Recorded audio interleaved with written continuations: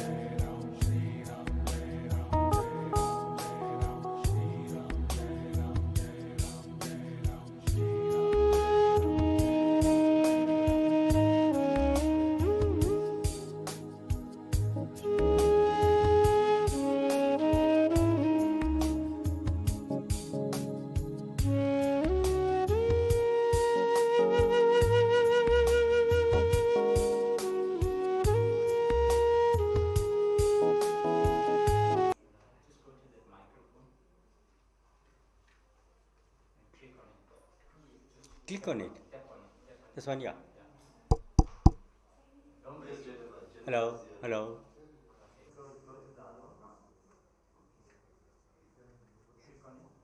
Hello.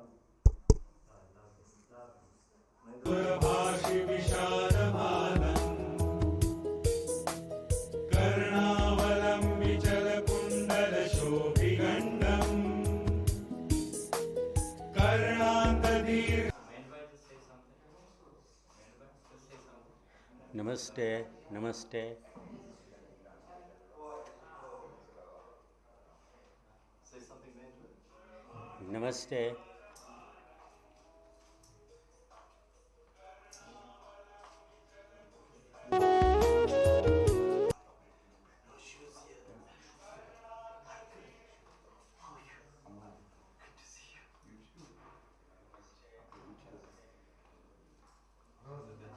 Okay. So go to the other one. Yes, microphone. So, after say hello. Hello, hello.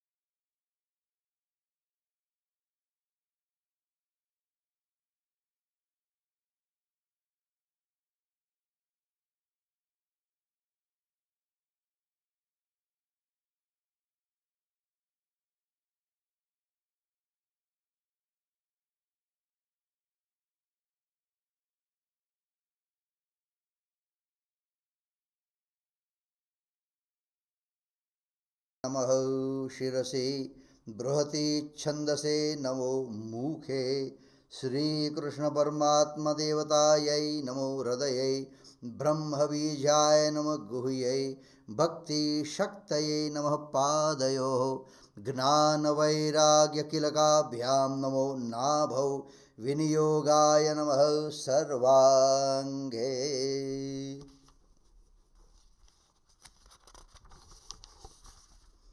अथ अंगन्यासः ओम नमो नमो हृदयाय नमः ओम नमो भगवते नमः शीरसे स्वाहा ओम वासुदेवाय नमः शिखायै वषट् ओम नमो नमः कवचाय हुम ओम नमो ओम भगवते नमः नेत्रत्रयाय वोषट् ओम वासुदेवाय नमः अस्त्राय फट्।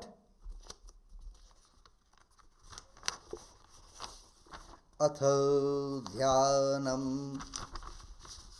सच्चिदानन्दरूपाय विश्वोत्पत्त्यादिहेतवे तापत्रय विनाशाय श्रीकृष्णाय वयं नुमः।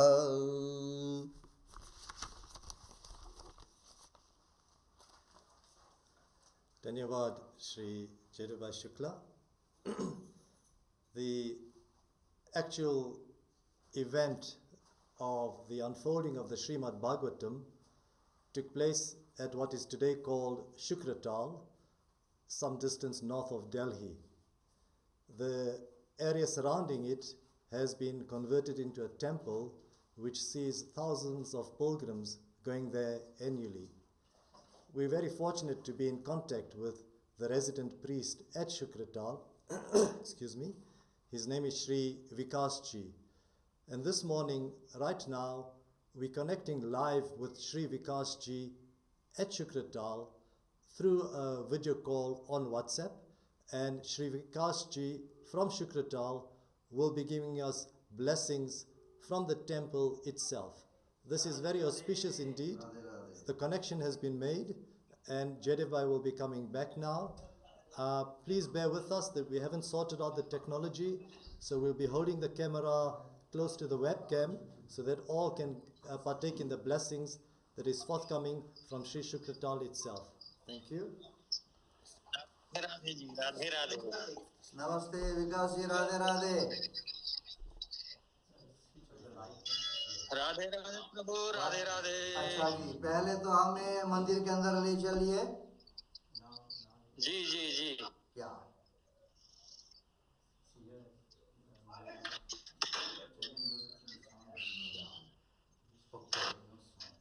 This is the main deity of Bhagwan Sri Krishna.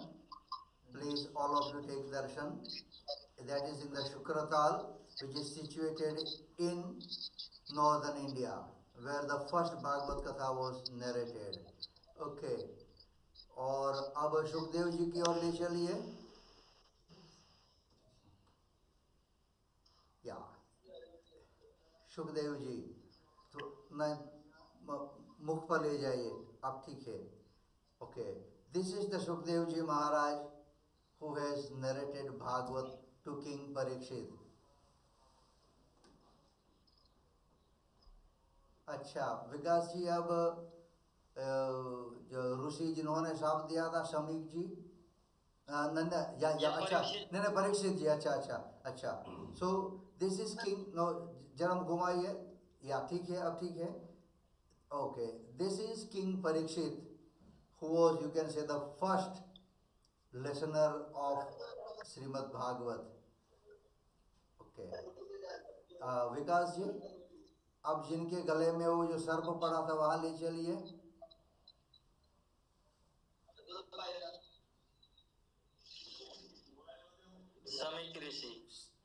जिनके गले में माला पड़ी थी सर्प की। अच्छा, ओके, थोड़ा अब ठीक है। Okay, this is Rishi Shamik, sage Shamik. Okay, the king Parikshit has put the snake around his neck. Okay, right. विकास जी अब श्रृंगी उनके पुत्र की ओर ले चलिए.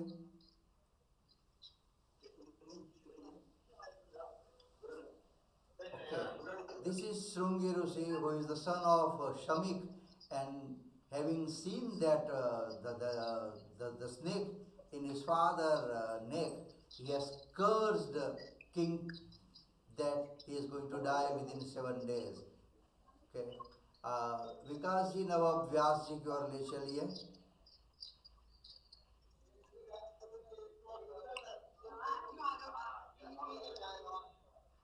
Okay, this is Rishi Vyasa ji, the sage Vyasa ji, who wrote the Bhagavatam and taught his son Shukadeva ji.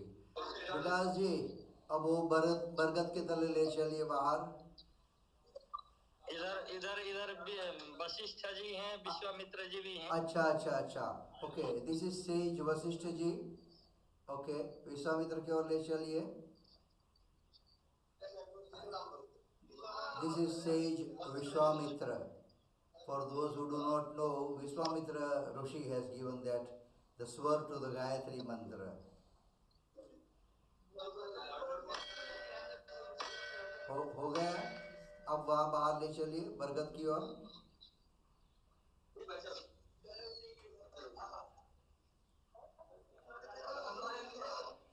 This is in Sanskrit the word is Vatavruksha. In English this is known as banyan tree, and in Hindi this is known as bargad. At this particular tree, under this particular tree, Shukadeva ji narrated Bhagavat to King Parikshit. And I promise you, if you go personally there and if you see there, you'll definitely convince yourself that it must have happened here. This is the banyan tree. Okay. Okay. विकास जी, अब आप आशीर्वचन में आप वो जो आशीर्वचन देते हुए वो जन्मांत्यस्थ बोल दीजिए. जन्मांत्यस्थ बोल दीजिए, क्योंकि हम लोग अभी शुरू करने जा रहे हैं और पूरा इंग्लिश में होगा, लेकिन आप शुरुआत कर दीजिए जन्मांत्यस्य से. ठीक है, तो सबको आशीर्वाद मिल जाएगा वहाँ से. ठीक है, और आप कैमरा अपनी ओर घुमा लीजिए. कैमरा अपनी ओर घुमा लीजिए.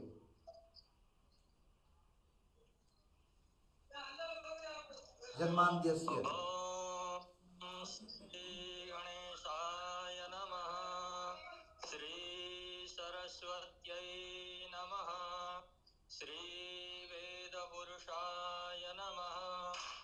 जन्माद्यस्य यतोऽन्वयादितरतश्चार्थेष्वभिज्ञः स्वराट् तेने ब्रह्महृदाय आदिकवये मुह्यन्ति यत्सूरय तेजो वारिवृदां यथा विनिमयो यत्र त्रिसर्गो मृषा धाम्ना स्वेन सदा निरस्तकुहकं सत्यं परं धीमहि.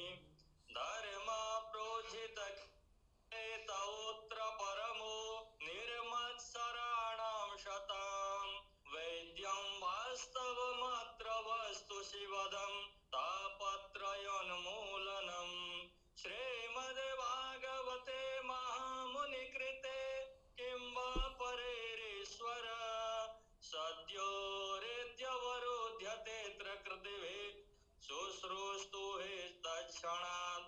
निगमकल्पतरोर्गलितं फलं शुकमुखादमृतद्रवसंयुतं पिबत भागवतं रसमालयं मुहुर्मुहुः रसिका भुवि भावुका.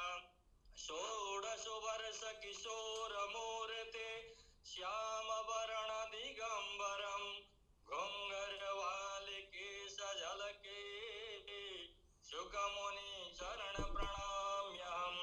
सच्चिदानन्दरूपाय विश्वोत्पत्त्यादिहेतवे तापत्रयविनाशाय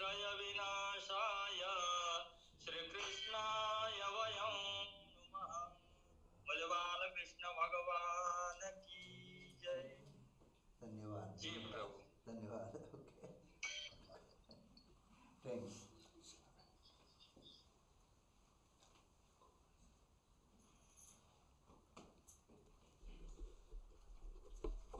Thank you, Sri Shukadeva Shukla.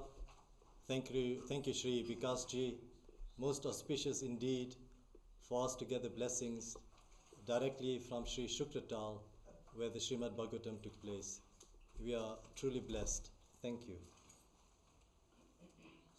And now I call upon Shilabin to sound the invocation, Narayanam Namaskritya. Shilabin.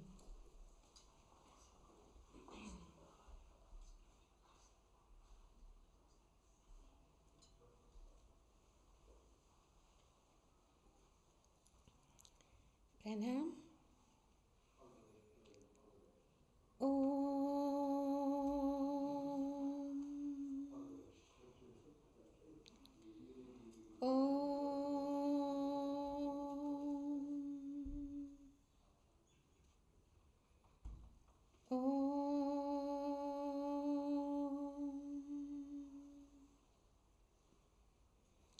Narayanam Namaskritya Naram Chaiva Narottamam Devim Saraswatim Vyasam Tato Jayam Udhirayet. Om Shanti Shanti Shanti.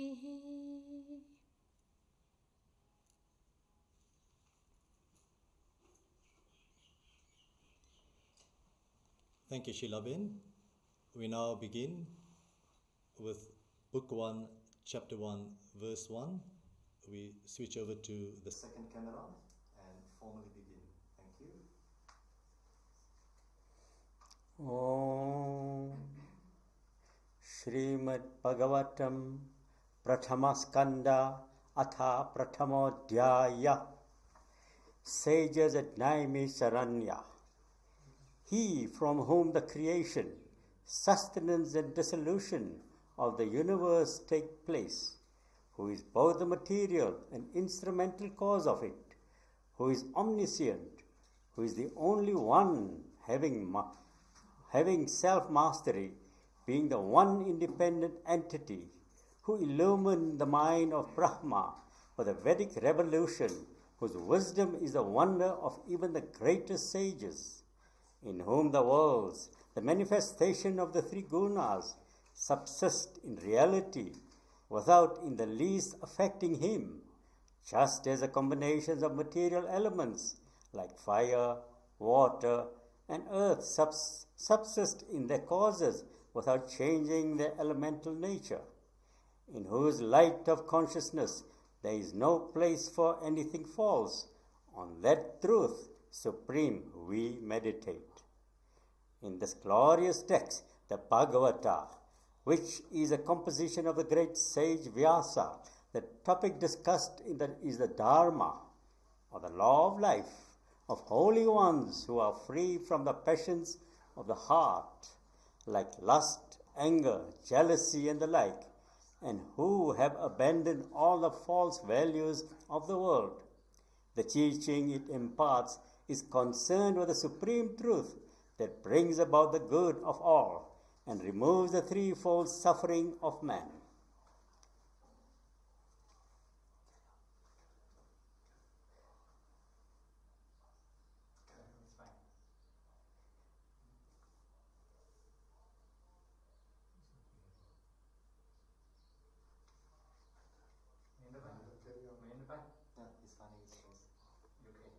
Yeah.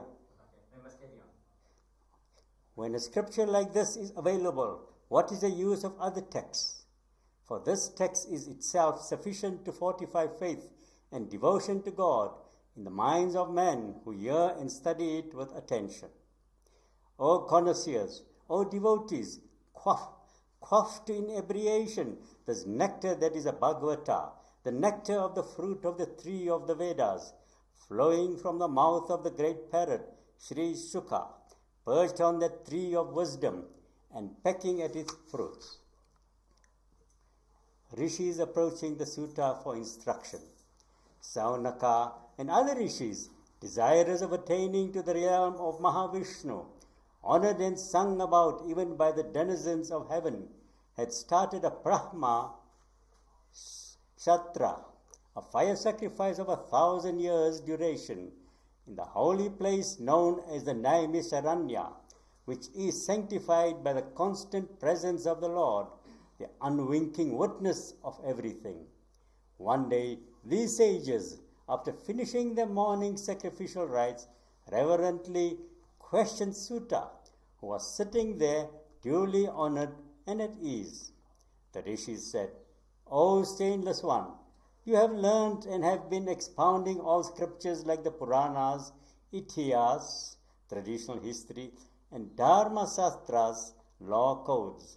O Sutta dear, whatever was known to great sages like Vyasa and others who were knowers of Brahman in both his personal and impersonal aspects, all that is known to you too.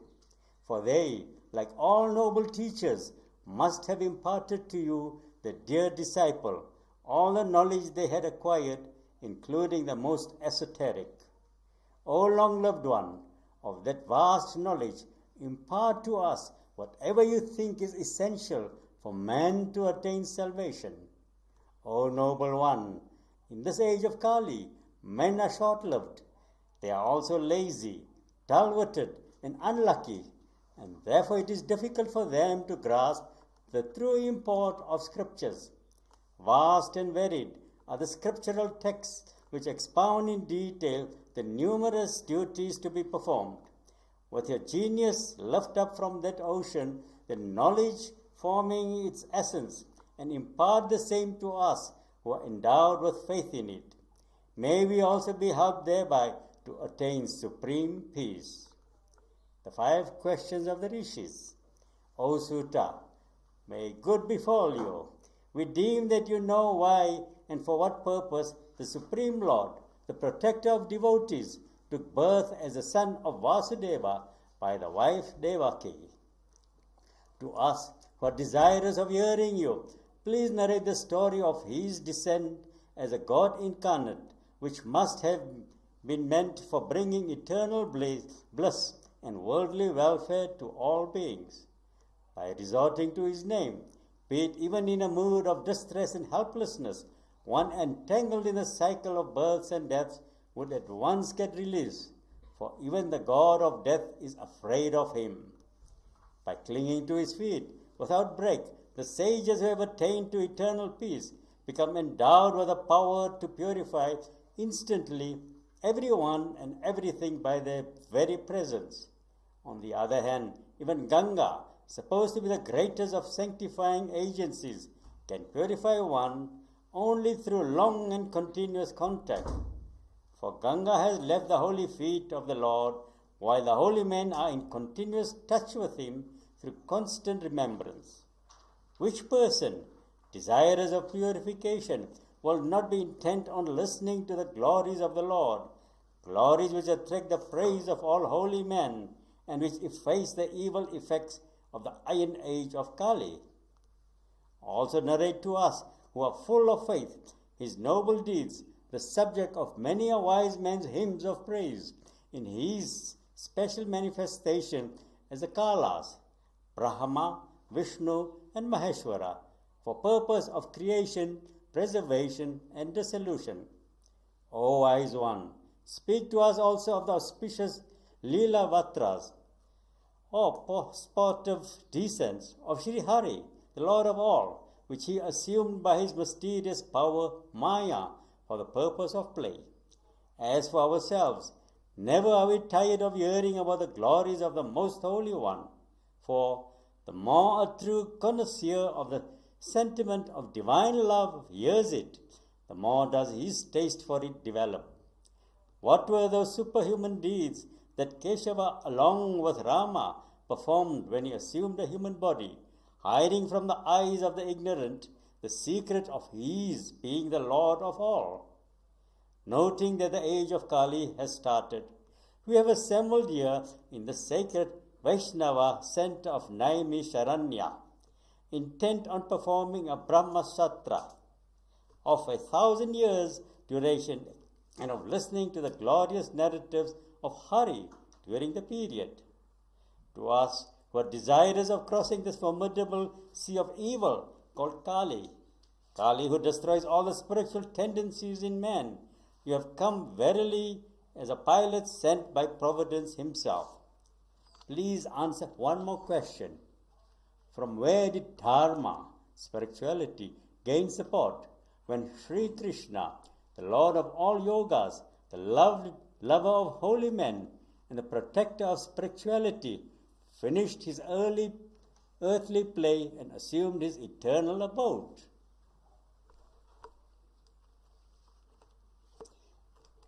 Atha Dvitiyo Dhyaya. The message of Bhakti. Vyasa Uvacha. The message of Bhakti. Suta's invocation. Sage Vyasa said, the Suta Ugraswaras, the son of Brahmaharsana, being highly pleased with the above questions of the rishis, began to speak as follows in appreciation of their words. Suta said, I salute Sri Sukha, who wandered forth from home and relatives all alone, dutiless from his very birth by virtue of his enlightened state, and who, when followed by his grief-stricken father, Dvaipayana, Vyasa, with cries of, O son, where are you? Answered as it were, those anxious calls through the resonance of the forest trees, of which and of everything else he was a soul on account of his realization of the truth of non-duality. I salute Vyasa's son, Sri Shukha, the teacher even of all the contemplatives, who out of mercy for men entangled in samsara, narrated this most profound of all the Puranas, the Bhagavata, a text unique in its inherent power, the digest of all the teachings of the Vedas, and the one beacon light of the realm of the spirit for those seeking guidance to get across a limitless ocean of blinding darkness constituted of primeval ignorance. The study and teaching of the Bhagavata, the instrument of victory over ignorance, should start only after the salutations have been made to the embodiment of the Supreme Being, Narayana, to the goddess Saraswati, and to the sage Vyasa. Suta's answers. The supreme duty of man. O sage, the questions you have put are both relevant and important, for relating, as they do, to the Supreme Being Sri Krishna, they will bring about peace at heart and contribute to the good of the whole world.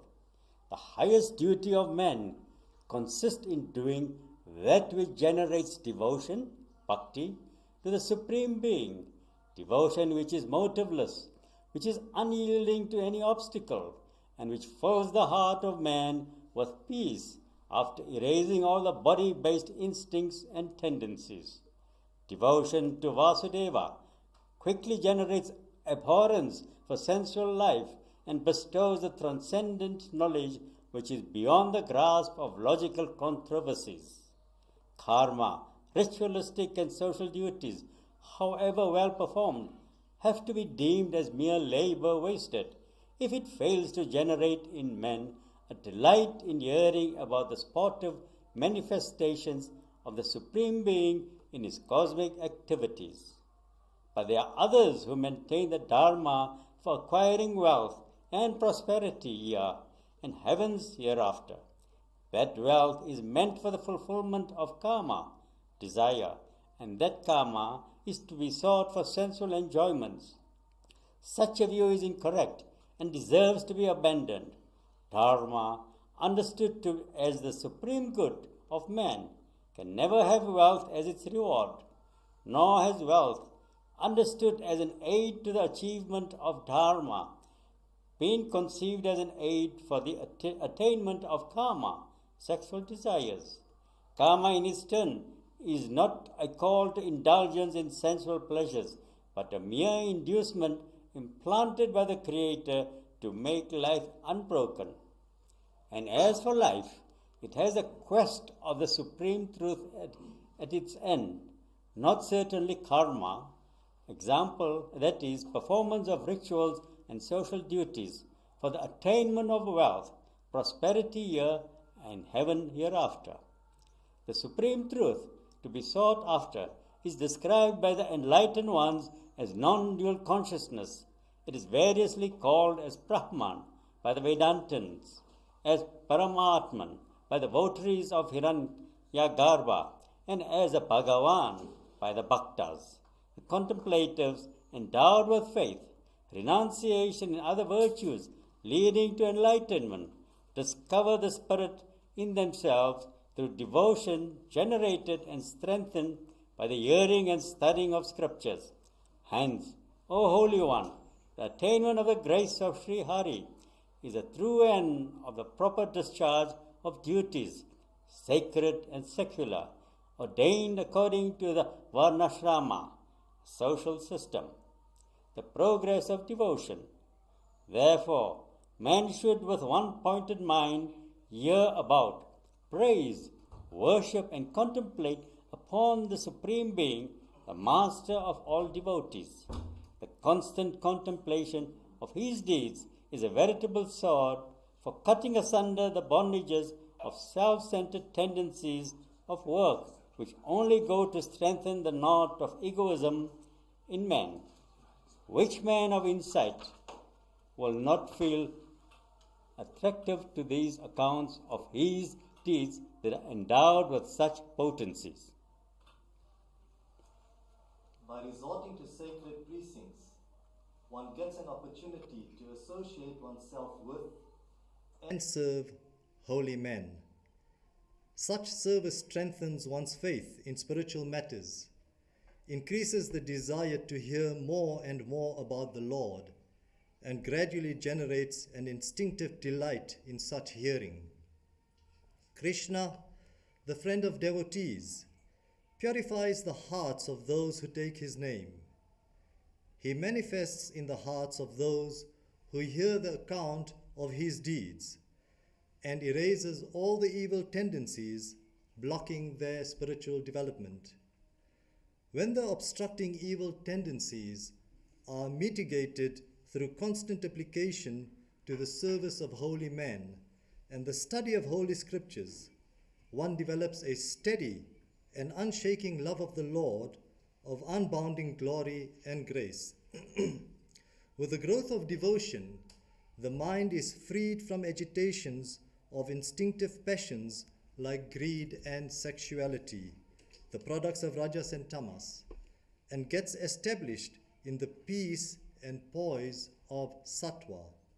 In the aspirant, who has, through the practice of devotion, attained the purity and poise of mind, as also to freedom from every form of worldly attachments, is generated the intuition of the Supreme Being as an absolute reality.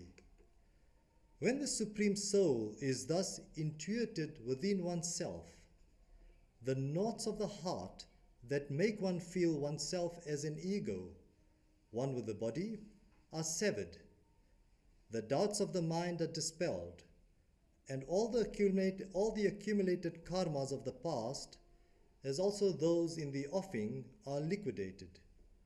For this reason, wise men joyfully cultivate supreme devotion to Vasudeva, which brings peace and blessedness to the heart of man. Why Vasudeva should be the object of worship? The Shakti, power of Yoga Maya of the Lord, has three aspects: Sattva, or force of peace and enlightenment; Rajas, or forces of passion and activity; and Tamas, or forces of darkness and inertia. The one Supreme Being, Vasudeva, assumes these three aspects of his Shakti for the purposes of creation, preservation, and dissolution, and comes to be known respectively as Brahma, Hari, Vishnu, and Hara, Shiva, respectively. Of them, it is through the Sattvika manifestation of Vasudeva that man attains mukti, liberation from samsara. Earth, wood, smoke and fire are products of one and the same substance and are progressively closer to Vedic sacrifices for their performance, the fire being the immediate condition required for their performance. So also Rajas is closer to the attainment of Brahman than Tamas, and Sattva than Rajas. For it is Sattva that reveals Brahman. So also Mahavishnu, having Sattva for his adjunct in his divine manifestation, is directly concerned with the salvation of man. Therefore, from time immemorial, great sages have been adoring only Mahavishnu, the one embodiment of Sattva and the transcendent being. Those who follow the example will attain salvation. The aspirants for salvation therefore avoid, but without conceit, the terrific elemental deities and adore only the gentle and pleasing manifestations of Sri Narayana. Men with the dominance of Rajas and Tamas in them are drawn to deities similar to themselves in nature, namely the Pitris, fathers, Bhutapatis, lords of elements, and Prajapatis, lords of cosmic cycles, as they are in quest of wealth, lordship, and progeny. But in spite of this, Vasudeva is the one being to whom all disciplines and doctrines are ultimately directed. The Vedas have him as their goal. So also yaga, sacrifice, yoga, the yogic practices, learning, tapas, dharma, all have him as their aim. In him is the end and destiny of man. Though himself beyond the gunas, the Supreme Being has his inherent power, Atma Maya, constituted of the three gunas of Sattva, Rajas and Tamas, capable of subsisting in the dual condition of cause and effect. By virtue of this power, the Lord projected all that is seen as the universe. That power, having manifested all forms which are the combinations of gunas, he entered into them by identification, yet unaffected by them, owing to his immaculate self-awareness. Just as the one fire, entering into different pieces of wood, manifests as many fires according to the fuels, so the Supreme Being, the soul of all, manifests as the many in the various forms produced by the combinations of the gunas of Prakriti, entering into all living beings created by himself by combining the effects of the gunas like the subtle elements, senses and mind. The Lord enjoys the sense objects through the bodies of these created beings, the jivas. He, the protector of all the worlds, extends his grace and helps by condescending to manifest himself as divine incarnations born among devas, animals and men. Iti Shrimad Bhagavate Mahapurane Paramahamsayam Samhitayam Prathamaskande Nemisho Yo Pakhyane Dvitiyo Dhyaya Atha Tritiyo Dhyaya Sutta Uvacha. The Purusha Avatara. Desirous of creating the universe, the omnipotent and omniscient Lord assumed by his creative will the cosmic form Virat, formed of the 16 creative categories like the Mahat Tattva, the cosmic mind, Ahankara, egoity, and the rest. From him who manifested himself thus, immersed in a yogic slumber and resting in causal waters, originated Brahma, the demiurge and creator, seated on the lotus springing from his navel. It is in the limbs of the cosmic form of the Lord, which is pure and powerful, because of being formed of pure sattva without the least stain of rajas and tamas, that the 14 lokas or spheres are located. Sages with spiritual vision perceived that form of the Lord, striking wonder with its countless legs, thighs, hands, faces, heads, ears, eyes, and noses, as also by its limitless decorations like diadems, silken robes, earrings, and other ornaments. This Purusha avatara is the source of numerous incarnations, as also of the center of their withdrawal. It is also by parts, Marichi and other Prajapatis, of the part of Brahma, of him, that all the devas, man, and subhuman creatures have been created. The 23 Leela avatars. In the creation cycle called Kaumara, he incarnated as Sanaka and other Kumaras and practiced the difficult disciplines of unbroken brahmacharya. Next he, the Lord of sacrifices, manifested himself as the cosmic ball in order to lift the earth that had been hidden in Rasatala. In the Rishi Sarga, he appeared as the Devarshi Narada and preached the devotional doctrine of the Pancharatra, which lifts man from the bondage of karma. The 4th time, he was born of Dharma Prajapati, as the twin rishis known as Nara and Narayana, who practiced austerities of extreme severity and who maintained absolute serenity and poise of mind. Excuse me. 5th, he appeared as Kapila, the most noted among the enlightened ones, and imparted through Asuri a restatement of the forgotten philosophy of Sankhya, dealing with the differentiation of categories and intellectual intuition.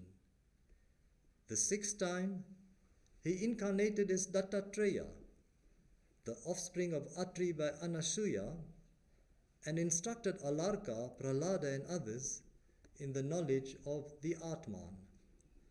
For the 7th time, he incarnated as Yajna, the son of Ruchi and his wife Akuti, and held sway as Indra over the whole period of Manu Swayambhuva, along with the species of devas known as Yamas.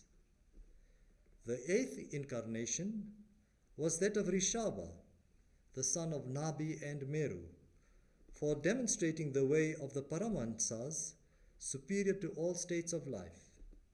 At the request of rishis, he incarnated himself the 9th time as the Emperor Prithu.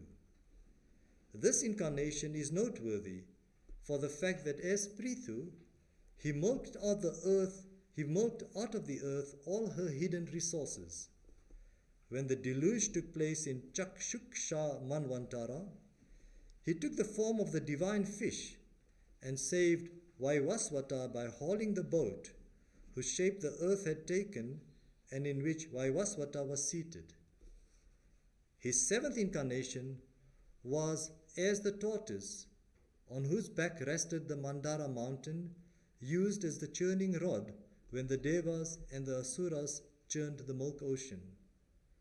In his 12th incarnation, he became Dhanvantri, who emerged with nectar from the milk ocean, and in the 13th, he presented himself as Mohini, the charming maid, to infatuate the Asuras and help the Devas consume the nectar. In the 14th incarnation, he assumed the form of the man-lion, Narasimha, and tore open the chest of the powerful Asura with the nails, just as the mat maker splits the reeds at his disposal. Assuming the form of the dove Vamana in his 15th incarnation, he approached Bali in the sacrificial hall to ask for 3 feet of land, but really to take back the 3 worlds from him. In the 16th incarnation, he, as Parashurama, effaced the tribes of Kshatriyas from the earth in 21 campaigns, being mightily angry with them for the persecution of holy men.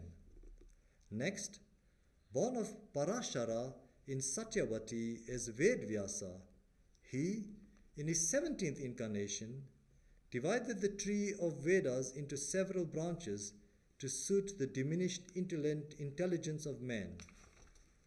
Taking human birth afterward in a royal family as Ramachandra, he achieved the purposes of the Devas, namely the destruction of Ravana, in the course of which he performed many wonderful acts as bridging the ocean and the like. In the 19th and 20th incarnations, he took birth as Rama and Krishna among the Yadus in order to lighten the burden on earth.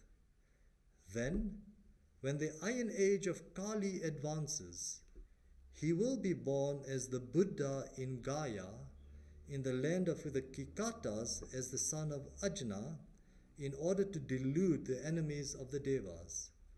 Next, towards the close of the age of Kali, by which time kings would have degenerated into mere marauders, he, the Lord, will be born as Kalki, the son of a Brahmana named Vishnu Yasas.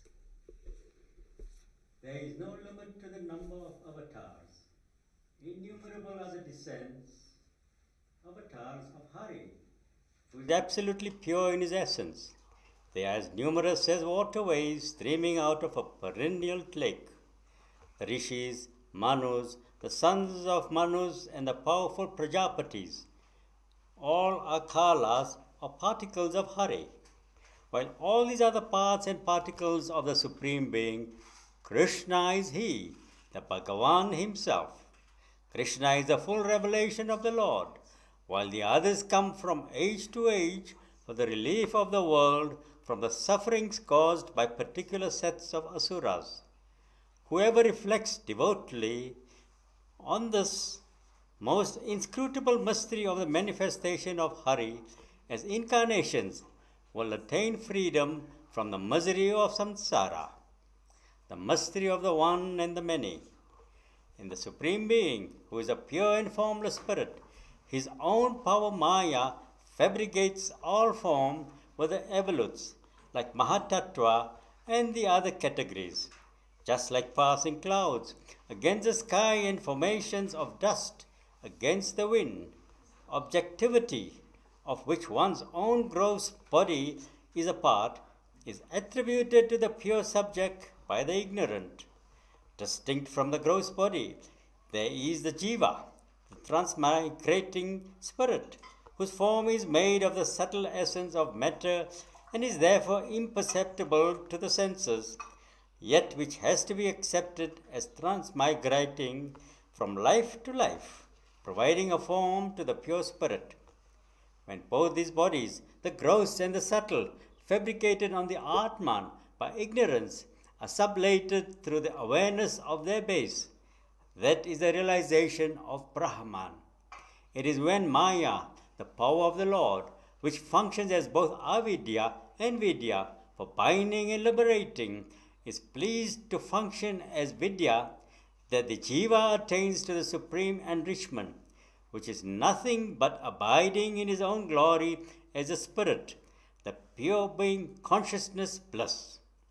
In him, who is a resident in the hearts of all beings, who is birthless and actionless, these births and activities as incarnations are described by the wise as a mystery which only revelation can explain. Without getting in the least attached or involved, he creates, sustains, and withdraws this universe in sheer play as far as he is concerned, but not without a cosmic purpose. Being the master of all the six senses and possessed of unrestrained freedom, he permeates all beings and enjoys all objects through them without involvement.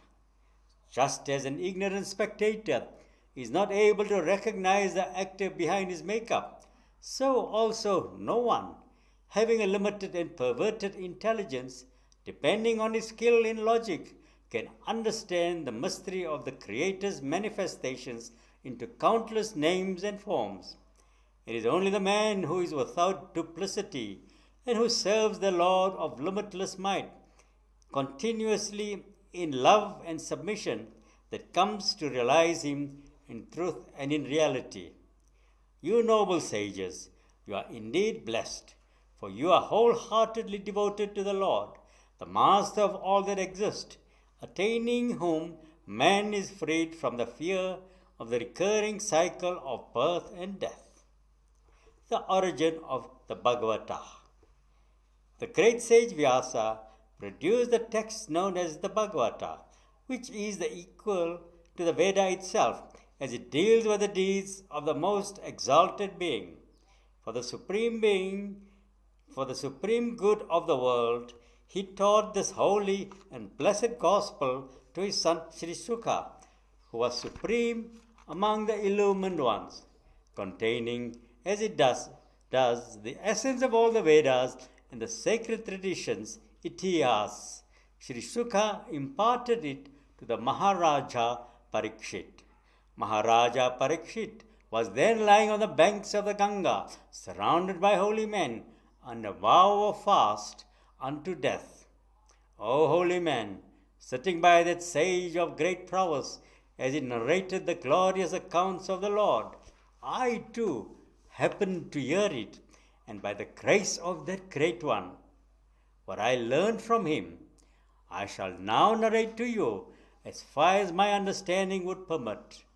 For the guidance of man, rendered spiritually blind by the evil age of Kali, which set in with the Sri Krishna's attainment of his abode and the subsequent disappearance of virtue and enlightenment from the world, this spiritual sun of a Purana has now arisen in the firmament of thought. Iti Shrimad Bhagavate Mahapurane Paramahansyam Sanhitayan Prathamaskande Naimi Yopakhyane Tritiyaskanda Atha Chaturtha Dhyaya Uvacha Vyasa Uvacha. On went Vyasa and his work. Why Parikshit desired to die, and Sukha instructed him. Congratulating the Sutta who spoke as above, Saunaka, the master of the Rig Veda and the leader of the sacrificial congregation, said as follows: O Sutta great, narrate to us that sacred text, the Bhagavata, which the holy Sukha revealed. To which age does the subject matter of the Bhagavata pertain? Where and for what reason did the sacred text come into existence? Prompted by whom did the sage Krishna, Vyasa, known as Krishna Dvaipayana, produce the text?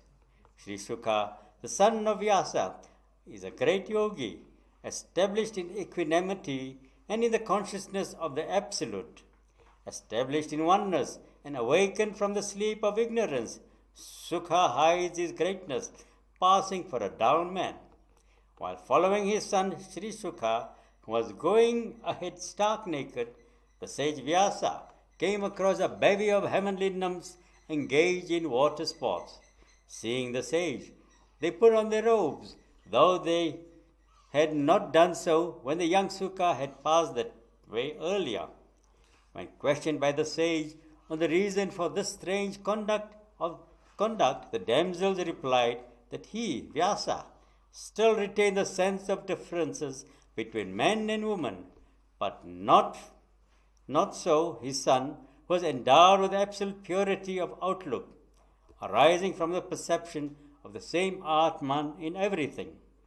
Moving about as he did, like one intoxicated or dumb or dull, how was Sukha recognized by people at Hastinapura when he entered that city after passing through the land of the Kurus and the Jangalas?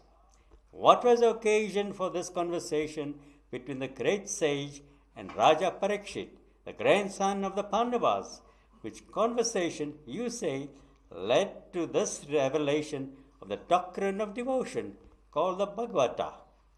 Sri Shukha is said to tarry at her house only for a very short time, just what is required for milking a cow, and that only for sanctifying the place by his presence. O dear one, we have heard that Parikshit, the son of Abhimanyu, was a man of exceeding devotion to the Lord. Therefore, we would like to hear about the unusual circumstances attending on his birth and of his great achievements in life. An emperor that he was, why did the scion of the Pandava clan forsake all the might and majesty of a vast empire and undertake the vow of fasting unto death on the banks of the Ganga?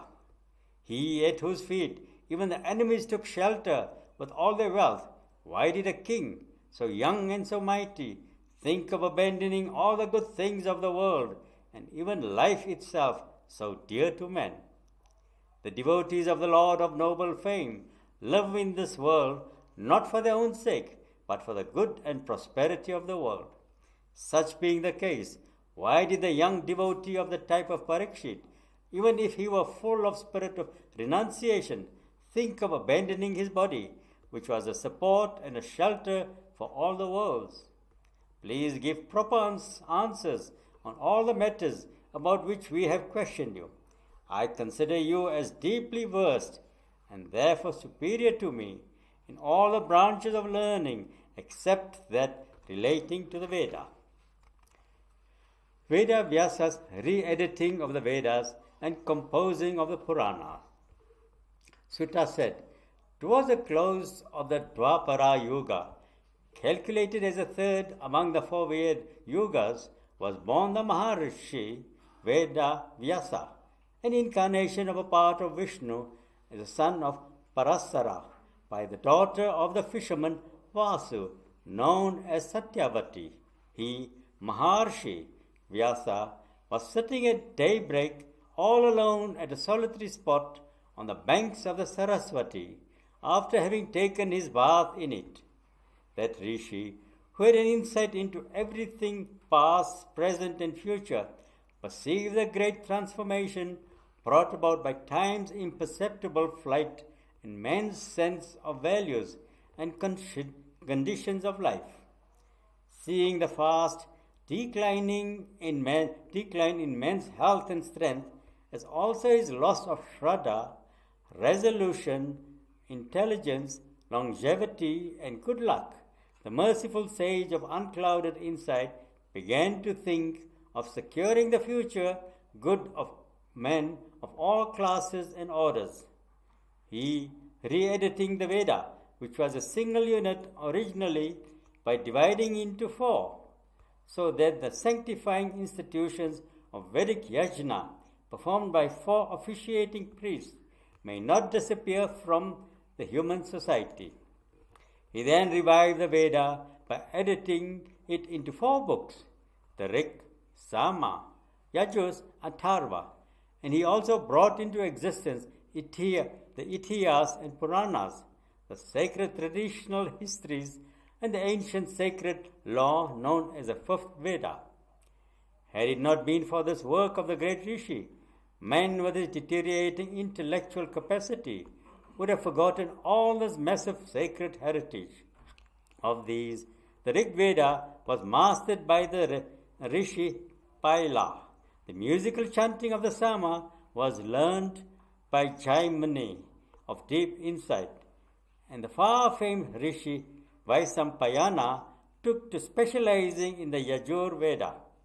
The cruel-hearted sage Sumantu mastered the Atharva Veda, consisting of magical incantations, while my father, Roma Harshana, was entrusted with the study of the Purana and the Itihas, transmitted by these sages to their disciples, and by the latter in turn to theirs. These Vedas became diversified into many branches through succession of disciples. It is this Veda, re-edited and divided by the good and kind-hearted Vyasa, the men have somehow managed to preserve among them. Women, Sudras, and degenerate men of the twice-born Varnas, Brahmana, Kshatriya, and Vyasa, Vaisya, have no right to hear the Vedas. So especially for the benefit of these who are debarred from Vedic rites, the sage Vyasa, out of pity for them, composed a Itihas known as a Mahabharata. Vyasa self-questioning about his own unrest.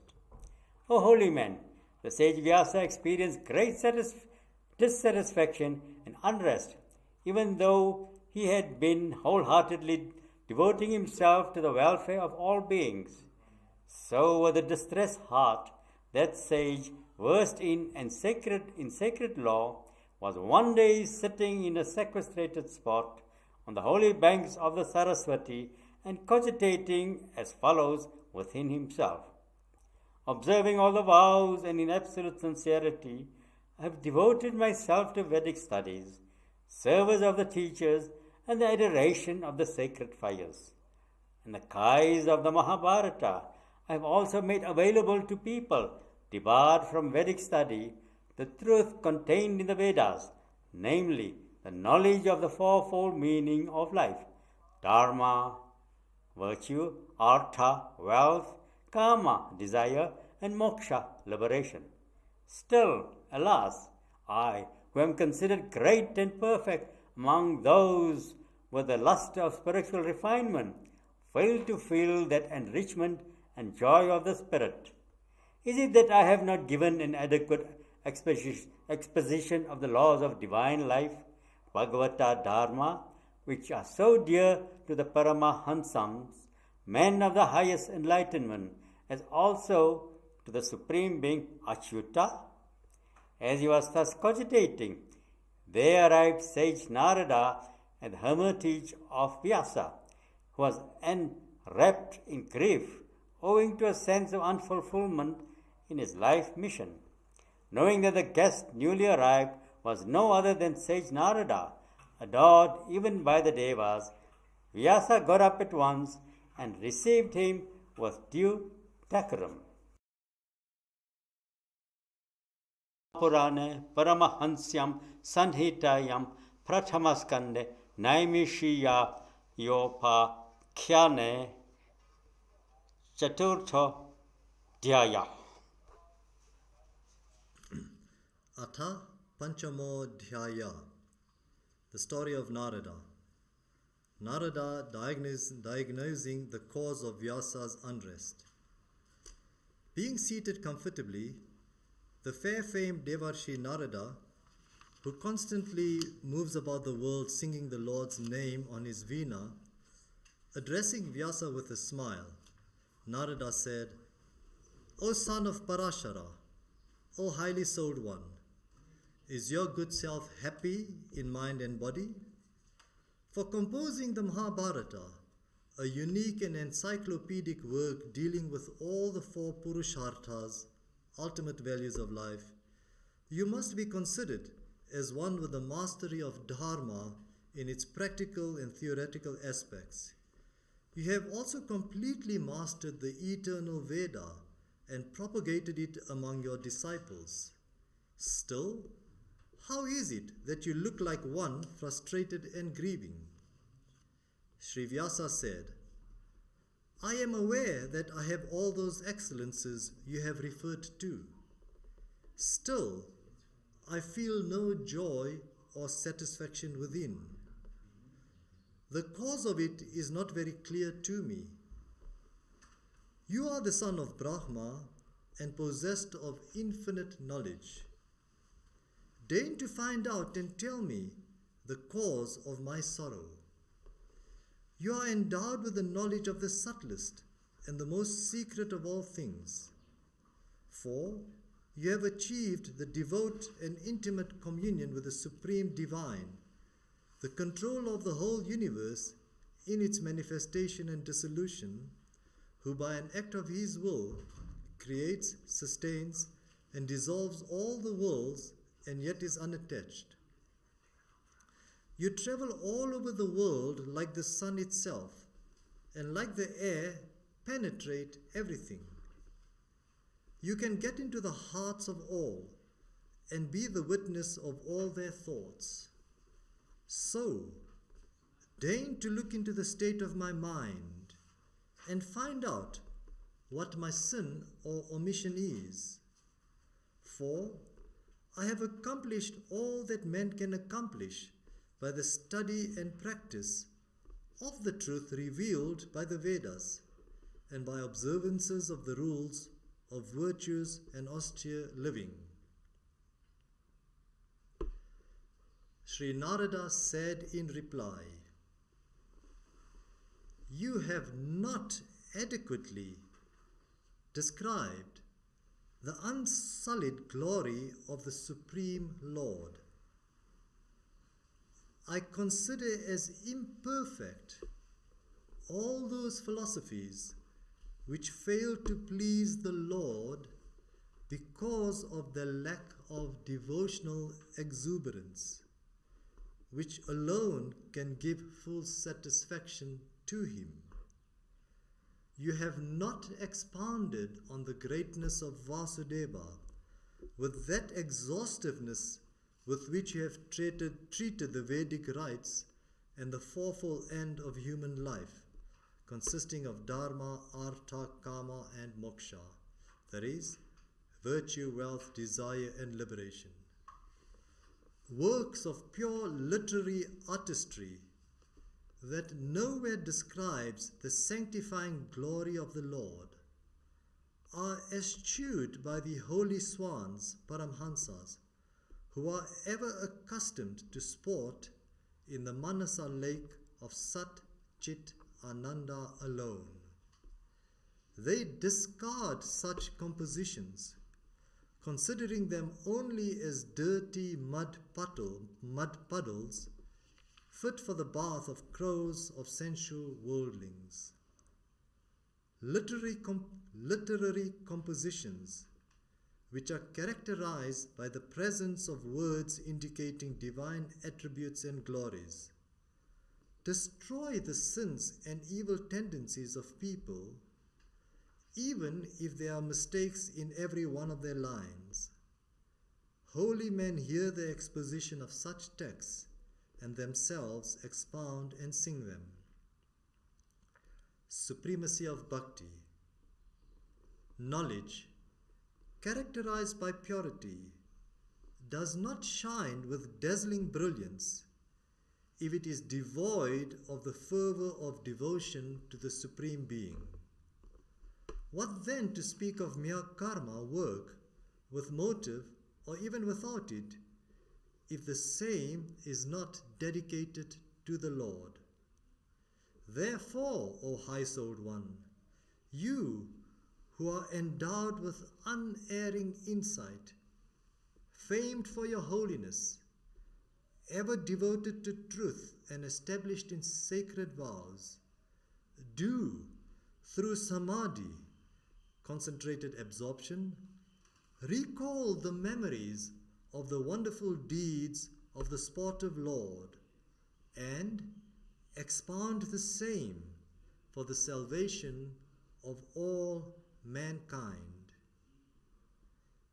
If this is not done, man, with his eyes, speech, and other senses occupied entirely with unspiritual concerns, will fall into the extremely dangerous situation created by the attraction of these sense objects and will, like a boat caught in the storm, be tossed about this way and that without any firm anchorage to steady it.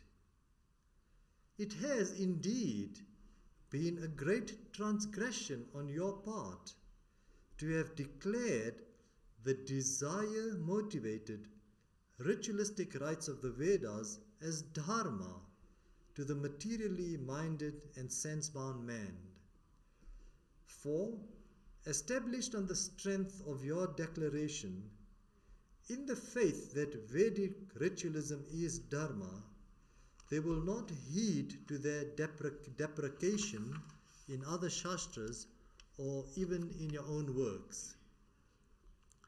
Only rare souls who have attained to the highest purity can take to the life of absolute renunciation, as described in the Upanishads, and realize the supreme bliss of the infinite. Therefore, reveal, for the benefit of common man who is subject to the gunas of Prakriti and thereby has forgotten his higher nature, reveal the spiritual activities of the Supreme Being through his cosmic manifestations. A man who has abandoned his swadharma for pursuing the path of devotion to Hari, even if he fails to attain perfection in that path immediately, does not sustain any fall, for he evolves still higher even after temporary pause. Nothing inauspicious befalls him anywhere, anytime. But pray, what spiritual exaltation has been attained by people who merely follow the rules of Swadharma, duty, untouched by devotion? The truly wise man should therefore strive for what is not achievable in this transmigratory cycle which carries one from world to world. For fast-moving time naturally brings about enjoyments of sense objects as also sufferings in different lives without anyone's effort for the same. O dear one, a person devoted to the Lord is never caught up in this repetitive process of samsara like one devoted to the Vedic rites and desire-prompted activities. For whoever comes to be attracted to the Lord, who is all bliss, is constantly attached to him by the joyous memory of his service, and never feels inclined to leave the same, lured by worldly enjoyments. The Lord, who is both the material and efficient cause of this universe, its sustenance and dissolution, may be considered as this universe itself from the causal point of view. For the effect is none different from the cause which subsists in and through the changing effects. But yet the Lord is distinct from it in another sense. For through all the cosmic processes, He, being the Spirit, continues to be the same, unaffected by the transformations of the universe, unlike causal substances of a material nature.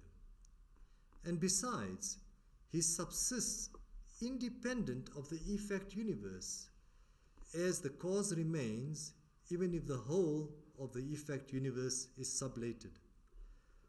All these truths are known to you. I have spoken briefly about them only to draw your attention towards them. O sage of true insight, know your immortal self to be a part of that Supreme Being, born in this world for the good of mankind. So, for the spiritual edification of man, described at length the story of all the great divine incarnations, including yourself.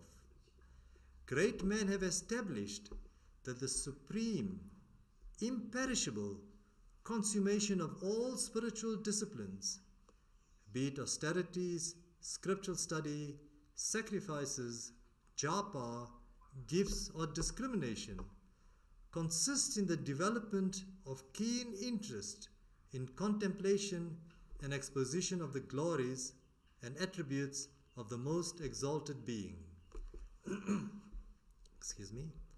Antecedents of Narada. In my previous birth, in an earlier kalpa, cycle of time, I was born as the son of a maid servant in the community of Vedic ritualists.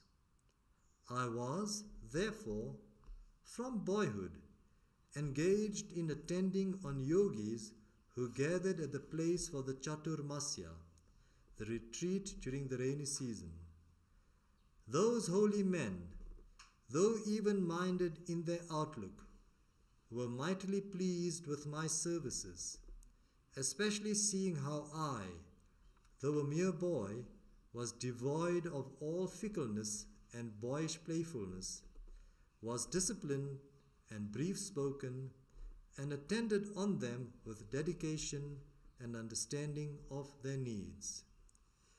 Permitted by these holy men, I once partook of the remnant of the food left by them. Being purified in the mind by this act, I developed a taste for the devotional life which these holy men followed. By their blessing, I was able to hear every day their attractive recitals of Sri Krishna's life and actions.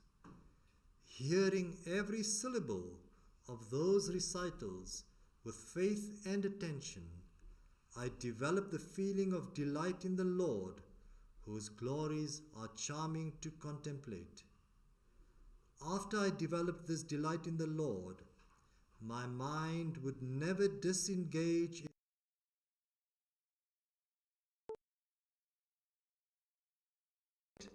I experienced that the whole of the universe, in its subtle as well as gross condition, is generated by his power of Maya in himself, from whom my entity, the Jiva, too, has no separate existence.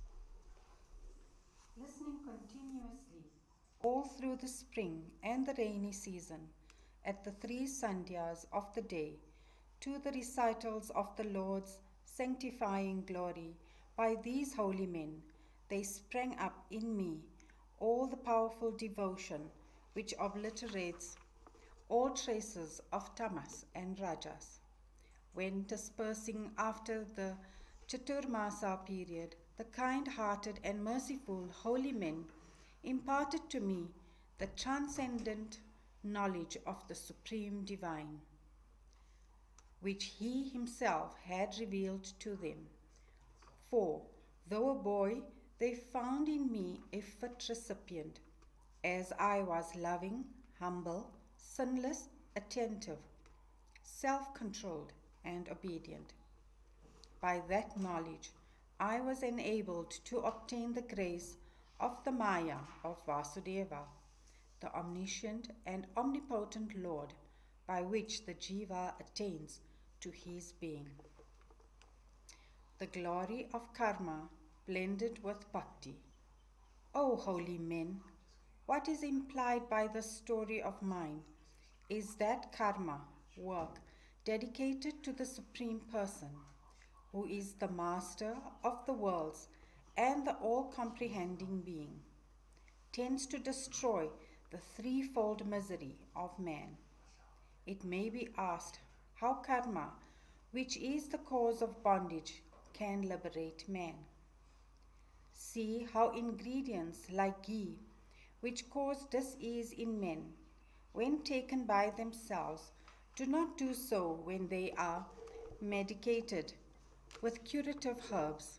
So also, even though karma is a cause of bondage for man preoccupied with it, through the generation of new tendencies, the same karma, when dedicated to the Lord, becomes a potent power to destroy all tendencies and takes him Godward. Whatever work man performs in dedication to and for the pleasure of the Supreme Lord, which such karma goes to generate knowledge, jnana, combined with bhakti.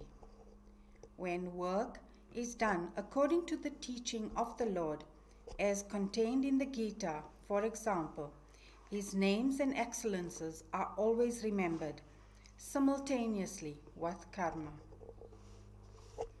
Salutations to the Supreme Lord Vasudeva. Salutations to him, Vasudeva, who manifests as the triad of Pradyumna, Aniruddha, and Sankarshana. He will attain the intuition of the Supreme Spirit, who offers all his actions as sacrifice unto him. The Lord of sacrifice, the formless being, who is described in the above fourfold form in the text dealing with worship. O holy sage, knowing that I have carried out his injunctions, he has blessed me with knowledge, divine powers, and wholehearted devotion to him. O you who are the master of scriptures, engage yourself in the description of his unique glories, which alone can satisfy the questionings of spiritual aspirants. Proclaim that there is no other panache for the woes with which men are stricken again and again in this worldly existence. Iti Shrimad Bhagavate Mahapurane Paramahamsyam Sangitayam Pratamaskande Vyasana Radrasangate Panchamodhyaya. Skanda 1, Chapter 6. The story of Narada continued. The after story of Narada. Sutta continued. O holy men, hearing thus about the origin and doings of the divine sage Narada, Vyasa, the son of Satyavati, addressed him again. Vyasa said, when those mendicant sages had dispersed after their Chaturmasya, what did you, a mere boy at that time, do? O offspring of Brahma, what did you do for the rest of your life in that body? And at the end, how did you abandon the body? O divine sage, how is it that your memory about the events of a past age was not effaced? Is it not time, the obliterator of everything? Narada said in reply, after the wandering monks who instructed me had departed, what I did was this. My mother, an ignorant woman and a mere servant maid, was bound with strong cords of love to me, her only son and one without any help in the world except herself. Though desirous of my protection and welfare, she was incapable of protecting even herself, because she was not a free person. See, the whole world is without any freedom. It is like a puppet in the hands of the Lord. I, who was then only 5 years old and utterly ignorant of the broad world, of the time, place, and conditions of life, continued to stay in that settlement of Vedists, bound to my mother by cords of love. One day, when she went out of the house at night to milk the cow, that poor and pitiable woman was bitten fatally by a serpent on her leg, prompted as it were by the god of death himself.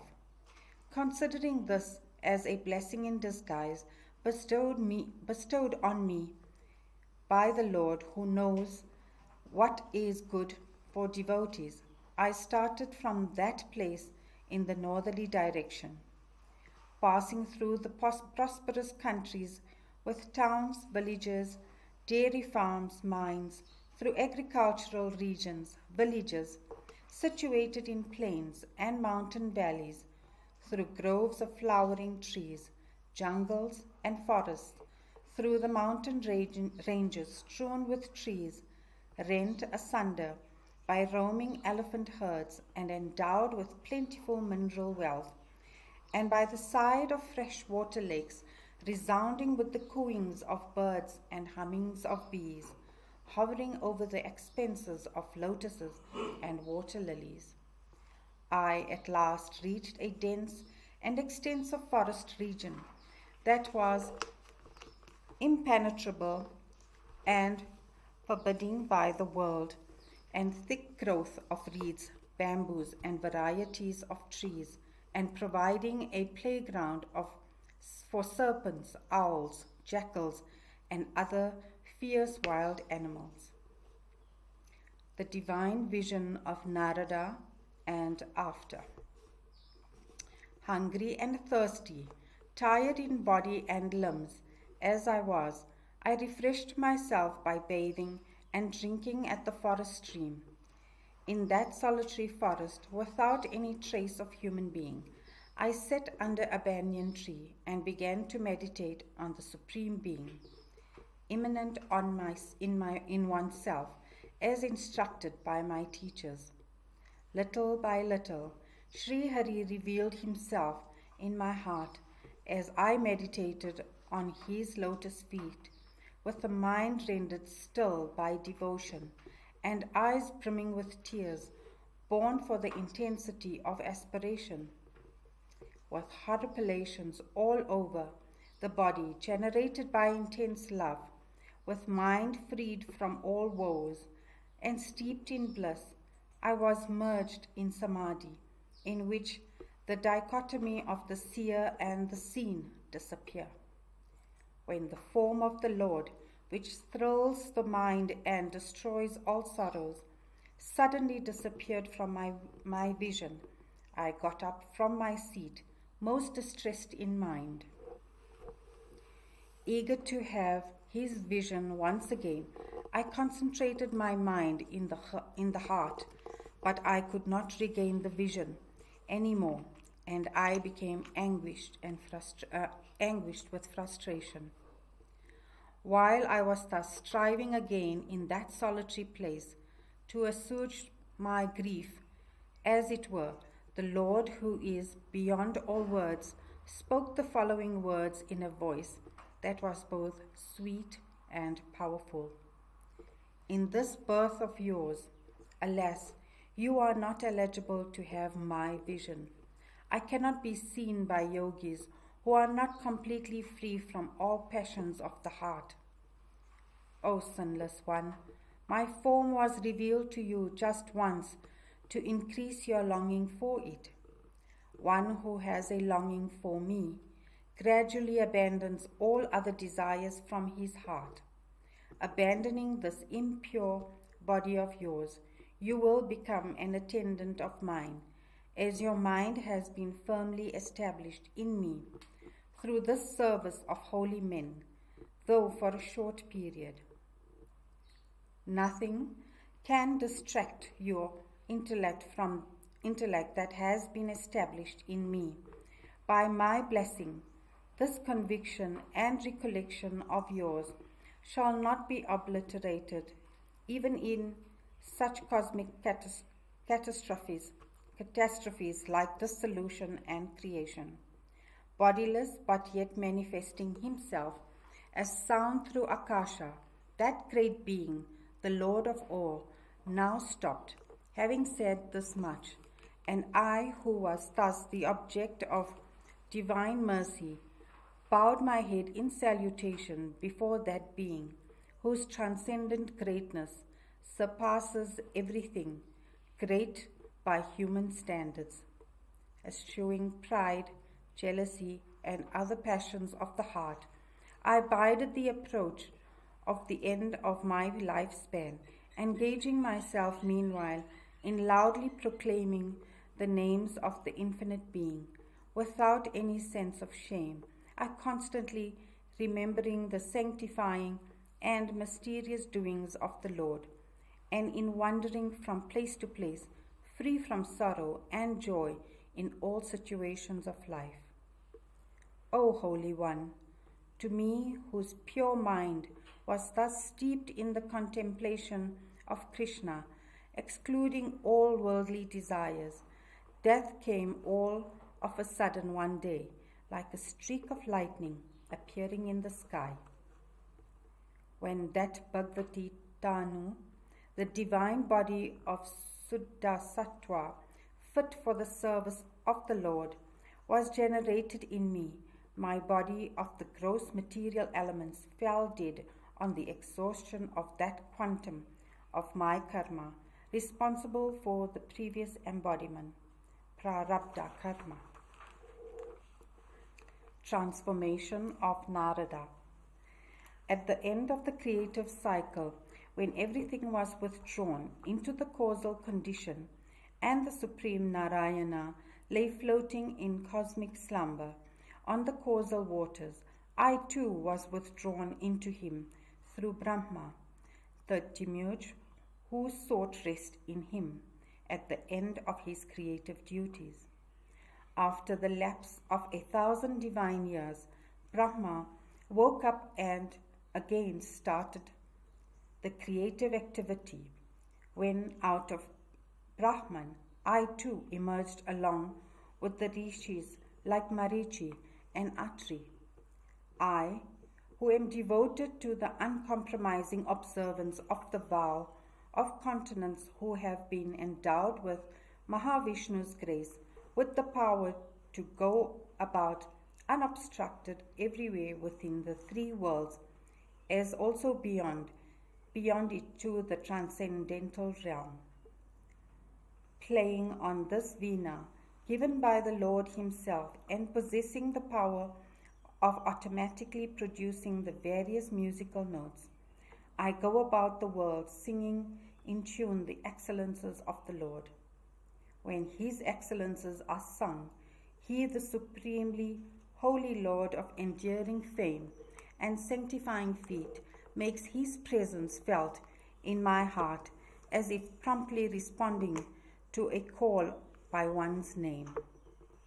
The description of the Lord's deeds and attributes is the one means, a veritable boat to cross the ocean of samsara for those who are rendered miserably by the desire for sense objects. Men who are constantly pestered by passions like lust and greed, and never pacified so effectively and readily by yogic disciplines like yama and niyama as by the service of the Lord. In reply to your questions, I have narrated to you all the secrets about my origin and my deeds for your satisfaction and edification. Sutta said, after conversing thus with Vyasa, the sage Narada, who was free from all self-centered plans and poses, moved on from there, singing the Lord's name to the accompaniment of his veena. Blessed in this divine sage, Narada, for singing to the accompaniment of his veena about the excellences of the Lord, he himself is ever inebriated with divine love, and he enlivens with joy the hearts of beings distressed by the woes of the world.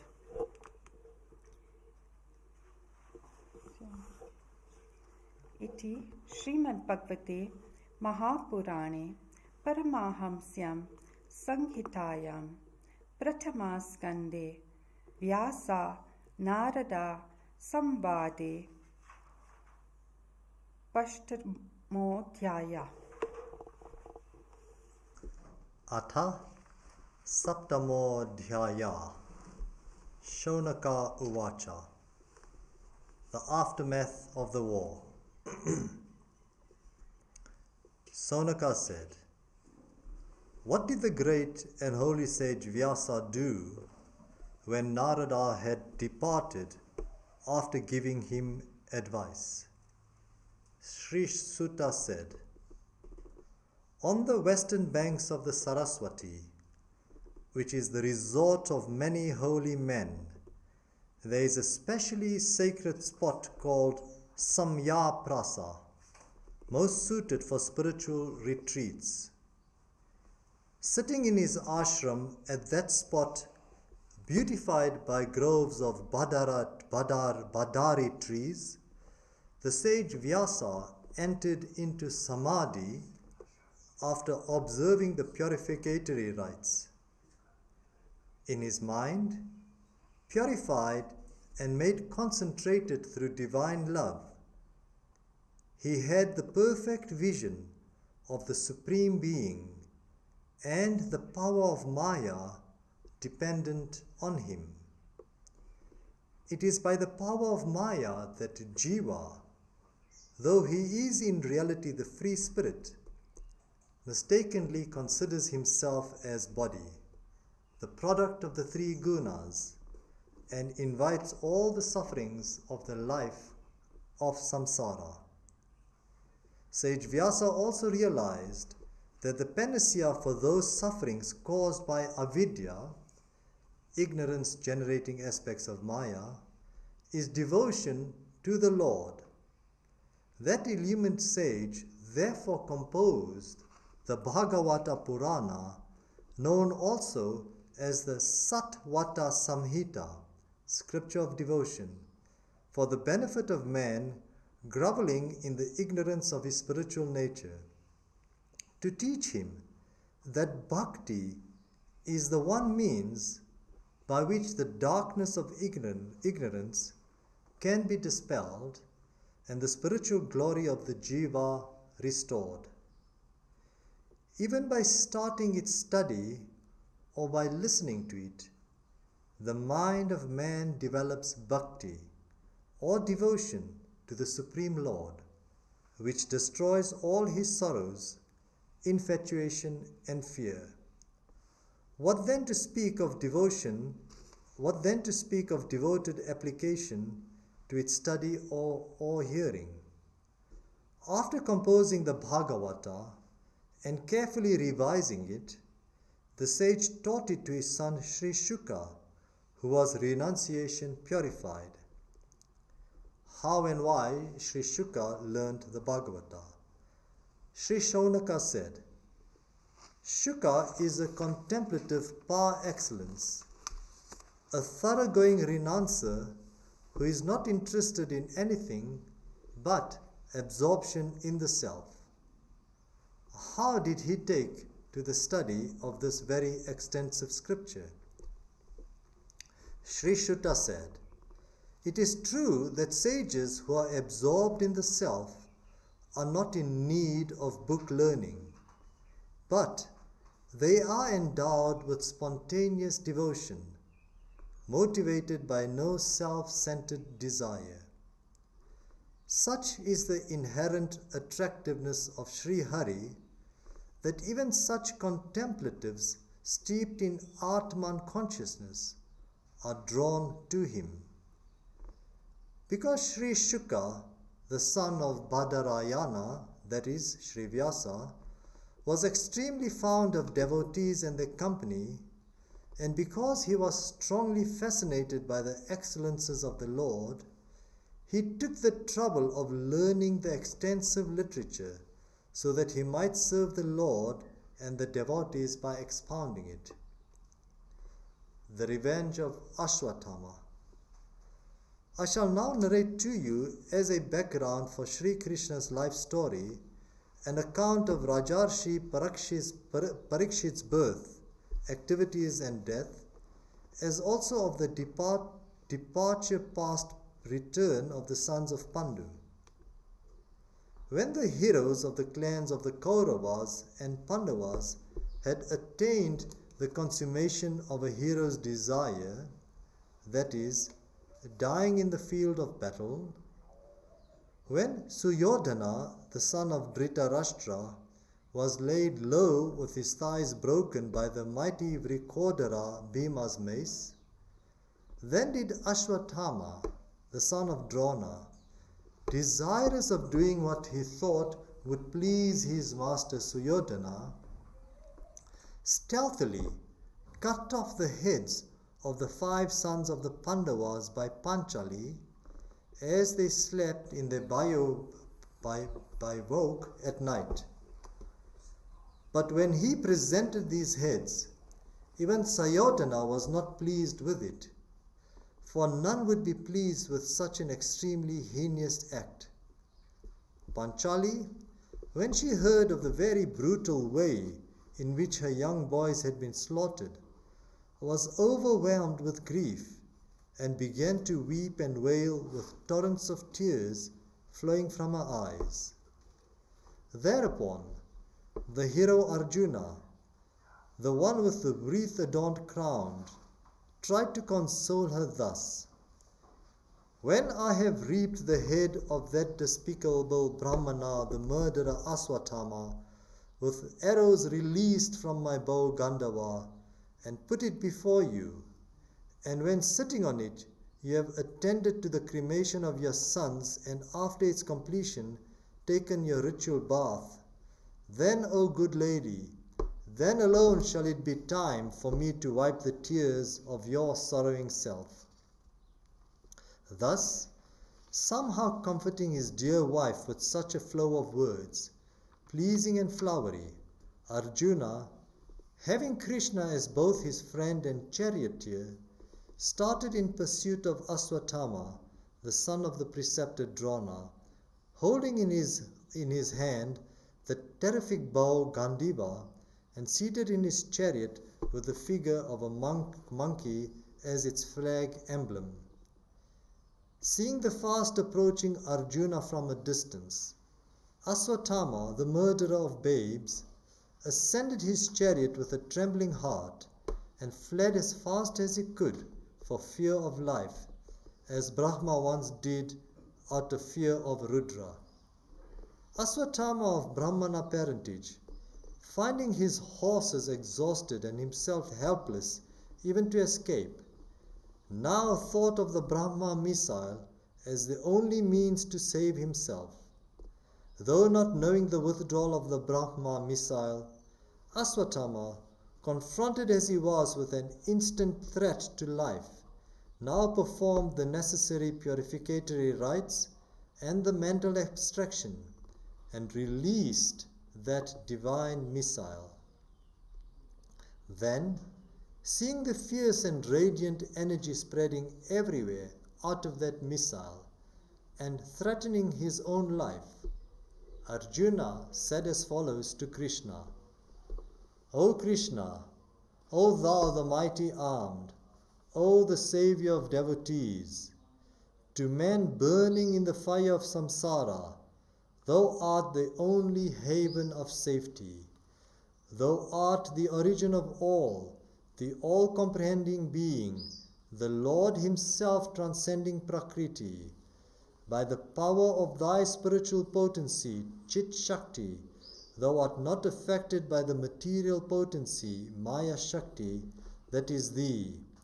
Thus, thou remainest unaffected by all changes, as the universal self. By the power of thy grace, thou bestowest on jivas groveling in the ignorance generated by Maya the means of spiritual upliftment, characterized by morality and other disciplines. So, this incarnation too, while one of its purposes might be to free the earth of a burden of wicked man, is really to provide thy devotees, those whose love is exclusively directed to thee, with matter of devotional import to contemplate upon. O Lord of Lords, here comes a mighty radiance of terrifying prowess, multi-pronged and facing all directions. I know not what it is and whence it comes.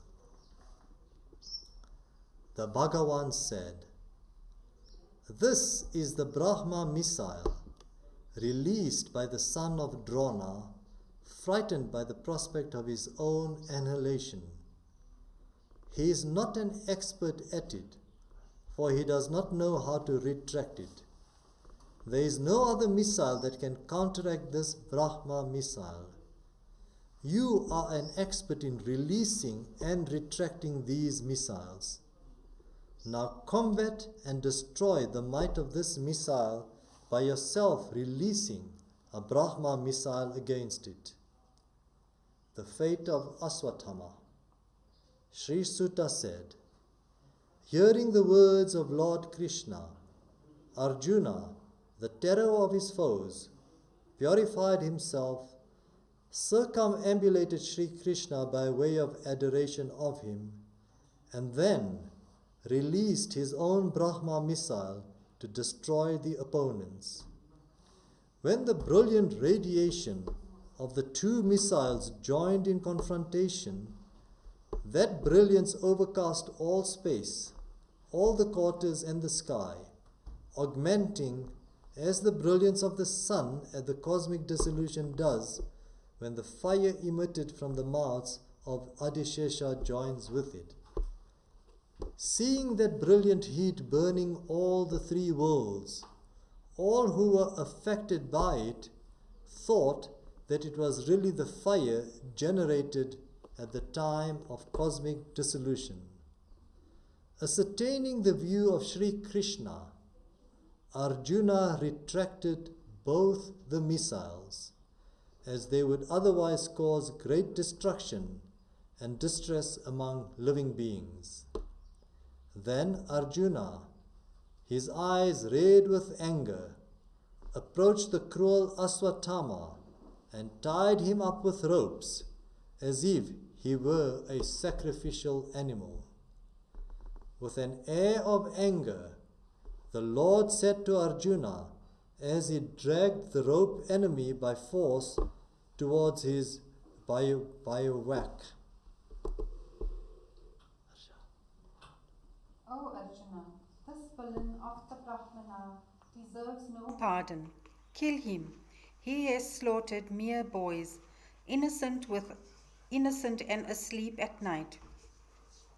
A man who knows right conduct should not slaughter an intoxicated man or absent-minded person, a madman, a man asleep, a child, a woman, an idiot, a refugee, a frightened man, or one whose chariot is broken in battle, even if he be an enemy.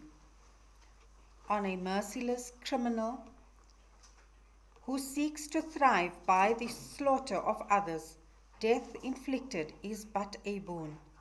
For if he lives, he will degrade himself more and more by his cruel propensities. And besides, you have promised Panchali in the hearings, O esteemed lady, I shall forthwith bring the head of the murderer of your sons. Therefore, let this hateful sinner, the murderer of children, be put to death at once.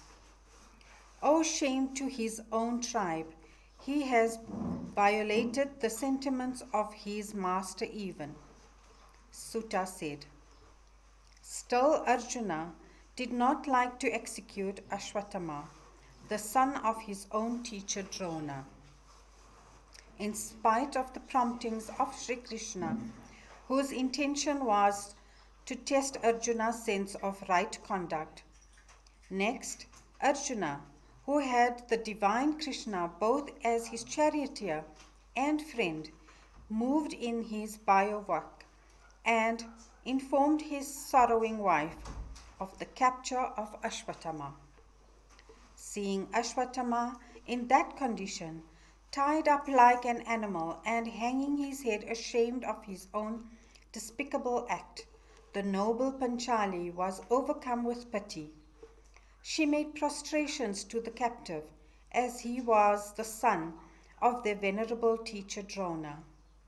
Unable to bear the sight of Ashwatthama in bondage, she cried out in great consternation, "Release him! Release him!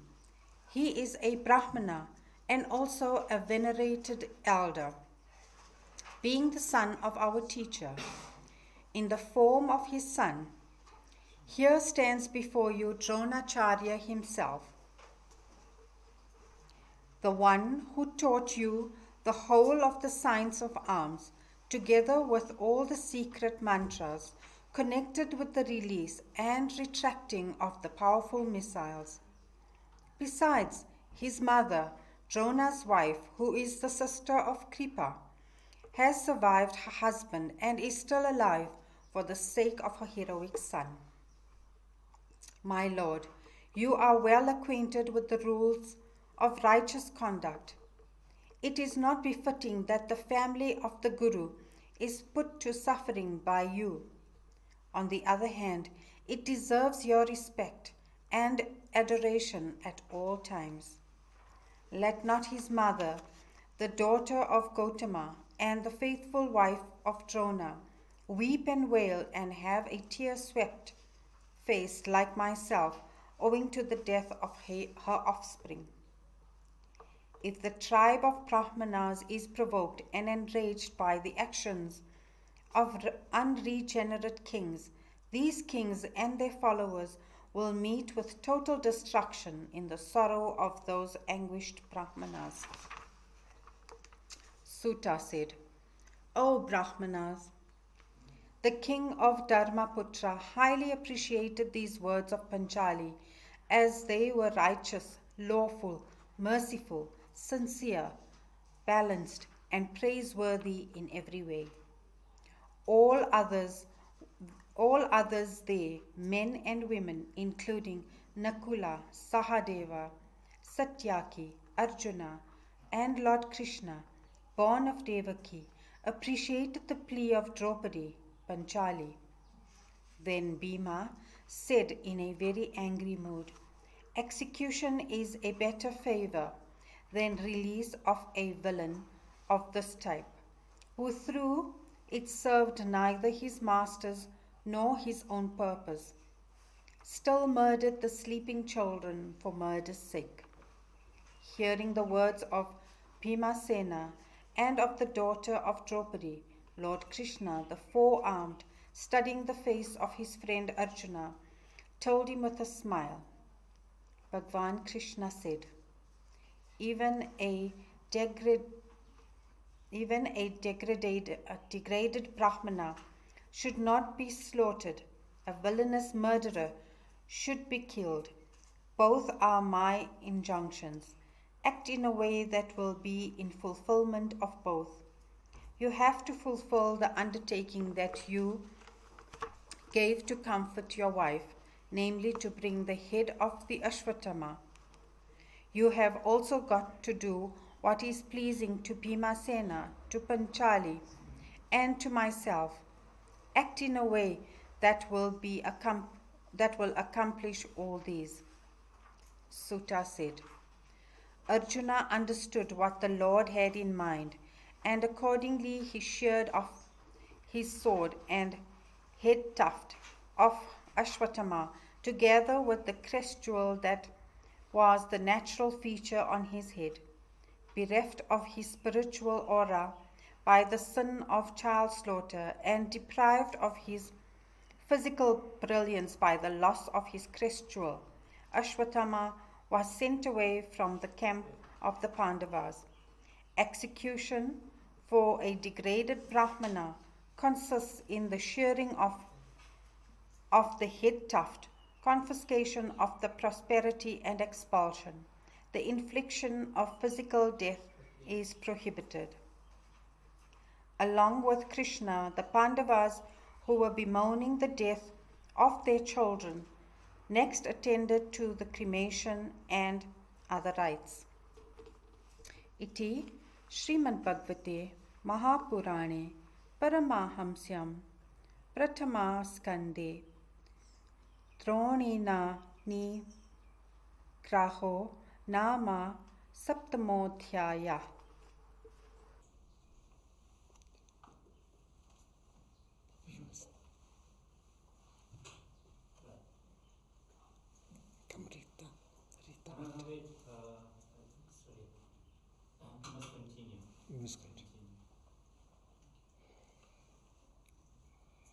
Krishna's preparation to depart, the dastardly act of Ashwatthama.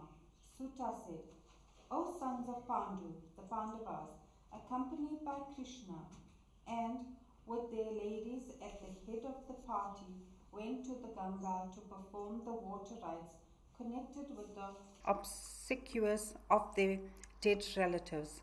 After having performed the rites consisting in the gift of chinjali and water to the spirits of the departed, and after bewailing long their loss, they took their bath again in the waters of the Ganga, which have sprung from the feet of Hari and are sanctifying by the dust of his feet. Then Krishna, along with the assembled rishis, discoursing on the inevitability of the ravages of time, tried to console all the assembled sorrow-laden devotees. Dhritarashtra, sitting in his palace, Yudhishthira, the leader of the Kurus, along with his brothers, Gandhari, the grief-stricken mother of the Kauravas, Kunti, the mother of the Pandavas, and Panchali, their wife. The kingdom, usurped by Duryodhana, had now been restored to Yudhishthira, and members of the royal clan who were responsible for dragging Draupadi by her locks and therefore cursed by her to perish, had now been destroyed. The noble fame of Yudhishthira had spread everywhere like that of Indra himself after the performance of the 3 Ashwamedas.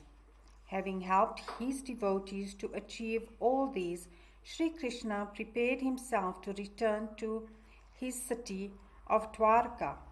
He took formal leave of the sons of Pandu, worshipped sages like Vyasa and others, and was worshipped in return by them.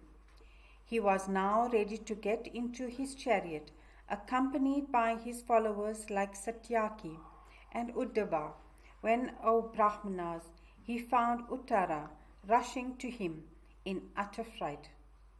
Uttara said, O Lord of the worlds and of all devas, O Supreme Yogin, I find no refuge except in thee when all are engaged in mutual destruction. O Lord, here comes very fast towards me a fierce missile like a molten mass of iron. Let it burn me up, I mind it not, but let it not destroy the fetus within me. Suta said, hearing the words of Uttara, the Lord understood what was confronting her and was Brahma missile again released by the son of Drona in order to efface the line of the Pandavas from the surface of the earth. At the same time, the 5 Pandava brothers, finding red-hot missiles coming against each of them, took up arms against them. Seeing the perilous condition of the Pandavas, who were devoted to him with all their heart and soul, the Lord shielded them with his mighty weapon, the Sudarsana. The Lord, the master of yoga and the indweller in everything, revived and protected with his divine power the fetus within Uttara, which was the only thread for keeping up with continuity of the Pandavas' lineage. Even though the Brahma missile is as a rule irresistible and indestructible by any counter missile, it was extinguished by the mighty of Vishnu's prowess. There is nothing to wonder at in this performance of him, the unborn and unchanging being, who is in himself the wonder of all wonders, and who creates, preserves, and dissolves everything by his power of Maya. The hymn of Kunti. Suta said, in the company of her sons and their wife Draupadi, Kunti Devi, the mother of the Pandavas, who had been just saved from the Brahma missile, thus addressed Krishna, who was about to start for Dwarka. Kunti said, I salute the uncreated original being, the Supreme Person, the Lord of all, the one transcending Prakriti. Though abiding within and without all beings, none can see thee directly. How can an ignorant person like me know thee, the transsensual, changeless spirit, when thou hast hidden thyself behind the screen of Maya?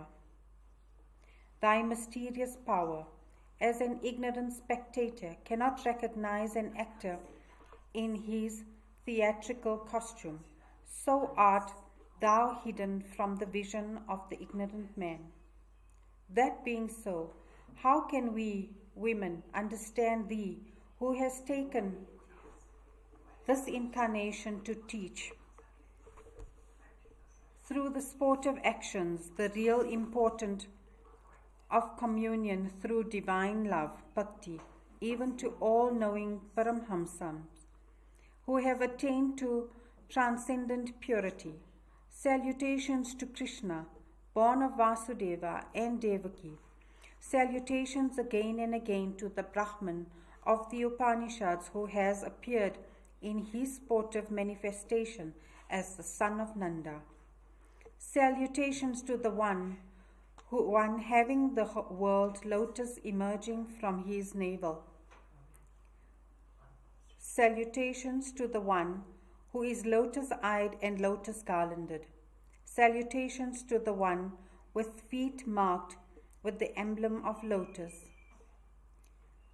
O Lord, Master of the senses, just as thou didst release thy sorrow-stricken Mother Devaki from the prison cell of the wicked Kamsa, so have I with my sons been freed by thee, our Master, from several perilous situations.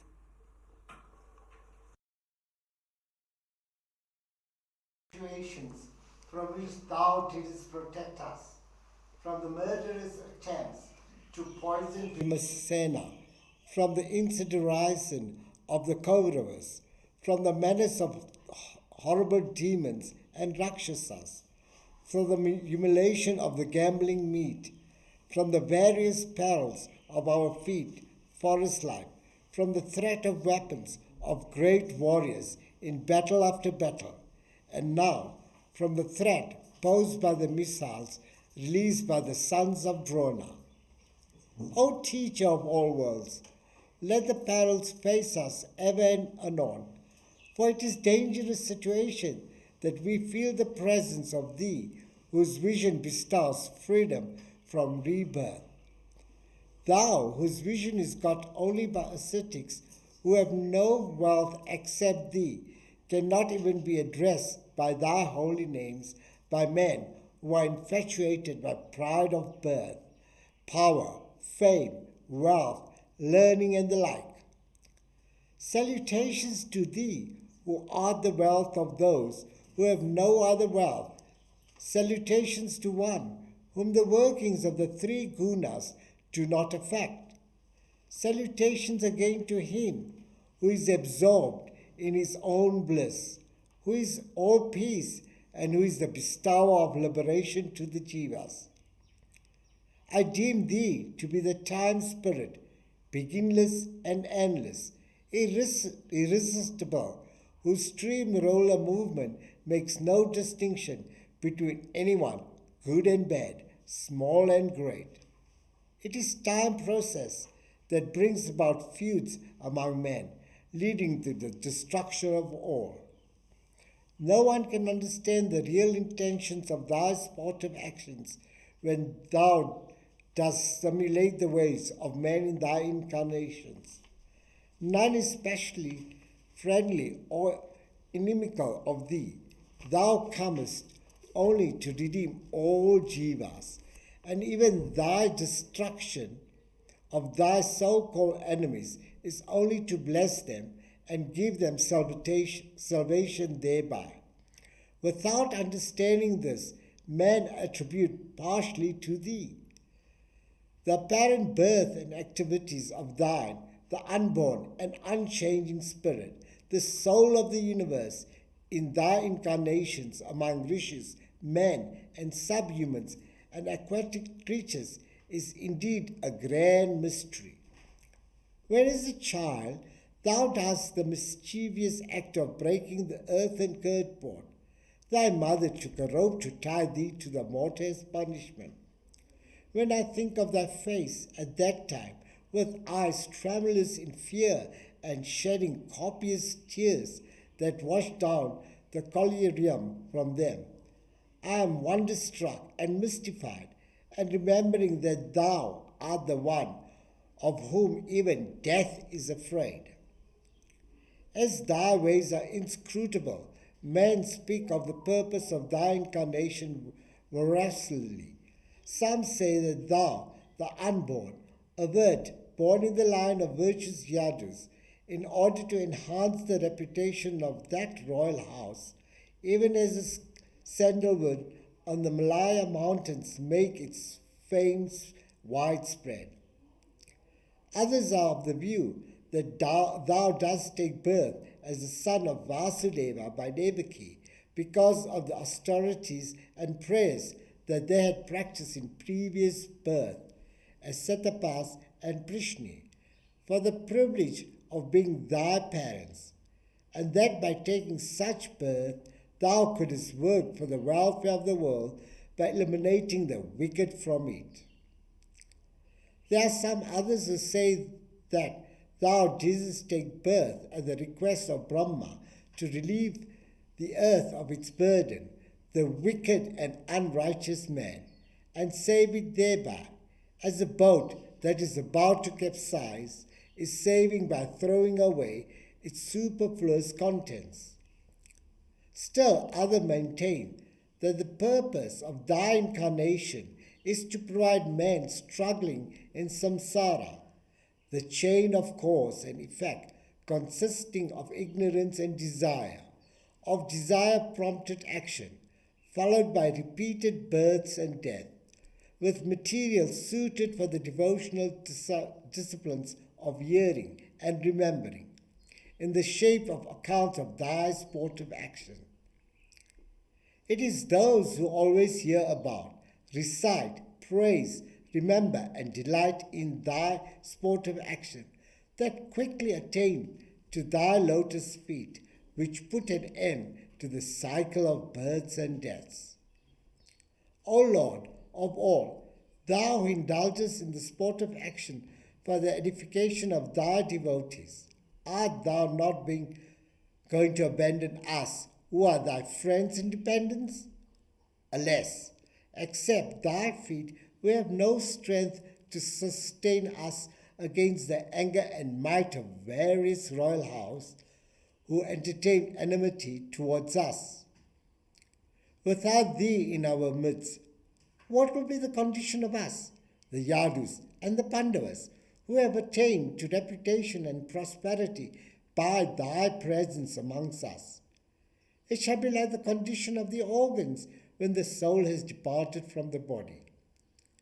When this country ceases to be adorned with thy auspicious footmarks, it shall also cease to be that beautiful and prosperous place that it happens to be at present. Now all things in this region, its prosperous villages, its luxurious vegetation, its forests, mountains and seas, seems to have put on a gala appearance because of thy glances falling on them. O Lord of all, O soul of all formed, cut asunder the strongly rooted attachment of mine to the clan of the Pandavas and the Yadavas, arising from the feeling that they are mine own.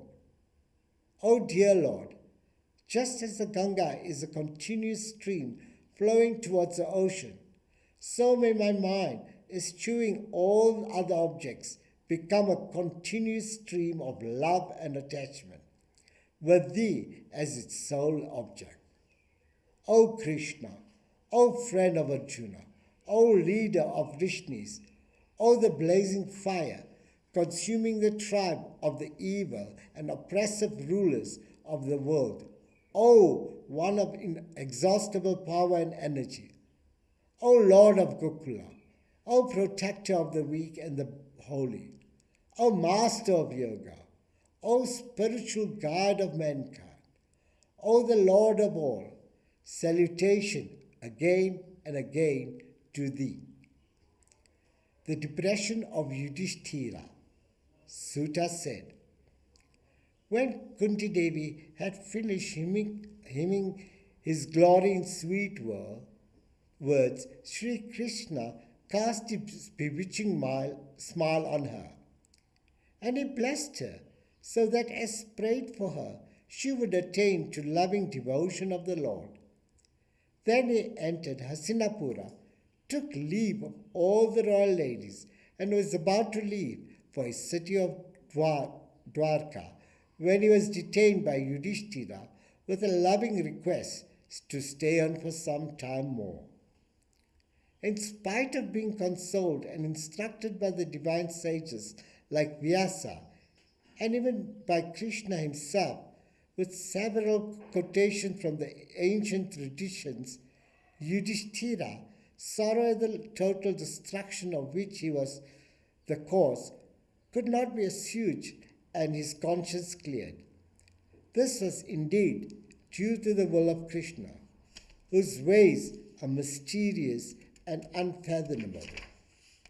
O holy man, King Yudhishthira, thinking like one ignorant, was overcome by his attachment for and sorrow at the death of all friends and relatives, and said, O calamity, look at the deep-seated ignorance of the wicked fellow that I am.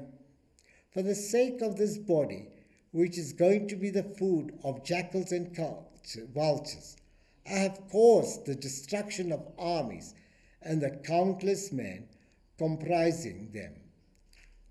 I am not going to be liberated from hell, even after thousands upon thousands of years of suffering there. The slayers I am of children, brahmanas, friends, relatives, fathers, brothers, teachers, and the like. The dictum that for a ruling prince with the duty of protecting his subjects, slaying enemies in a righteous war is not a sin, fails to convince me. The tremendous suffering I have caused to the women folk whose relatives have met with death on account of me is something that cannot be atoned for by any rites which could be performed in a householder's life or by charities or sacrifices. Hardened dirt cannot wash away fluid dirt. The effect of small quantity of an intoxicant cannot be neutralized by drinking large quantities of it. So also the death you cause once in ignorance cannot be expiated by the deliberate slaughter of very large number of living creatures in sacrificial rites. Iti Shrimad Bhagavate Mahapurane Paramahansyam Sanghitayam Pratamaskande Kunti Stutir Yudhishthira Anunatapo Namashtamo Dhyaya. Acha Navamo Dhyaya. The salvation of Bhishma. Departed to meet Bhishma. Sutta said, Yudhishthira, distressed by an uneasy conscience due to the fear of having brought about great misery to his people, the anxious to have all his doubts regarding righteous conduct cleared, now went to the spot at Kurukshetra where Bhishma, otherwise known as Devarata, had fallen in battle and was lying on a bed of arrows, awaiting an auspicious moment to depart from his body. He was followed by all his brothers, mounted on their chariot with gold decorations and drawn by the excellent horses, as also by holy rishis like Vyasa and Domya. O Holy One, Bhagavan Krishna with Arjuna also followed King Yudhishthira, who amidst all these looked like Kubera, the Lord of Wealth, and surrounded by a celestial following. Seeing Bhishma lying there like a deva fallen from the heavens, all the Pandavas, together with the following as well as Sri Krishna, saluted him by making prostrations. O best of men, now assembled to meet Bhishma, the great leader of Kurus, numerous rishis from among the devas and brahmanas, as also royal sages. O knower of the Vedas, among those assembled were Parvata, Narada, Domya, the divine Bhadrayana, Brihadswa, Bharadvaja, Parushurama, and his disciple, Vishishta, Indra, Pramada, Trita, Krita Samada, Asita, Kakshivam, Gautama, Atri, Vishwamitra, Sudarshana, Sri Sukha, Kashyapa, Angiras, and other sages, all accompanied by their disciples. Seeing all those distinguished persons assembled, Bhishma, who was one of the Vasus, who knew what Viru is, and who was acquainted with the way of behaving according to place and time, verbally extended a warm welcome to them all. He did homage to Krishna, whose power he well understood and whom he knew to be none other than the Lord of all, who had assumed a human form by his mysterious power. He was the resident of his heart, was now standing before him in human form. He saw the sons of Pandu seated before him in all humility and love, and addressed them with eyes blinded with tears of affection. Bhishma on the glory of Krishna. What a tragedy, what travesty of justice, that you, who have always had holy men, laws of righteousness, and the Supreme Being himself as your pole star in life, should have had to spend your lifetime in such utter mystery. After the super archer, King Pandu, died, your young mother, Kunti, Devi or Prita, with several little children on hand, had to pass through troubles and tribulations without number. I deem that all your miseries were the product of the spirit of time, to whose sway all the world with their guardian angels are subordinate, as clouds are to wind. How strange that dangers should stalk the fortunes of a family that has the son of Dharma as its head, that has got the protection of Bhima with his mighty mace, and of the great archer Arjuna having the reputed Gandiva for his bow, and that has above all Sri Krishna as their ally. O King, none can know the will of that Supreme Being. Even the far-sighted rishis, who have tried their best to fathom the divine mind, have always recoiled from it in utter failure. Therefore, O great leader of the Bharatas and master of this kingdom, recognizing that all that has happened has been wrought by providence, follow the dictates of that divine will and protect the people who have now become like unclaimed orphans. This Krishna is verily the perfect being Narayana, the origin of all. He is now enacting his divine play, appearing incognito as one among the Vrishnis, and hiding his real nature from the world at large. O King, his greatness is partially perceived only by Bhagavan Shiva, the divine sage Narada, and Kapila, who is the divine incarnate. None without his grace can understand the greatness of him, whom you have been looking upon as your uncle's son, a dear friend, a selfless ally, and the most important well-wisher of yours, and whose services you have utilized as an advisor, a messenger, and even a charioteer, taking advantage of his intimacy. No kind of elation or humiliation is felt by him on account of these or other actions, because he is the soul of all, even-sighted, non-dual, devoid of egoism, and free from all taints. But, O king, see his mercy towards persons having unswerving love for him.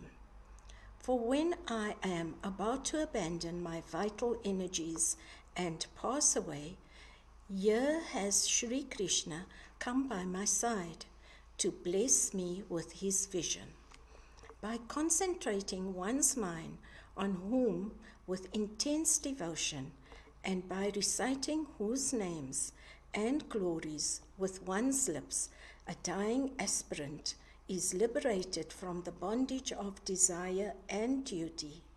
May that Bhagavan, with his radiant face, beautified by his benevolent smile and lotus-like eyes, who is generally realized only in the heart in meditation, remain before my very physical eyes till life leaves my body.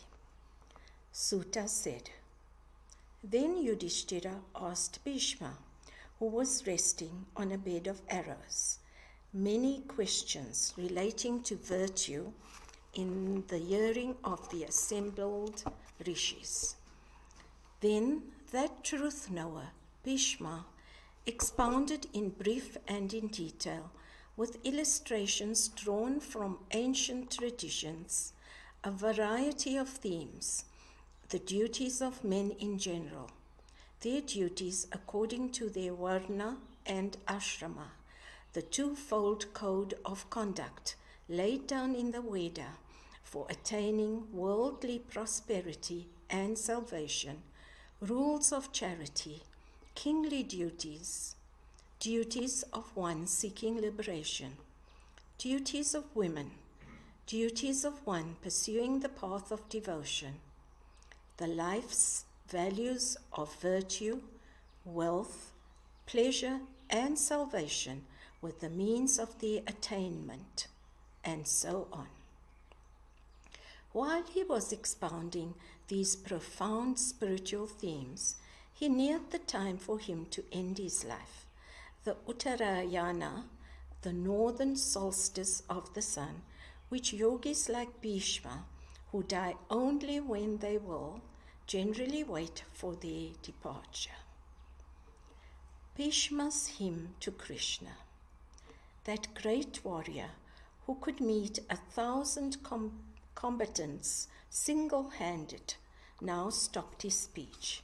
Being without any attachment, he could fix his mind with eyes open on the Lord with 4 hands, who was standing before him in his luminous robe of yellow silk. His mind was free from all sinful tendencies because of the practice of concentrated meditation on the Lord. All the pain due to the wounds on his body caused by weapons disappeared as the Lord's look fell on him. His senses having ceased to run after the objects, they were held in absolute stillness. When he was thus lying there ready to die, he recited the following hymn addressed to Sri Krishna. May my mind, freed from every desire, be an offering unto thee, the Supreme Lord, now appearing as a noble scion of the Yadu clan, but who is in reality the all-pervading being, who in the midst of his absorption in his inherent bliss desired to have a sportive diversion and assumed his power of Yoga Maya, as a result of which has come forth this unimaginably vast flow that is the universe, the realm of becoming. May I have unfailing and absolute devotion, which seeks not liberation, even to Krishna, the friend of Arjuna, who has an enchanting body of bluish tinge and robes of yellow silk, brilliant like the rays of the morning sun, and whose lotus face is fringed with curly forelocks, Alaka. His hair rendered brown with the dust raised by the hoofs of horses. His face adorned with the sweat caused by exertion in battle. His armor pierced and blood dripping from his skin on account of the sharp arrows shot by me. Oh, for Krishna of such description, may my mind have unfailing hankering. Positioning the chariot between the two opposing armies, at his friend's bidding, and consuming, as it were, the lives of the men of the opposing army by his look, may Krishna, the friend of Arjuna, stationed thus, be the object of my abiding love. May I have supreme devotion to the holy feet of the Lord, who, by teaching the truth of the Atman, rid the ignorance of Arjuna, who felt overwhelmed by the thought of the sin he would be incurring by causing the death of his own clansmen, arrayed in battle order on both sides. In the field of battle, in order to make true my words, that I would make thee take up arms and thus break thy pledged word not to touch any weapon, thou didst actually abandon thy promise in the guise of protecting Arjuna in imminent danger and holding in hand thy divine discus Sudarshana, rushed at me like a lion against an elephant, causing tremors of the earth by thy strides, forgetting even thy slipped upper garment in the course of thy charge. With thy armor pierced by the sharp arrows of a murderous enemy like me, and thy body bathed in blood, thou didst rush at me as if to kill me. May that Krishna of the battlefield, looming vividly in my memory, be the refuge of my soul. All those who died in battle, seeing thee in front, have been absorbed into thy being.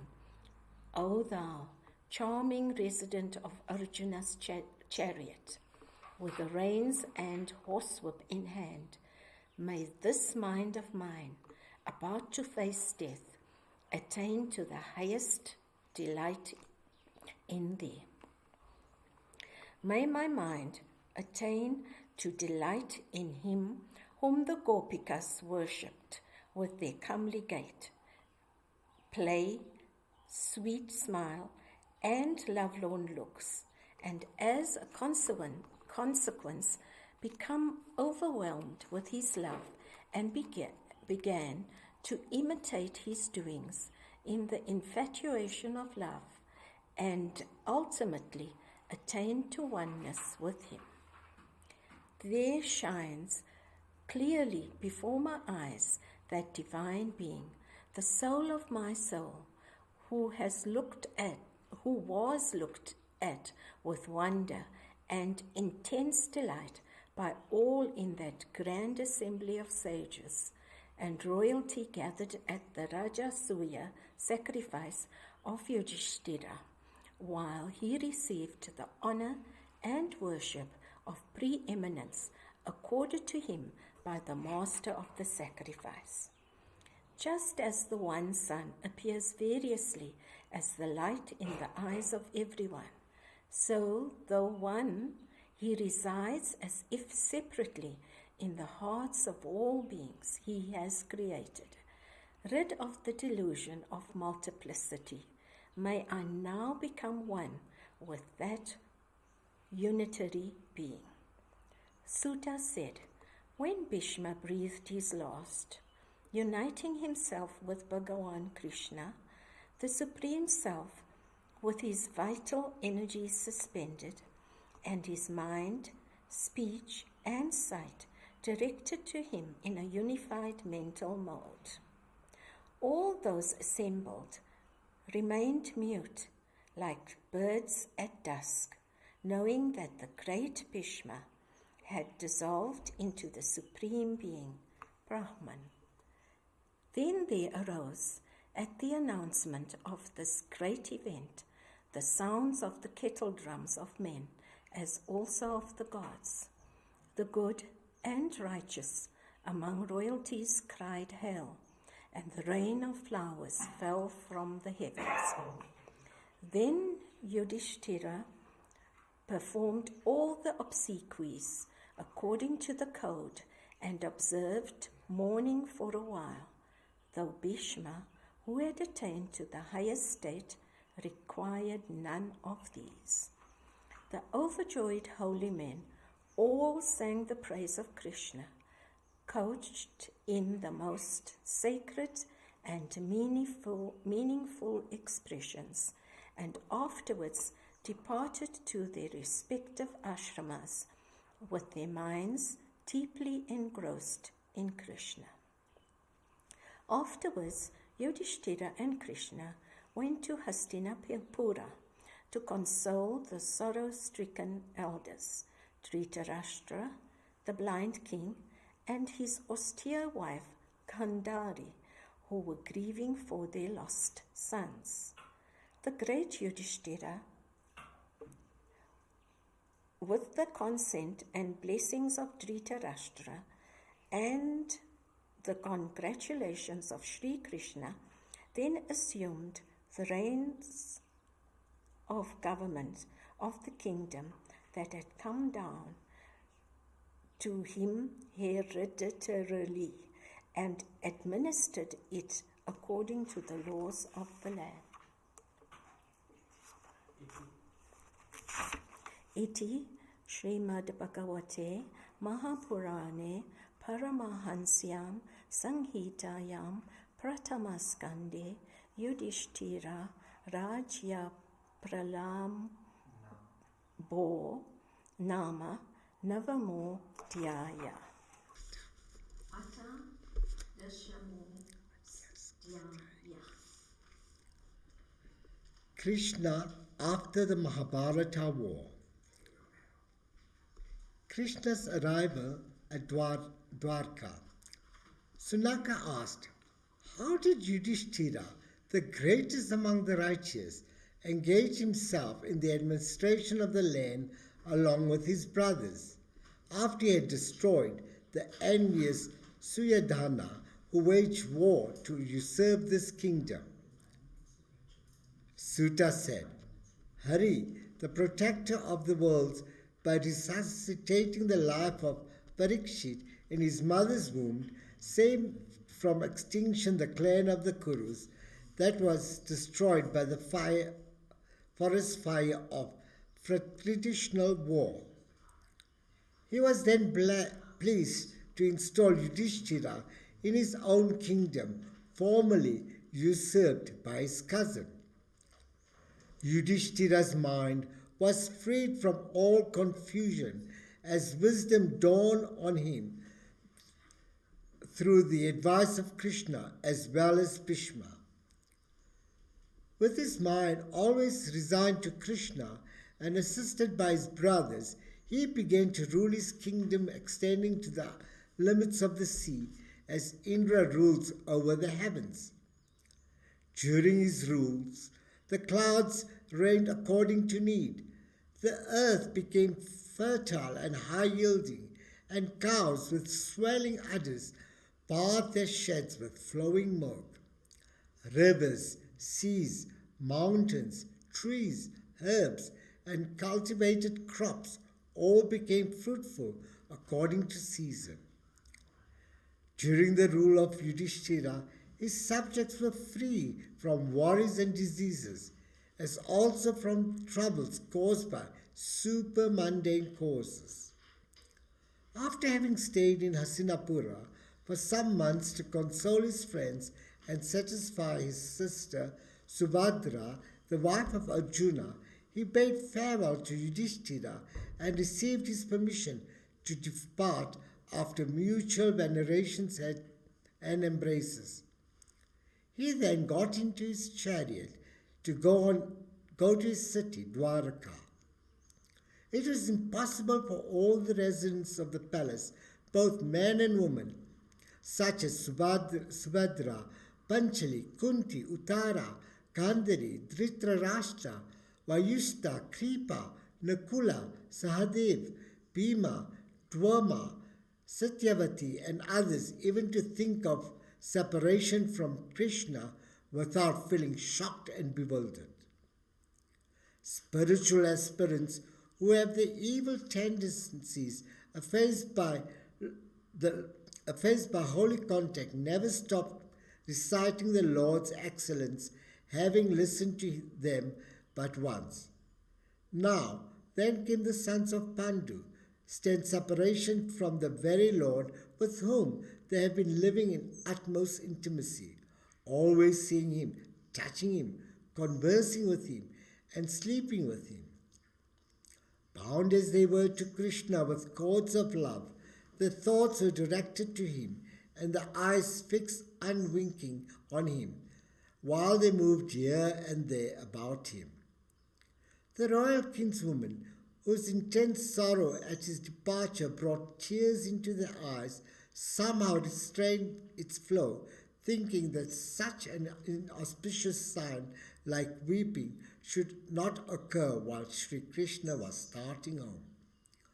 Soft-sounding drums, kettle drums, conchs, veenas, flutes, pipes, trumpets, bells, high-sounding battle drums, and a host of such other musical and percussion instruments now sounded, announcing his departure. The women of the Kurus, in their eagerness to see him, stood on the terraces of buildings and began to shower flowers on Krishna, along with their wondering smiles and looks mingled with love and shyness. Arjuna held over his beloved friend the white imperial umbrella, decorated with pearl garlands and having diamond-studded handle. Uddhava and Satyaki waved beautiful bunches of chauri hair from both the sides of the Lord, who amidst all this and the showers of flower falling from above shone in the streets through which he passed. Again and again were heard the words of blessing pronounced by Brahmanas. May you be happy, or may you be long-lived, words inappropriate to the Absolute, but appropriate to him incarnate as man. The hymn of the city woman.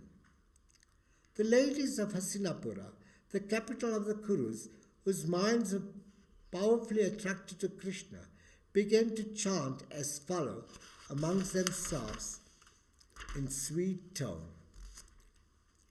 It is certain that he, Shri Krishna, is the eternal and supreme being who existed alone as pure spirit without differentiation, when all beings and material evolves were in the state of dissolution in him before creation, and in the cosmic night succeeding dissolution when all powers of nature were asleep in him.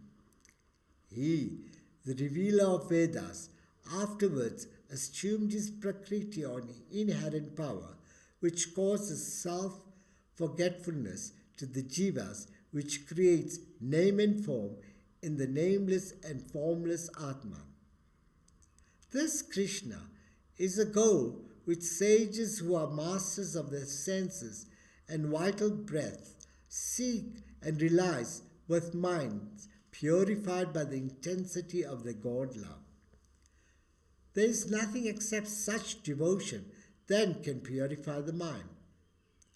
O companions, it is Krishna only who is discussed and glorified by the insignificant scholars of the Vedas and in the esoteric works called the Tantras. The substance of the teaching is that he, the one Lord, creates, preserves, and dissolved as a spot with himself, but is not in any way affected by these sport of action. when the rulers of the earth become slaves of dark passion and began to live on unrighteousness, then in every age this Sri Krishna comes to protect the worlds, assuming forms of pure sattva and manifesting such excellences as truth, righteousness, mercy, and lasting frame in the world. Glorious indeed is the line of Yadu. Glorious too is the Madhu forest of Raja. For these have been sanctified by Krishna, the first by his birth in it, and next by the impression of his feet on its surface as he walked about there. O wonder of wonders! The city of Dwarka, surpassing the sphere of heaven, even has come to have the fame of being a holy region for the whole world. For it is here alone that the citizens see daily the face of Krishna, the Lord of their hearts, casting his merciful glances, beautified by his comely smile. O companion, these women whose hands Krishna held in wedlock must certainly have worshipped the Lord in the past birth through austerities and sacrifices. For the nectar of his lips, for which the Gopikas of Raja longed and pined, is drunk again and again by these wives of Krishna. These women, like Rukmani and others, the mothers of Pradyamana, Samba, Amba, and Satra, whom he took by force, paying the bride money as heroism with which he smashed the resistance offered by heroic kings headed by Shishupala, the ruler of Chedi, as also those other women whom he took over in hundreds after the destruction of Naraka, the sons of Bhu. All these have indeed ridden womanhood of its disrepute for impurity and unfitness for freedom. For in their homes did the lotus-eyed Krishna, their husband, always stay, enhancing their joy with his conversation. Sri Krishna passed along the street acknowledging the compliments of the city woman by a smiling look.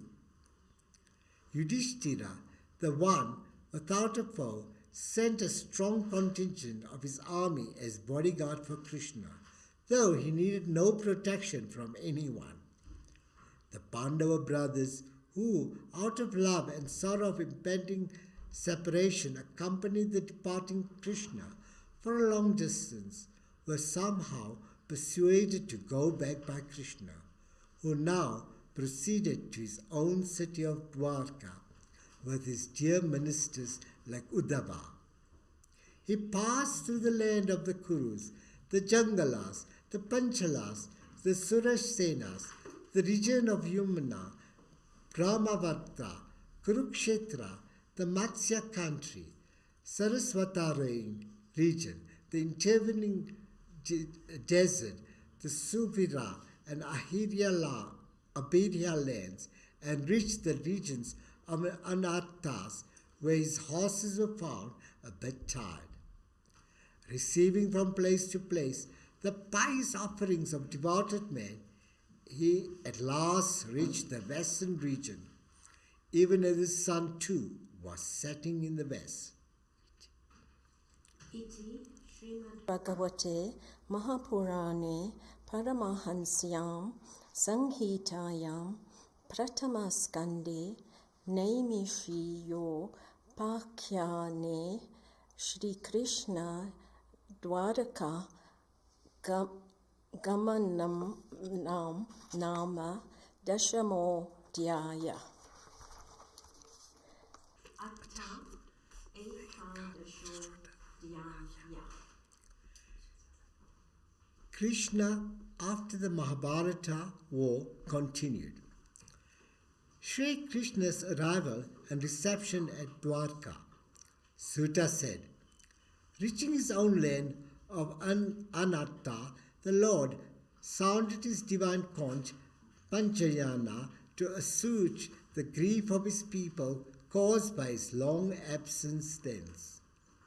Itself white in colour, but rendered slightly crimson when applied to the ruby lips of the Lord, the conch on being held in his lotus-like hand, and sounded like a Rajasthama calling amongst a cluster of lotus flowers. That sound of the conch, which drove away all fear from the minds of men, was a signal for the inhabitants of the country to assemble in large numbers to receive their Lord. As people greet the rising sun by waving before it an auspicious lighted lamp, the citizens of this place, with bright faces, emotion-charged words, and various kinds of offerings in hand, extended a cordial reception to him, who is ever satisfied with his own blissful essence, who has no desires of his own, and who is a father, friend, and protector of all. They said, O Master, salutations to thy lotus feet, which even Brahma and Indra worship, which is a support for those who seek the supreme good, because thou art the only one over whom time, who controls even Brahma and other exalted beings, has no sway. O protector of the worlds, bring about our all-round welfare. Thou art our mother, father, friend, and master. Thou art also our spiritual guide and the Lord of our adoration. By thy service we have attained fulfillment. Blessed are we that we have in thee a protecting overlord, for we get an opportunity to see in flesh with our very physical eyes that is impossible even for the devas. Thy form, noted for thy charming glances and smile, and for its supernal loveliness in every limb. O lotus-eyed one, whenever thou art away from here to see thy friends in Mathura or Hastinapura, then even a short time looks like a tedious aeon to us, just as it is for eyes in the absence of the suns. The Lord, who is the lover of the devotees, heard these words of greetings of his people, and bestowing his blessings on them by graciously looking at them, entered his city or Dwarka. That city was protected as Bhagavati is by the serpent lords, by the Yadus, consisting of various clans like Madhus, Bhojas, Darsharas, Kukuras, Andhakas, and Vrishnis, whom none equaled in power. It was splendid with expensive lakes, surrounded by flowery and bowery groves of creepers and gardens, having trees and flowers and bear fruit in all season. Its entrance gate and the road leading from it were protected from the rays of the sun by that festoons and enormous flags fluttering from the tops of flagstaffs, all decorations made by the people spontaneously because of their overwhelming joy at Sri Krishna's returns. The highways and other roads of the city were well swept and clean, so also were all the bazaars and the compounds of garden houses. The roads were washed with fragrant waters, and everywhere could be seen decorations of fruits, flowers, ears of corn and tender leaves. At the entrance of the houses on the way were arranged various auspicious objects, corn, pots of curds, fruits, and sugar-cane cuttings. Krishna amidst his own relatives, hearing that their dear one was arriving, high-souled Vasudeva, Akrura, Ugrasena, Balarama of great prowess, Pratyamna, Aniruddha, Samba, the son of Jambavati, and others, all in the excitement of love, got up from wherever they were, whether lying, sleeping, sitting or eating, and went to receive Krishna. He was received by a lordly elephant, with brahmanas holding flowers, following it, and parties sounding auspicious instruments and loudly chanting the Vedas. Also women of the city, artists and dancers, with the cheeks reflecting the glow of their ear ornaments, came in their hundreds to receive the Lord. Actors, dancers, minstrels, and panegyrists began to sing with absorption songs about the wondrous deeds of the Lord. The Lord honored all the assembled relatives, dependents, and subjects in a manner fitting and appropriate to each category. By prostration, greeting, embracing, shaking hands, smile, and benevolent look, he satisfied all of them, even the lowest outcasts. As he entered the city, he received the prayerful greetings and blessings of his elders with their wives, of the elderly brahmanas and the court laureates. The women of Dwarka, eager for the joy of a sight of Krishna, lined the terraces of houses as Krishna passed along the road. Indeed, though they were seeing the Lord every day, the citizens of Dwarka were never satiated with the sight of his features, which were verily the residence of beauty and sublimity. How can one feel satiated with seeing him whose chest is the seat of Sri Devi, Lakshmi, whose face is the cup, offering the drink of beauty to all, whose arms are the strength behind the lords of the quarters, and whose feet form the residence of all holy men, established in the Lord of love, in the love of the Lord. The Lord, dressed in yellow silk, canopied with white royal umbrella, fanned with chowries, decked with floral wreaths, and covered with rains of flower everywhere, presented the strange sight of a blue cloud trailing its course with the sun above, 2 moons on 2 sides, stars everywhere, the rainbows in the middle, and continuous streaks of lightning illumining it. Entering the home of his parents, he was embraced by his mother and her sisters, and he in turn prostrated before them all. Seating their son in their lap, with milk dripping from their breasts out of love, they bathed him with the tears flowing from their eyes out of the excitement of intense joy. Then he went to his own palace, unrivaled in beauty, and provided with all comforts and luxuries, and having more than 16,000 quarters for all his wives. Seeing their husbands approach from a distance with intense delight, these wives of Krishna now abandoned the vows they were observing in his absence. Rising from their seats and discarding all mental reservations, they went near him with eyes and looks charming in their coyness. These ladies, full of deep and profound sentiments of love, embraced their Lord with their minds when he was far away, with their eyes when they sighted him, and through the fondling of their children when he was nearby.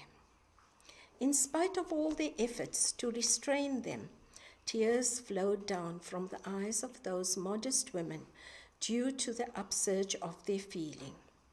Though they were always staying with him, and though in privacy they had utmost intimacy with him, his company appeared fresh and novel to them every minute of their association with him.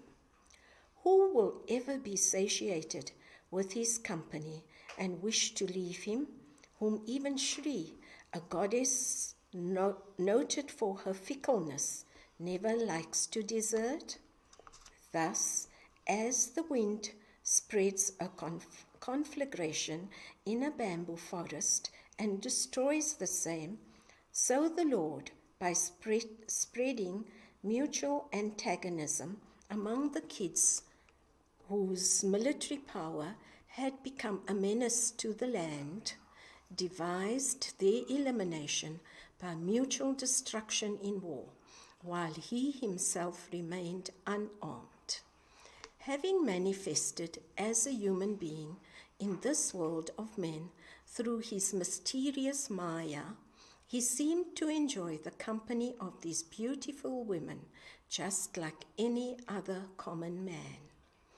These extraordinarily charming women, whose enticing smiles, looks, etc., conveyed the message of their powerful amorous sentiments and were capable of disarming and subjugating Cupid himself, failed in spite of all their stock of amatory devices to infatuate the Lord and overpower his mind.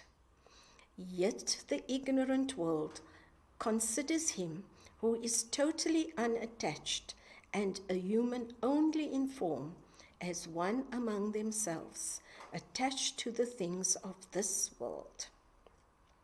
The uniqueness of the lordship of Ishvara consists in this, that though dwelling in close association with Prakriti, he is unattached and therefore unaffected by the qualities of Prakriti, just as the Buddhi fails to take on the eternal bliss of the Atman, though dwelling in the Atma.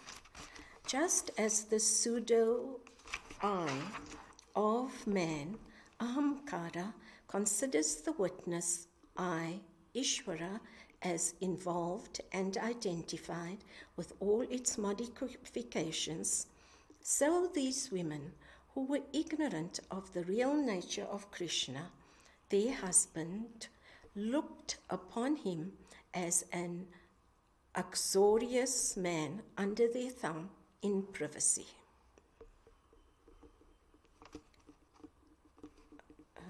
Where's the iti? Oh, no, it's not. The birth of Parikshit. The protection of Parikshit in his mother's womb. Saunaka said, it was said that the fetus in Uttara's womb was saved by Krishna from destruction after the Brahma missile released by Ashwatthama had almost destroyed it. We are desirous of hearing all about the noble and high-souled one, about his birth, deeds, and death, and also about his attainment of the supreme state after demise. We also want to know about Shuka, how Shuka happened to impart the supreme knowledge to him. We who are endowed with faith in the Supreme Being are anxious to hear all this. Tell us about these matters if you think us fit to hear. Sutta said, Dharmaraja ruled over the country as a father over a family, being himself free from all worldly desires because of his practice of devotion to Sri Krishna. Unlimited wealth, the performance of yajnas, the higher realms resulting from them, wife, brothers, kingship over the whole of Jambudvipa, fame extending up to heaven, all these blessings for which even the gods long, failed to give any joy to him whose mind longed only for Krishna, just as a man suffering from annoying hunger fails to get satisfaction from anything except food. O son of Brigu, Parikshit in his mother's womb, scorched by the flames of Ashwatthama's Brahma missile, noticed a divine person close by. of the size of a thumb, immaculate, decked with a shining diadem of gold on the head, extremely handsome, blue like a rain cloud, wearing a yellow cloth of lightning like glitter, having 4 auspicious arms, wearing earrings of shining gold, having rosy eyes, and holding in hand a flaming mace by whirling which he scattered the power of the Brahma missile as the sun does the mist covering him. Such a person he saw beside him, and he wondered who he might be. The all-pervading Lord, who in his inscrutable ways protects the good and the righteous, destroyed the power of the Brahma missile, and even as the future Parikshit, now a 10-month-old fetus, was looking on, disappeared from his vision.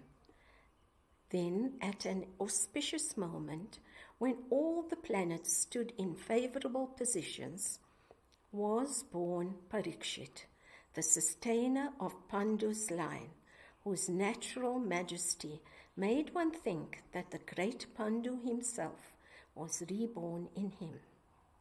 The overjoyed king Yudhishthira then had the postnatal ceremony of the child performed by brahmanas like Domya, Kripa, and others who chanted the purificatory mantras.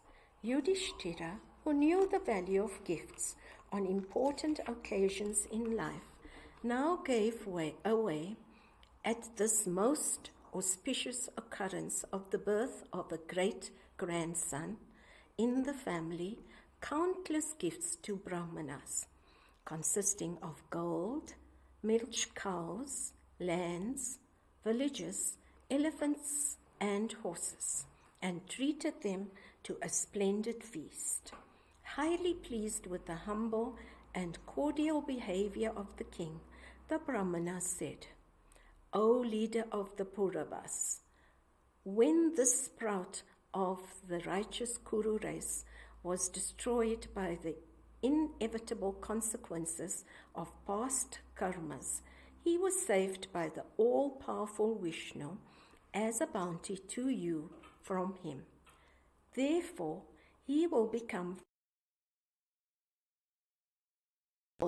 as a great devotee and a great king, one saved by Vishnu." Predictions about Parikshit. All this the king said, "O great ones, will this boy follow in the footsteps of his great and glorious ancestors, the famous Rajashris of our clan, who received the accumulation of all righteousness men?" The Brahmana said, "O son of Kunti, in protecting his subjects, he will be like the king Ikshvaku himself. In reverence for holy men and in truthfulness, he will be equal of Rama. In charity and according to protection of refugees, he will be like the Emperor Sibi, the king of Ushinaras. He will be a match to Bharata, the son of Dushyanta, in the patronage of the performance of yajnas, in thus enhancing the glory of his clansmen. As a great archer, he will come to the level of both the Arjunas, his grandfather Arjuna, and Kartavirya Arjuna. He will be formidable like fire, and insuperable like the ocean. In valor, he will be like a lion. In lordliness, like the Himalaya. In patience, like the earth. And in love and leniency, like one's parents. Like Brahma, the Creator, he will be impartial to all, in giving boons and blessing readily.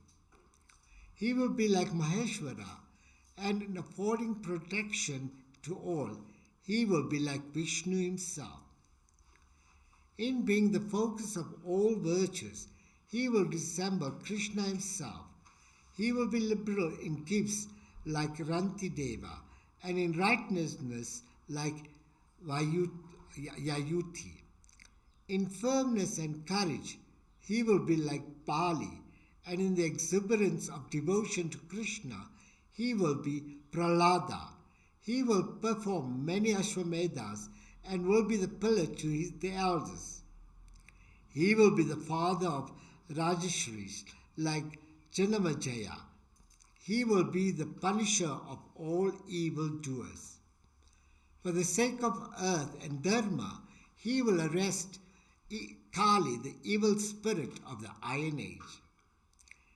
In the end, knowing that he will meet with death soon by the bite of the serpent Takshaka, he will abandon every form of attachment and take total refuge at the feet of Hari.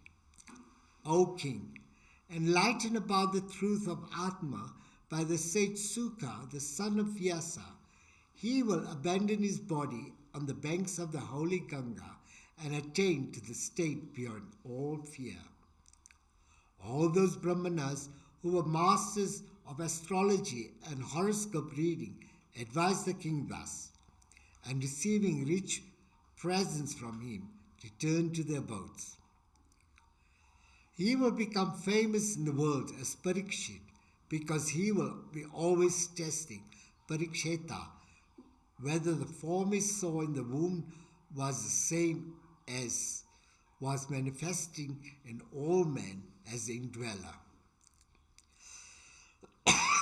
Well fed and cared for and educated in all 64 kalas, arts and sciences, he grew fast from day to day like the moon in the bright fortnight, to whom kala or part is added every day. Raja Yudhishthira was now anxious to do Ashwamedha sacrifice as an expiation for the sins accruing from the slaughter of friends and relatives in war. But he found he had not enough wealth for it, as his only income was from taxes and fines, which was sufficient only for the administration of the country. Coming to know of this desire of his brothers as directed by Sri Krishna, went on an expedition to the north and brought a huge quantity of golden vessels and other valuables abandoned by the king named Maruta. With the wealth so acquired, Yudhishthira worshipped the Lord, performing 3 Ashwamedha sacrifices to be free from the fear of sin for causing the death of his own friends, relatives, and clansmen. The Lord, being invited by Yudhishthira, attended the festivities of the sacrifice, conducted the rites by engaging expert Brahmana ritualists, and afterwards, at the request of his friends, spent some months in midst to please them. Then, permitted by Draupadi, Dharamputra and others, he returned to Dwarka, accompanied by Arjuna and his Yadava retinue.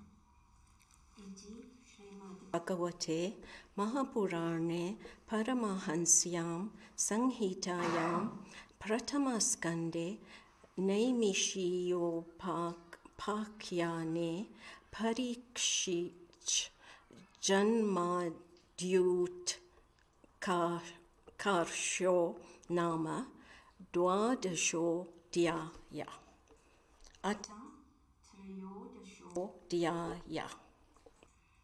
Timis of Dhritarashtra, Vidura's arrival at Hastinapur. Sutta said, Vidura, a close relative of the Pandavas, had gone on a pilgrimage. In the course of it, he met the sage Maitreya, from whom he gained the knowledge of the Atma and returned to Hastinapura, having got what he had sought. Vidura had put several questions to Maitreya. Even by the time he received answers for a few of them, he had developed unswerving and one-pointedness devotion to the Lord. Having thus achieved the end of all human endeavors, he was not interested anymore in answers to his questions. O Holy One, seeing your dear and close kinsmen come back to Hastinapura, those of the royal household, Dhritarashtra, Dharamputra with his brothers, Yudhishthira, Sanjaya, Kripa, Kunti, Gandhari, Panchali, Subhadra, Uttara, Drona's wife, and other relatives of Pandu and their wives with their children gathered around him enthusiastically and received him warmly, as the senses of the men do when vital breaths are recovered. All of them, deeply feeling sorrow and anxiety of separation from him for long, shed tears of love as they embraced him or prostrated before him. Seating him most respectfully, Raja Yudhishthira worshipped and honored him in fitting manner. After he was fed, rested, and comfortably seated, Yudhishthira, with his head bent in humility, asked him in the hearing of all, "Do you remember how we were brought up under the shadow and care of your protective wings as the cheeks of the mother bird? Recall how we, with our mother, were saved by you time after time from poison, fire, and other dangers. How did you support yourself during your wanderings all over the world? Which holy rivers and centers of worship did you visit? O Great One, God lovers like you, having yourselves risen to the height of holiness, sanctify the holy places you visit by bringing the presence of Narayana who resides in you. O Father, our friends and allies, the Yadavas, who have Krishna as the object of their adoration, are they living happily in their own city? Did you hear about them or visit them?" To Dharamjaya, who spoke thus, Vidura narrated all his experience except the news of the destructions of the Yadava clan. For a kind-hearted man who disliked to see others sorrowing is disinclined to communicate to them news which is unbearable in its poignancy and which relates to unavoidable natural causes. He then spent some time there, happily, highly honored by all like a god, and devoting himself to the spiritual instruction of his elder brother Dhritarashtra. Vidura was in reality Yama, born as a man for 100 years owing to the curse of the sage Mandabya, and during that period of 100 years, Aryama acted in his place in administrating justice to the dead. Dhritarashtra's departure. After his restoration to the throne, Yudhishthira and his brothers, who were as powerful as the guardians of their quarters, lived in great happiness and prosperity. He had also the pleasure of seeing the face of a grandson who would continue his line. Many years thus passed unnoticed, as it happens with people attached to home and family and grown heedless because of their engrossment in their worldly affairs. None indeed can overcome the sway of time.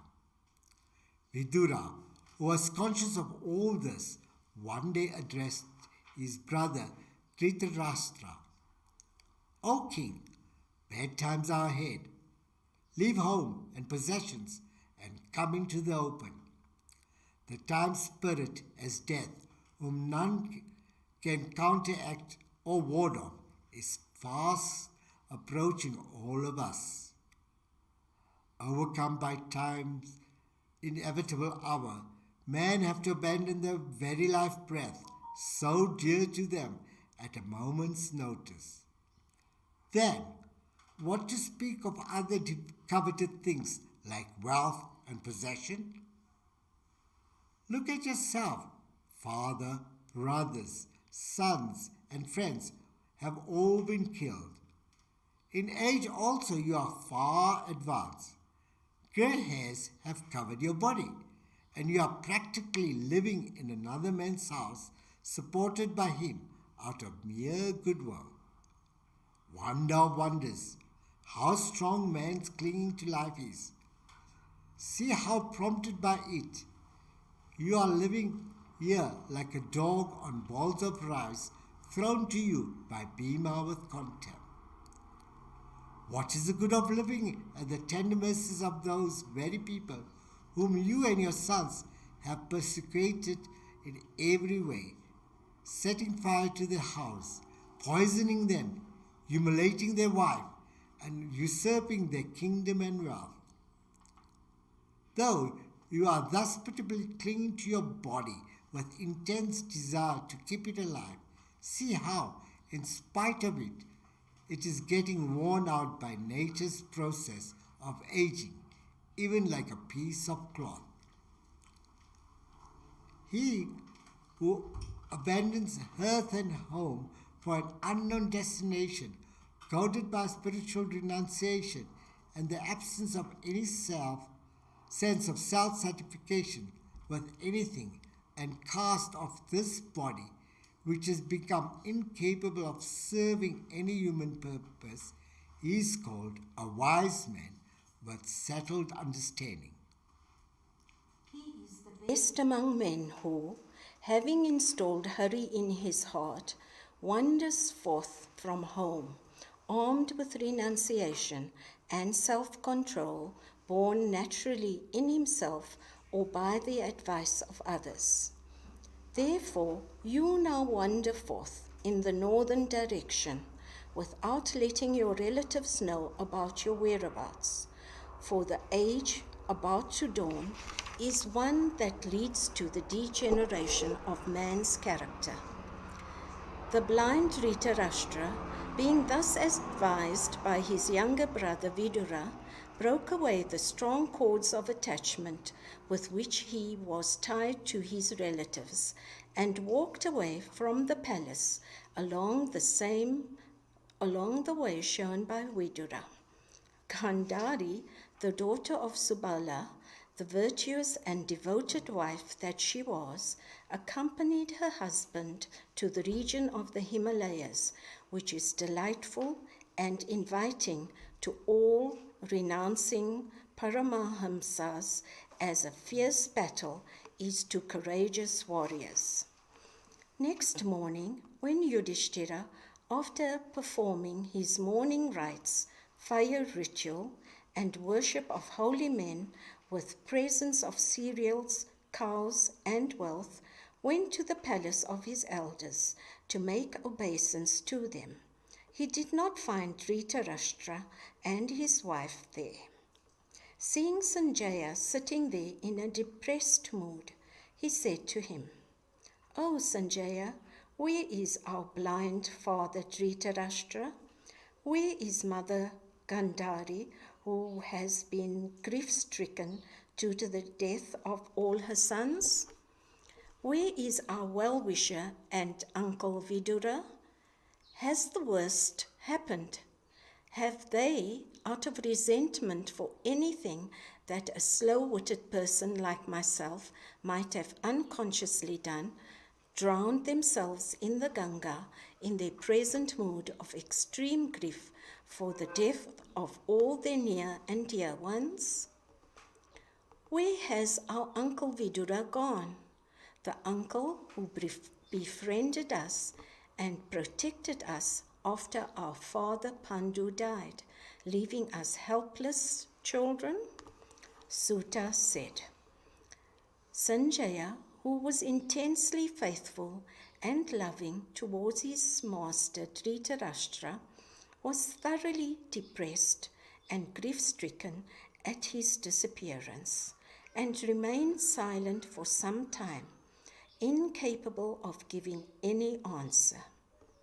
He then brushed aside his tears with his hands, somehow exercised sufficient control over his feelings, and then began to speak to Dharmaputra, with his mind always dwelling over his lost master. O great leader, I am in utter ignorance about the intentions of your paternal uncles, Dhritarashtra and Vidura, as also of Mother Gandhari. They have slipped away without giving me any clue about their whereabouts. Narada's instructions to Yudhishthira. Just then the sage Narada arrived there, lute in hand. Yudhishthira and his brothers got up from their seats, made prostrations to the sage, and without much of ceremonial worship on account of the tragic situation, began to talk with him as follows. O sage of great insight, I am not able to understand where both my paternal uncles have gone, as also where Mother Gandhari, our austere and grief-stricken mother, has disappeared. In this limitless ocean of samsara, you are the one captain who can take us to the other shore. Thus addressed, the all-knowing Narada, the greatest among holy men, said as follows, O king, do not grieve over anyone. This world is under the control of the Lord, and all that happens is according to his will. He, the Supreme Lord, to whom all this world and its protecting powers offer worship always, is he who brings people together and separates them at his will. Just as a herd of cattle with their small nose strings tied to a big rope are directed to go along well-marked paths, so are all men's individual concerns tied to the big rope of duty by the Lord, and they are thus made to walk the paths ordained for them. Just as the combination and dispersal of playthings are exclusively directed by the player's will, so are the affairs of men by the Lord's. Whether you consider the living self as eternal as the spirit, or as temporal as the body, or as both, in view of his being a combination of spirit and body, or as neither from the absolute point of view, whatever be your attitude, sorrow for beings arises from love and attachment, which are caused by ignorance about the real nature of the soul. Therefore, O dear one, give up your infatuation born of ignorance, which makes you feel worried, thinking, how will those helpless people get on without me? To think that one can save or protect another while one's own body, subject to the power of time, karma, and gunas, is decaying, is like a person in the grip of a python thinking of saving another. Creatures without arms or animals are the food of creatures with arms or men. Feetless beings or vegetation are the food of four-footed creatures or animals.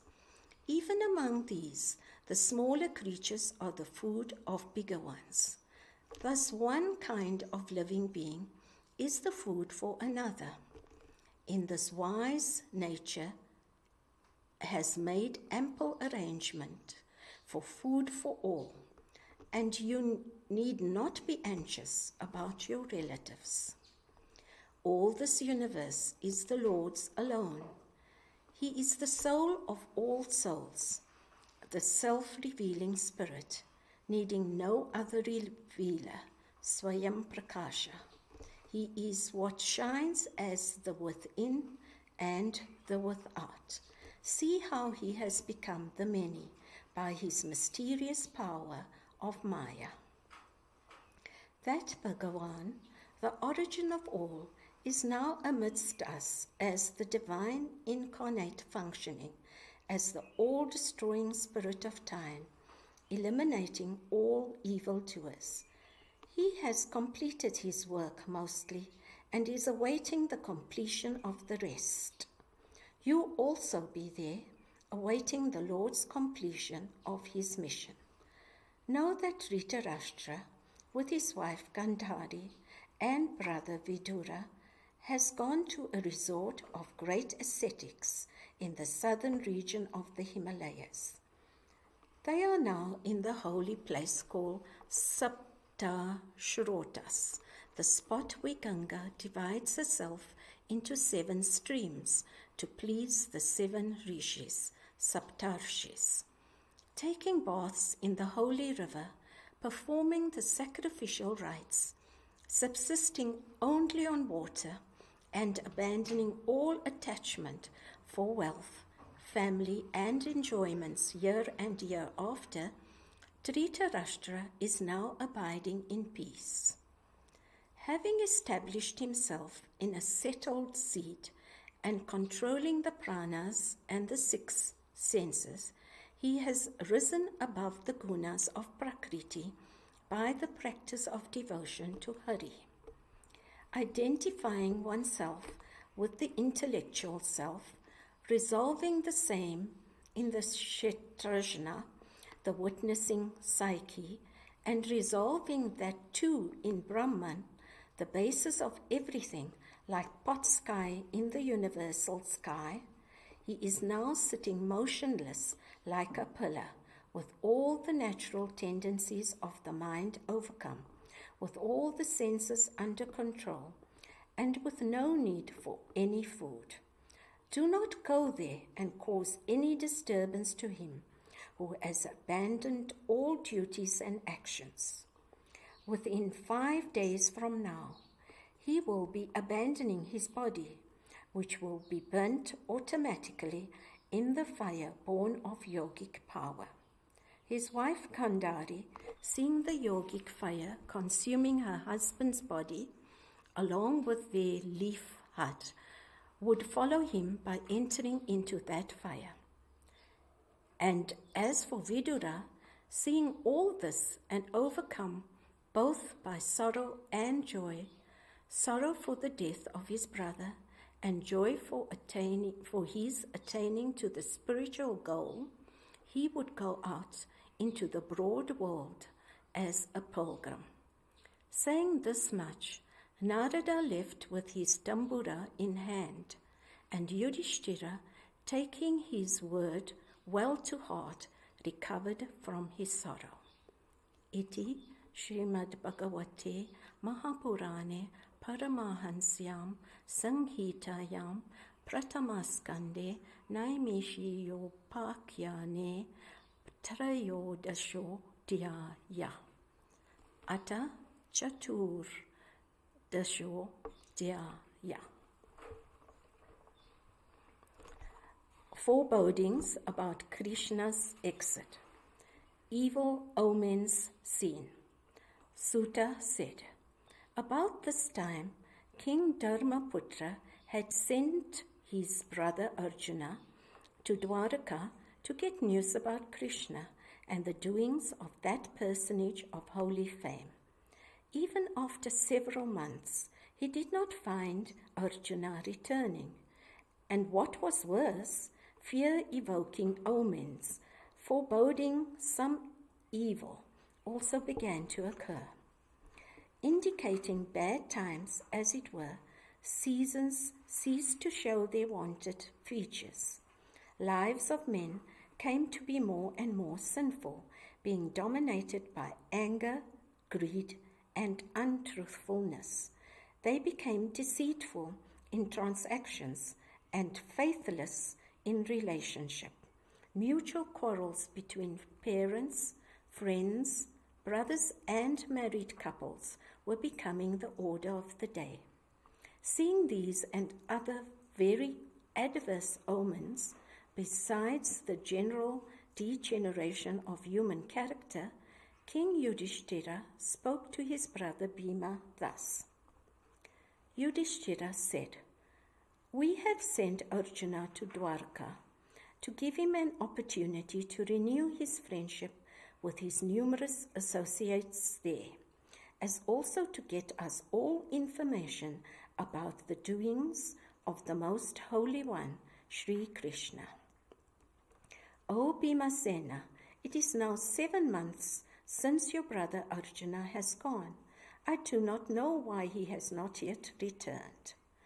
Could it be that the time indicated by sage Narada has already come, the time when the all-powerful Lord desires to lay aside his body assumed for his sportive manifestation?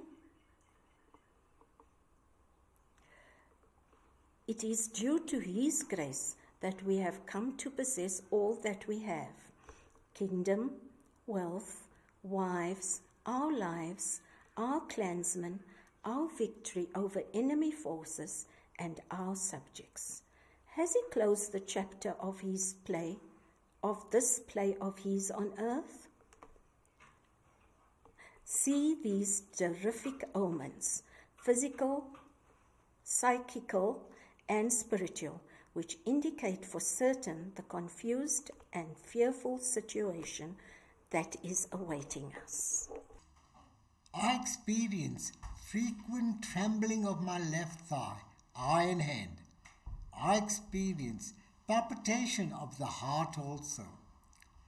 These portend misfortune about to overtake me very soon.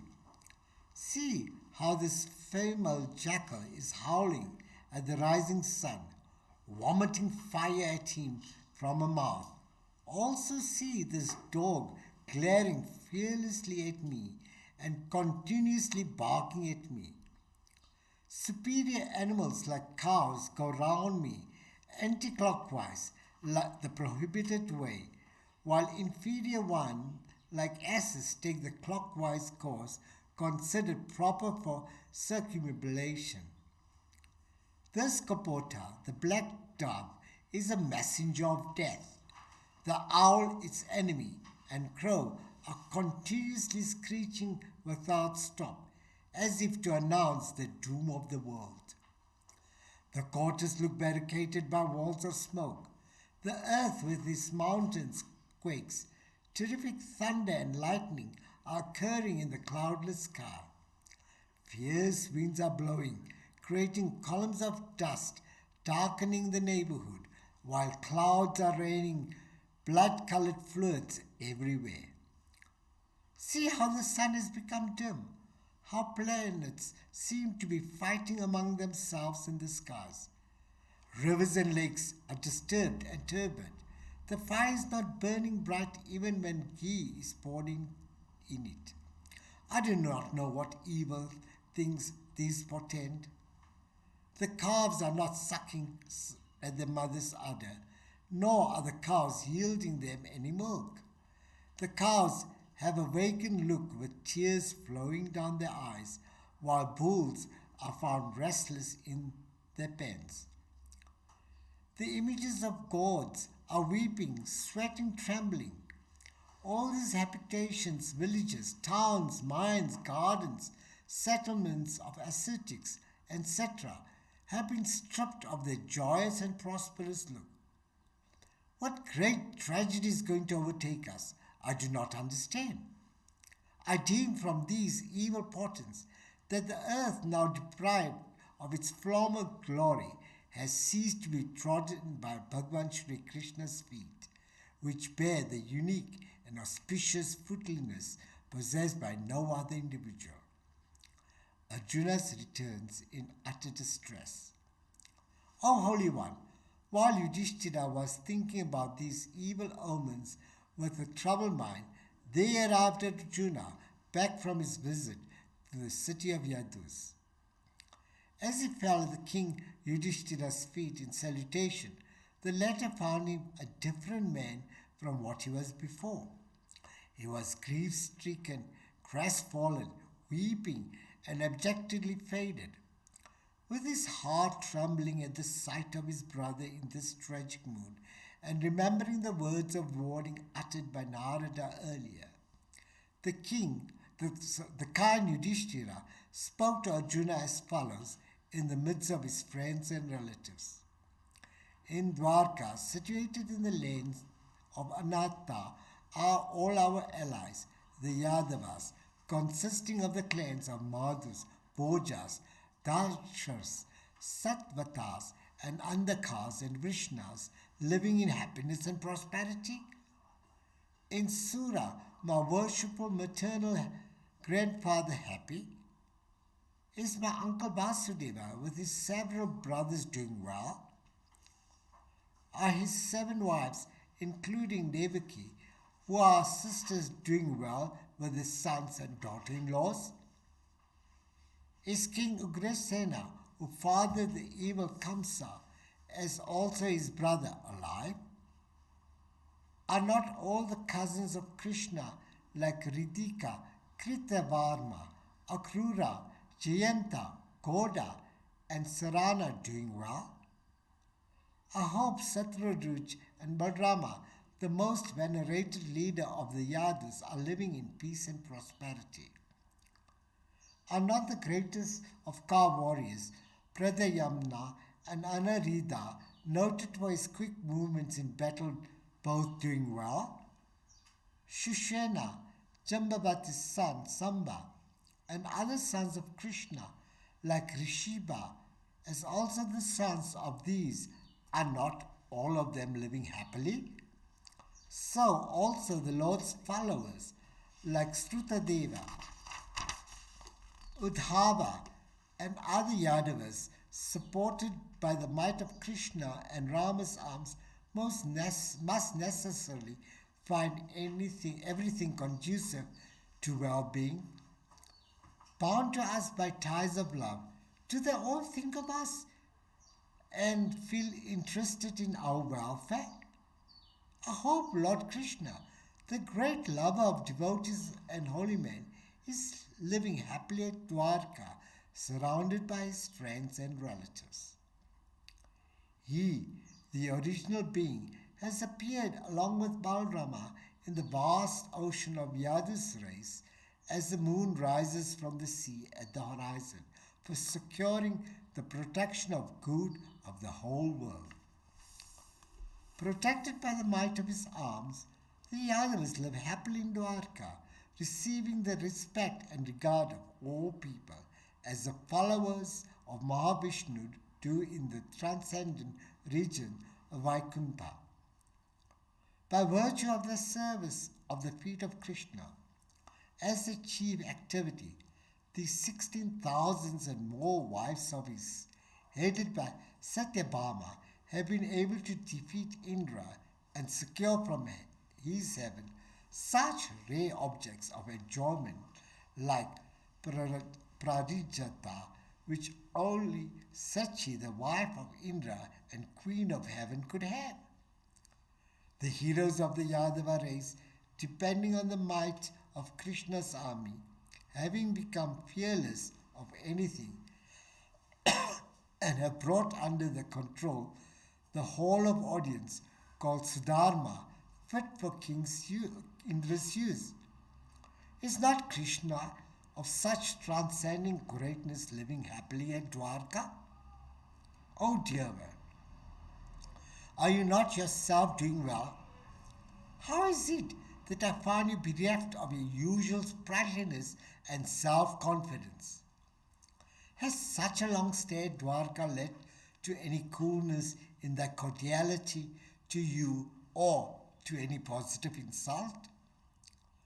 Or have you been slashed by anybody with words which are unkind or rude? Or have you met with disappointment in granting favors to your dependents as promised by you earlier, generating great expectation in them? Or have you, who are accustomed to afford protection to refugees, failed to protect a Brahmana, a child, a cow, an old man, a sick man, a woman, or any other kind of person who sought asylum with you? Or have you concerted with any prohibited woman, or even if she be not prohibited, done so without giving proper report to her? Or have you met with defeat on the way from equals or inferiors? Or did you happen to take food without feeding old men, children, or others whom you are in duty bound to feed? Or am I to understand that a great vacancy has been created in your life by the absence of Sri Krishna, who has been your bosom friend and the most trusted and venerated elder? I cannot think of any other explanation for the terrible, depressed condition in which I find you. Iti Shrimad Bhagavate Mahapurane Paramahansiyam Samhitayam Pratamaskande Yudhishthira Vitarko Nama Chaturdashodhyaya Panksha Dashodhyaya. Shri Krishna's ascent and after. Arjuna's return and report. Suta said, being thus plied with many alternative questions by Raja Yudhishthira, who was full of evil forebodings at the sight of his emaciated and depressed state, Arjuna, the friend of Krishna, was not for some time able to say anything in reply, as he was in the throes of suffering caused by the separation from Krishna. He was consequently dejected, depressed, and deprived of all his strength, mental and physical. He only stood in silence, his mind engrossed in his Lord. He then restrained the tears in his eyes and wiped away the drops dripping down. His mind was ridden with grief and caused by his love for his departed friend.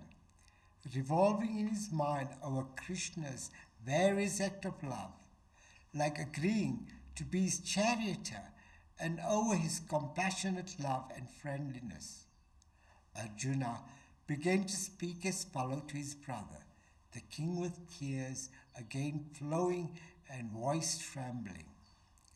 Arjuna said, O great king, I have been betrayed by Hari, whom I took to be a friend. He has deprived me of my prowess, which was once the wonder of even the Devas. Just as a body, be it of a dear near one, become an object of repulsion when life is out of it, so this world is a very unpleasant place for me, when it is even for a moment without the presence of the Lord therein. It was by his favor that I could easily overcome the prowess of many a king who had assembled under the influence of passionate love and assembly for bridal choice. Swayamvara, held in Dhritarashtra's court, could strike accurately with a bow kept in readiness the target of the mechanically moving fish, and secure Draupadi as a bride. It was by his favor that I could enable Agni, the god of fire, to consume the whole of Pandava forest, overcoming the position of Indra and his following, and as a consequent get a palace of unique workmanship built by Maya, the divine architect, which became the venue of our Rajasuya sacrifice, at which kings without number assembled with tributes to you. It was by his favor alone that your brother Bhimasena, possessed of 10,000 elephant power of strength, was able to destroy the tyrant Jarasandha and release the numerous kings whom he had shut up in his prison to be the victims at a sacrifice, and who on release brought handsome tributes to your Rajasuya sacrifice. It was by his favor that the women folk of those villains have been made to bemoan with dishevelled hair the loss of their husband who died in the Great War. The very villains who had in the open assembly dragged your wailing queen by her dishevelled locks, which had been sanctified by holy waters at the Rajasuya sacrifice. It was he who protected us from the curse of the chloric sage Durvasas, who had 1,000 disciples and whom our enemies had dispatched as one of the measures for ruining us. He saved us by eating the remnant of a leaf from one cooking pot and declared himself to be satisfied, an act by which he, the soul of the universe, gave full appeasement of hunger for the whole world, including the sage and his disciples, who were then bathing in the waters of a neighboring river.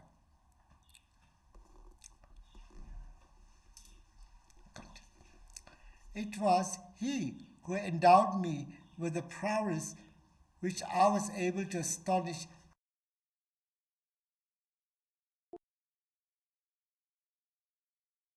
weapon called Pasaputta, and also other weapons from other divine beings, and what is more, which enabled me to go to Indra's heaven and share his heavenly seat with this very physical body.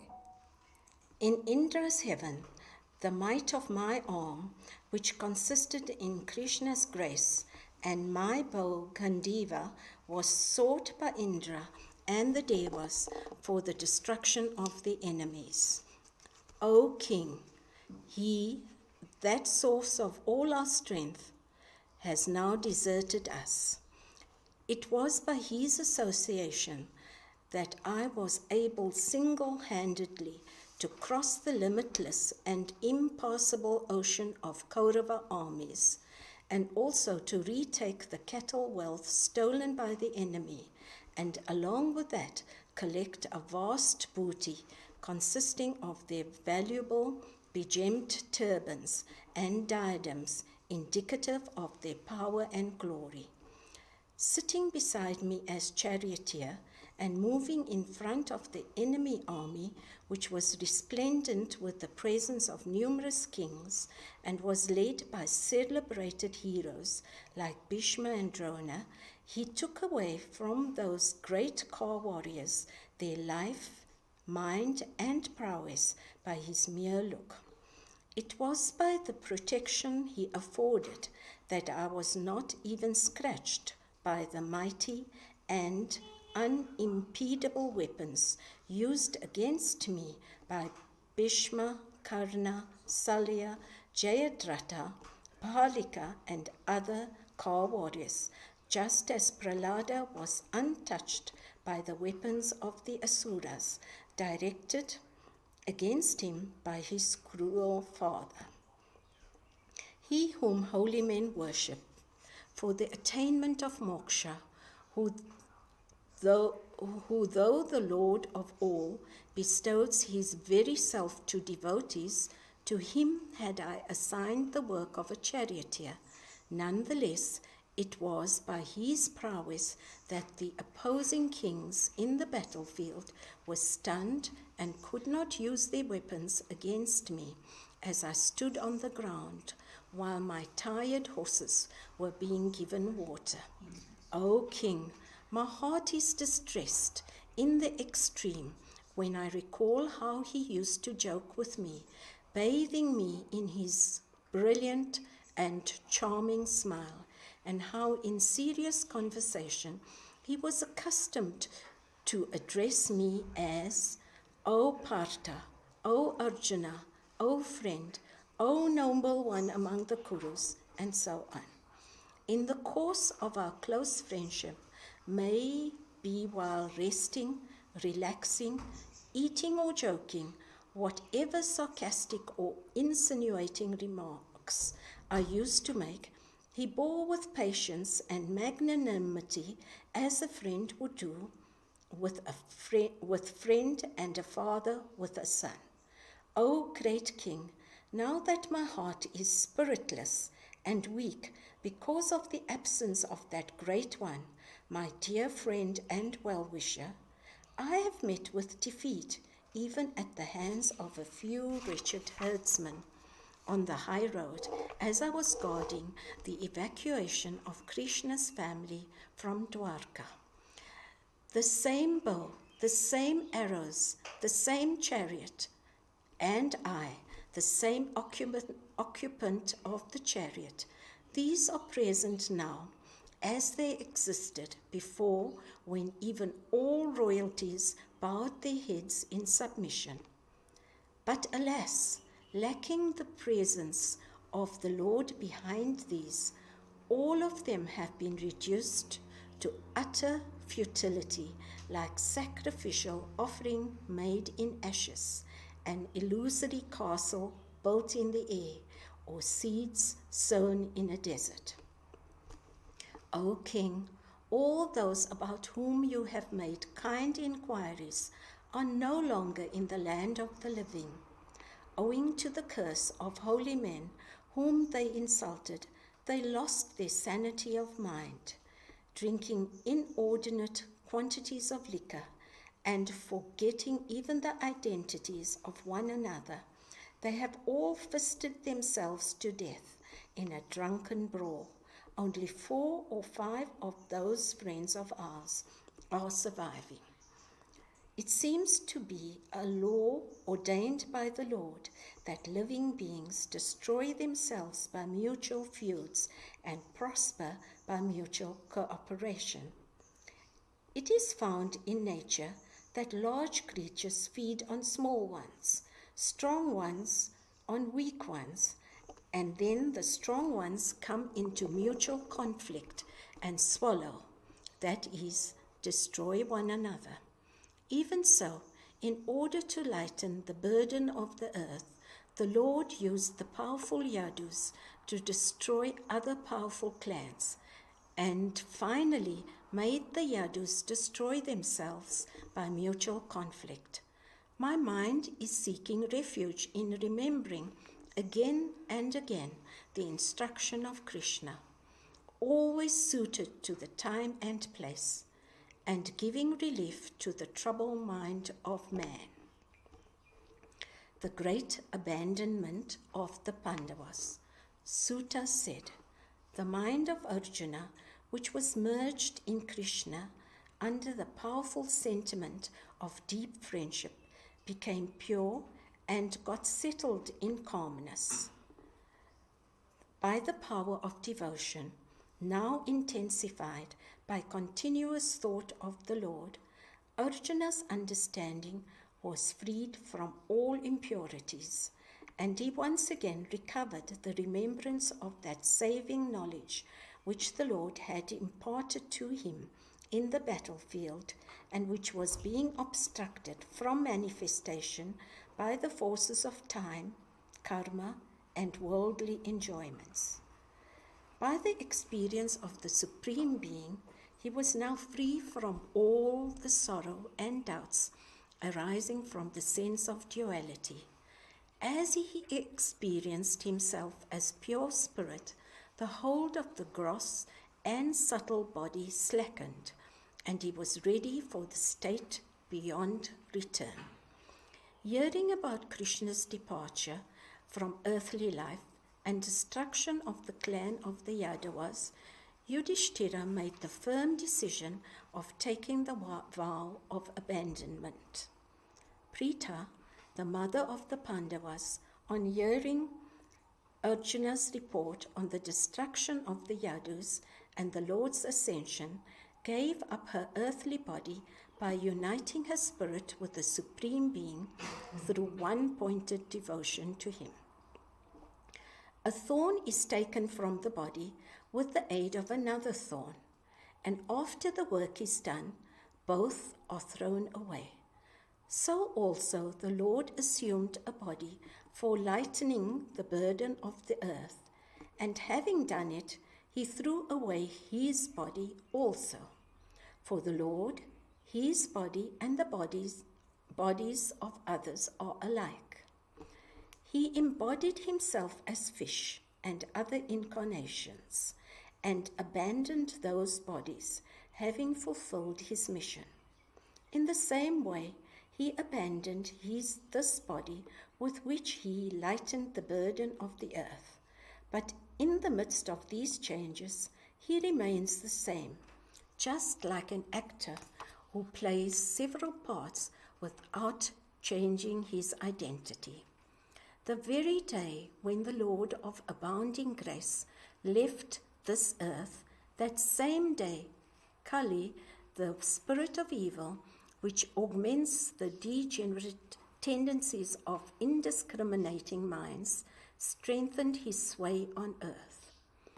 So the wise Yudhishthira soon made preparations for the great abandonment, seeing the advancing influence of Kali on his city, kingdom, palace, and himself in the increase of greed, untruth, duplicity, and cruelty.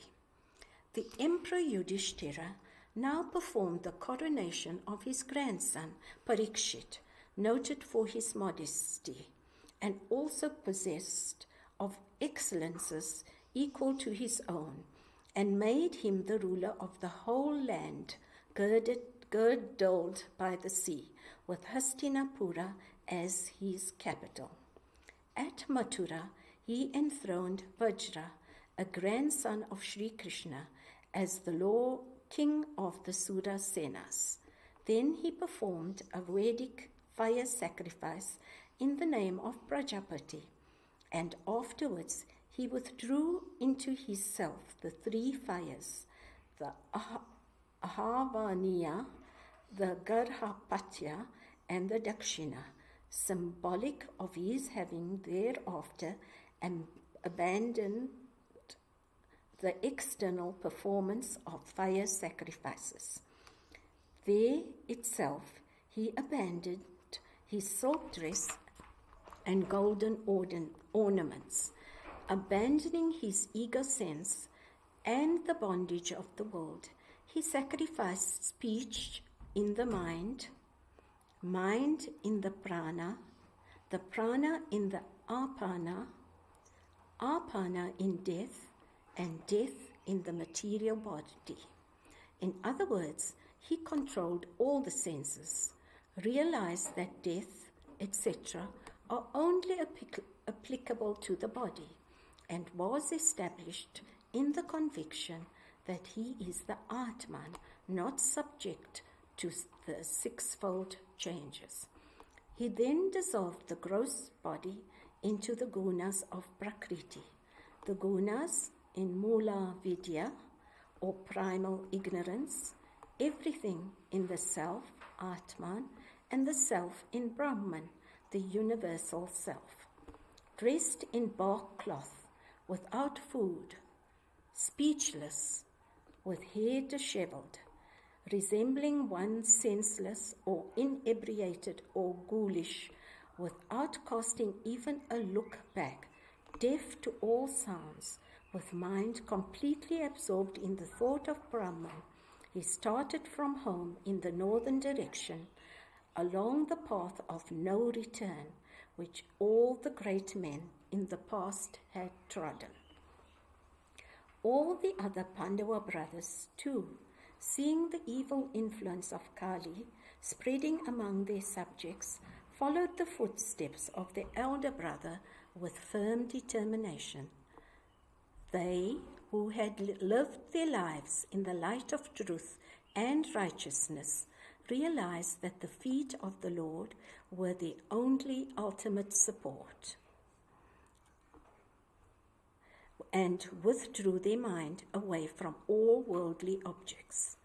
With their understanding purified by devotion generated by meditating on him, they became absorbed in that supreme consciousness that is Narayana, and endowed with spiritual bodies of Suddha Sattva without any rajas or tamas, attained to that state of absolute purity which is far away from those engrossed in the ephemeral enjoyments of the senses. Vidura, of steady understanding, cast off his body at Prabhasa, with his mind absorbed in Krishna and enfolded by him.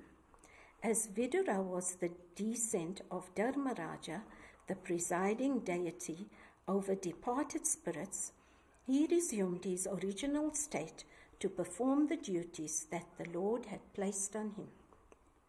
Draupadi, finding that her husbands had taken to the life of renunciation, centered her mind entirely on Vasudeva and attained to him.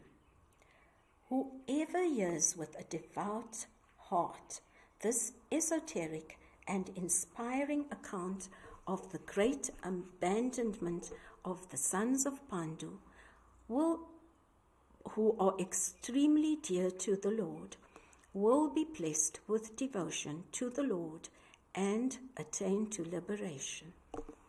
Iti Shrimad Bhagavate Mahapurane Paramahansyam Sangitayam Pratamaskande Pandavasvargarohanam Nama Panchadasho Dhyaya.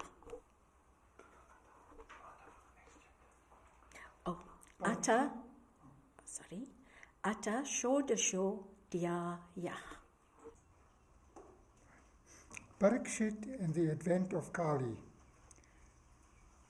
The Digvijaya of Parikshit. Sutta said, O learned one, even as the experts in reading the future had predicted in his birth, Parikshit, the great devotee of the Lord and a man of many excellences, ruled the kingdom following the advice of his competent minister. He married Iravati, the daughter of his uncle Uttara, and had by her 4 sons, the eldest of whom was Janamejaya. With Kripa as the leading priest, he performed 3 Ashwamedha sacrifices on the banks of the Ganga, at which wealth without limits was given in holy charity, and the presence of the Devas invoked was visible even to the naked eye.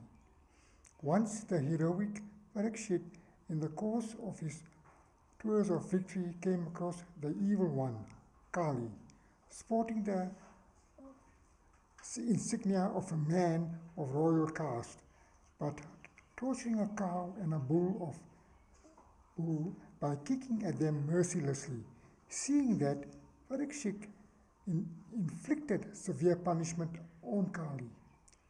Sanaka said, why did Parikshit, in place of killing Kali, inflict only some punishment on him? He was really a man of Sudra characteristics, though he was dressed as one of the royal caste. Otherwise, why would he kick and torture a cow? Speak to us about it, if it springs from the story of Krishna or has reference to any great devotee whose delight is his services.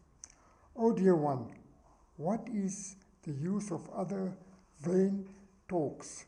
They are only a means for killing time, for man's life is short and he must utilize that short time to work for the attainment of mukti. The god of death has been invoked by mantras at this sacrificial rite, and so long as he is held up here, during the sacrifice no one is likely to die. The great sacrificial priests have indeed invoked the presence of the god of death here, so that ye too may listen to the great exposition of the Lord's excellences. Therefore, let more discourses on this subject be given, by which the nectar of divine excellences will flood the world. Alas, the dull-witted and short-sighted man spends the brief span of his life in vain. half in sleep at night, and the rest in vain actions that have no reference to the Lord. Sutta said, when the great warrior Parikshit heard the unpleasant news that the evil spirit of Kali had entered the land of Kuru and Jangila, that was under the protection of his government, he took up arms to confront him. Seated in his well-embellished chariot, drawn by swarthy horses and marked by a flag with the motif of a lion, he started from his capital in his victory march to the surrounding countries, with his army having the 4 divisions of chariot brigades, cavalry, elephant division, and infantry. He established his sway over countries like Bhadravasa, Ketumala, Bharata, Uttarakuru, Kimpurusha, and others, and received tribute from the rulers of these countries. As he proceeded, he heard persons singing panegyrics on his great ancestors, conveying the glory of Krishna. Also, and how, by Krishna's grace, his own life was saved from the destructive effect of Ashwatthama's Brahma missile. How there was great friendship between the Pandavas and the Vrishnis, and how they were all deeply devoted to Krishna. These songs delighted Parikshit, and highly pleased with the singers, he gave them liberal presents consisting of money, clothes, and necklaces. Parikshit was overcome with devotion to Krishna when he heard of the Lord's loving solicitude for devotees. The Pandavas, of how he worked for them as charioteer, secretary, servant, friend, messenger, protector, glorifier, and subordinate, as also of how the whole world honored him. Conversation between Dharma and Mother Cow. While Parikshit was thus ruling, following the footsteps of his ancestors, he happened to come across a somewhat startling experience which I shall relate to you. Dharma appeared as a bull with a single leg, and the earth as a cow, dispirited and weeping like a mother who has lost her child. The Dharma bull asked the earth cow, "O graceful one, are you not in good health? You look a little faded, and your face is without its usual luster. You seem to be grief-stricken. Are you grieving for anyone who has gone away? Are you sorrowing for me, who have been deprived of 3 legs and have now got only 1, or over the evil fate in store for yourself in the future, of being killed and eaten, or alternately being ruled over by degenerate men? Or again, are you feeling sorry for the devas who no longer receive their sacrificial offerings, as sacrifices have ceased to be performed? Or for the inhabitants of the world distressed by Indra ceasing to release rain according to their needs? O Mother Earth, are you grieving for women deprived of the protection of their husbands, or for the children neglected by parents cruel like cannibals, or for learning imprisoned in the families of depraved brahmanas, or for the head of celebrated brahmana families slavishly serving under despicable kings?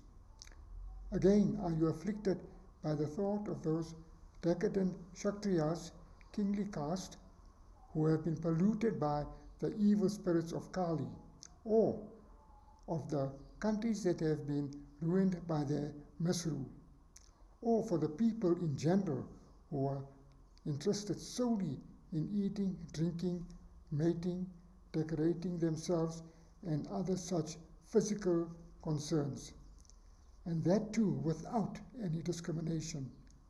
Oh, Mother Earth, are you grief-stricken because of the disappearance of Bhagavan Sri Krishna, who has rid you of a large part of your burden and whose divine deeds continue a type of bliss superior even to that of mukti on those who contemplate them? Can it be, O Mother, that your sorrow springs from irresistible time's deprivation of your far-famed prosperity? Whatever be the cause of your sorrow, O Earth, please speak out to me about it. Mother Earth said, O Dharma, you are already aware of the cause of my sorrows. Your 4 legs bringing happiness to the world were till now attained by Sri Krishna. I am sorry over the misfortune that has befallen the world by his departure from earthly life.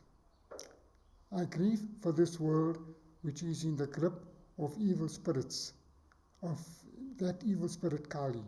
After the demise of Sri Krishna, the center abounding with auspicious qualities like truth, purity, kindness, patience, generosity, joy, straightforwardness, restraint of mind, restraint of the senses, austerity, equanimity, fortitude, scriptural knowledge, dispassion, lordship, courage, prowess, resourcefulness, memory, sense of freedom, skillfulness, attractiveness of form, heroism, sensitiveness of heart, power of intellect, modesty, goodness of nature, strength of mind and sense, the divine qualities included in Bhaga, unperturbedness, firmness, faith, fame, adorability, and absence of egoism.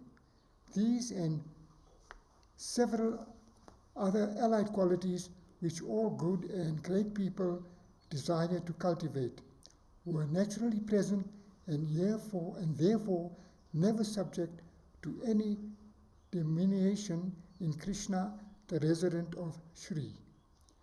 I have been now deprived of that great reservoir of everything noble, and in his absence, the influence of Kali, the evil spirit, is spreading everywhere. I am depressed by the thought of the worlds at large in this predicament.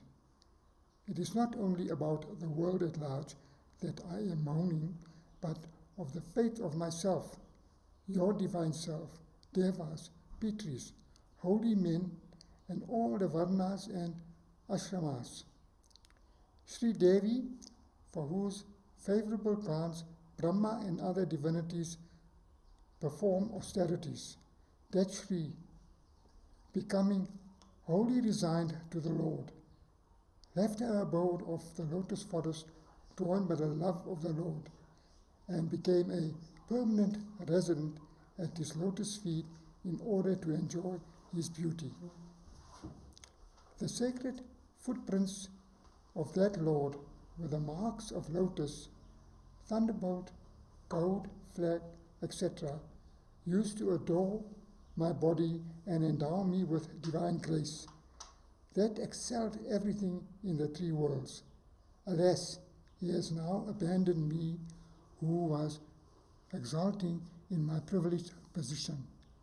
For relieving me of the unbearable burden of the enormous armies of kings of Asuric origin, and to restore to you your feet by the loss of which you were not able to stand.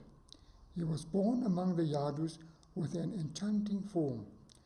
His disappearance is indeed an unbearable disaster.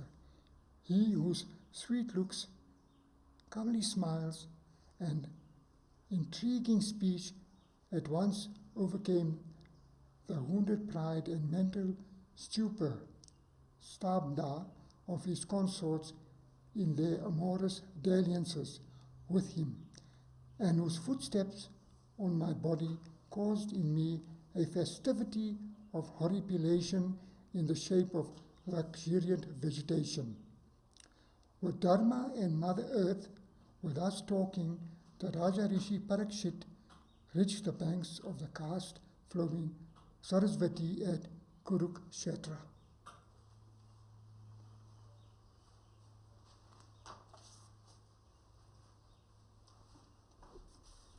Iti Shrimad Bhagavate Mahapurane Paramahamsayam Samhitayam Prathamaskande Prithivi Dharma Samvade Nama Shodasho Adhyaya. Skanda 1, Chapter 17. Parikshit subdual of Kali. Parikshit meets Dharma and Earth in a pitiable plight. Sutta said, there he found a cow and a bull, apparently ownerless, being tortured by Sudra, who had put on the insignia of a man of the royal caste and held a staff in hand. Parikshit saw before him the shocking sight, a milk-white bull, urinating in fear and trembling on his single leg, being tortured and belabored by Sudra. On the other hand, and on the other, a cow, a yielder of all the requisites of yajna, rendered calfless, weeping, lean and hungry, being kicked about by the same Sudra. At the sight of this, Parikshit, sitting in his gold-inlaid chariot, holding his bow well strung, called out in his thunderous voice, in this land protected by me, how do you, a bully, dare to persecute weak and helpless people? In dress you like a man of the royal caste, but in action you are the meanest of the mean.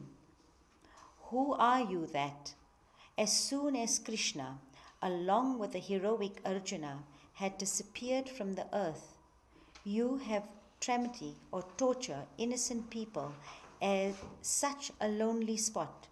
You are a villain who desires to be put to death. And who are you to milk white color that, being deprived of 3 legs, are moving about on a single one? Are you a divinity in guise of an ox?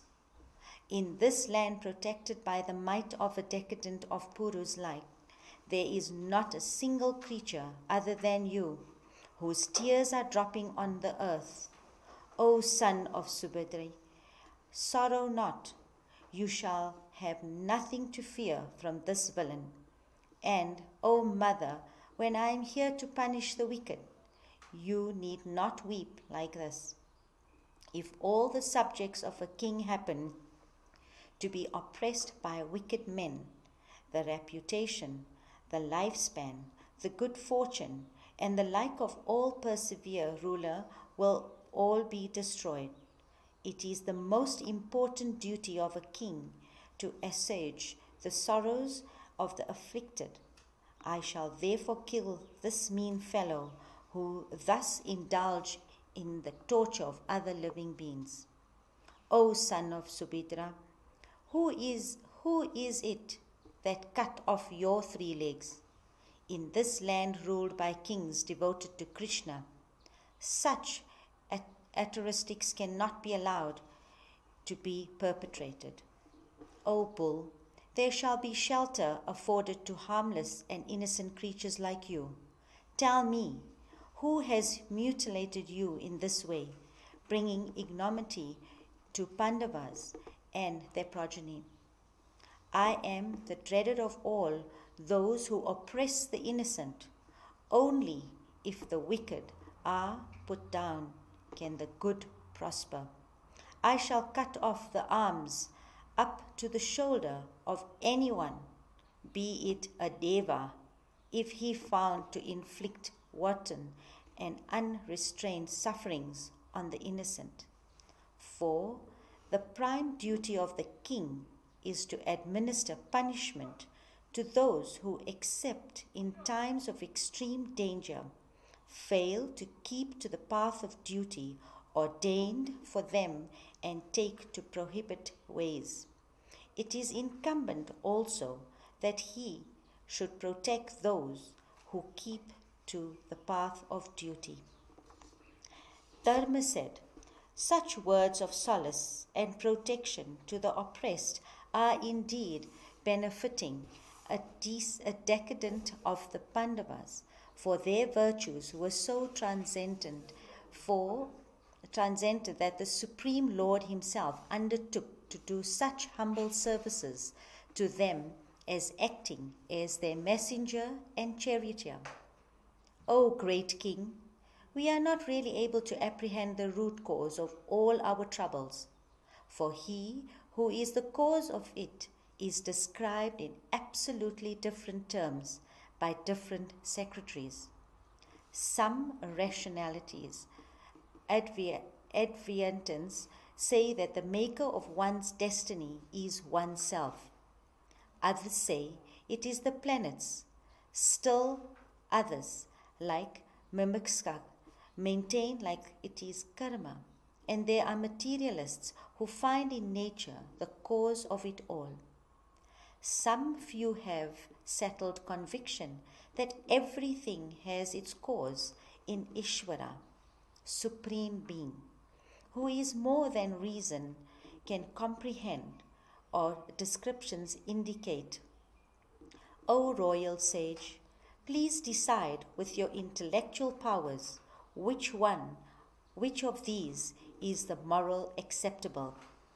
Sutta said, O great Brahmana, after Dharma has spoken thus, that emperor introspected for a while, and gaining thereby a clear understanding of the situation, addressed him thus, O knower of Dharma, what you have spoken is the secret of Dharma.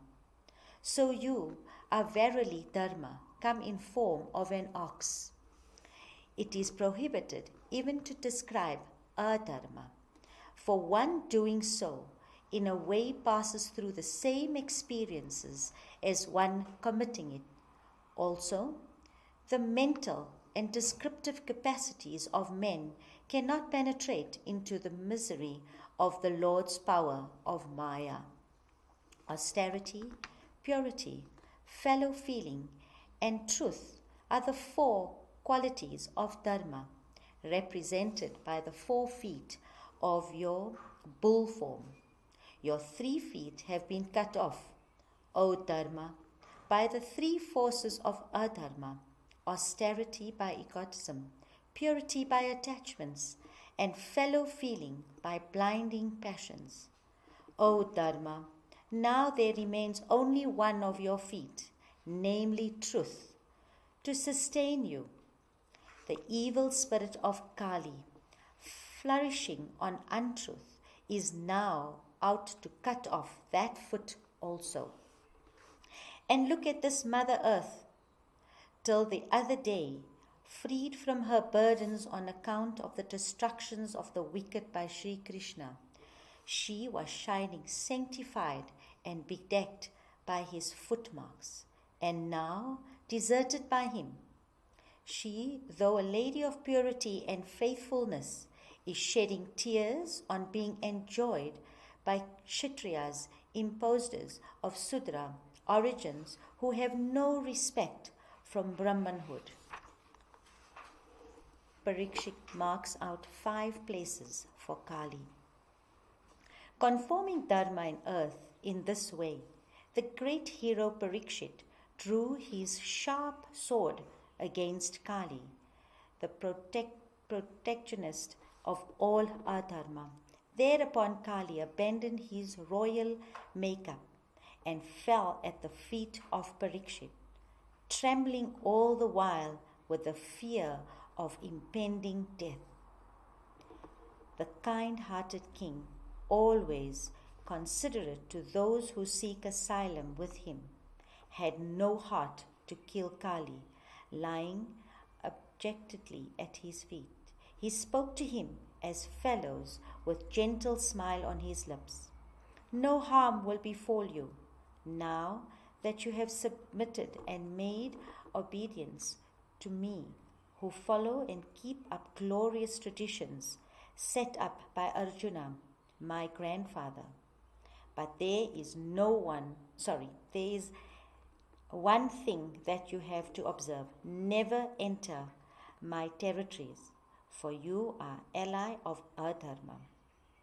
Greed, untruth, stealing, vulgarity, undutifulness, inauspiciousness, deity, fighting hypocrisy and ostentation, all these manifestations of adharma always follow you wherever you are. O you ally of adharma, do not on any account enter into this region known as Brahmavata, where all are to observe dharma and truth, and where great experts in the practice of philosophy of yajna and ever engaged in offering yajnas to Sri Hari, the Lord of yajna.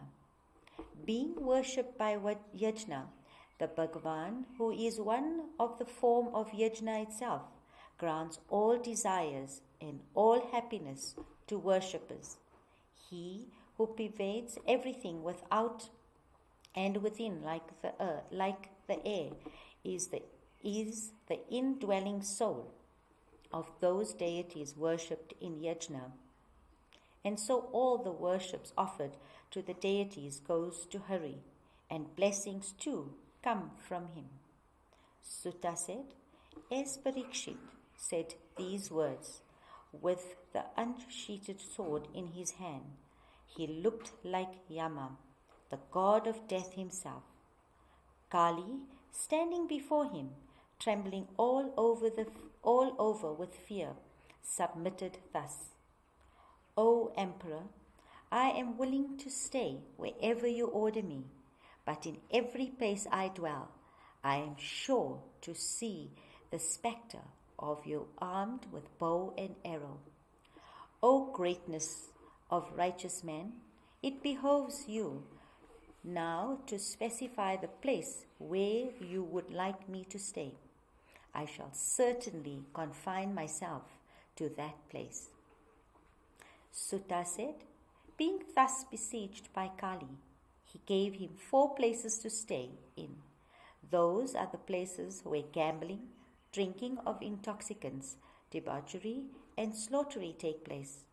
When Kali pleaded for one more place for him to stay in, the clever Parikshit gave him gold as the 5th seat, for that is the source of all forms of adharma, of deceit, pride, sexuality, cruelty, and of an additional 5th one, enmity.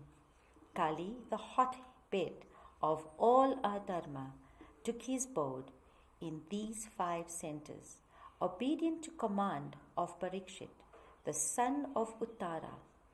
Every man who is desirous of his own welfare should not succumb to these 5 sources of evil, though which Kali exercise his influence over them.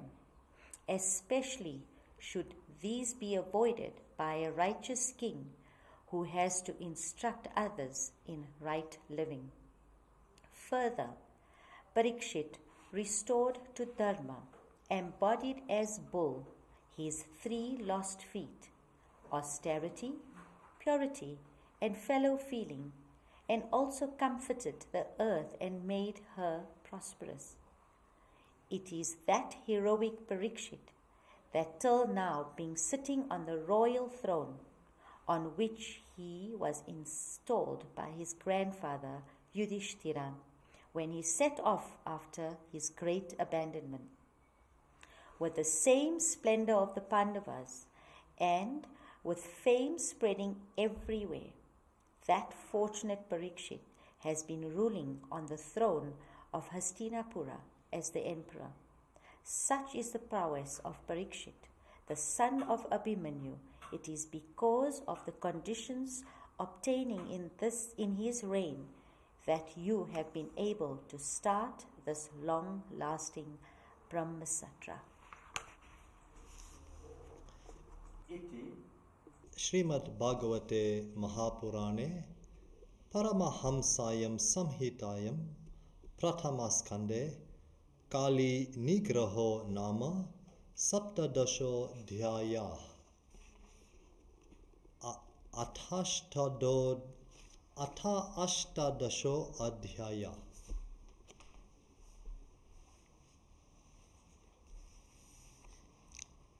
Parikshit is cursed. Last days of Parikshit. Sutta said, King Parikshit had once the good fortune of being saved from death in his mother's womb by the all-powerful Krishna's grace, even though he was burnt up by the missile of Ashwatthama.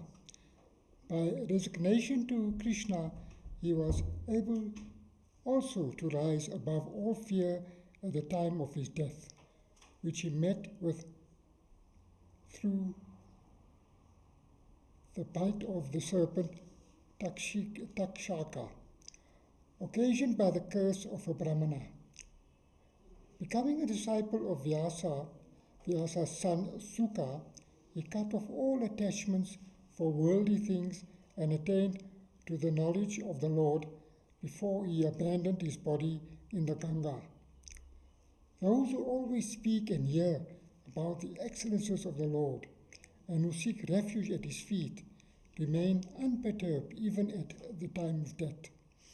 So long as Parikshit, the son of Abhimanyu, reigned, the evil Kali thought he had started penetrating everywhere, found it impossible to cause any serious degeneration.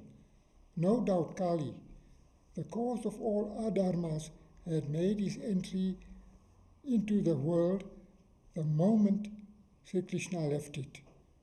Parikshit, who was like a honeybee in grasping the essential good in everything, abstained from killing the evil Kali, because there is one great excellence pertaining to this age.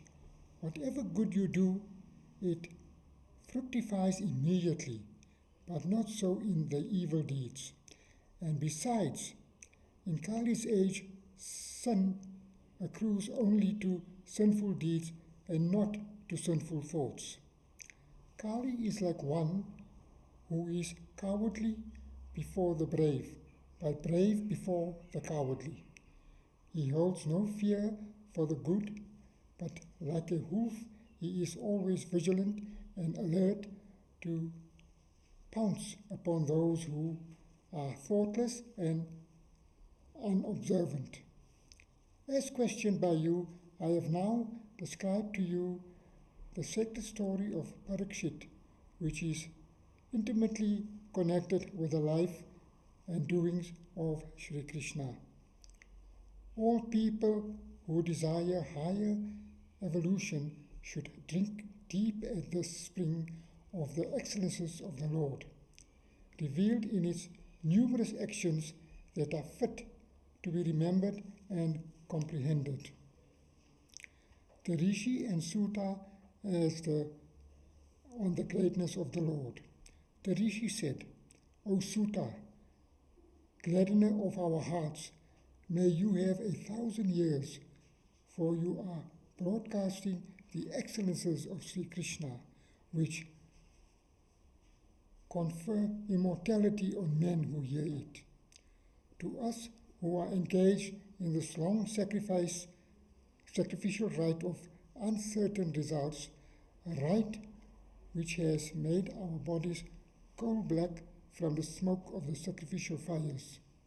You are bringing the invigorating drink of divine excellences, the nectar that abides at the lotus of his holy feet. Heaven is not equal in value even to a small part of what is attained by contact with holy men. Even liberation is not equal to it. How worthless and ignoble, then, should be these worldly enjoyments. Who is the worthy connoisseur that will be surfeited with hearing about the Lord's excellences, which are considered as then secure asylum by all spiritual aspirants? O learned one, you have taken refuge in the Lord, who is the one resort of all great men. Describe the noble and sanctifying deeds of that Sri Hari to us, who are so keenly desirous of hearing about it. That divine knowledge which the sage Suka communicated to Parikshit of vast intellect and which helped him to attain to the feet of Mahavishnu. May you be pleased to narrate to us in all detail. Those accounts of divine actions and excellences are the expression of his unique spiritual power, and they were imparted to Parikshit for his good and for the edification of all devotees. Sutta said, "How wonderful! Though myself born in a low family, I have been elevated by the regard you earned, and high-born personages are extending to me. Great men can even by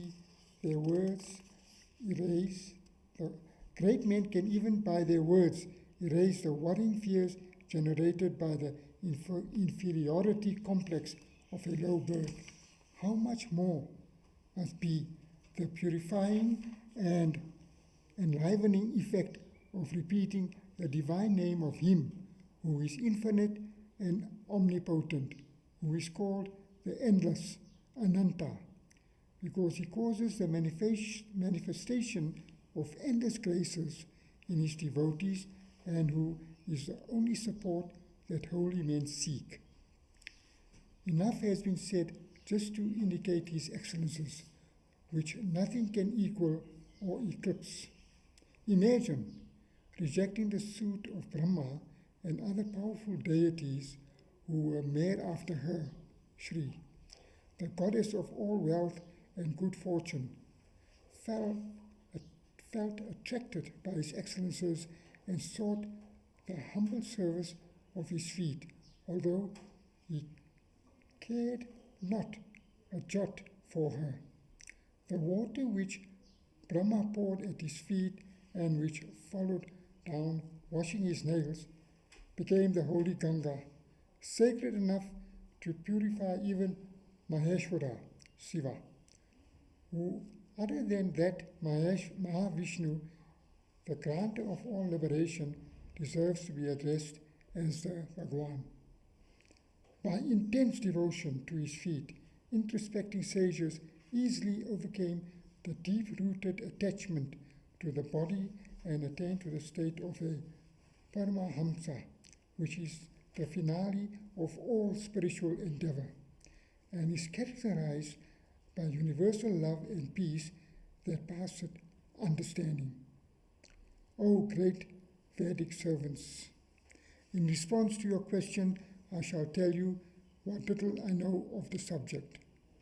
For the effort of even the greatest of philosophers and theologians to depict Mahavishnu's greatness is limited by the smallness of their capacity, just as a small bird's flight is in the unmeasurable sky.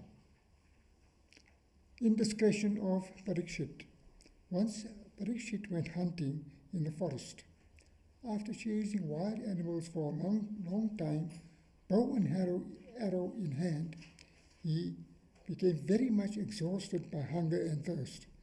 Searching for a tank or a well in the neighborhood, he walked into the hermitage of the sage Samika. There he saw the sage seated with eyes closed and wrapped in peaceful meditation. The sage sat there with senses, breath, mind, and intellect under control. He was established in the Turiya, a state unaffected by any change and transcending the three states of waking, dream, and sleep. His body was covered with the skin of the raura, a kind of deer, and his matted locks lay disheveled, enveloping him on all sides. The thirsty king approached him and asked for water. Alas, the king became angry as he felt insulted in not being offered a seat, nor even a word of welcome. Tortured by hunger and thirst as he was, the king felt overcome all of a sudden by an unusual antagonism and anger towards that holy man. Before leaving the hermitage, he took a dead serpent with the end of his bow and put it round the holy man's neck. Then he departed to his city. The king did so to ascertain whether he was really in samadhi with all his senses absorbed, or whether he was pretending to be so in spirit of contempt. Cowards, Kshatriyas as a class. The sage had a young son of great spiritual luster. The boy was just then playing with others of his age when he came to know now his father was humiliated by the king. Then and there he declared, "See the atrocity committed by a Kshatriya, fattened like a cow on a watchdog, on a Brahmana on whom he is duty-bound to attend. These villainous Kshatriyas are ordained to be the dogs of Brahmanas and guard their homes. How can such a guard of a dog get into the house and eat all the food kept within, including the vessels?" Now that Krishna, the hammer against the weak and the unrighteous, is no longer there is again a resurgence of the tribe of violators of all moral norms. You seem to be a fellow of that type. I shall now teach you a lesson. See my power. Saying so, the boy, his eyes red with rage, purified himself with the water of the Kaushika and uttered the following curse that was irresistible like a thunderbolt. Within 7 days, the serpent Takshaka shall, as directed by me, bite this fellow, the persecutor of my father. He is a veritable threat to his own clan and the violator of all moral codes. Then the boy went into his hermitage, and seeing his father seated there with a dead snake dangling round his neck, cried aloud in utter sorrow. That sage, belonging to the line of Angiras, now opened his eyes, roused by the cry of his boy. Seeing the dead snake, he threw it away and asked his son, "Why are you weeping? Who harmed you?" And the boy reported to him all that had happened. On hearing everything, the sage did not congratulate his son on his having cursed the king, who deserved it the least. He said to him, "Alas, the foolish boy that you are, you have committed a great wrong. For a minor offense, you have inflicted a major punishment. O boy of immature understanding, a king is not to be looked upon as an ordinary man. He is an expression of the divine, for it is by his might, irresistible to enemies, that the country is protected and the people afforded prosperity and security. When the king, embroidering the protective power of the divine, disappears, thieves begin to abound, and human society, with none to sustain and direct it, gets disrupted like a pack of sheep without a herdsman. For the theft and plunder that will then take place in the country, in the absence of a ruler, we also will be partly responsible, though we may not be directly connected with these crimes. Many will be the crimes perpetrated by these lawbreakers. They will kill one another, quarrel among themselves, and steal away cattle, human and property. Then will be destroyed the Arya Dharma, the noble law of life, based on the Vedas and the divisions of men into Varanas and Ashramas. Men will become interested merely in the pursuit of wealth and pleasure, and as among monkeys and dogs, promiscuity will prevail in human society too. The king deserves not to be cursed by us, for he is the protector of Dharma, a man of great reputation, highly devoted to the Lord, and one who has performed the Ashwamedha sacrifice. Besides, he was physically exhausted and afflicted with hunger and thirst when he committed the offense.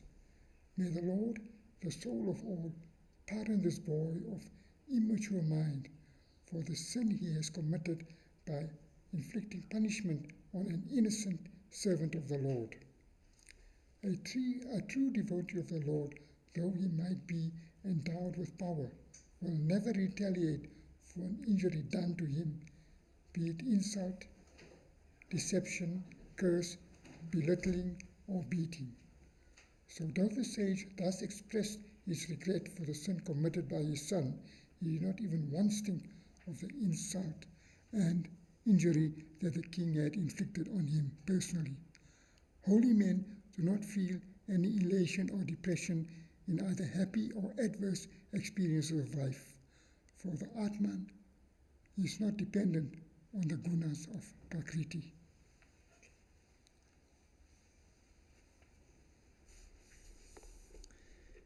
Iti Shrimad Bhagavate Mahapurane Paramahamsayam Samhitayam Pratamaskande Viprasho Palo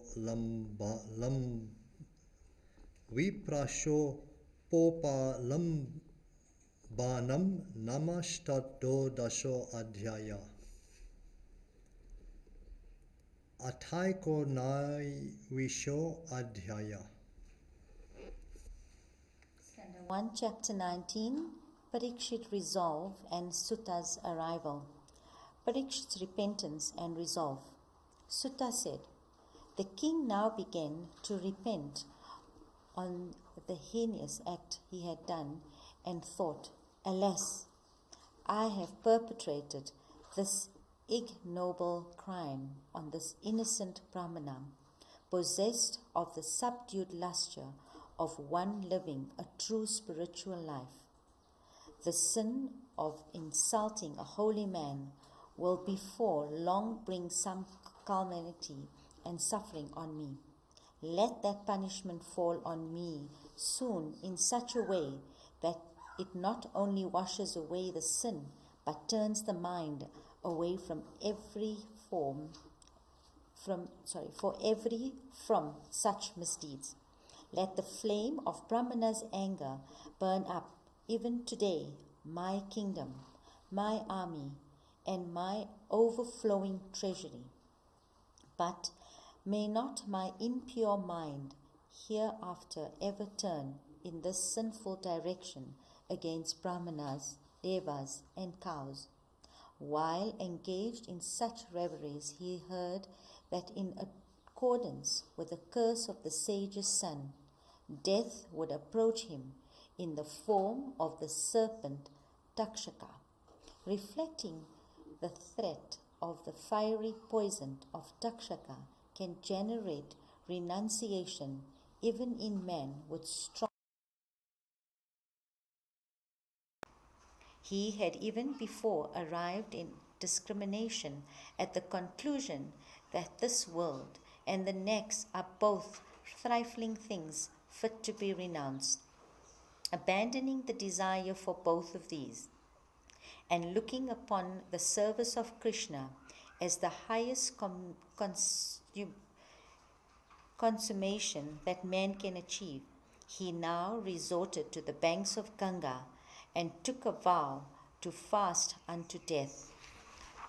The holy Ganga, flowing with sanctified water, led its holiness in the course of its flow even to Maheshwara, besides to both the heaven and the earth, which man in the jaws of death will not resort to it. That king of Pandu's line, deciding thus to observe a fast unto death on the banks of Ganga, the offspring of Vishnu's feet, decided to meditate on the Lord of the exclusion of everything else, having abandoned all attachments and adopted the mode of life of an ascetic. conversations with the rishis about his, Parikshit's resolve. Getting the news of Parikshit's fast on the banks of Ganga, many holy men with their disciples gathered around the king.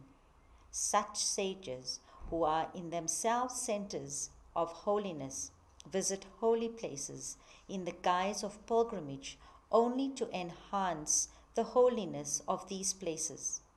Atri, Vashishta, Chayavana, Sarandava, Arishtanami, Brigo, Angiras, Parashvara, Vishwamitra, Paramsudama, Uttiara, Indrapadama, Idhamava, Madhititi, Devala, Astareshtana, Bharadvajana, Gautama, Pipaldava, Maitreya, Aurava, Keshava,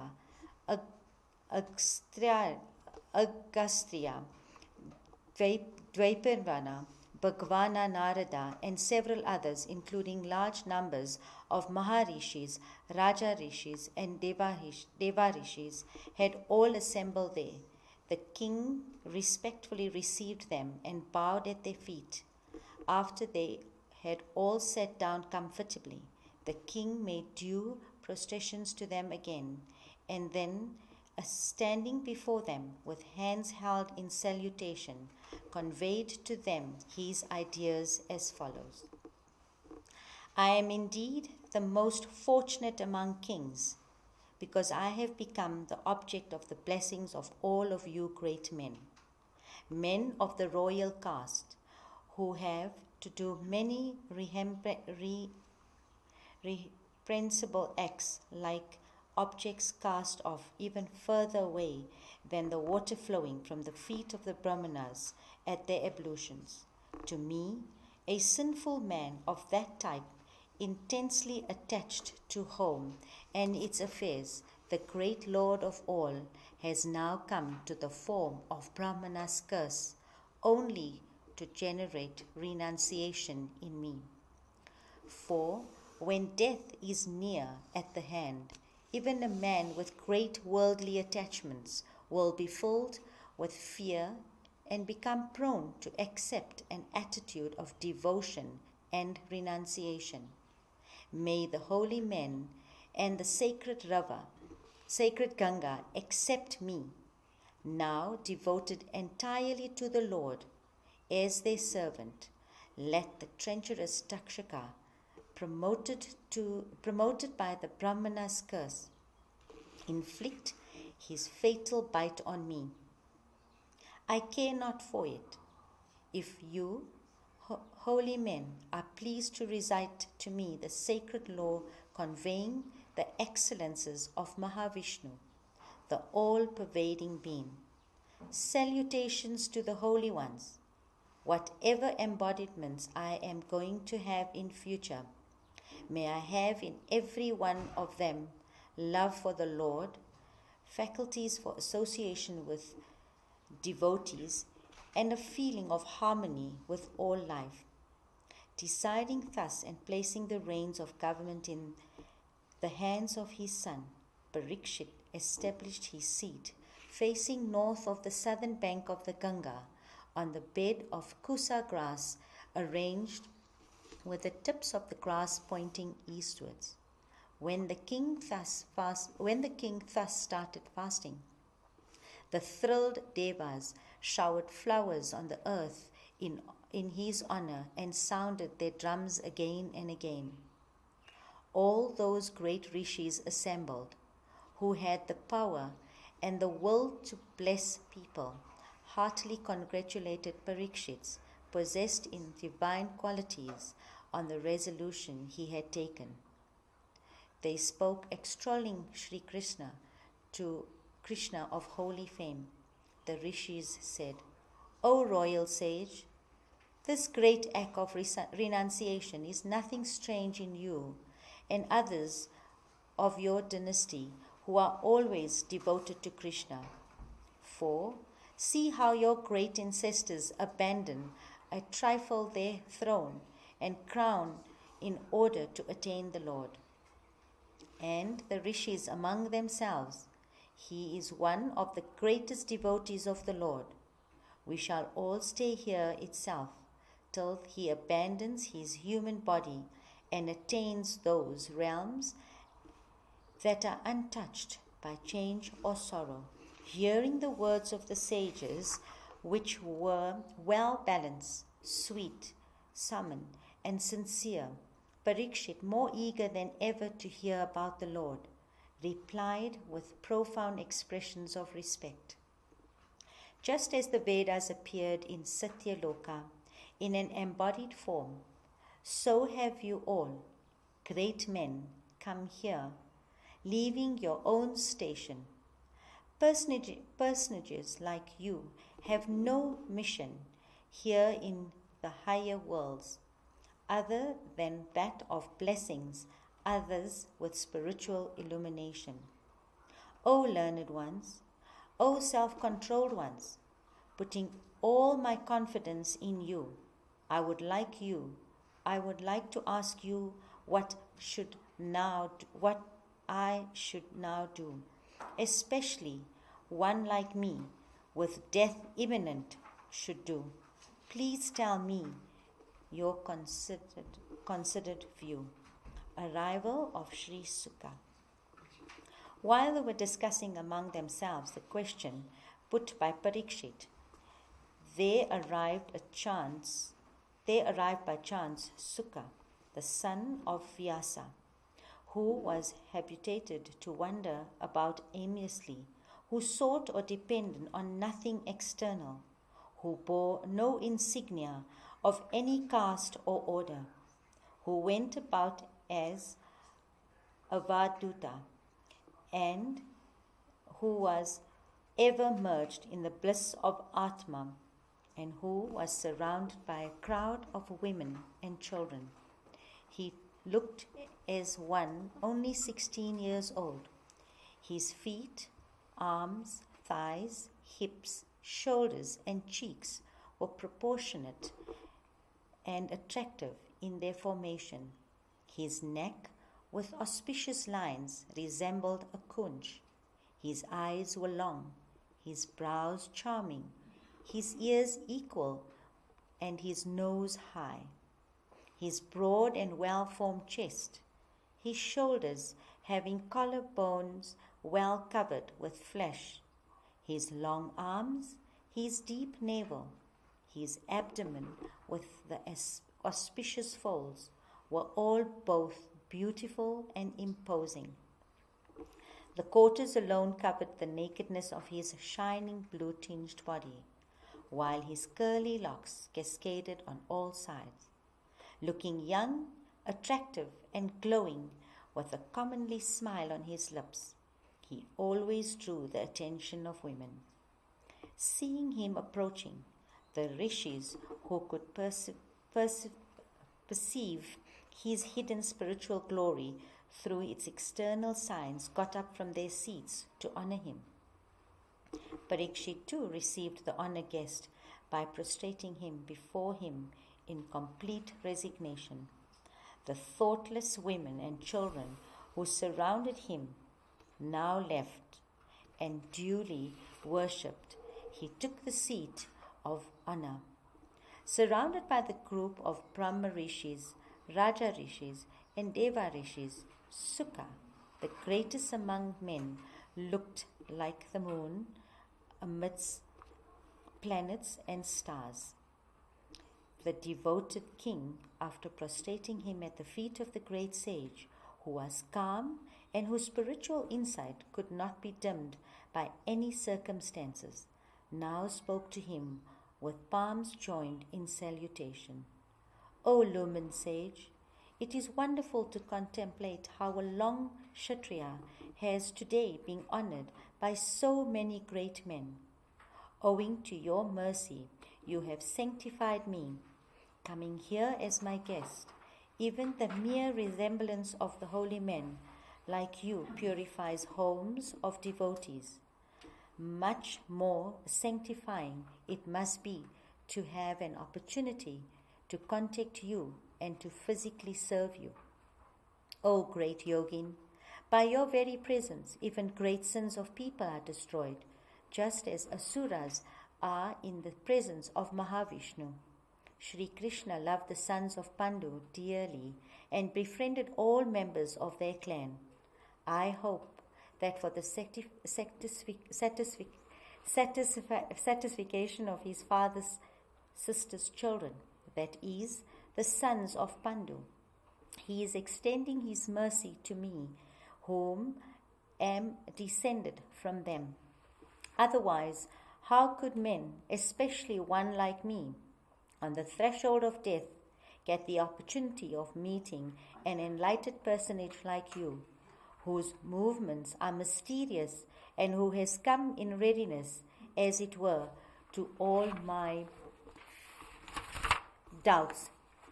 Therefore, I ask you, O enlightened one, O teacher of teachers, what constitutes the most important duty of a man faced with imminent death? O great one, tell me what such person should hear about, repeat, do, remember, and worship. Also tell me what he should not do in these respects. O Holy One, your habit is to stay only for a very short time, the time required to milk a cow, at the homes of men of the world. So I request you to engage yourself all that time is in instructing me. Sutta said, questioned in this way, in sweet and respectful words, the enlightened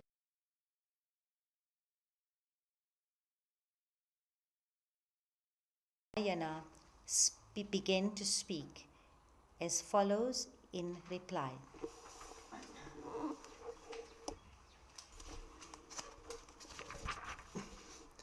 Iti Shrimad Bhagavate Mahapurane Vyasikhya Mashtadasha Sahasradhyo Paramahamsayam Samhitayam Pratamaskande Shuka Agaman Namaiko Naiveshadyo Adhyaya Iti Pratamaskanda Samaptaha Hari Om Tat Sat. Shrimad Bhagavatam Dvitiya Skanda Atha Prathamadhyo Adhyaya. Shuka's first sermon. What one should do at the approach of death. Sri Shuka said, O king, you have put a very excellent question. It is beneficial to the world. All great men will approve of it, and it will provide men with much devotional material fit for hearing. For men who do not know the Atman and are therefore attached to their homes and affairs connected with it, there are hundreds of things to hear about on worldly matters, which, however, are alien to men of spiritual inclination. They spend their nights, that is, half of their whole lifespan, in sleep and sexual enjoyments, while, O king, their daytime is devoted to earning wealth and managing their household affairs.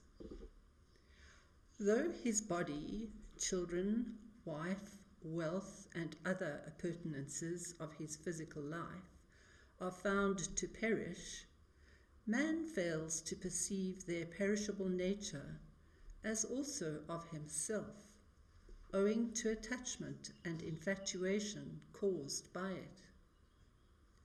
Therefore, O scion of Bharata's line, Hari, the all-pervading spirit and the omnipotent Lord of all, is to be heard about, praised, and remembered always by those who want to attain to the state of fearlessness. For all spiritual aspirants, whether they follow the method of intellectual self-analysis or the path of action consisting in the discharge of duties without attachment, The ultimate object is the attainment of a birth entirely devoted to him and ending with full remembrance of him. O King, even many ascetics who have gone beyond the life of adherence to Vedic commandments and prohibitions and are established in the attributeless absolute are seen to take delight in singing the praise of the Lord's excellences. Towards the close of the Dwapara Yuga, I learnt this Bhagavata Purana, equal to the Veda in greatness, from my father Vyasa. O royal sage, though I was established in the attributeless absolute, my mind was spellbound by the Lord's playful doings, and I learnt this Bhagavata, which deals with that subject. You are dear to the Lord, therefore I shall expound this Bhagavata to you. Those who have a strong faith in this text will soon attain to enduring love of the Lord. O King, it is the settled view of the wise that the chanting of the Lord's name is the one common means for all spiritual aspirants, for yogins, for men motivated by desires, as also for all renouncing ones, to attain the state of fearlessness. Vain is longevity for a man ignorant of the real value of life, owing to his infatuation for sensuous indulgence. Far better is an extremely short life, be it even of a few moments, lived with the understanding of its real value and purpose. For with that knowledge, even that short period can be used for the attainment of the ultimate good, unlike the long life of a heedless man, blindfolded by sensuous infatuation. The royal sage Katwanga, knowing that his end was fast approaching, immediately renounced everything and took shelter in hurry in a trice. O scion of Kuru's line, you have met a lifespan of 7 days more. Utilize that entirely for the hereafter, the eternal life. When death approaches, man should, with a fearless and unperturbed mind, cut off all his attachment for the body and all related entities with the sword of renunciation. Abandoning hearth and home as a sannyasin, and after bathing in the sacred waters of several holy rivers, he should fix his seat according to the scriptural rules at a solitary spot with a pure environment. There he should contemplate on the holy pranava, Om, the highest sound symbol of Brahman with its 3 elements. He should then steady the mind by establishing control over the vital energies through the continuous and concentrated repetition of the seed mantra of Brahman, Om. With intellect as the driver of the chariot of embodied soul, one should control the senses traveling along the road of sense objects, carrying the mind with them. The mind, which is further disturbed by the subtle impressions generated by various actions, should be controlled by the discriminating intellect and fixed on the Lord, who is the true bestower of the ultimate good. The mind that has till then been contemplating the total form of the Lord should afterwards be fixed on a single organ of the Lord, with intense and pointed concentration. The mind should then be made objectless by merging it in the existence, consciousness bliss that is the Lord. When the mind is merged in bliss, that is the supreme state of Mahavishnu. when the mind is drawn out by the influence of rajas or made dull by the dominance of tamas, the aspirant should, with strong determination, bring it under control through concentration, dharana. Repeated practice of concentration will remove these weaknesses of the mind. Repeated attempts at concentrating the mind on the Lord's form, the supreme seat of all that is good and glorious, will generate devotion in the mind of the yogin. The king questioned, how is dharana, concentration, practiced? Where should one concentrate? How does it remove the weaknesses and impurities in the mind? Sri Shuka said, a person who has succeeded in practicing steady posture, in controlling the vital energies, in abandoning attachments, and in subduing the senses, should fix his mind on the gross form of the Lord with the help of the understanding.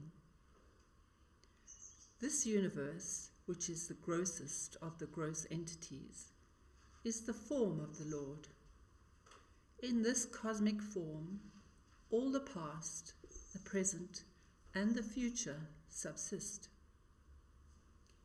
Permeating this universal cosmic form, with its 7 sheaths, consisting of the 5 elements, egoism and the universal intelligence, there is the Virat Purusha, the cosmic divinity.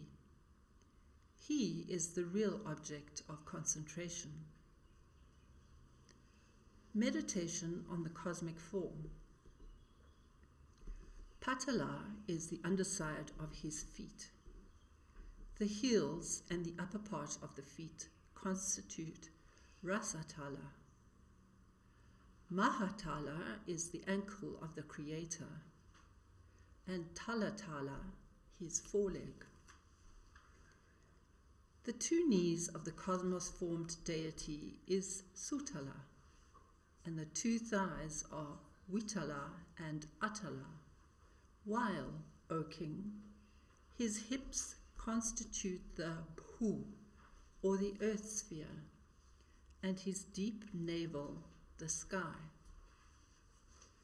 The sphere, Swaraga, is spoken of as his chest, Maharloka as neck, Janaloka as face, and Tapoloka as forehead, while Satyaloka is the head of that multi-headed being.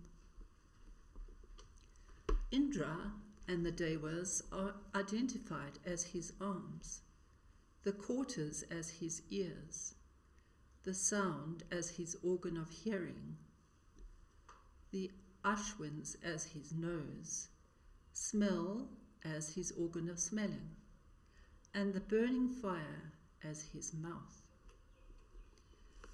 The skies constitute his eyeballs, the sun and the moon his organs of sight, day and night his eyelids, the Brahmaloka his brow, the waters his 4 sides, and taste his tongue. The Vedas constitute his Brahma Randra at the crown. His molars are represented by Yama, the god of death. His teeth are the expression of love. His smile is the world infatuating Maya, and his glance is the limitless creation. His upper lip is modesty, lower lip, greed, breast, dharma, back, adharma, generative organ, Prajapati, testicles, Mitra and Varuna, abdomen, ocean, and bones, mountains. The rivers are his blood vessels, the trees his hair, the powerful wind his breath, time, his movement, and the evolution of Prakriti with its three gunas, his sport. The locks of hair of the Lord are the clouds. His wearing cloth is dusk, O greatest of the Kurus. Unmanifested Prakriti is his heart, and his mind is the moon, the source of all soft emotions. The Mahatattva, great element, cosmic intelligence, is looked upon as his chitta, mind stuff, and Rudra is the ego sense of this universal being. Animals like elephants, camels, horses, and mules are thought of as his nails, and other animals like cows, deer, etc., as his waist.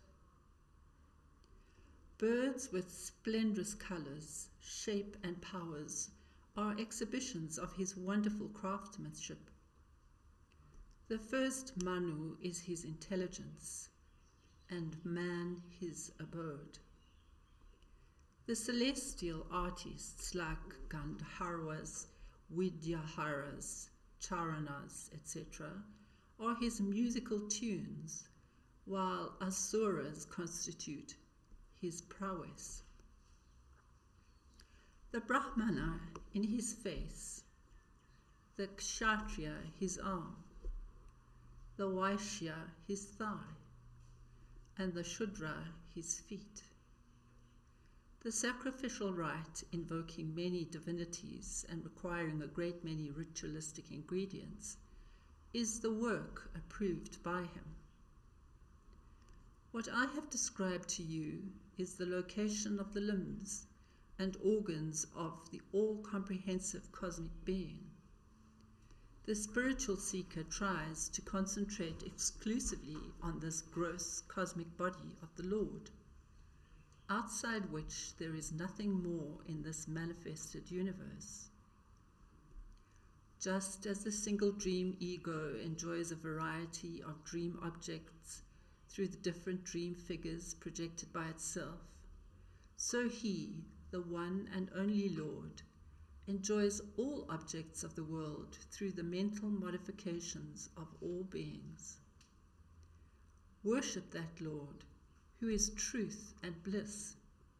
Do not cultivate attachment for any other, for from such attachments arises spiritual degradation.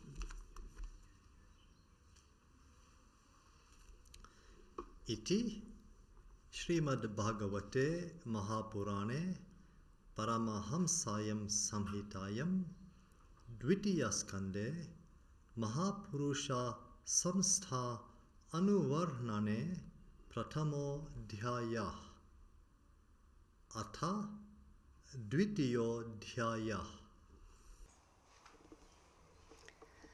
Dissertation on Eschatology, Gospel of Renunciation.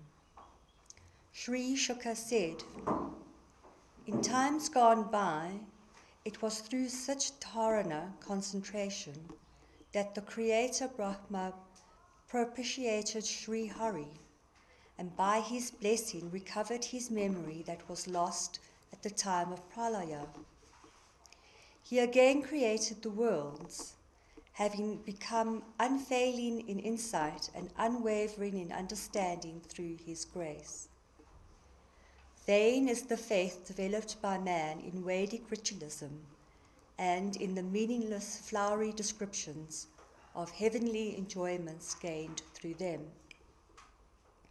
Enveloped in the tendencies of the mind, the jiva, who is the victim of such faith, wanders from one sphere to another and fails to attain what is true and enduring. Therefore, a man of discriminating mind should seek only such material objects as are absolutely necessary for him to live a healthy life. And even in respect of that, he should be unattached and convinced of their ephemerality. And if that limited requirement is had otherwise than through personal effort, he should leave it at that, knowing that further effort in such direction will only be a waste of labor. Why strain and struggle to get a bed when there is Mother Earth to lie on? Why seek a pillow to rest the head when the arm is there to support it? When you can eat and drink from your joined palms, where is the need for vessels and plates? Why seek other clothes when there are the quarters or bar clothes to cover your nakedness? Have the roads become devoid of rags lying scattered here and there? Have trees, which bear the weight of their fruitage for the benefit of others, ceased to offer their bhiksha of fruits to anchorites? Have all the streams of water been dried up? Have the entrances of caves and caverns become barred? And has the unconquerable Lord ceased to give protection to those who seek shelter in him? Why, then, should a spiritual aspirant become dependent on rich men infatuated with the evil pride of their wealth? In one's own heart he resides, the all-perfect and infinite being, who is truth and loved unalloyed. Seek him with abiding faith in his truth, abandoning all worldly values. By that will ignorance, the cause of samsara, be destroyed. Seeing the whole world suffering in the hellish stream of samsara through the evil effects of their own actions, who accept brutes will follow those worldly values, abandoning the thought of the Supreme Being. Meditations on the form. Some meditate on him in the space within the heart, as being of the size limited by their heart, and as having the lotus, discus, conch, and mace in his forearms. His face is calm and peaceful, his eyes beautiful like lotus petals, and he's wearing cloth yellow like the pistil of the kadamba flower. He has armlets, earrings, and diadem, shining with the precious gems with which they are studded. His feet are established in the blooming heart lotus of great yogis. His chest is marked by the presence of Lakshmi. His neck is adorned with the brilliant gem of Kaustupa, and his frame is surrounded by an unfading wreath of assorted flowers and leaves. He is bedecked with a lustrous girdle, rings, bracelets, and anklets, and his face, smiling and beautiful, is framed by his curly locks, dark and shining. By the movement of his brows, as he casts his glances with a playful smile on his lips, he seems to be bestowing his blessings in abundance on all. One should meditate on this form of the Lord until it manifests itself in the mind steadily. One should meditate on each part of the Lord, from the foot up to his smiling face. One should concentrate on one part at a time, passing from the lower ones upward, until the mind gets purified and the part meditated upon becomes clearly manifest in the mind. So long as man has not gained intense devotion to the Lord, the master of all, the witness of everything, one should meditate on the gross form, the Viratrupa of the Lord, at the end of one's obligatory rites, with great attention and sincerity. How a yogi passes away. When such a spiritual aspirant desires to leave the body, he must give up all thought about time and location. He should regulate his vital energy, sitting in a firm and convenient posture, and establish control over all the senses. Restraining the mind with the purified intellect, dissolving that intellect in the I sense in the individual spirit, and the individual spirit in the universal spirit, the aspirant is established in peace. He has nothing to accomplish thereafter by way of duties, sacred or secular.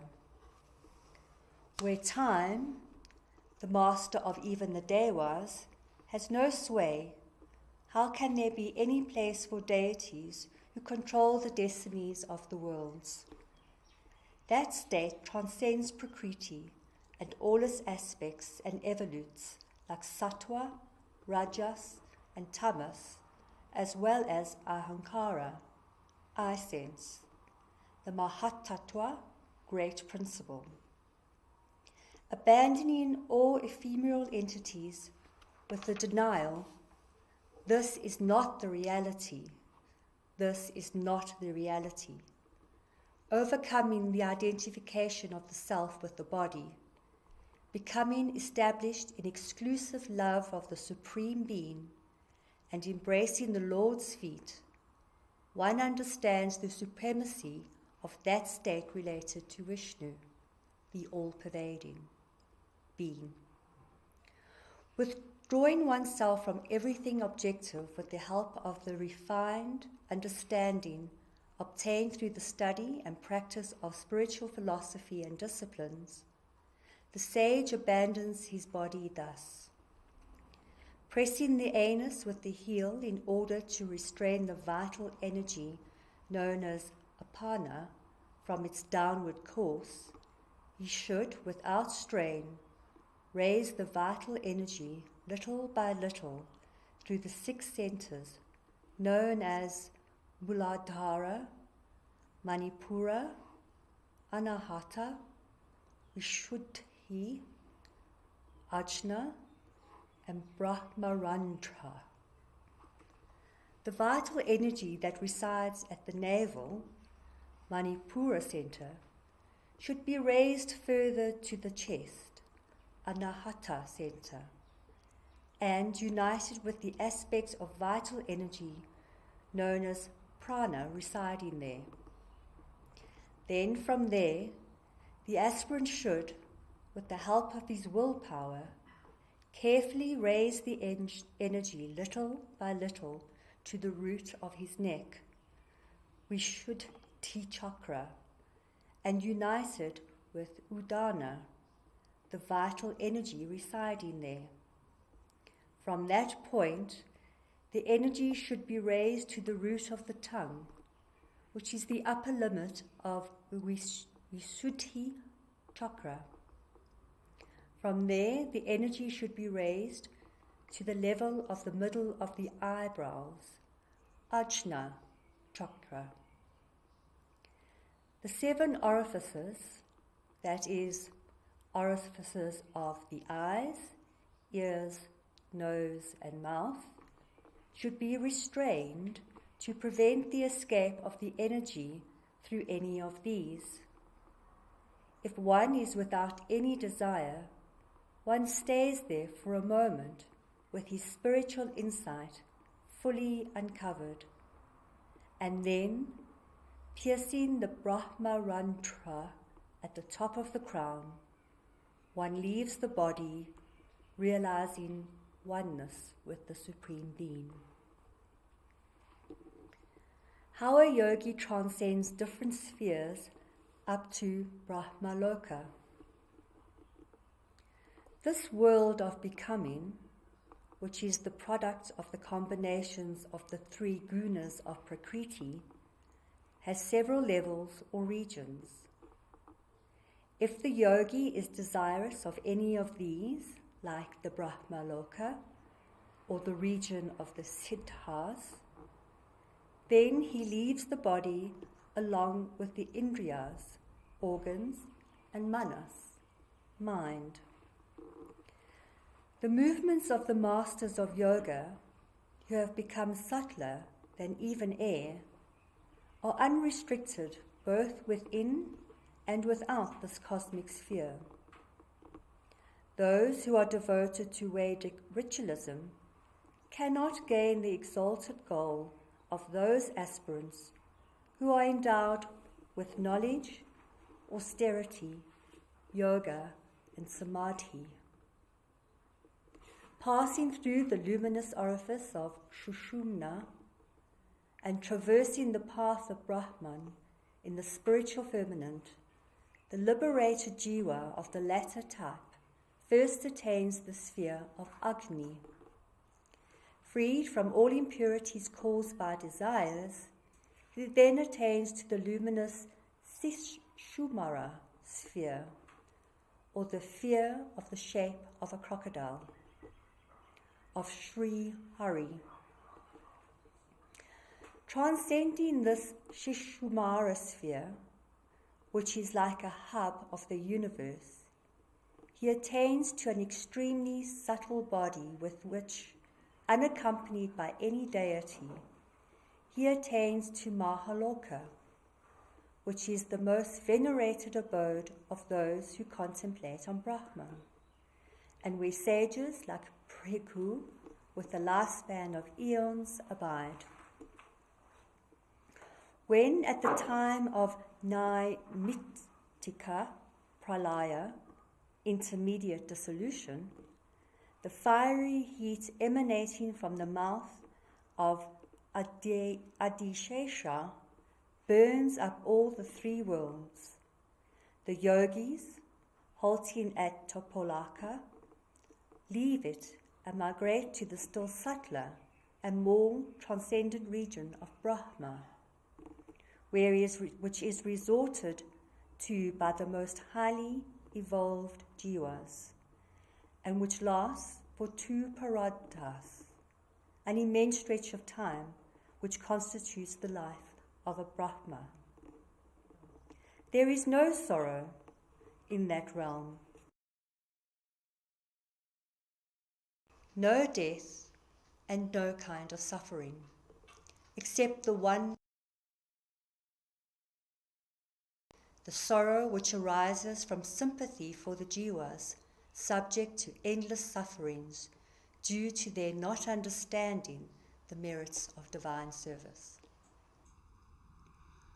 How the yogi passes beyond Brahmanda. How the yogi who has attained to Brahmaloka, which is the highest state in the Brahmanda, the shell-enfolded universe, goes beyond it is now described. All the categories evolved from Prakriti constitute these shells, and the yogi passes from the grosser to the subtler through identification with each.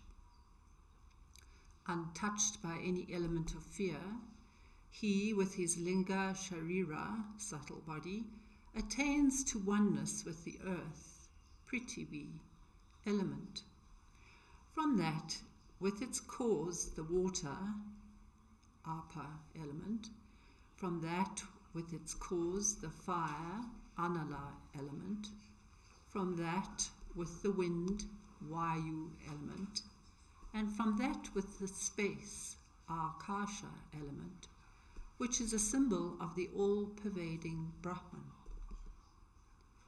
How the yogi transcends the subtle aspects of elements, out of which are formed the objects of the senses, is now stated. The sense of smell he dissolves in the subtle element, smell. The sense of taste in the subtle element, taste. The sense of sight in form. The sense of touch in tactile element. The sense of hearing in sound element. And the organs of actions in their respective functions. Next, how the yogi transcends the still higher categories is described. The yogi dissolves the bhuta, sukshmas, subtle aspects of elements, in their source. The tamasa aspect of ahamkara, the organs in their source, the rajasa ahamkara, the mind and the presiding deities in their source, the sattvika ahamkara. Then he dissolves the ahamkara in its cause, the mahatattva, that in the gunas, and the gunas in prakriti. Dissolved in prakriti, he becomes clothed with bliss, and then, abandoning all adjuncts, he becomes one in nature with the self, which is utter peace and bliss. O dear one, he who goes along this path leading to the Lord never returns to a lower sphere. O King, these are the two paths of spiritual progress, eternal, spoken of in the Vedas, of which you wanted to know. The first is the path of immediate salvation, and the other of gradual salvation. Bhagavan Vasudeva himself revealed this to Brahma, who worshipped him with great devotion in ancient times. There is no other path of spiritual fulfillment so easy and safe for beings caught up in samsara as the path of devotion to the Lord. For Brahma himself impartially scrutinized the Vedas thrice with deep concentration, and the conclusion he arrived at was that the most efficient means of spiritual evolution is what generates intense devotion to Sri Hari.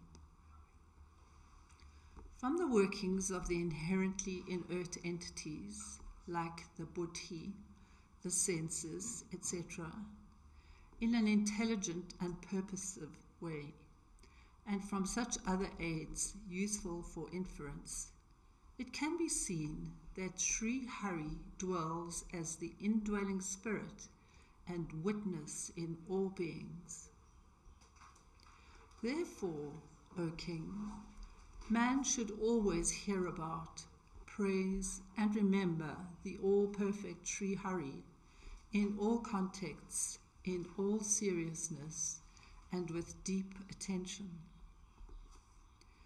Whoever imbibed the nectar of divine excellences, filling the cup of their ears with that immortal drink, they, verily, will have their hearts purified of all the impurities with which the contacts of sensuous life have poisoned them. They, verily, will attain to his lotus feet.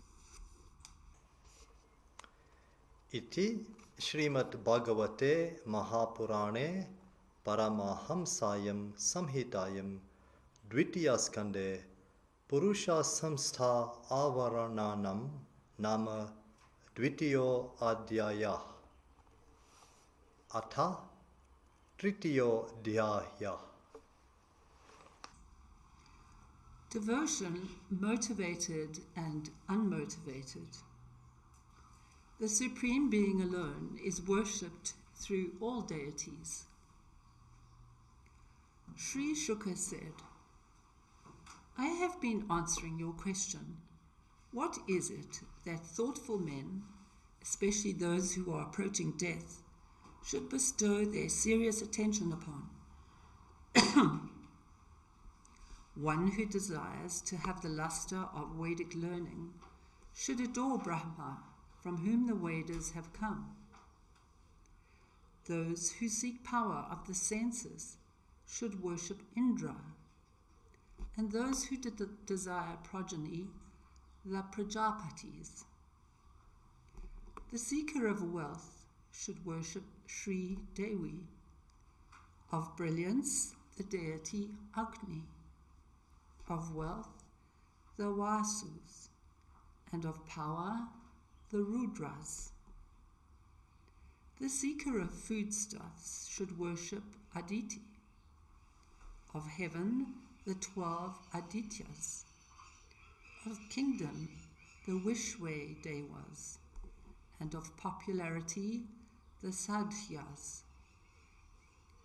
The seeker of longevity should worship the Aswini Devas. Of strength of body, the Bhumi Devi. And of security, Dior and Bhumi, who are the parents of the world. The seekers of beauty should worship the Gandharvas. Of women, the Apsaras, Urvasi, and of sovereignty over all, Brahma, the Lord of the worlds. The seeker of fame should worship Vishnu. Of immense wealth, Varuna. Of learning, Parameshwara. And of happy conjugal life, Uma. The seeker of dharma should worship Vishnu as Uttama Sloka, and of increase of progeny, the Pitris. Of security from possession by ghosts, Yakshas, and of strength, the Maruts. The seeker of kingdom should worship the Manus and the Devas. Of the destruction of enemies by black magic, the Rakshasa Niriti, and of sexual satisfaction, Soma. But those who have no desires worship the Supreme Being who transcends nature. But the one being to be adored with intense devotion by all, whether they be devoid of all desires, or whether they be desirous of all enjoyments, or whether they be seekers of moksha, is the Supreme Person, the one God of all. In other words, all the deities mentioned above are nothing but his manifestation, and all their powers stem from him alone. So a man of intelligence worships the Supreme Being alone, through all deities. The ultimate object of all worship is the generation of unswerving devotion to the Supreme Being. It leads to liberation, the highest destiny of man. By association with holy men, devotion develops in an aspirant. Who will not feel delight in the accounts of the Lord's actions and excellences, listening to which spontaneously generates bhakti, the experience of which is considered equal to mukti itself, which bestows illumination that destroys all binding passions of the heart, and consequently generates non-attachment and the joy of the spirit. A life lived without bhakti is useless. Sanaka said, after having heard these words of Sri Shuka, noted for his learning and spiritual experience, what else did Parikshit, the leader of the Bharata dynasty, ask? Where pious men meet, there certainly will occur much talk about the Lord. You ought to tell us of the talks that took place on that occasion, to us who are very desirous of hearing about it. Indeed, that hero Parikshit, the grandson of the Pandavas, is such a great devotee of the Lord that the worship of Krishna was his favorite play even in the days of his childhood. And as for Shuka, the son of Vyasa, he is the most noted among the devotees of the Lord. When so many holy personages meet, surely there must have been much talk about the Lord. A man has really lived only during those moments of his life that have been spent in the thought of the Lord. Vain are the lives of the rest, their lifespan being merely food for time to swallow through its jaws of sunrise and sunset. Do not trees live their lifespan? Do not bellows take in and send out air? Do not animals, domestic and wild, eat and mate? Alas, what is human life worth if it fulfills only these very same functions? He into whose ears the Lord's name has not entered, he is a man in form, but in fact only an animal, a dog, a pig, a camel, an ass, or the like.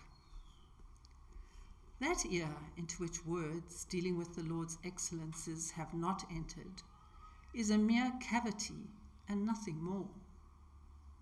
He whose perverse tongue has never uttered the Lord's names and praises is verily as despicable as the tongue of a frog. The head of a man, though bedecked with silk turbans and diadems, is with all its adornments just a burden, if it does not bow down before the Lord. And a hand that never serves the Lord is verily a cadaverous limb, in spite of the brilliant bracelets worn on it.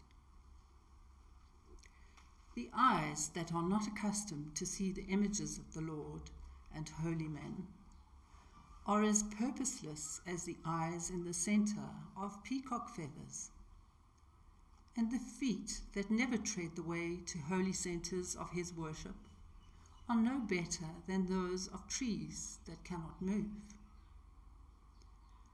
That man is a mere living corpse who has never contacted the dust of the feet of devotees. A breathing corpse is he who has never breathed the fragrance of the tulasi leaves with which the Lord's feet have been worshipped. A man whose heart is unmoved, whose eyes shed not tears, and hairs stand not on end when the Lord's names are uttered. He verily is possessed of a heart of stone. O beloved one, you who have been discoursing on matters dear to our hearts, may you be pleased to tell us what that great spiritual luminary Sri Shuka replied to the king in answer to the questions put to him.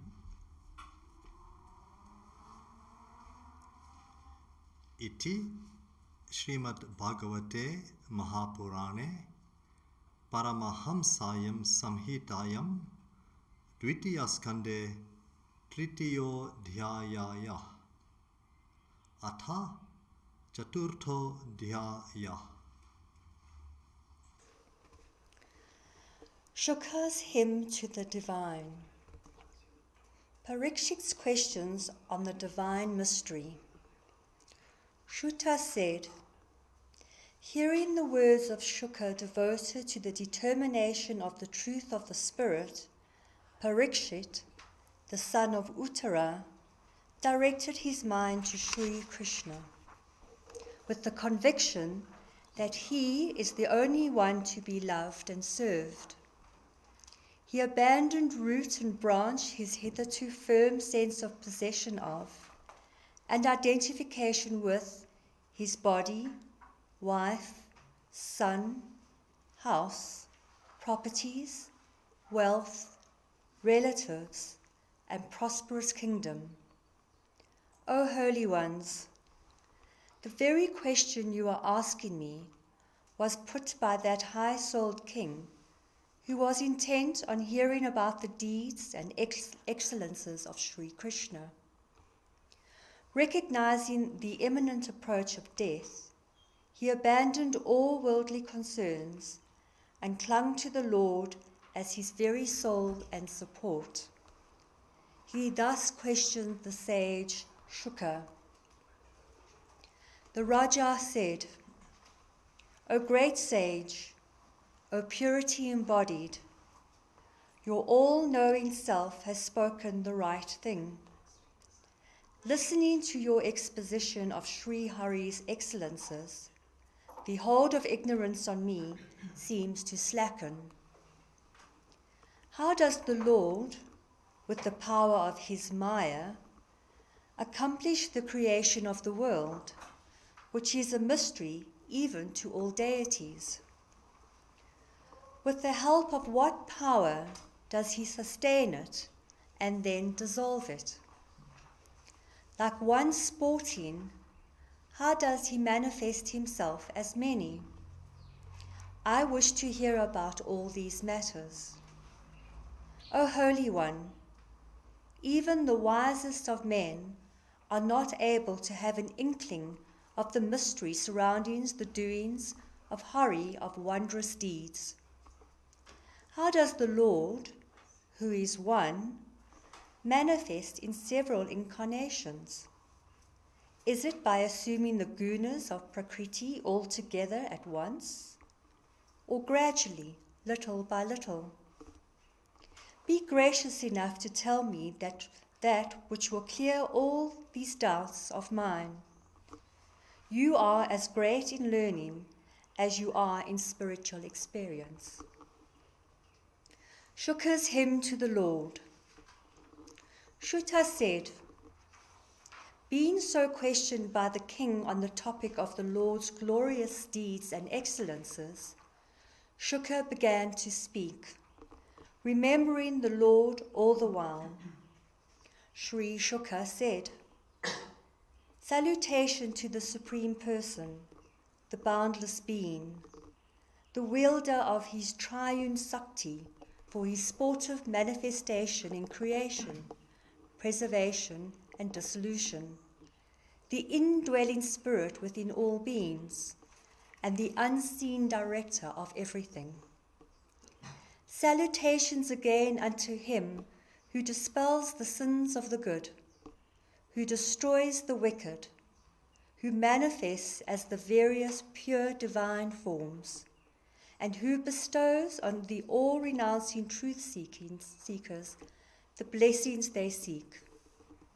Salutations again and again to the bestower of illumination on true devotees, who is far from the reaches of hypocritical ascetics, and who ever shines in his glory as the all-inclusive Brahman, whom there is none to equal or to excel. Repeated salutations to that being whose fame consists in his all-purifying sanctity. The corruptions of sin are overcome by those who listen to his excellences, who praise him, who remember him, who serve him, who salute him, and who worship him. Salutations again and again to that being whose glory consists in his all-purifying sanctity. By worshipping his feet of men of discrimination easily overcome the attachments for the enjoyments of this world and of the hereafter, and attain easily to the bliss of Brahman.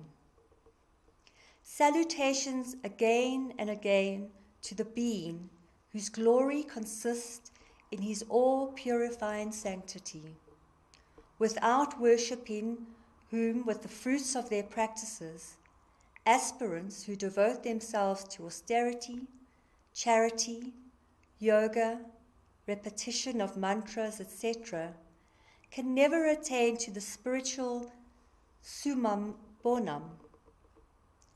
Salutations to that supreme being, by serving whose devotees, even such sinful communities like the forest tribes, Hunas, Andhras, Pulindas, Pulkasas, Abhiras, Kankas, Yavanas, Kasa, and the like become pure. May he who is initiated as the inner self by men of self-control, who is the Lord of all, whose nature finds expression as revelation and as moral effort and as spiritual striving, and whose mystery astounds even such highly evolved beings like Brahma and Shiva. May that Bhagavan be propitious unto me. May he who is the Lord of Shri, who is the granter of the fruits of all yajnas, who is the master of all creatures, who is the Lord of all the worlds, who protects the world through his various incarnations, and who in his incarnation as Sri Krishna came as the Lord and support of all devotees constituting the tribes of Andakas, Vrishnis, and Sattvatas. May he be propitious unto me. He, by meditating on whom with intensity of devotion, the wise ones get that refinement of understanding with which they are able to intuit the truth of the Atman, and thereafter to expound that truth in different ways according to their intellectual bent. May he be propitious unto me. He by whose prompting Saraswati, identical with the Veda, emanated from the mouth of Brahma at the beginning of creation, imparting to him the creative idea. May that supreme bestower of spiritual knowledge be propitious unto me. He who, out of the 5 elements, forms the bodies of all beings and resides within as their indweller, manifesting in them their 16 faculties and their functions. May that Bhagavan inspire my words.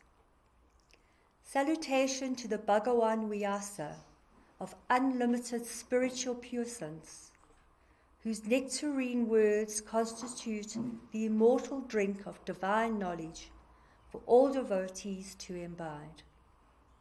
O King, Brahma, who had from his origin the knowledge of the Vedas within himself, expounded to Narada, who was questioning him very earnestly, this knowledge of the Atman, in which he in turn had been instructed by Sri Hari himself.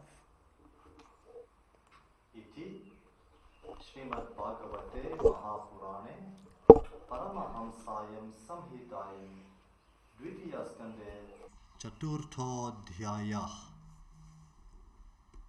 Atha Panchamo Dhyayah. The universe as a form of the Lord. Narada's wrong estimate of Brahma. Narada said to Brahma, O great divinity, the creator and the first of all beings, salutations unto thee. Speak to me of that knowledge which reveals the truth of the Atman. O Lord, what is it that manifests this universe? On what is it based? From what did it have its origin? Into what does it finally resolve? What controls it? What is its real nature? Tell me the truth about all this. Thou who art the master of the past, present, and future, know about all this as intimately as about something placed in one's palm. All this universe, indeed, is an expression of thy thought. Thou, by thyself, art seen to create all these beings with the various categories with thy own inherent power. Yet, having heard that thou didst perform austerities before creation, doubt arises in my mind whether thou art as free as it appears. Therefore, tell me from whom thou didst get this knowledge, and what thy support is, and who thy superior is, and what constitutes thy form. Like a spider, depending on thy own inherent power, thou createst the whole universe without any effort, and sustainest all beings in thyself without their having to seek the help of anyone outside. In this whole realm of name and form, of cause and effect, I find that nothing owes its origin to anyone below thee, or equal to thee, or greater than thee. Yet we have heard that even thou hast performed tremendous austerities with great concentration. This confuses us and makes us feel that thou art not as independent as it seems. O all-knowing one, O Lord, in all these matters about which I have questioned you, in a way that I can understand easily. Narada corrected, glory of Narayana. Brahma said, O dear one, the questions you have put are very pertinent, and I am grateful to you for doing so. For you have, by your questions, prompted me to describe the greatness of the Bhagavan, who is supreme over me. Dear one, what you have spoken about me is not totally untrue. I have indeed such powers. But you have said all this without knowing that there is one superior to me. Just as the sun, moon, fire, and the stars reveal an already existing world, so my creative act, too, is only a manifestation of what is already in him. I salute that Bhagavan Vasudeva, by whose unconquerable Maya you all are thinking me to be the creator of the world. For he is the Supreme Lord, and I am only a humble agent of his.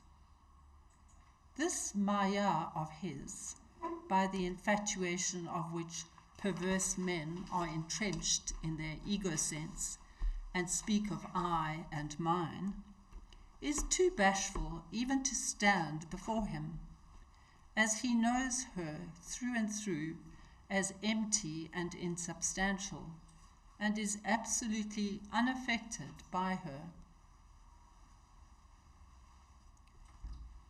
Draya, or matter, with the elements of which combinations are made, karma, or the impression of past actions leading to the formation of different kinds of bodies, kala, or time, which is the framework of all experience, swabhava, or nature, which is the cause of evolution, and jiva, or the living soul.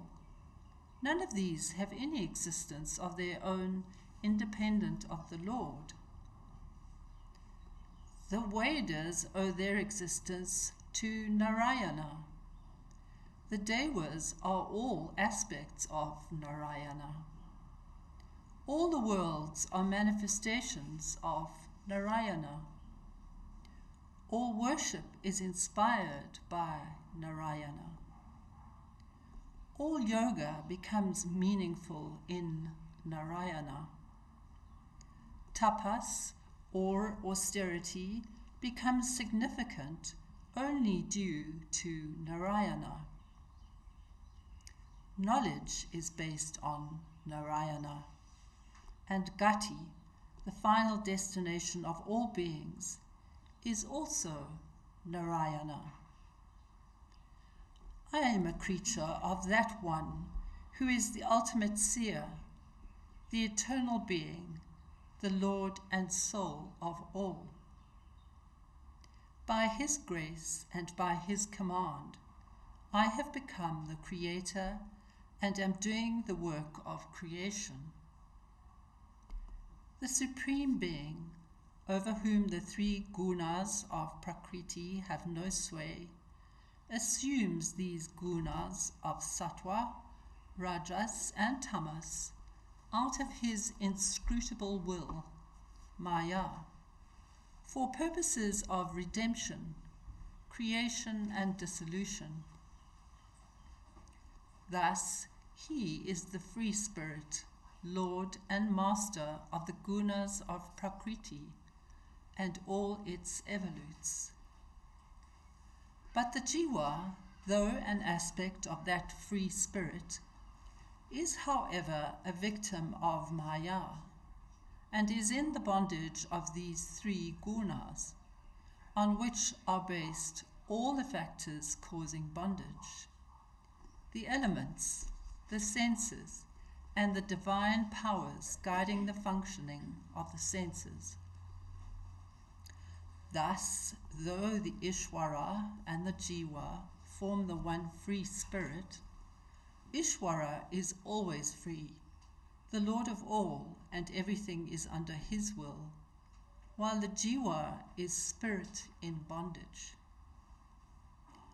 The Lord, who is beyond the purview of the senses, becomes inferable by his devotees through the signs of his mystery, revealed through the play of the three gunas that are controlled and directed by him. O Narada, he is verily the master of myself and of everything that exists. Creation of the universe.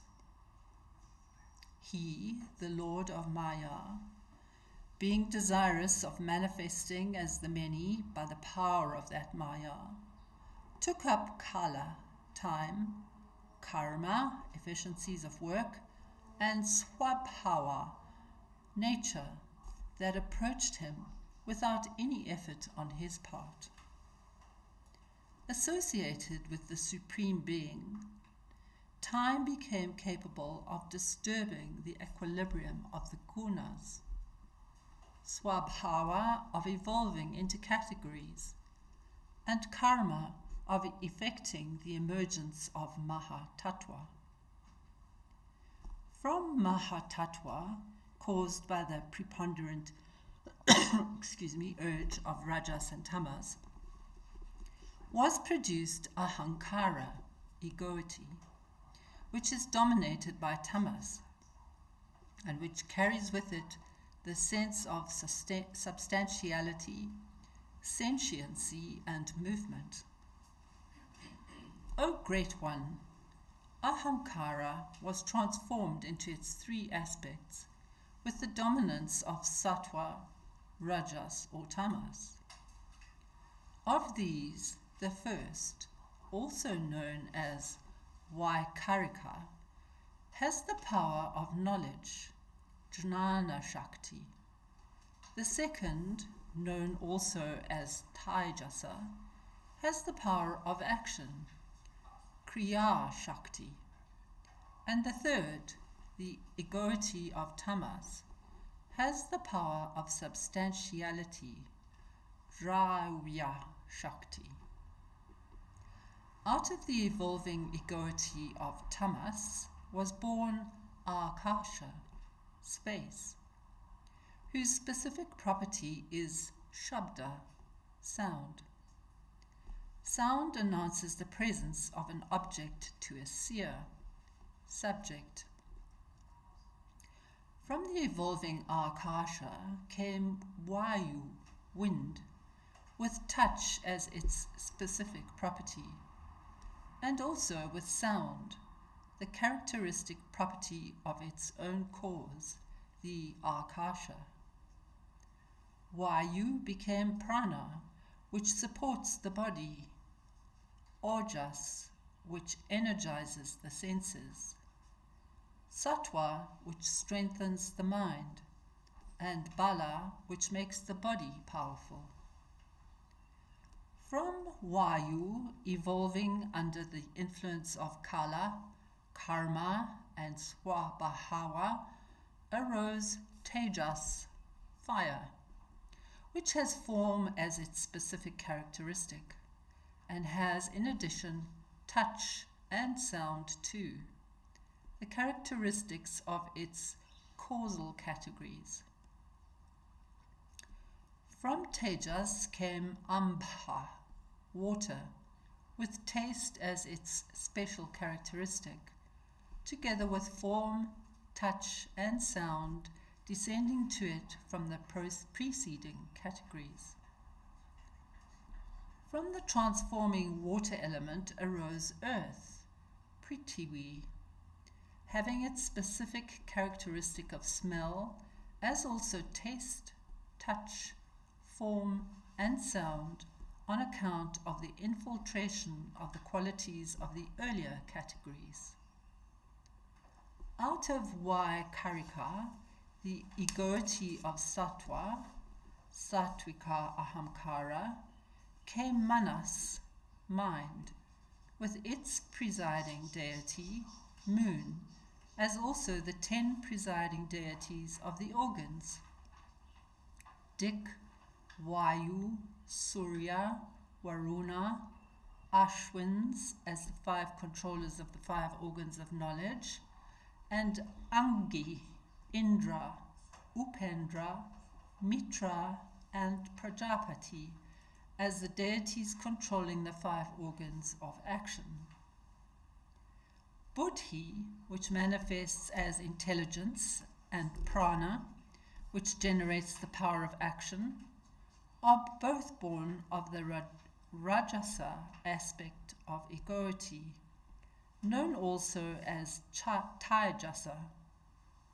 Therefore, out of that Taijasa have come the 5 organs of knowledge: ears, tactile organ, nose, eyes, tongue, as also the 5 organs of action responsible for speech, holding, walking, excreting, and generating.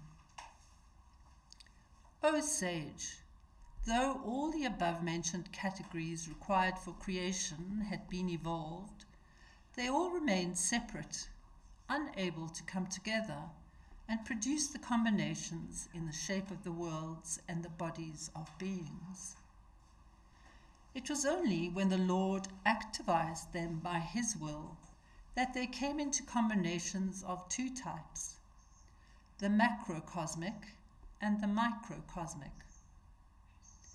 The combination of the categories thus produced remained as the all-comprehensive cosmic shell in the causal waters, absolutely immobile until the Lord, employing kala, karma, and swabhava, enlivened it by entering into it as the jiva.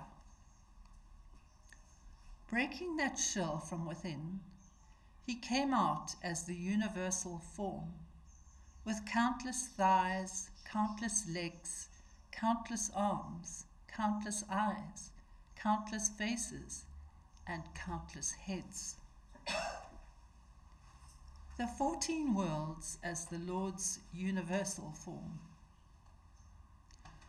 The wise thinkers have identified the 14 worlds with parts of his body, the 7 inferior worlds being the parts below the waist, and the 7 superior being those above the waist.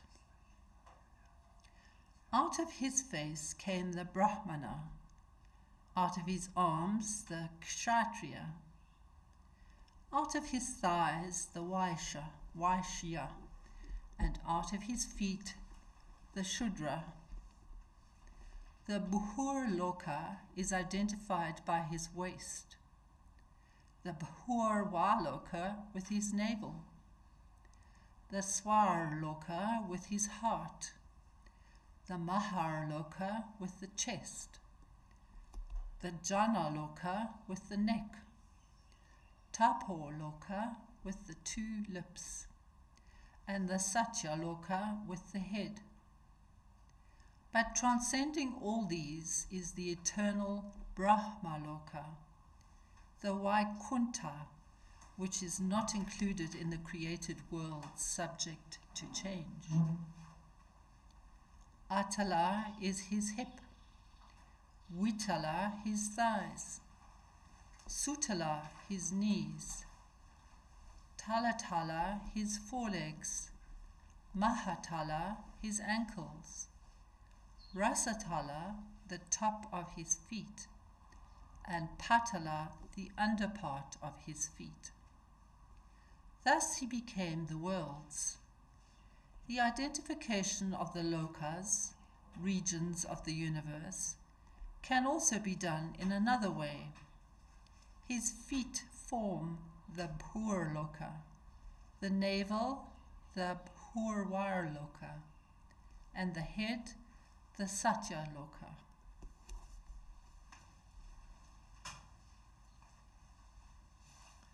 Iti Shrimad Bhagavate Mahapurane Paramahamsayam Samhitayam Dvitiya Skande Panchamodhyaya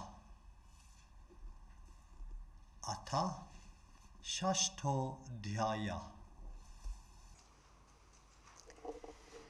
The divine and his manifestation. Further details about the universal form. Brahma said, "His face is the source of the organ of speech and his presiding deity Agni.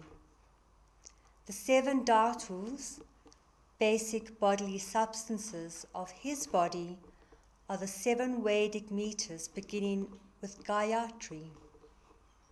His tongue is the origin of the offerings to Devas and Pitris called Havya and Kavya, of the 6 forms of taste, as also the organ of taste, and of his presiding deity Varuna. His nostrils are the source of the pranas, and their presiding deity Vayu, wind. From his sense of smell have originated the Ashwina Devatas, herbs and fragrant substances. His eyes are the source of all forms and of brilliance. His eyelids of sun and moon.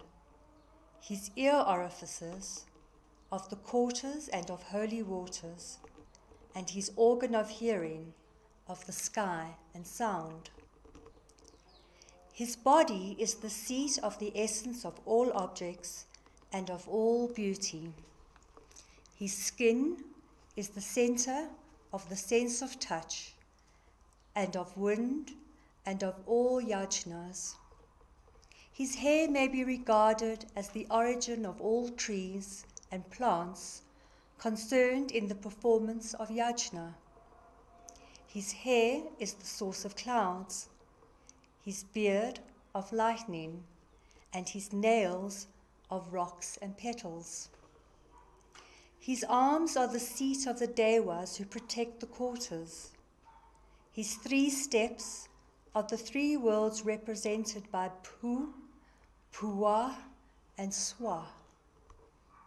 His feet secure liberation and refuge. The feet of Hari help the fulfillment of all one's wants. His generative system is the seat of water, semen, creation, and rain cloud. In his penis reposes the joy of copulation. His anus forms the center of Yama and Mitra, and in it resides the function of excretion. His buttocks form the seat of slaughter, inauspiciousness, death, and hell, and his back of defeat, unrighteousness, and ignorance. In this universal cosmic form, the blood vessels are the rivers, the bones of the mountain ranges, the abdomen is the indiscrete state of matter, as well as the ocean and place of dissolution of creatures. And the heart is the mind of all creatures. The chitta, mind stuff, of that Supreme Person is represented by Dharma, by myself, Brahma, by yourself, Narada, and by the eternal sages like Sanaka, by Rudra, and by Vijnana, special knowledge. All these and the rishis, devas, asuras, men, elephants, birds, animals, serpents, Gandharvas, Apsaras, Yakshas, Rakshasas, Bhutas, reptiles, cattle, pitris, siddhas, Vidyadharas, charanas, trees, creatures living in water, earth and sky, all the various planets and galaxies, comets, lightning, thunderclouds, in short, all things that are, that existed or will exist, form the Purusha himself. For just as all objects have been made out of the gold are only gold, so also all these, having come out of him, are he himself. The divine transcendence. He, being the material cause of all this, pervades it all, and also transcends it. Just as the sun illumines itself and spreads everywhere outside too by its heat and light, so also the universal spirit is in the universe and also transcends it. Thus, he exists as this cosmic form, revealing himself and everything inside and outside, without the help of any other illuminator. For he is the immortal and fearless spirit, free from the perishable nature of material substances. All beings dwell in a part of him who has manifested as the universe. That in spite of such manifestation, he is not in the least affected, but continues to be the existence, knowledge, bliss absolute, is the unique greatness of the Supreme Being. In the three regions beyond the Maharloka, that is, in Janaloka, Tapoloka, and Satyaloka, the Jiva attains to bliss, fulfillment of all wants, and security from fears, respectively. Those who adopt the three stations of life, that is, of the lifelong brahmacharan, the vanaprastha, and the sannyasin, in all of which absolute continuance, countenance is the rule. They go to the above-mentioned worlds, which are beyond what is usually called the Triloka, Bhu, Bhuva, and Swa. But householders, who are without the vow of absolute continence, go only within the limits of the three lower worlds. From limitless time, the Jivas have been going along the two paths in the hereafter, one leading to heavenly enjoyments and the other to moksha, or eternal bliss. The first springs from the life of avidya, or life based on self-centered values, and the other from the pursuit of vidya, or enlightenment. Both these ways of life have their sanction in the divine will, and the latter, that is, the life of vidya, becomes natural to one who has passed through the former and evolved spiritually to the required level. He from whom this cosmic shell, manifesting as the universal form, Virat, comprising all the categories like elements, organs, mind, etc., originated.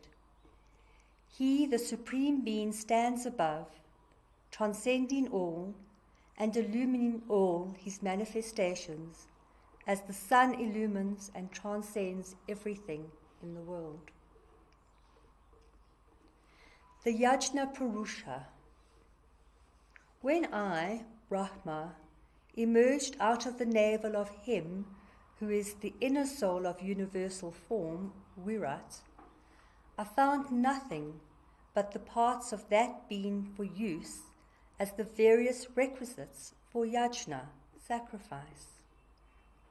So all these requisites, like animals, posts, kusa grass, ground, seasons, sacrificial utensils, barley and other cereals, ghee, edibles representing the 6 tastes, metals like gold, earth, water, and the 3 Vedic texts, namely Rik, Saman, and Yajus, the sacrificial rites, the sacrificial names, mantras like Swaha, sacrificial presents, austere practices, the Devatas, ritualistic procedures, resolutions, disciplines, the poses and movements of the sacrifices, meditation on deities, expiation,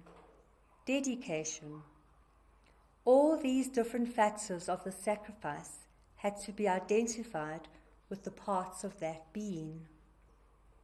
Equipped with all such ingredients from the parts of the Purusha, I offered all these as sacrifice to that Supreme Being himself. Then the 9 Prajapatis, your brothers, having recollected their minds with intense devotion and concentration, sacrificed unto that Purusha who is both manifest and unmanifest, manifest as the Devas like Indra, and unmanifest as the transcendent being. Then the Manus, other rishis, Pitris, Devas, Asuras, and men all offered sacrifice unto him at proper times. The Supreme Being, his transcendent nature.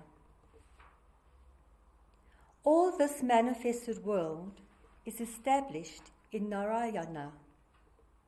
In creation, he manifests himself as this universe of 1,000,000 forms by assuming the gunas, though himself not subject to the gunas. Being directed by him, I create the worlds, subject to his control, and horror destroys it. And he, the wielder of the 3 gunas, sustains the worlds as Vishnu. O dear one, I think I have now answered your question by showing that there is nothing in this chain of cause and effect called the universe having any existence independent of the Bhagavan.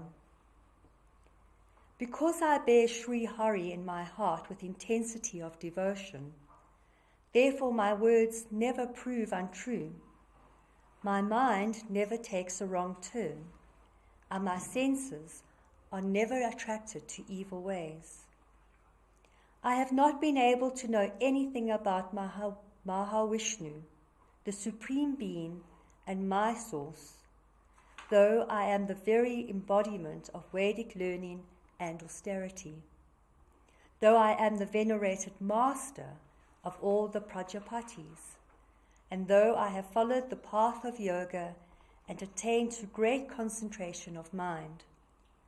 Salutation to his sacred feet, which save the refugees from the travails of samsara, which bestow peace, and which are in themselves the most auspicious of objects. So vast and varied is the power of his Maya that even he does not know its extent, just as the sky is unaware of its own limits. Neither I, nor you, nor Shiva understands him in his real nature. What to speak of other Devas? Infatuated by his Maya, our understanding can grasp only this created universe, and even that according to the extent of our intelligence. Though we people give descriptions of his activities in his incarnations, none of us know him in truth and in reality. Salutations to him. He is pure spirit, the original and unborn being, and the creator of all that exists at the beginning of every cosmic cycle. He is the creator, the material of creation, the created world, and the one in whom the creation subsists. He is spirit, pure and transcendent. He is the innermost essence, firm and unified. He is truth, complete and beginningless. He is non-dual, eternal, and above the gunas. The rishis intuit him when serenity reigns, but he evades the mind agitated by vain argumentation.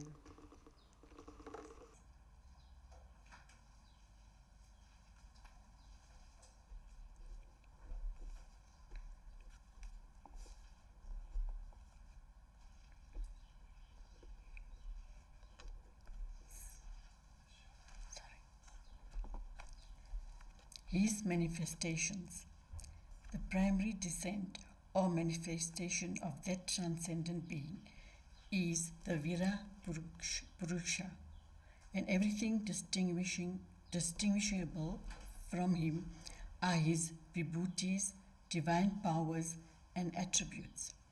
These are time, nature, cause and effect, conditions of Prakriti, cosmic intelligence, the great elements, ego, qualities, senses, and all entities moving and unmoving. Myself, Rudra, Vishnu, Prajapatis, and Rishis, including you, the lords of the world, the heavens, earth, Patala, etc., the leaders of Gandharvas, Vidyadharas, and Charanas, the leader of Yakshas, Rakshasas, snakes, and serpents, the chiefs of Pitris, Asuras, Siddhas, and Danavas, the leaders of ghosts, demons, elements, aquatic creatures, animals, and birds. In fact, all that have striking endowments of attributes like majesty, personality, strength, luster, modesty, intelligence, patience, energy, brilliant colors, beauty, etc., are special expressions of his. O sage, I shall now narrate to you, according to their importance, the accounts of Mahavishnu in his sportive divine incarnations, Lila Vataras, accounts which will erase the impurities that the ears have acquired through hearing about worldly matters, and which are in themselves extremely attractive and sanctifying to hear.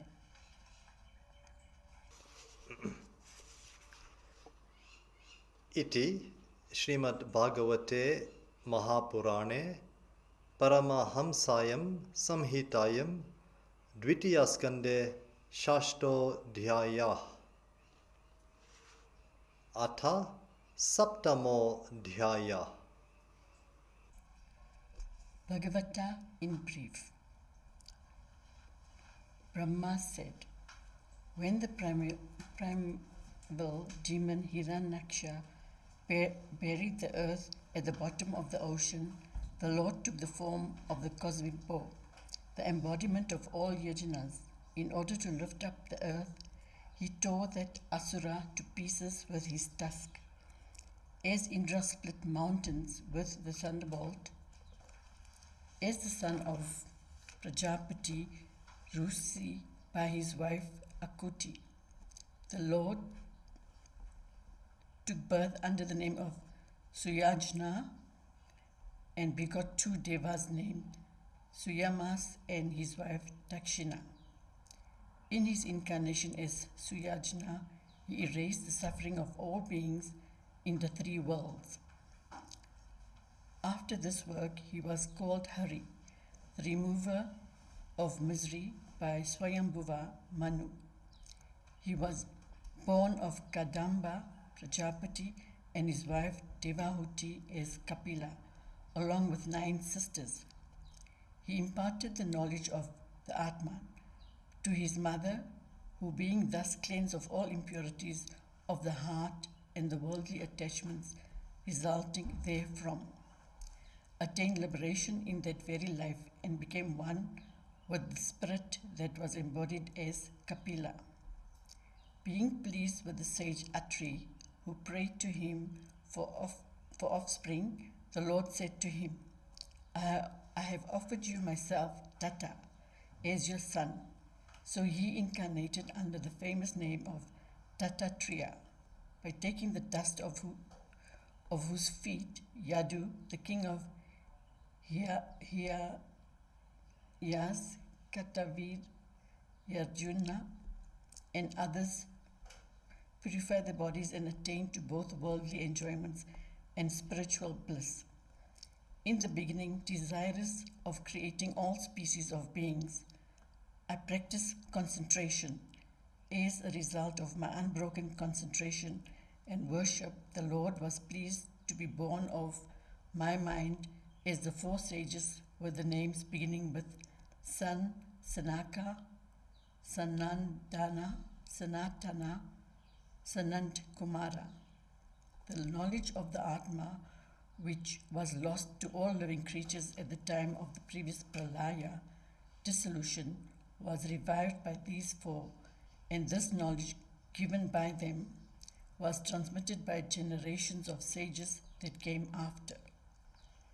In the Lady Murti, the daughter of Daksha Prajapati and the wife of Dharam Prajapati, he was born as the twins Nara and Narayana, who exhibited extraordinary powers of tapas.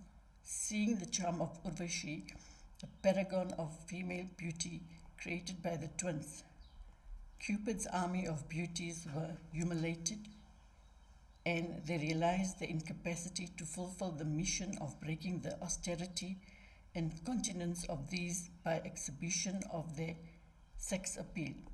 Maheshwara, with an angry look, destroyed Kama, Cupid, but people are not able to burn up that anger, which burns them up from within. Now this anger, too powerful to eradicate even Siva, dares not to enter the mind of Narayana. How then can Kama, sexuality, which is much less powerful, enemy, dare to enter the mind of Narayana? Dhruva, stricken by the vicious arrow-like distribute of his stepmother, went to the forest to perform austerities, even though he was then a mere boy.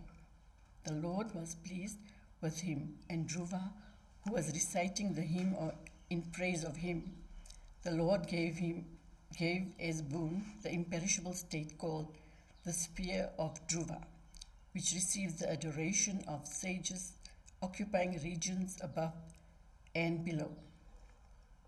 Vina, the tyrant king, was deprived of his prowess and destroyed by the thunderbolt of Rishi's curse, and was in danger of being consigned to hell. Born as his son Prithu, the Lord saved him from that fate, and thus justified the name Putra, son, which means one who saves the father from the hell put. He further milked, as it were, from the earth all the natural resources that were hidden within her. He was next born as Rishabha, the son of Nabi, by his wife Sudevi, abandoning all attachments, having the senses under control, ever resting in the self, and even sight towards all beings. He remained in yogic state for intensiveness to the world and its values, a state which spiritual teachers have described as the state of Paramhamsa.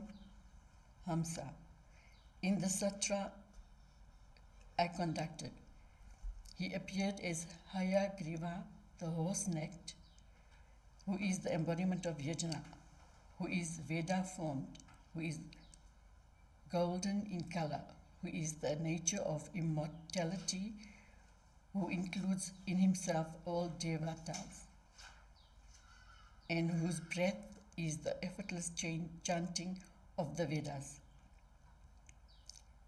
During the deluge, at the end of a cosmic cycle, Satyavrata, the Manu, got him in the form of a fish, who was the support of the earth and all living beings, who supported in the fierce waters of the deluge, carrying the Vedas that dropped down into it from my mouth.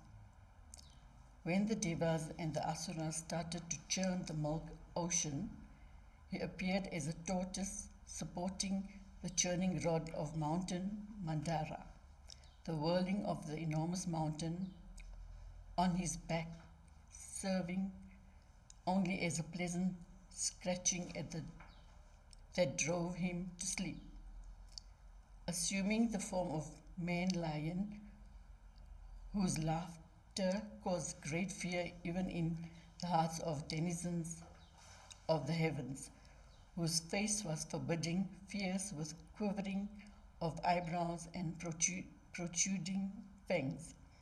He threw down on the ground the advancing Hiranyakashipu, powerful and armed with mace, put him on his lap and tore open his chest with his claws. The lordly elephant, when caught by the hind leg, caught by the hind leg and pulled down into the water by the crocodile, cried out to the Lord in distress, O primordial being, O Lord of all, O one of unblemished glory, O Lord, the very utterance of whose name brings good. Hearing these piteous cries of one who had taken refuge in him, Hari appeared on the scene on the back of Garuda, armed with his discus, with which he cut off the head of the crocodile and rescued the lordly elephant by grasping his trunk. Though he was born as the youngest amongst Aditi's sons and his incarnation as Vamana, he showed himself to be superior to them all in point of merit, being the embodiment of all yajnas. By adopting the stratagem of begging for the 3 strides of earth, he took away the whole of this earth from Mahabali, from men who are very powerful and righteous. Begging is sometimes the only way of getting anything. For Bali, who had the good fortune of bathing profusely the hair on his crown with the sacred washings of the Lord's feet, the lordship of even the heavenly realm was a trifle. Look at his nobility. Though prohibited by his preceptor Sukracharya, he would not budge an inch from his solemn promise, and to fulfill that, he was ready to offer his own head for the 3rd stride of earth promised. O Narada, the Lord, being highly pleased with your devotion, revealed to you the path of devotion along with the Bhagavata, which shows us the nature of the Atman and is a means for spiritual enlightenment. Only men with devotion to the Lord can easily understand it. In each Mahavantra, a vast period of time marked by a Manu's rule, in order to protect the line of Manus, he manifests his own prowess in the shape of his discus in all the 10 directions. The fame he established by suppressing evil kings is glorified even in Satyaloka. Attaining great reputation in the incarnation as Dhanvantri, he cured men suffering from incurable diseases by the mere power of his name. He recovered the portion of yajna due to him, which the asuras had seized, and he spread the science of Ayurveda in the world. As Parasurma of unrivaled prowess, he destroyed in 21 campaigns the tribe of Kshatriyas, whose numbers had been permitted to increase, forming a menace to the world, who oppressed the Brahmanas who had given up the straight path of Dharma, and who behaved as if they were a veritable thorn in the side of humanity. Owing to his condescension towards us, the Lord, who is the master of Maya, was born as Rama in the line of Ikshvaku, along with Lakshmana and others who were parts of him. And in obedience to his father's wish, he exiled himself into the forest along with his wife Sita and brother Lakshmana. There the 10-headed Rakshasa Ravana got annihilated in confrontation with him. When in his anger at the distant Sita's fate, he wanted, even like Shri Rudra, to destroy the city of the enemy, the terrible look of his reddened eyes began to burn all aquatic creatures in the ocean. Then Varuna, the lord of the seas, was forced to give him way through the ocean.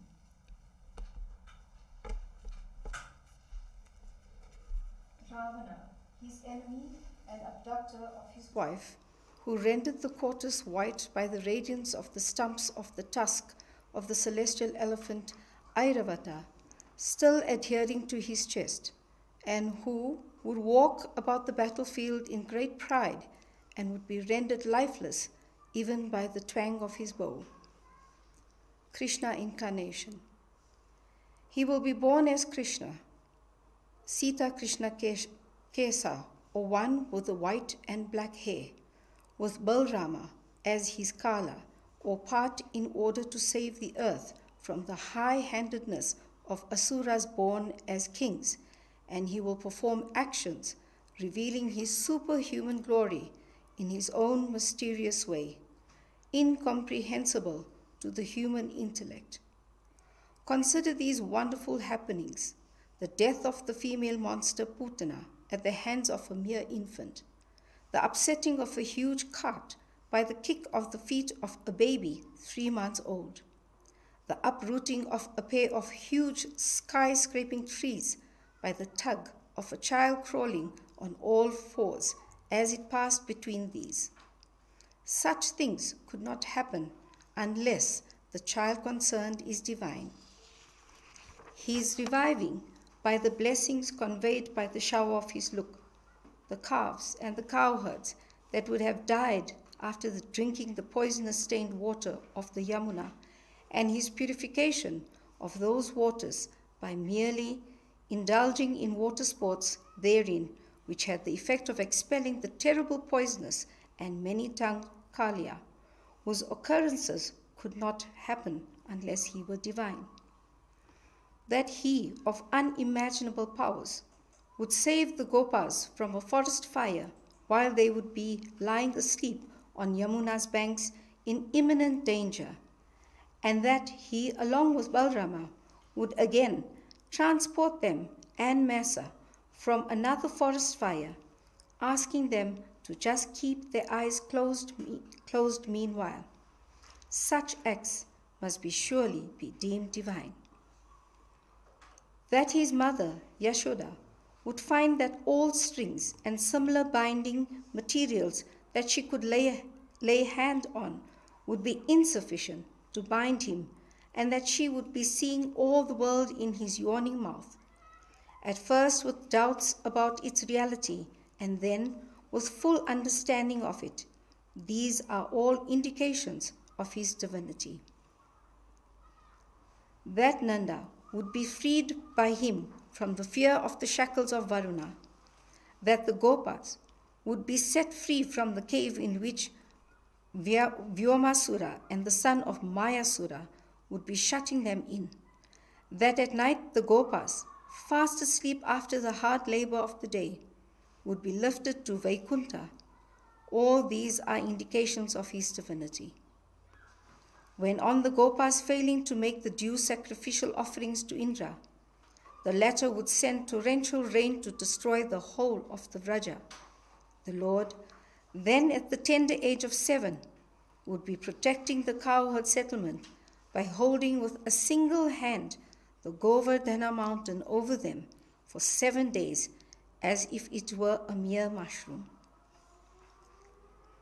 While engaged on moonlight nights in the rasa dance with the Gopikas of the Vrindavana, whose amoral sentiments have been heightened by the prolonged and rapturous strain of his flute, he would be destroying the emissary of Kubera, trying to carry away the Gopikas. The following are among those that would meet with destruction at his hands: Pralamba, Denuka, Baka, Kesi, Vrishabhasura, the restless of Kamsa, the elephant Kuvalyapida, Kamsa, Kala, Yavana, Naraksura, Pondraka Vasudeva, Salva, the monkey Dvivida, Balvala, Danvakra, the 7 powerful bulls, Sambara, Vidurata, and Rukmi, as also the soldiers of the powerful and confronting armies of the clans like Kambojas, Matsyas, Kurus, Srijayas, Kekayas, and others. All these he would be destroying either directly himself or through others like Balrama, Bhima, and Arjuna, who are only himself under different names.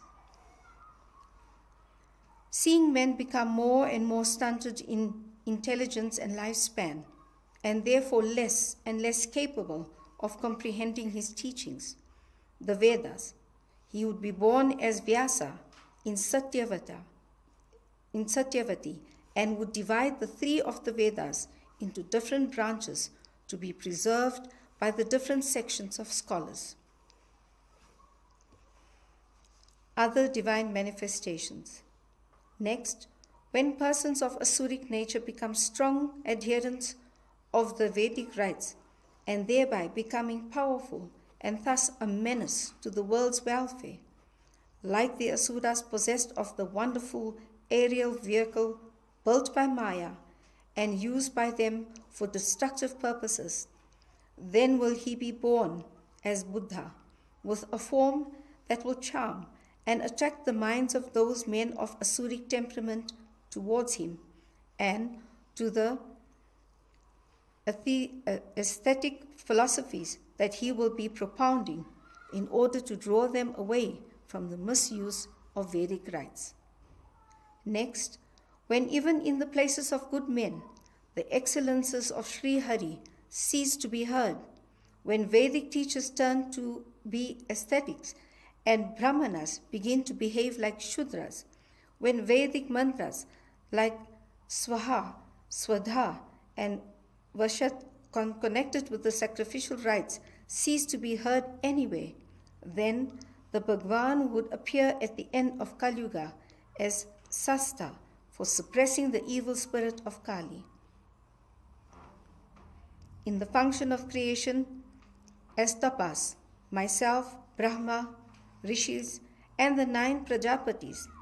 In the function of preservation, as Dharma, Yajna, Murti, and Manus, Devas, kings, etc., and in the function of destruction, as Adharma, Shri Rudra, serpents, Asuras, etc.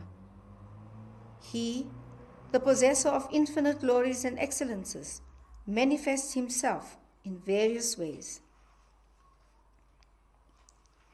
Inexhaustible nature of the Lord's glories.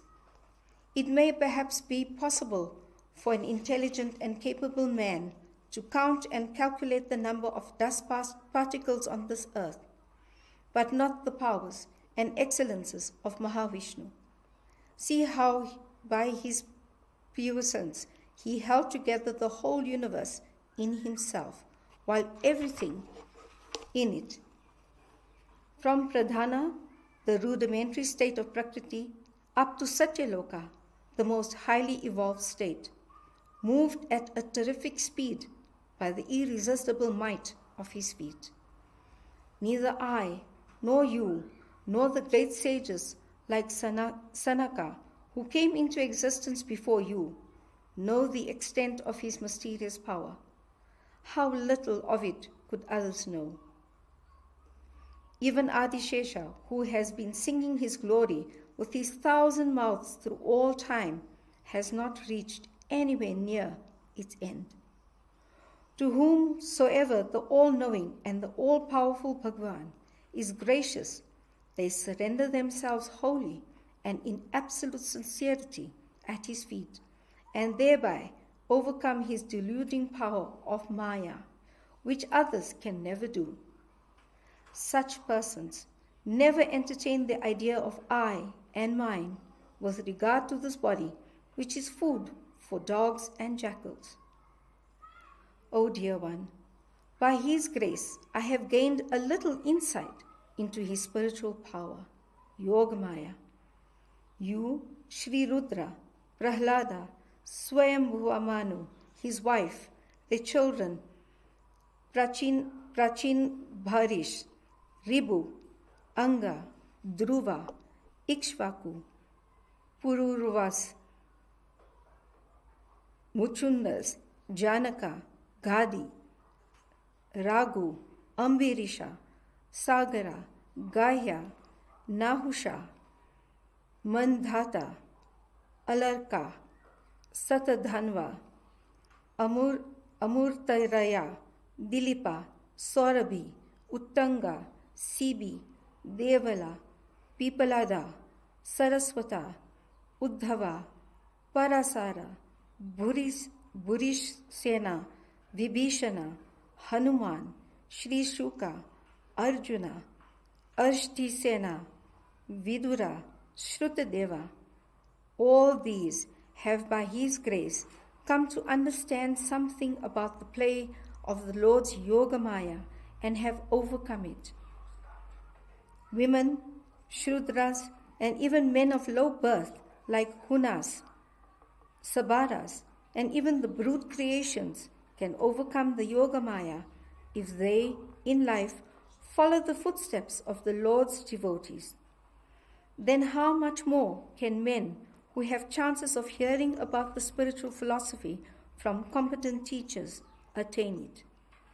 The Supreme Bhagavan is the same as what is known as the Brahman, the Supreme Spirit, who is of the nature of unbroken bliss, untouched by sorrow, peaceful, fearless, always the same, always unaffected, of the nature of consciousness, stainless, and beyond the opposites of cause and effect. Even the Vedic statements cannot describe him fully, nor can ritualistic actions requiring the help of many accessories help one to attain him.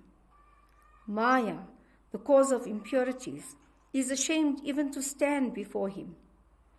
The self-controlled sages, having overcome the waywardness of the mind and become established in the supreme self of absolute self-mastery, abandon even the means that took them to this state, since they realize that state as natural to them, just as Indra, the master of the clouds, need not preserve the instruments to dig a well for his use. He, the omniscient and omnipotent Lord, who is well known as the bestower of the fruits of performing the prescribed duties and rites, is also the being who grants moksha, the highest good to aspirants. The spirit in man, which is a part of that immortal being, is never destroyed when the perishable body resolves into its elements, just as the sky is not destroyed when the pot containing it is destroyed. O child, I have now described to you in brief the nature of the all-perfect being, the Bhagavan, who is the source of the universe. There is nothing existing that is not included in Sri Hari, the original being who is neither a cause nor an effect. This brief account of the manifestation of the Lord is what is called the Bhagavata. The Supreme Being himself gave the knowledge of it to me. I have also given to you a brief account of the Lord's glories and attributes. You please elaborate them.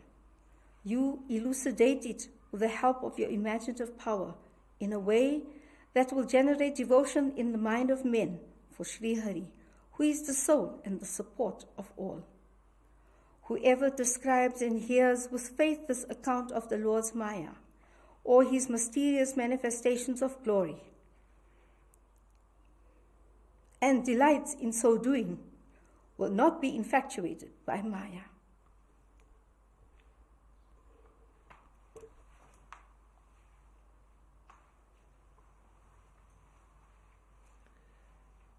Iti Shrimad Bhagavate Mahapurane Paramahamsayam Samhitayam Dvitiya Skande Brahma Narada Samvade Saptamo Adhyaya Athashtomo Dhyaya. The 20 questions of Parikshit. The greatness of Bhakti. Raja Parikshit said, to whom and in what manner did Narada, the sage with sensuous insight, impart the knowledge of the Bhagavata in obedience of Brahma's command, describing the elaborating the countless attributes of him who is beyond the gunas of Prakriti. O thou, the greatest among the knowers of the truth, I am an aspirant after the knowledge of truth. O Great One, tell me about the doings of Hari of wonderful prowess, about his world-sanctifying saga, so that I may have my mind absorbed in Krishna, the soul of all beings, absolutely detached from all other objects and concentrated on him and him alone. May I pass away in that state of mind. Soon does the Lord enter into the heart of the one who hears and studies about his doings and excellences with a heart full of faith and devotion. Through the portal of the ears, he enters the heart lotus of his devotee who hears about his excellences, and when he so enters, he purifies all the impurities of the heart, as the autumn season clarifies the turbid water of rivers. A man who has thus been cleansed of all his sinful tendencies and found rest at the feet of Krishna is like a traveler returned home after a perilous and trying journey. He will never more leave that home, the feet of Krishna. Parikshit's question for elucidation. The Atman is spirit, non-material. How does it then come to have a body that is material?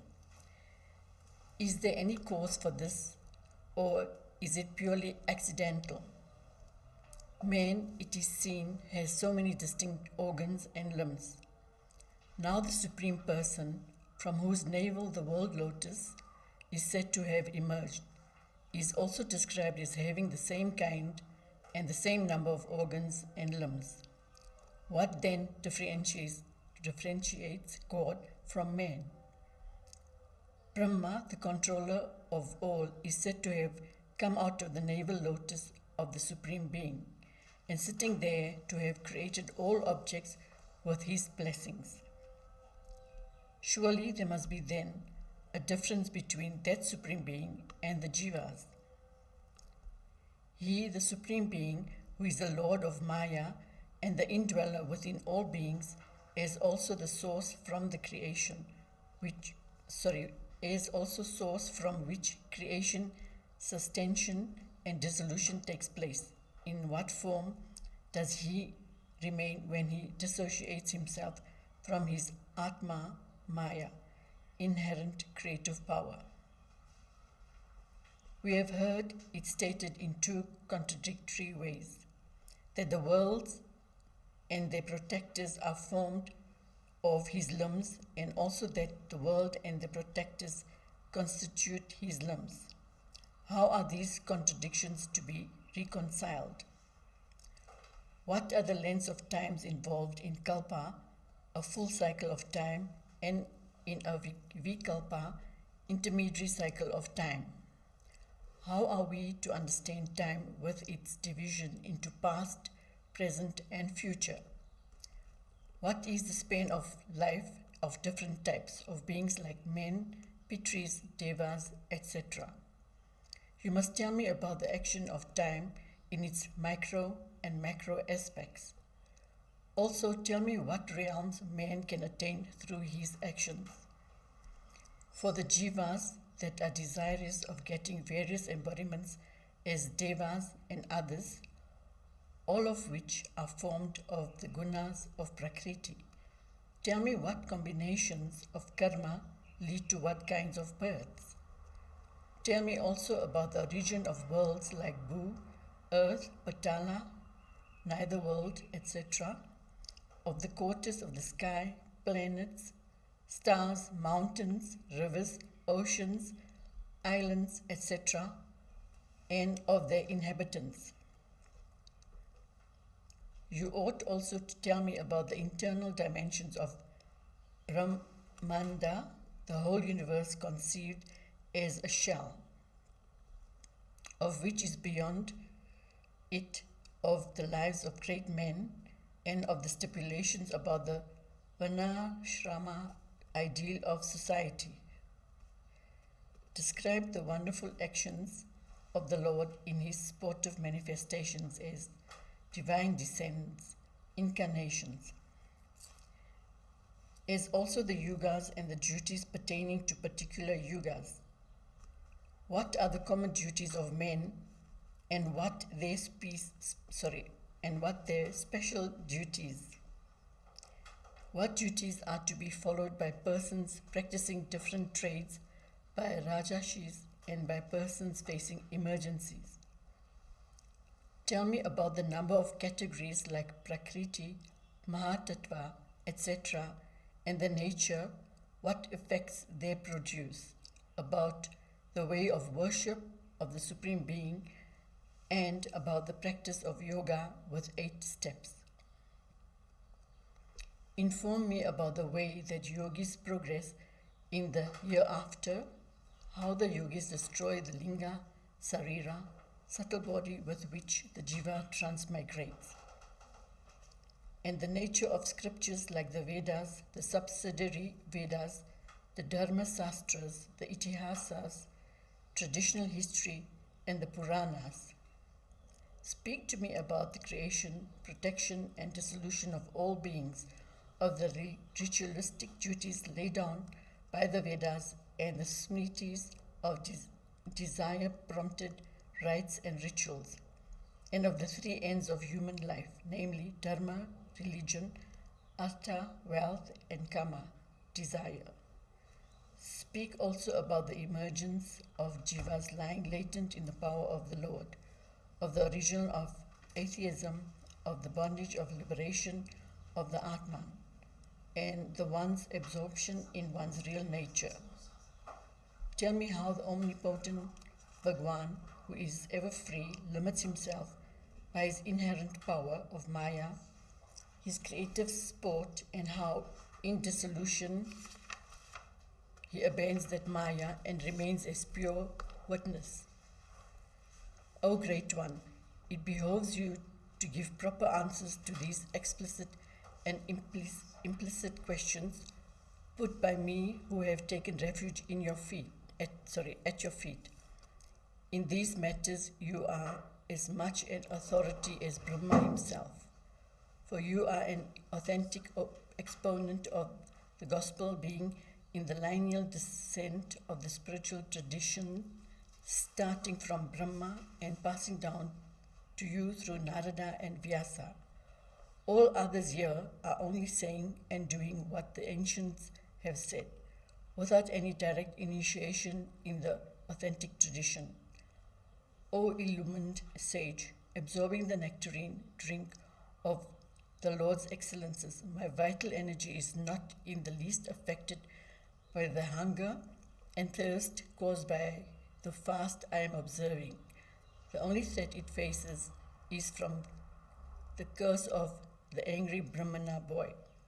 Sutta said, the sage Sutta, being mightily pleased with his request of Parikshit, expounded in that assembly this great scripture Bhagavata, equal to the Veda, which was first revealed to Brahma by the Bhagavan himself at the beginning of Brahma Kalpa, the beginning of the Brahma's lifespan.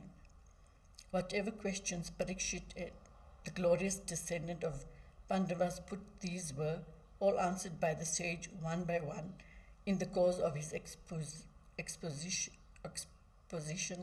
of the Bhagavata. Iti Shrimad Bhagavate Mahapurane Paramahamsayam Samhitayam Dvitiya Skande Prashna Vidhir Nama Ashtamo Dhyaya Atha Navamo Dhyaya. The inspiration of Brahma. Brahma commanded to do tapas. Sri Sukha said, O king, except in the terms of the inherent deluding power of the Lord, it is not possible to explain how the spirituality, conscious entity like the self, can have any abiding connection with the body. This connection is parallel to the connection of the dream body with the self of dreaming man. Because of Maya, which has innumerable forms, the spirit shines through those numerous forms. Delighting in the gunas of Prakriti, he thinks, this is mine, this is myself. When freed from infatuation with the body, through devotion, the jiva delights in his nature as spirit transcending Maya and Kala, time. He is no longer obsessed by the twin shackles of bondage. The feelings, this is I and this is mine. I shall tell you what the Lord imparted to Brahma as instruction for attainment of illumination and the release of the jiva from bondage, when he manifested in his spiritual form to the former meditating on him in absolute concentration and devotion. When Brahma, the first beings and the originator of the inspirer of all others, thought about the ways and means of creation, sitting in his lotus seat, he could not get any clue as to how he should proceed. O king, while thus contemplating, he heard the sound of two letters uttered twice from amidst the cosmic waters that surrounded him. These two letters, the wealth of those who have no material wealth, are tapa. Tapa, concentrate on your nature as the spirit, obtained by combining the 16th and the 21st of the consonants, da and pa, respectively. Hearing it, he looked around to see who was speaking thus, but he could not see none else than himself. So sitting firm in his own seat, he reflected that this very relevant instruction must have come from a divine source and decided to engage himself in tapas. He who is the most austere among the austere and possessed of the infallible insight understood the meaning of tapas and engaged himself in it for 1,000 divine years, controlling the vital energies as also the external and internal organs. He practiced concentration on the subject of creation intensely as to illumine everything around. The vision of Brahma. Worshipped in this way by Brahma, the Lord revealed his highest spiritual realm, wherein impurities, ignorance, and their offspring, fear, have no place, and which receives the adoring praise of all the great devotees. There neither rajas, nor tamas, nor sattva mixed with them has any place. Their time's ravage is unknown. There even Maya, the Lord's delusive power, does not operate, and there reside the Lord's attendants, whom both the devas and the asuras alike worship. All the denizens of that realm are blue in color, radiant, endowed with eyes like lotus petals, dressed in yellow robes, extremely attractive and handsome, having 4 arms bedecked with brilliant gem-studded necklaces and other ornaments, endowed with the glow of coral, sapphire, vajura, and the tender stalk of lotus, rinala, and wearing brilliant earrings, diadems, and wreaths.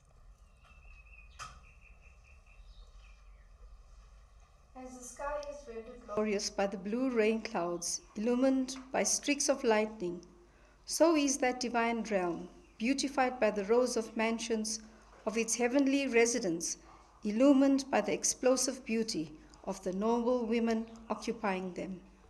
There, Sri Devi, possessed of unimaginable beauty, is adoring the feet of the Lord with rare and invaluable ingredients. Even when she sits on the swing for relaxation, with all the charming excellences of the spring season surrounding her, and the bees humming delightedly around her fragrant tresses, she has nothing but the praise of her Lord to muse or sing about. There, Brahma saw him, who is the protector of all devotees, who is the Lord of Shri, who is the protector of all yajnas and of all the worlds, who is all-pervading, and who is attended upon by his chief servants like Sunanda, Nanda, Prabala, Arhana, and others. Brahma saw him, who is extremely gracious to those who practice self-surrender to him, who is a delight to the eyes, whose face is illumined by a gracious smile and rose-tinted eyes, and who is marked by his diadem, ear ornaments, 4 arms, yellow cloth, and Shri adorning his chest. Brahma saw him seated on a throne of great majesty and surrounded by the 25 expressions of his creative power, Shakti, these being the 4 primary categories of Prakriti, Purusha, Mahatattva, and Ahamkara, and the other 21 categories of 11 Indriyas, 5 bhutas and elements, and 5 tanmatras, or subtle aspects of elements. He was also surrounded by his own 6 divine majesties, consistent in Aishwarya, lordliness, Virya, prowess, Yasas, fame, Shri, beauty cum auspiciousness, Jnana, omniscience, and Vairagya, renunciation. In others, these powers are very partial and impermanent, but they dance attendance on him always. Though he is never attached to or attracted by them, being ever established in his innate spiritual glory. On seeing him, the great Brahma was bathed in bliss within, which overflowed as horripilations all over his body and as torrential tears from his eyes.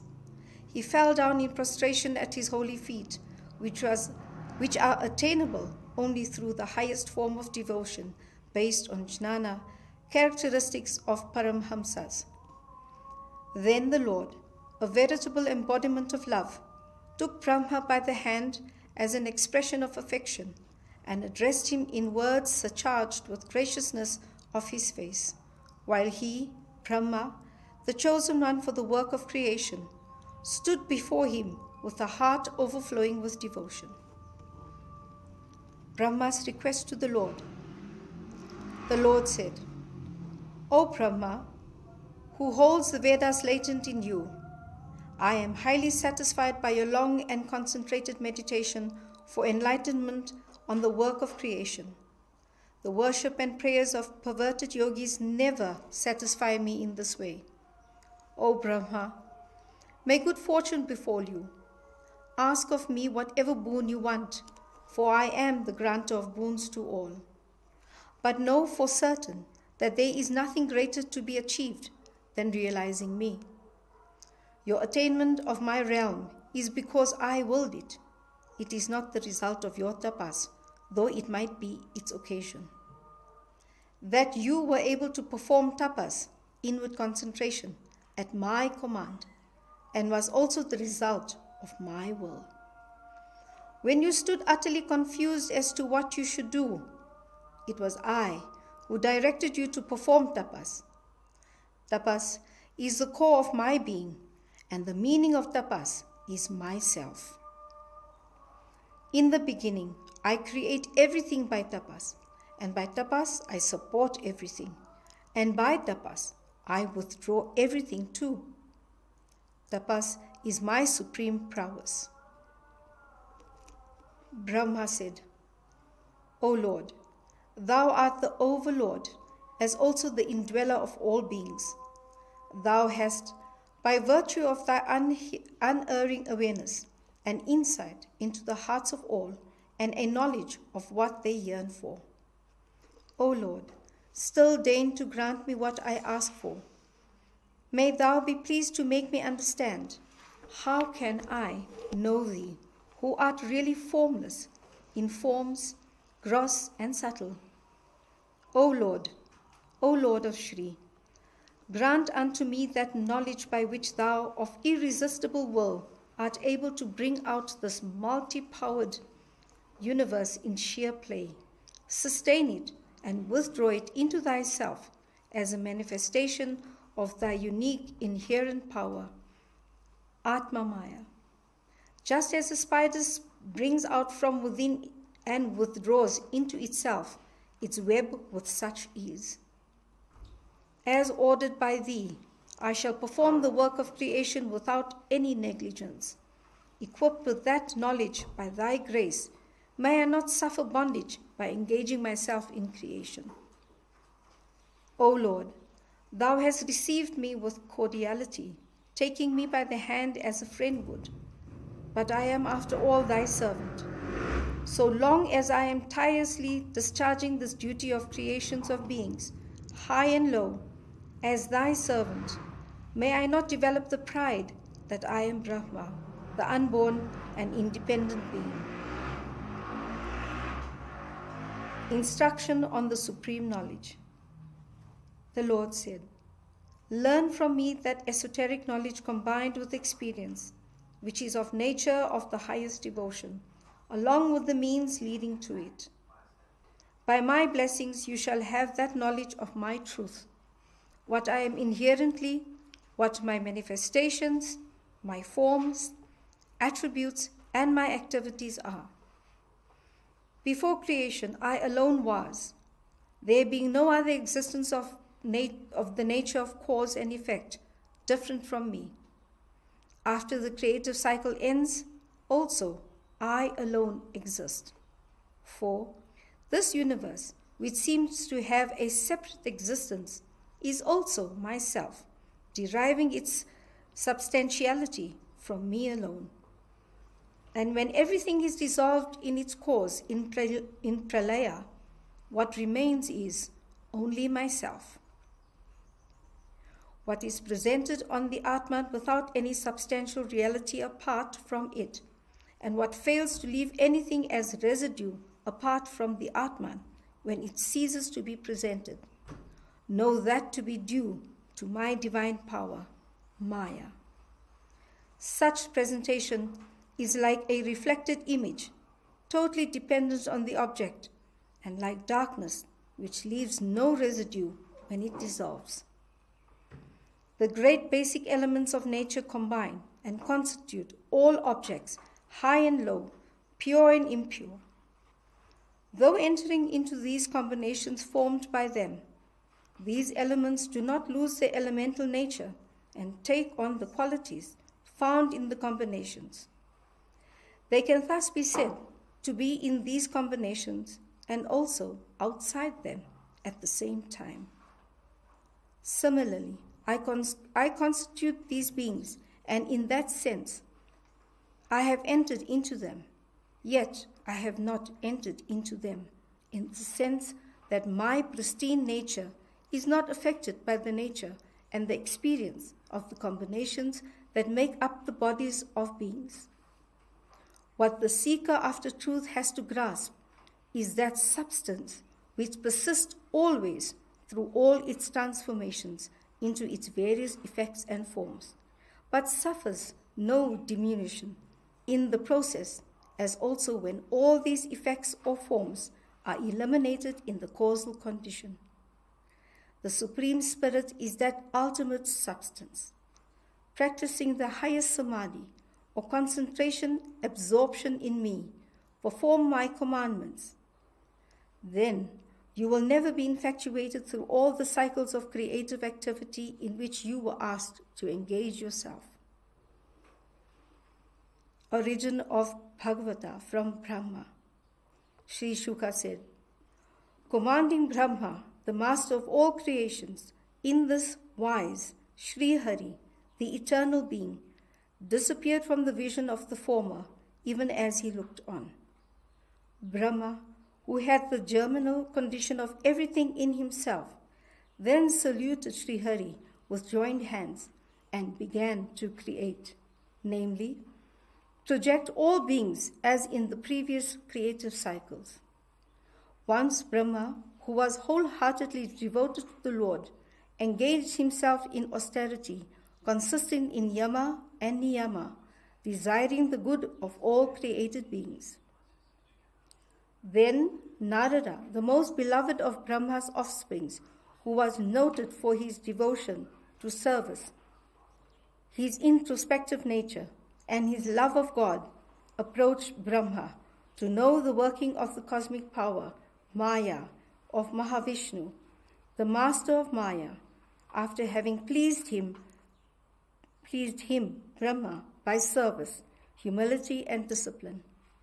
That Devarishi, Narada, seeing Brahma, his own father and the grandfather of the worlds, in a pleasant mood, put to him the same question that you have put to me.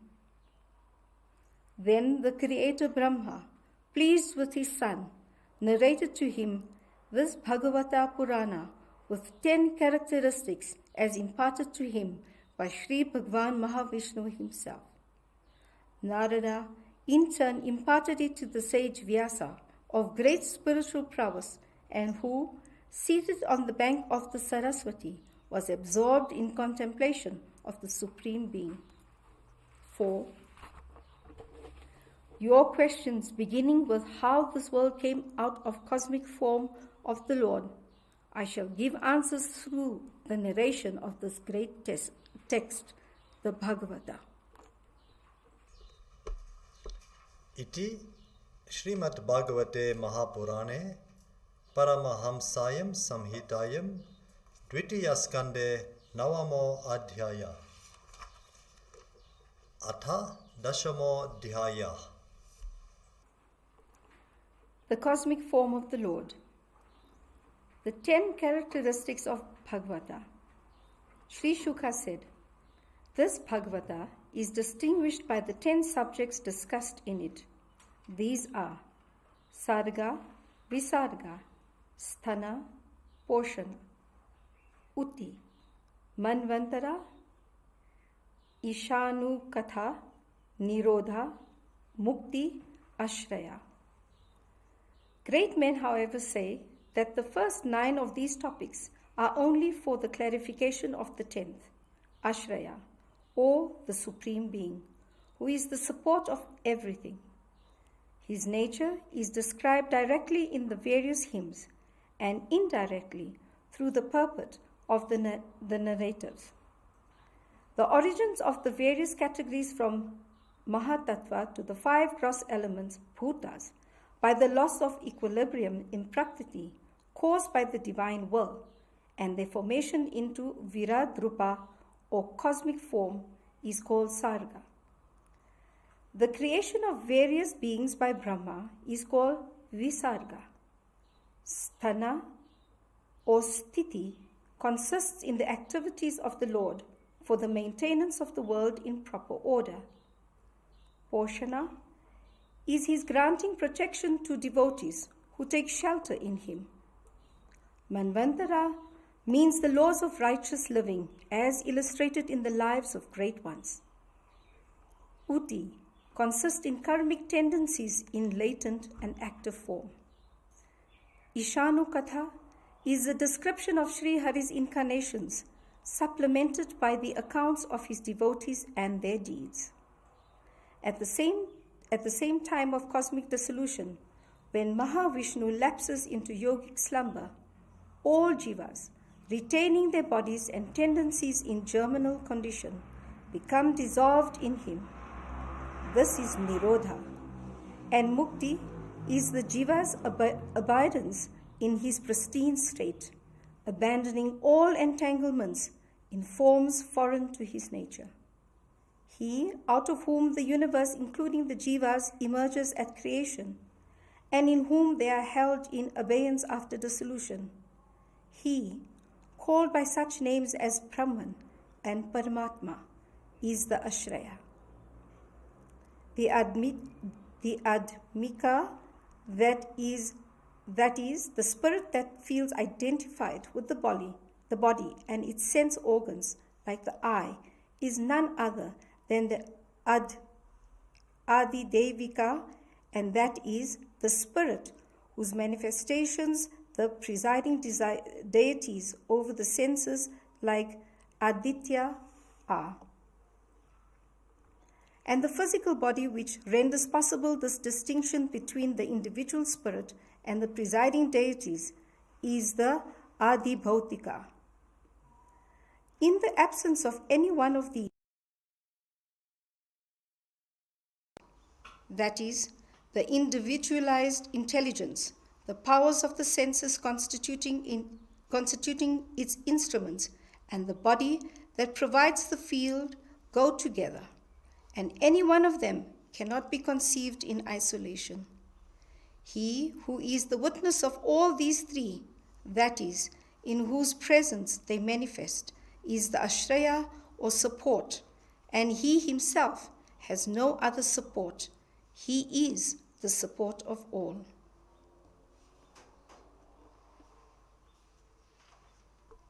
Narayana or Bhagavata Kasani. When the cosmic person Virat Purusha broke upon the universal shell and came out, he desired to have a place for himself to stay. And for this he created the pure and uncontaminated water known as seminal waters, Bhagavatam.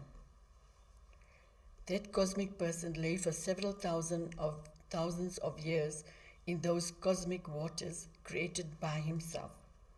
Therefore he is known as Narayana, one who rests on Nara or water. And water is called Nara to signify that which is born of Nara or the Lord, the substances like the earth that form the material cause of the universe, the instrumental causes like karma, time, and nature, and jiva, who is the enjoyer of all, are what they are because of his will, and they cease to be when his will is otherwise. The one desiring to be many rose from his bed of yogic slumber. He divided his luminous seed, Viryam Hinanmayam, into three by his will. These three divisions are the Adideva, the celestial, the Adi Atma, the human, and the Adi Bhuta, the material. Here, how the one seed was divided into three: the Adidevika, the Adhyatmika, and the Adibhautika aspects. From the space in this heart of the cosmic being, thus activized, arose sense power, Oja, mental power, Saha, and the physical power, Bala. From these subtle powers was produced Prana, the great Sutrama, or the collective self running through all, is a thread through beads. When the collective self works, the active tendency in all individual beings is roused. When he is dull and inactive, all beings too become so. It is just like the followers of king following the king. When the vital energy became active within, the cosmic person felt hunger and thirst. When hunger and thirst were generated, he developed the face. In the face, the region called the Talu originated, and in it came up the Jiva or tongue. Then were produced several tastes like sweetness, which the tongue could grasp. Varuna, the presiding deity of the tongue, was also produced. Thus, the Adhisthana or seat, Indriya or organ, Vishaya or the object of perception, and the Devata or the presiding deity of each Indriya were generated in all succeeding cases too. From the face of that all-powerful being, whose desire to speak arose the organ of speech, the faculty of speech, and its presiding deity, Vani or fire. For long he remained in the water with his breath obstructed. When the breath was agitated within, the nose for releasing it was formed. Along with it, air, the conveyor of smell, is also the presiding deity Vayu appeared. When he desired to smell, the sense of smell arose, centered in the nose. When he could not see himself, in the desire to see himself and others arose in him. The eyes originated. Along with that, the presiding deity Surya in the object form and the organ eye came into existence. When he desired to hear the rishis hymning about himself, he developed ears. They developed the organ of hearing, the object sound, and the deity Dik. When he desired to experience hardness, softness, lightness, heaviness, heat, cold, etc., he developed the skin, the seat of the organ of touch. There, hair resembling trees grew, together with their deity Oshadi. The power of contact, which the organ of touch residing in the skin possesses, now spread all over the skin within and without.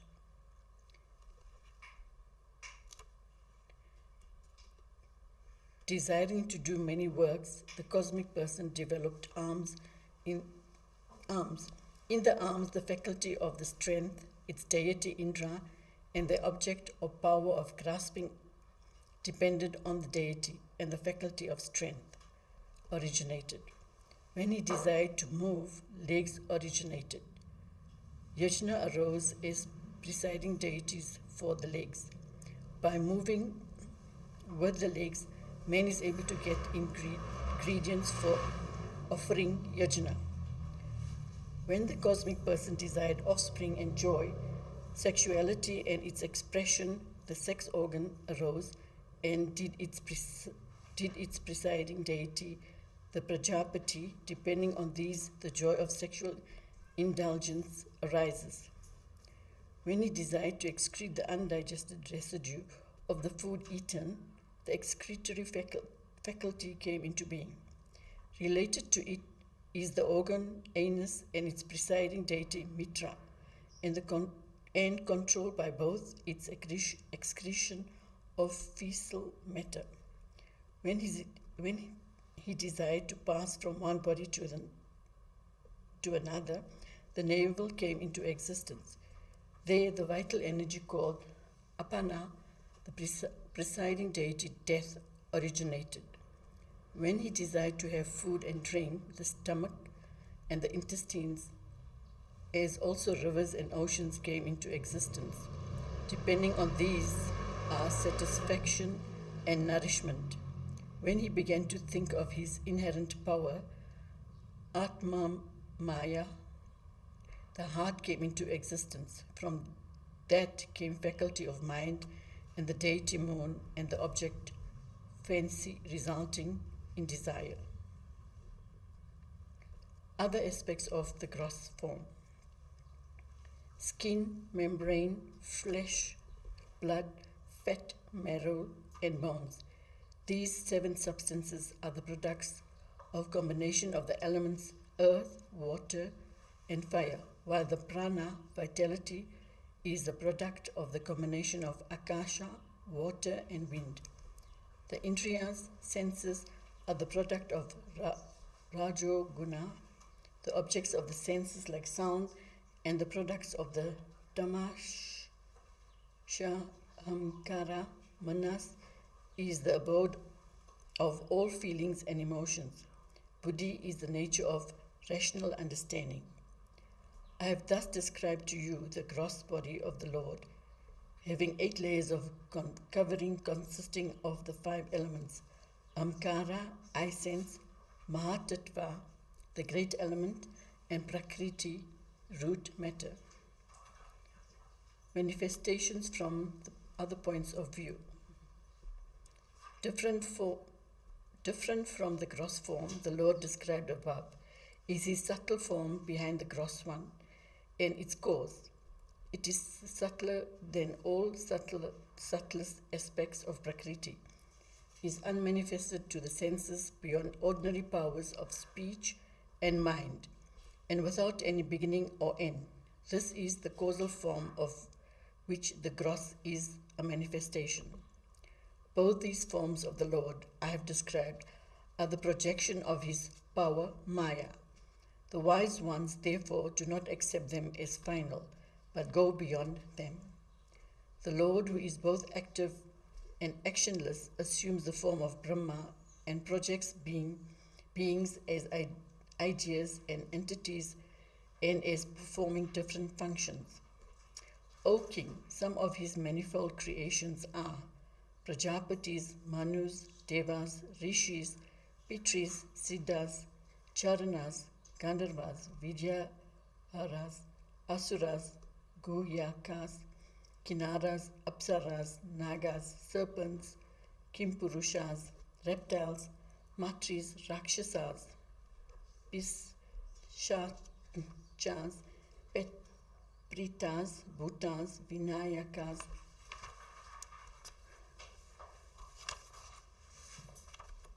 Kushamdas,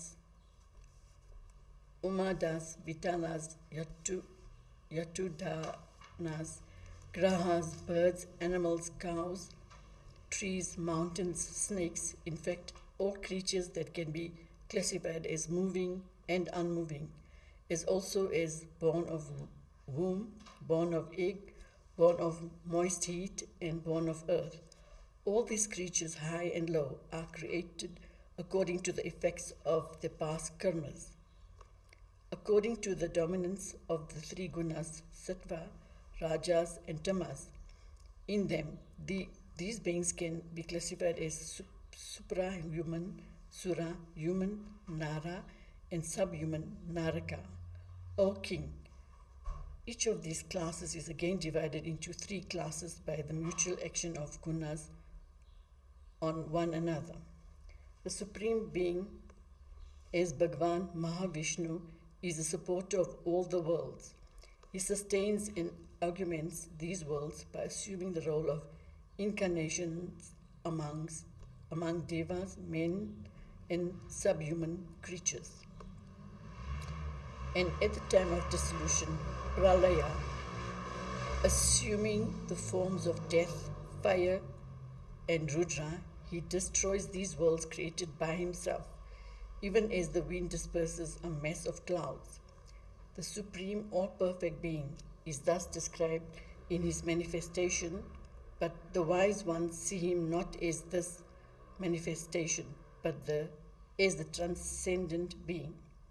The Supreme Being has no birth and works. Their description is meant to deny actual agency to him. As all these cosmic activities are performed by his Maya, they being attributed to him. Conclusion of Canto. I have spoken of Mahakalpa, in which the projection of the creation of the 24 categories beginning with Mahatattva takes place, as also of intermediary kalpas, and that takes place within the Mahakalpa. The order of creation in one kalpa is the same as in the others, each Mahakalpa having within it intermediary kalpas which are concerned only with living beings. The transformations of time, the characteristics of kalpa, eon, and the differences in the intermediary kalpas, etc., will be discussed hereafter in the third skanda. Now I shall describe events of the kalpa known as Padma. Sanuka said, O Sutta, you told us earlier that Vidura, the great devotee of the Lord, having abandoned all his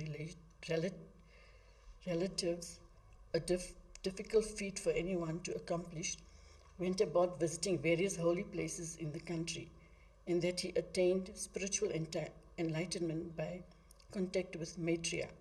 Where did the conversation between Vidura and Maitreya take place?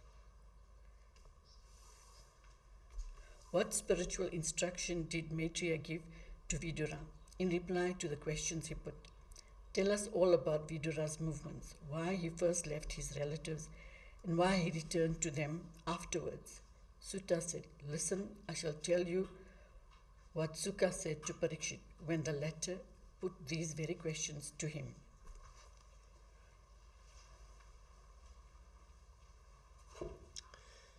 Iti Shrimad Bhagavate Mahapurane Dvitiya Skande Ashtadasho Sahasrayo Samhitayam Purusha Samstha Anuvarnanam Nama Dashamo Dhyaya Iti Dvitiya Skanda Samapta Hari Om Tat Sat.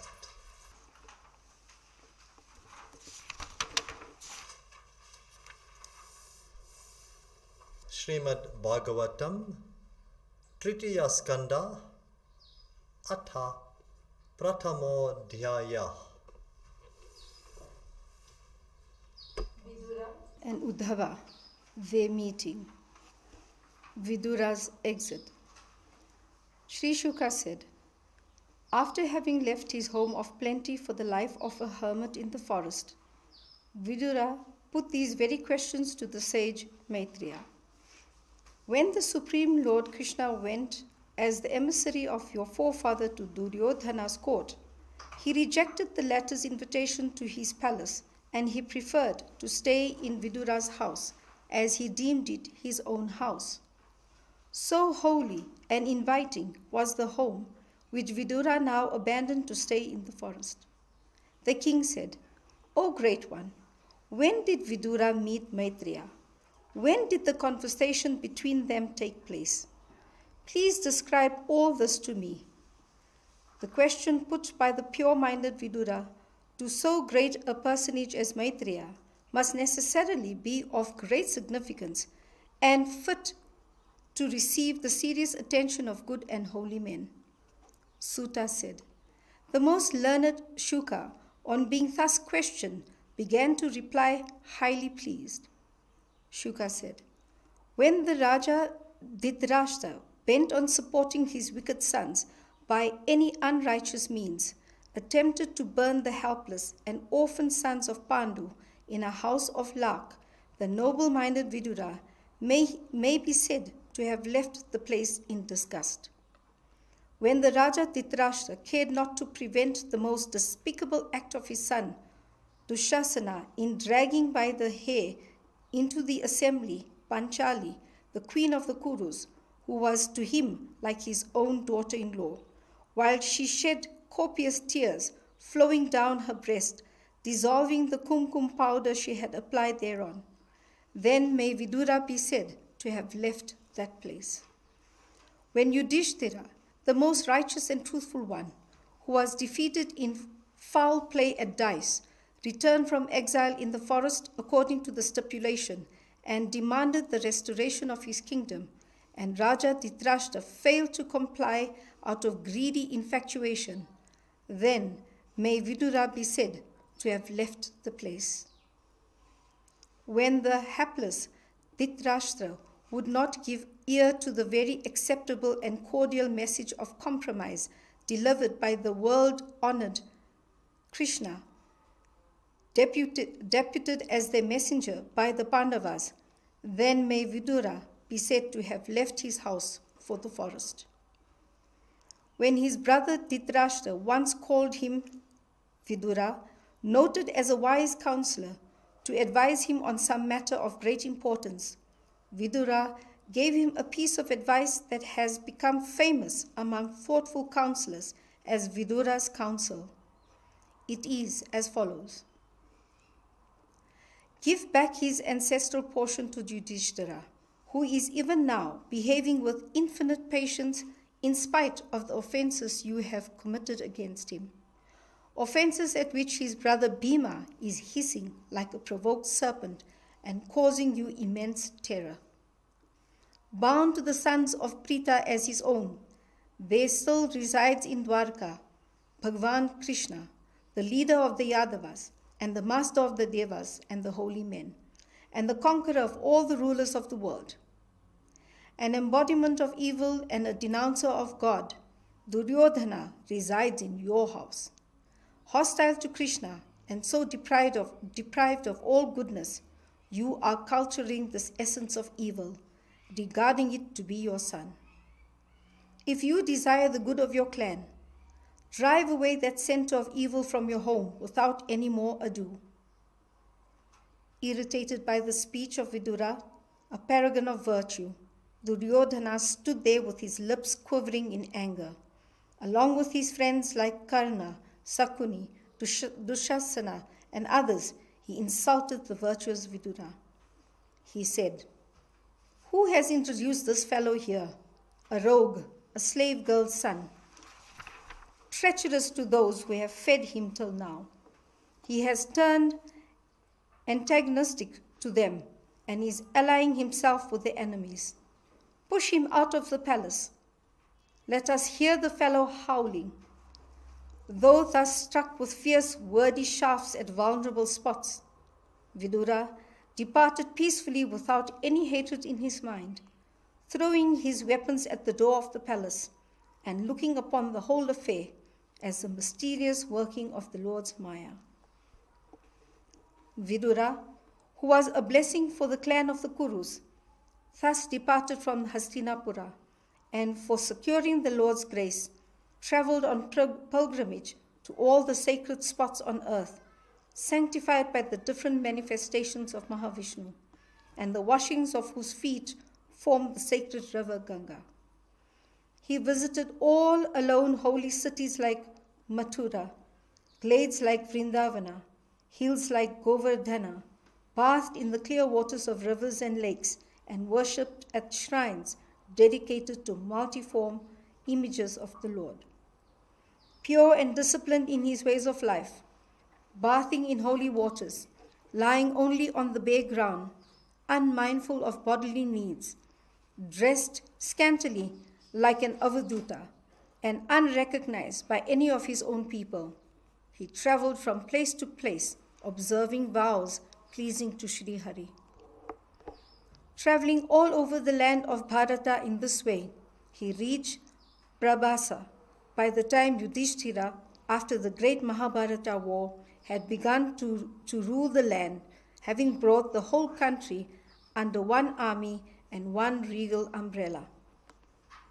There he happened to hear about the total destruction of his clansmen, of all those who were near and dear to him, through the fratricidal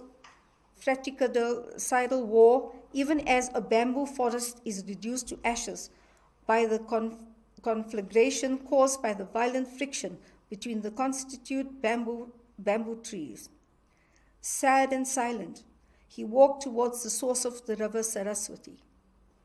Along that river, he resorted to holy regions associated with Trita, Shukra, Manu, Pritu, Agni, Asita, Vayu, Sudasa, cows, Guha, and Shraddha-deva. Many were the other holy places he visited in that region. All the temples of the Lord Vishnu, founded by great rishis and devas, and having copulae with the markings of the Lord's discus, Sudarshana, and the like, which help one to keep up the remembrance of Sri Krishna. Conversation between Vidura and Uddhava. He traveled afterward through the prosperous land of Saurashtra, Sauvira, Matsya, Kuru, Jangala, and others, until in the course of time he reached the region of the Yamuna, where he happened to meet that great devotee Uddhava. When they met each other, Vidura held him, the serene disciple of Brihaspati and the devoted follower of Sri Krishna, in his warm embrace. Then he began to question Uddhava about the men and the women of his own clan, as also of Bhagwan Sri Krishna. Vidura said, "Are not Krishna and Rama, who incarnated on the earth at the request of Brahma, living happily at the house of Sorasena after having accomplished the good of the world? Dear one, is it not Vasudeva, a very valued ally of us Kurus, living happily? Like his own father, he behaved generously towards his sisters, meeting all the needs of themselves as also of their husbands. How is Pradyumna, the commander-in-the-chief of the armies of the Yadus? He was Kama, Cupid, in his previous life, and was born of the Bhagwan in Rukmini, who worshipped holy men for the birth of a son. I hope Ugrasena, the king of the clans of the Sattvatas, Vrishnis, Bhojas, and Dhasaras, is living happily. It is well known how Sri Krishna restored him to his throne from the exile into which he had banished himself for the safety of his very life. What about that topmost Ka warrior Samba, who is the son of the Lord, and his peer in all respects? He is verily Guha, Subramanya, born once of Parvati, now come to be born of the womb of the pious Jambavati. How is Satyaki, who received instructions in all the secrets of archery from Arjuna, and who had always the privilege of serving the Lord, a privilege which even Paramhamsas do not get? How is Akrura, the great devotee who had taken shelter in the Lord and whose exuberant devotion to him made him roll in the dust of Vrindavana, marked with the footprints of Krishna? How is Bhoja's daughter, Devaki, equal to the mother of the Devas, who bore Sri Krishna in her womb as the Veda bears the Yajna? How is Aniruddha, a veritable yielder of plenty to you, the Sattvatas, whom the wise ones identify with the presiding deity of the mind, who is also the revealer of the Shastras? I hope all the others, like Ridika, Charudeshna, and Gada, who serve the Lord with single-minded devotion, are living happily at Dwarka. Is Yudhishthira, who evoked the fierce jealousy of Duryodhana by the prosperity of his kingdom, now ruling the land according to the ideals of the statecraft, assisted by Arjuna and Sri Krishna like two arms? Has Bhimsena, the great wielder of the mace, under whose feet the battlefield would tremble, has he, like a snake, derives satisfaction by wreaking his long-standing vengeance on Duryodhana and others who had wronged him and his brothers repeatedly for long. Is Arjuna, the most noted cow warrior and the wielder of the bow Gandiva, whose clouds of arrows and covering Maheshwara in his assumed role of a hunter, evoked Maheshwara's admiration for him unknown to himself? Is he ruling victorious with all his foes destroyed? The twins among the Pandavas, Nakula and Sahadeva, who are protected by their brothers like the eyes by the eyelids, are they living happily, having snatched away in war their patrimony from the enemy as Garuda took away Amrita from Indra? Alas, it is a wonder how Prita, the mother of the Pandavas, sustained her life for the upbringing of her infant children after the death of her husband, the noble and the heroic King Pandu, the master archer and the victor over the four quarters, with no second to help him except his bow. O dear one, I am indeed sorry for Dhritarashtra, who has been degenerating day by day.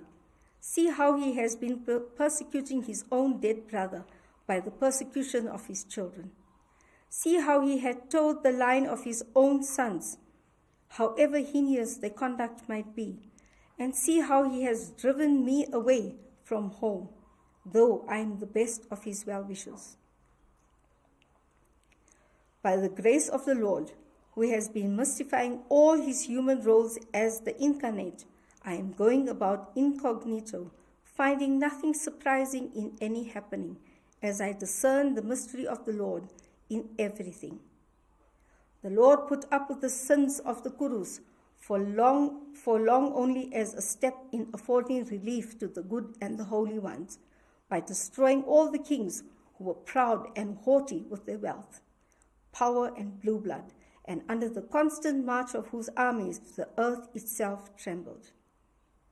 The embodiment and the works of the unborn and the actionless are only for the destruction of the evil ones and the protection of the worlds from such persons. Even a jiva who has overcome the gunas and the bondage of karma is free from the body. So how can the Supreme Being be embodied except for the reasons stated? O friend, give me in detail all the news about that Eternal One who has been born among the Yadus as Krishna, for the help of the deities presiding over the destinies of the world, and for the good of those who follow his commandments and have taken shelter in him.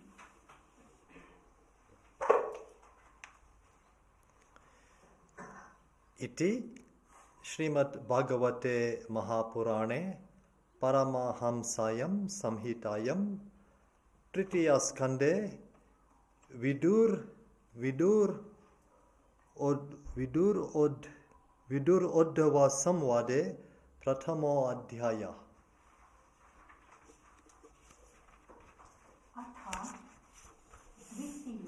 Dhyaya. Uddhava reminisces about Krishna. Sri Sukha said, being thus questioned about the dearest of his dear ones, the great devotee Uddhava was unable to speak for some time owing to the surging emotion that overtook him as he thought of his Lord and Master. Thus, Uddhava, even as a young boy of 5, had refused to take his breakfast when the mother called him, because he was then immersed in his boyish play of the worship of the Lord's image.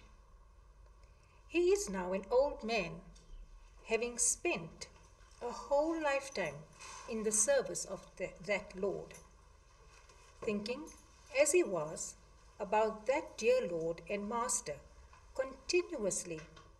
How could he now answer this question put to him about that great personage? Inebriated with the nectar of bliss emanating from Krishna's lotus feet, he stood for a while silent, caught up in the powerful sentiment of God-love. With horripilation all over the body, with tears flowing from half-open eyes, and with the flood of God's love overpowering him, Uddhava looked like one who had attained the supreme object of life. Slowly descending from divine consciousness to the human level, Uddhava wiped away the tears in his eyes and began to reply, remembering the Lord all the while. Uddhava said, "What am I to tell you about the welfare of those friends and relatives of whom you have inquired, when the sun of Krishna has set, and the python of time has swallowed our clans, when thereby we have been reduced to mere non-entities in the world? This is a misfortune for the world at large. It is all the more so for the Yadus, as the fish do not recognize the glory of the moon, as so long as they see the reflection of it in water, taking it only one amongst themselves. So did the Yadus fail to realize that Sri Hari himself was still then staying with them. He, in whom all the worlds reside, was regarded only as a Yadava chief by the members of the Yadava clan. In spite of their being clever in understanding people's minds, of possessing high status as citizens, and of living together for long with the Lord, those devotees whose minds are absorbed in Sri Hari, the Supreme Spirit, are never confused by the words and attitudes of those who, under the influence of the Lord's Maya, looked upon him, some as relative, some as clansmen, and others as their enemy. Revealing till now that charming form of his even to persons without much austerity or devotion to their credit, he is now withdrawn that form, insatiably attractive to persons viewing it, and disappeared from their midst, taking away even their eyesight, as it were. The body that he assumed by his yoga power for his sport as human being was astonishing to himself, as it represented the acme of beauty, surpassing all that decoration can achieve. Seeing at the Rajasuya sacrifice of Yudhishthira that form of the Lord so delightful to the eye, all the people felt that Brahma had exhausted all his skill in making that body. The women of Vajra stood, forgetting to complete their domestic duties, as their minds were entirely drawn by their eyes that pursued his loving smiles, sportive action, and entertaining glances. Early life of Krishna. Just as fire manifests in the fuel, he, the Lord of all, of what is high and low, assumed an aspect of his own Maya and was born in the world. Overcome by pity at the sight of his fierce creations, persecuting the mild ones. Even I am puzzled to find how he, the unborn omnipotent, should take birth in a prison cell in which Vasudeva was incarcerated, should hide himself in Vraja as if in a fear of his arch enemy, Kamsa, and should run away from his own city of Mathura for fear of Kala Yavana, as it were. I feel extremely pained at heart whenever I think of his making obeisance to his parents and apologizing to them thus: "O Father, O Mother, owing to fear of Kamsa, we have been forced to be ungrateful to you by not doing our duties towards you. Please pardon us for the same." Whoever that has even once smelt the fragrance of dust of his lotus feet can forget him, the mere frown of whose brows proved to be the god of death, to relieve the earth of her burden of evil men. All of you have seen how, at the Rajasuya of Yudhishthira, even Sisupala, the king of the Chedis, who insulted Krishna, attained salvation, which yogis aspire for by performing many severe yogi practices. How can one bear separation from such a personage? Similarly, Krishna's realm was attained by all these kings who died in the field of battle, seeing the smiling, fascinating face of Krishna before them, as they fell purified by the shafts of Arjuna. He is the controller of even the Trimurti, Brahma, Vishnu, Maheshwara. He is self-satisfied with the enjoyment of his inherent bliss. There is none equal to or greater than him. At his feet, all the protective deities of the quarters bow down their crowned heads with their offerings.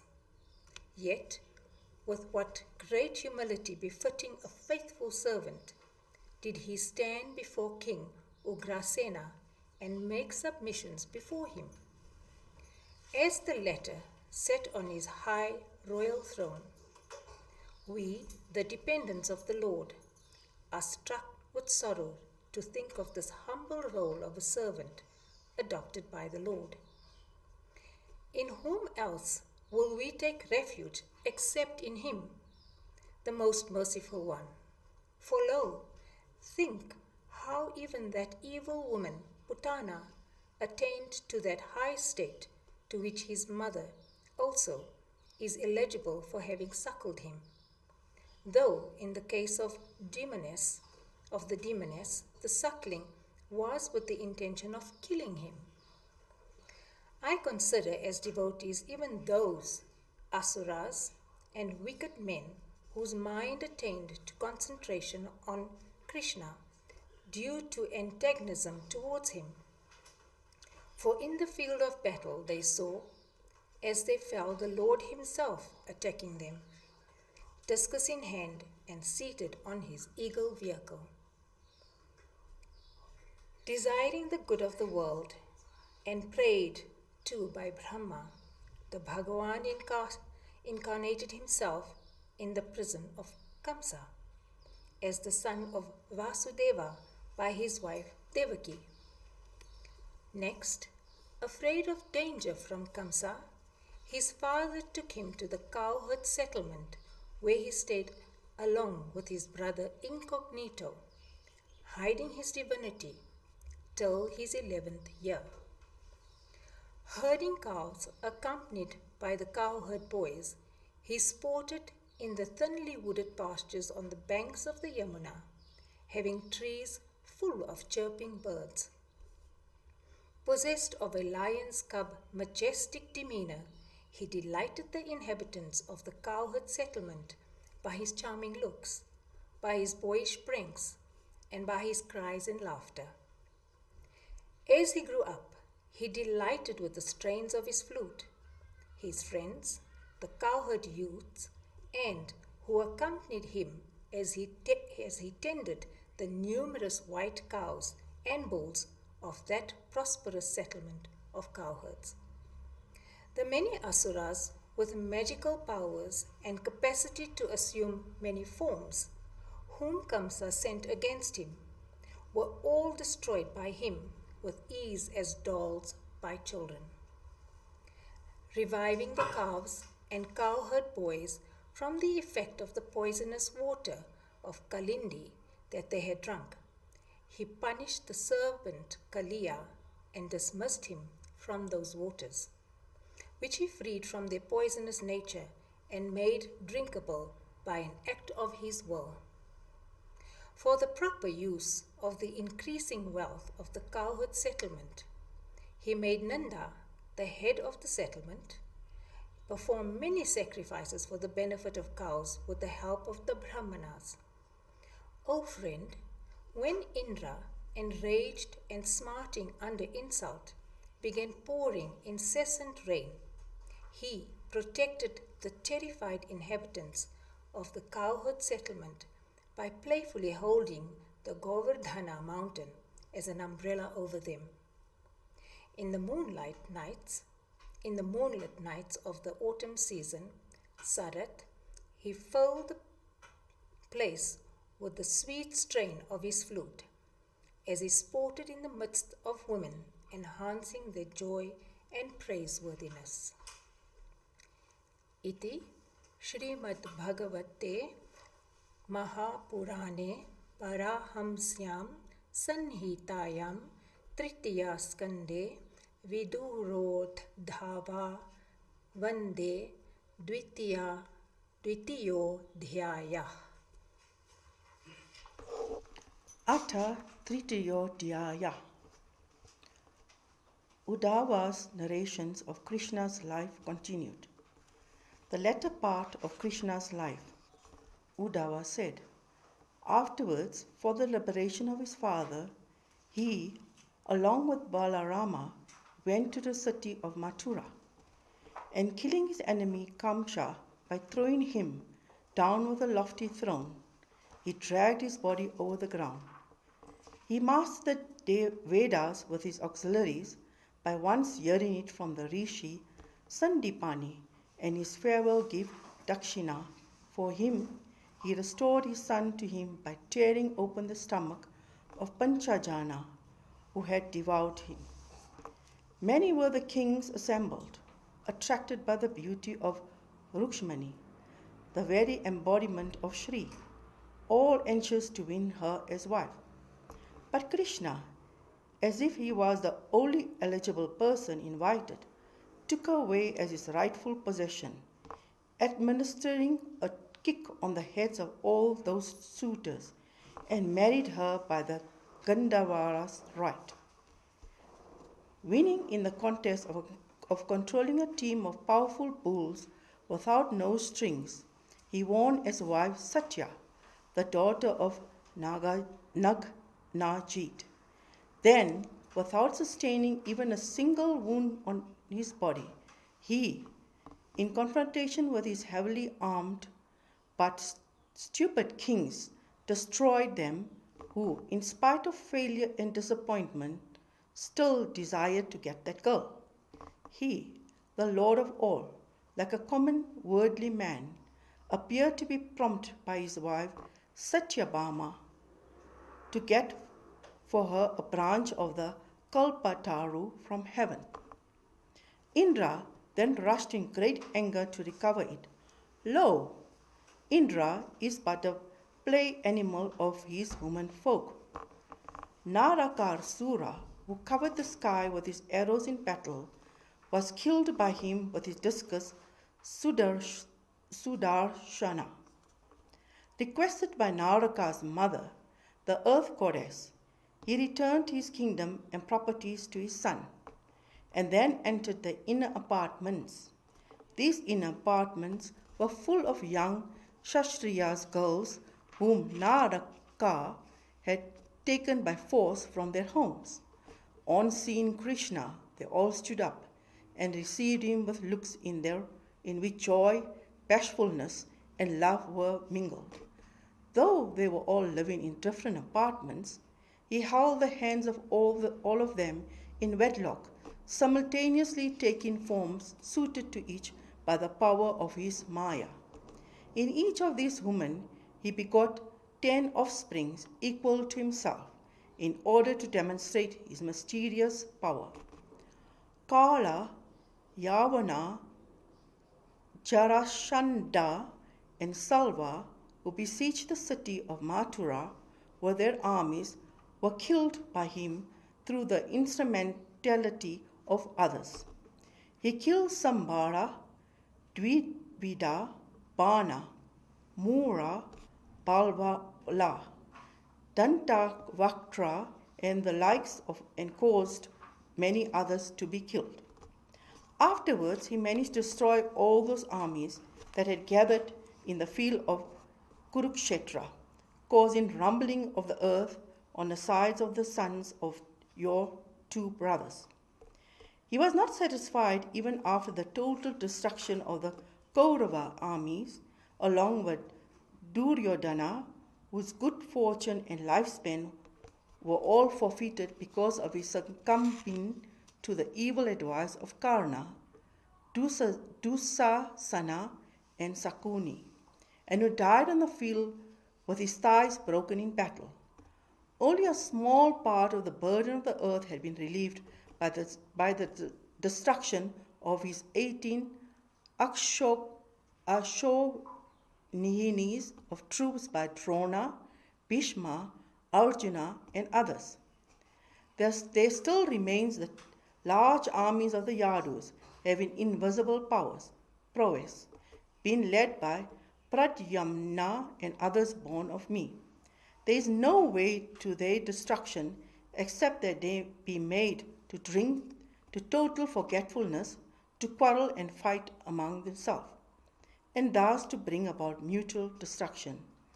My resolution in this regard will automatically take effect. Resolving thus, the Lord had Yudhishthira installed on his ancestral throne, and lived in his capital city, exemplifying the way of piety and bringing joy to the minds of all friends and relatives. The lines of Puru was saved by Abhimanyu, begetting an issue in Uttara. But that issue was destroyed in the womb itself by the weapon of Ashwatthama. It was revived by the all-powerful Lord. He helped Yudhishthira perform 3 Ashwamedha sacrifices, and Yudhishthira reigned with the help of his brothers, always depending on Krishna. And Krishna, though he was the Lord of the world, yet following the way of the world and of the Vedas, lived in Dwarka amidst all sense enjoyments, but ever detached from them and established in spiritual awareness. He delighted all in this world, especially the Yadus, by his charming and smiling face, by his most attractive words, by his righteous and beneficent actions, and by his most auspicious presence in their midst. At nights he gave some time to his wedded wives for love sports in his company. After many years spent in this way, he lost interest in the householder's life. Observing this example of the Lord, no one that approaches the Lord of Yoga through any path of spiritual communion would put faith in worldly enjoyment, which are with us today and gone tomorrow. One day, the young men of the Yadus and Bhojas who were at play insulted some sages who, being thus provoked and angry, pronounced a curse, which was in accordance with the wish of the lords also. Some months after, as destiny would have it, the claimants of the Vrishnis, Bhojas, and Andakas went in the joyous mood to Prabhasa in their chariots. After bathing in the holy waters there, they performed worship of Devas, Rishis, and Pritis, and many gifts of excellent cows to Brahmanas. Presenting various gifts to Brahmanas, gold, silver, bedding, cloths, deer, skin, wrappers, vehicles, elephants, and lands, entreating them to feast of many varieties of food, etc.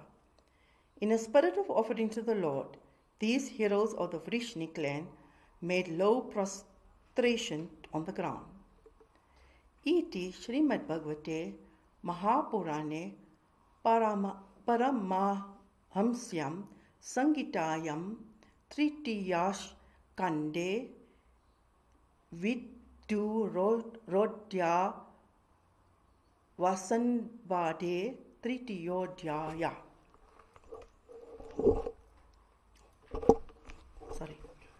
Atta Tritiyodhyaya. Uddhava on the last day of Krishna. Destruction of the Yadus.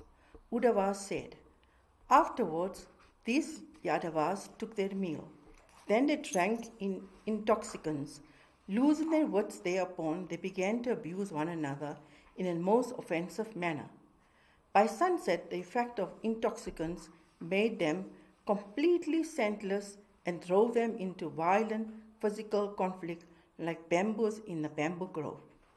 The Lord, seeing his yoga maya in operation, bringing about the destruction of his clan, purified himself in a Saraswati and sat under the shadow of the Aswatha tree.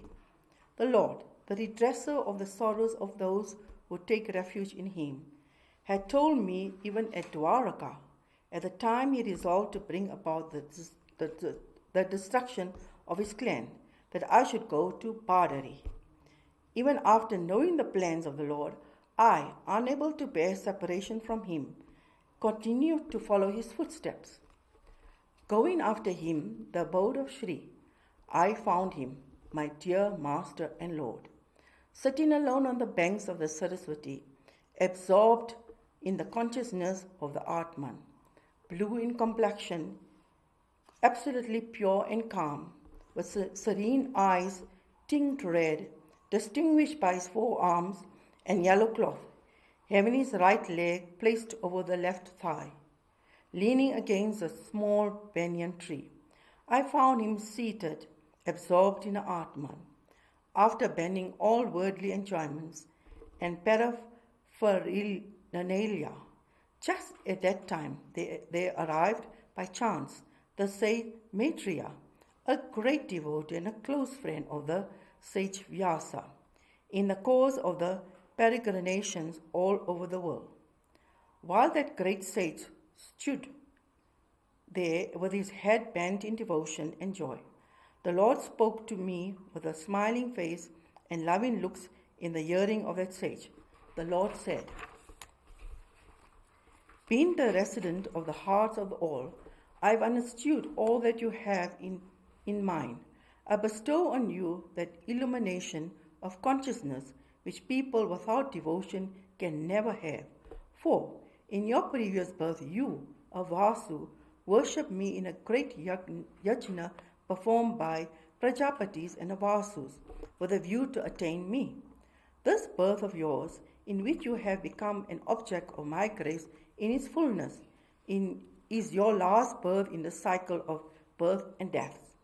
That, moved by the highest devotion, you have been able to follow me and see me in solitude at this time when I am about to leave the world of man, in the rare piece of good fortune for you. In a Padamakalpa, at the time of creation, I imparted to Brahma, who occupied my navel lotus, that spiritual knowledge which reveals my supremacy. Learned men call it the Bhagavata. I relieve that to you. Uddhava's submission and Krishna's reply.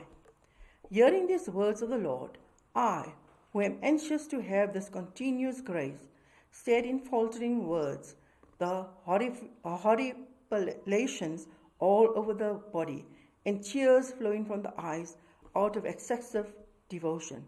O Lord, for those who adore Thee, which are the four ultimate values of life, Dharma, Artha, Kama, and Moksha, is difficult to obtain. But, O Lord, I seek none of these, as my interest is solely in serving Thee. Even the knowing ones are puzzled about Thy conduct, Thy actions, whilst Thou hast no sense of agency. Thy birth while Thou art beyond samsara, Thy flight beyond the enemy, while Thou art the time spirit that consumes everything, and Thy involvement thousands of human, while Thou are immersed in Thy innate bliss. O Lord, my mind loses its bearing in wonder when I think how in the deliberations on the affairs of state, Thou, who art the all-knowing, uninhibited consciousness, used to seek my advice with great earnestness, as if Thou wert an ignorant, unsophisticated person. O Lord, that knowledge, that which Thou didst impart to Brahma, by which one overcomes the travails of transmigration easily. Be thou gracious to relieve it to me, if thou considerest me for fit. To me, who had thus conveyed my heart's desire, the Lord imparted the highest knowledge about the Atman. Having received instruction on the supreme truth about him, who is the object of the worship of all, I prostrated before him, circumlated him, and came over him with a heart aching because of separation from him. I, who am both overjoyed for having met the Lord at the last moment and received enlightenment from him, and sorry because I had to part from him forever, am now going to Badari Ashrama, which is very dear to my Lord.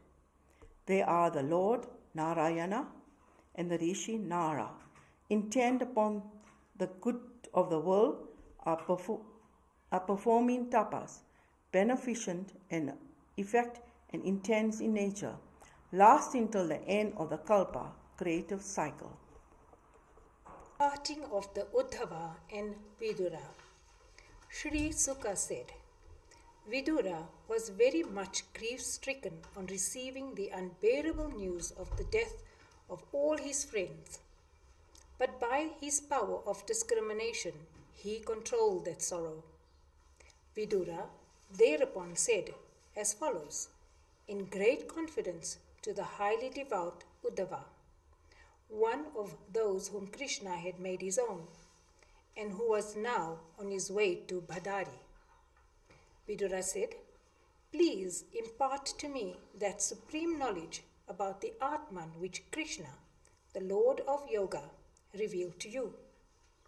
For devotees of the Lord like you go about only to benefit others who resort to them. Uddhava said, it is the Rishi Maitreya who is ordained to impart the knowledge of the truth to you.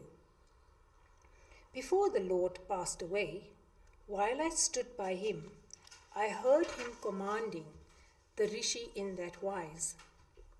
Thus, Uddhava spent that night on the banks of the Yamuna, as if it were a moment, engaged in conversation with Vidura. Thus assuaging the heat of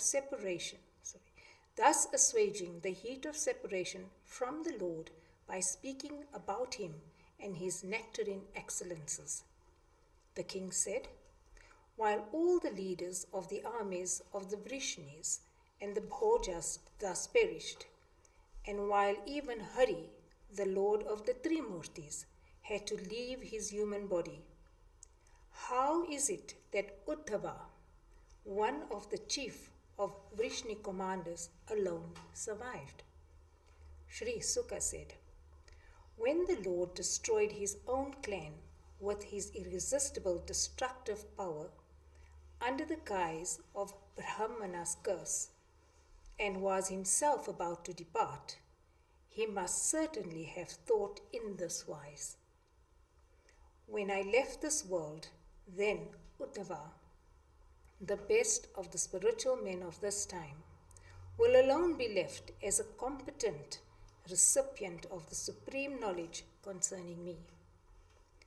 Uddhava is in no way lesser than myself, for he is never perturbed by the objects of the senses. So let him remain in the world to instruct men in the knowledge of my real nature. Directed accordingly by the Lord, who is the teacher of all the worlds, and the revealer of all scriptures, Uddhava went to Bhadarika Ashrama and communed with the Lord in Samadhi. Thus, Vidura heard from Uddhava all about the Lord, how with the body he had assumed for his playful manifestation, he achieved many great and glorious things, how he gave up that body as a worthless trifle, an act which gives encouragement to men of discrimination, but gives only fright to worldly and animal-like men, with minds full of desires, and how he remembered with him Vidura in his last moments on earth. Remembering all this, Vidura cried aloud in a paroxysm of divine life after Uddhava had departed. Vidura, who was thus blessed by the Lord, left the region of the Yamuna and within a few days reached the place on the banks of the Ganga where the sage Maitreya lived. Iti Shrimad Bhagavate Mahapurane Paramahansyam Sanhitayam Tritiya Skande Vidurodhava Samvade Chaturthodhyaya Atha Panchamo Dhyaya. The first stage of creation. The questions of Vidura.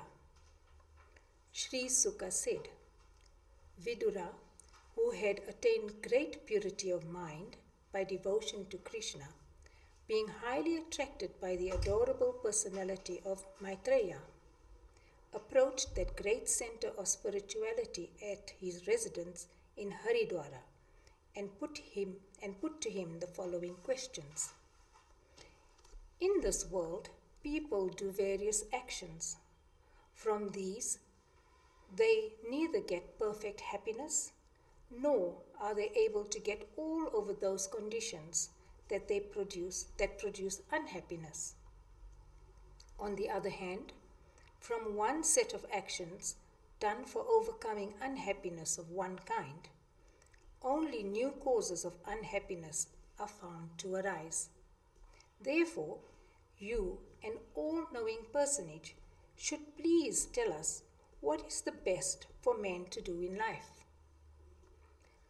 Misery is the fate of those who, out of their evil deeds of the past, are indifferent to the worship of Krishna, and consequently become unrighteous in conduct. It is for affording relief to such persons in misery that great devotees of the Lord, like you, move about in this world.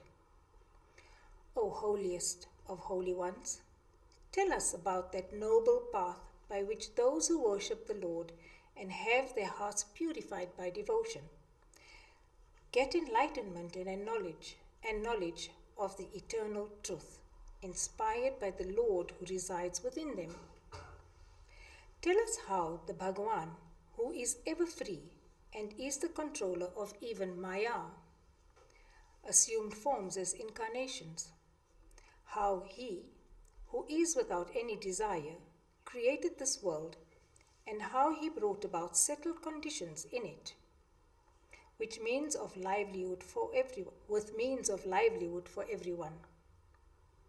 Describe to us how he, the one existence, whose blessings even the greatest of sages seek, enters into the created world as assumes diverse forms, and afterwards, at the time of dissolution, withdraws everything into the sky of his heart and remains without any modifications. In his various incarnations for the welfare of the world, what are the sportive actions that he enacted? Our mind is never satiated by hearing about the actions of that one of exceeding holiness. What are those categories from which the primeval stuff of which the Supreme Lord formed the regions within the cosmic sphere and the realms beyond it, wherein are found all species of conscious beings, including deities presiding over various spheres? Besides, describe also how the self-born creator Narayana brought about differences in the nature, actions, forms, names, etc. of various creatures. I have heard many a time about the duties of the various orders in society from the mouth of Vyasa. Enough of all that.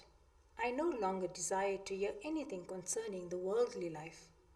I long to hear only about the excellences of the Lord, He whom sages like you praise and worship in satras, protected yajnas.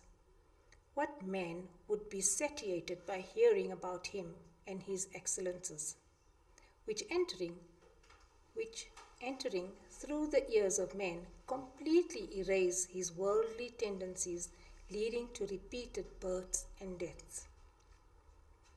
Your friend Vyasa too, desiring to describe the glories of the Lord, produced the Mahabharata.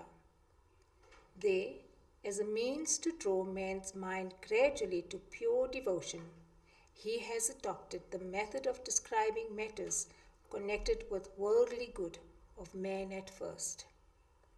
The mind of man who hears or reads about the excellences of the Lord with a deep faith and attention will, along with the growth of devotion, cease to have attachment and attraction for worldly objects.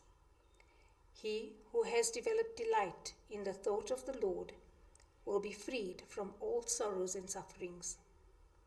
I feel extremely sorry for people who, due to their own sin, have no opportunity to hear about the Lord's excellences, and all the more so for those who, in spite of such opportunity, are indifferent to it. The lifespan of such people who indulge in and talk of only worldly matters is consumed by the unwinking spirit of time. Their lives are indeed lived in vain. O friend of the afflicted, so describe to us the essence of his sanctifying deeds and excellences, extracting it as a honeybee draws the nectar from flowers for our benefit. Narrate to me whatever actions of superhuman worth the Lord performed in his descent, when he assumed his divine power for the creation, preservation, and dissolution of the universe. Creation of categories. Sri Sukha said, that divine sage, Maitreya, on being thus questioned by Vidura, for the spiritual good of the whole world, replied thus. With due deference to him, Maitreya said, O Holy One, you have put the right question.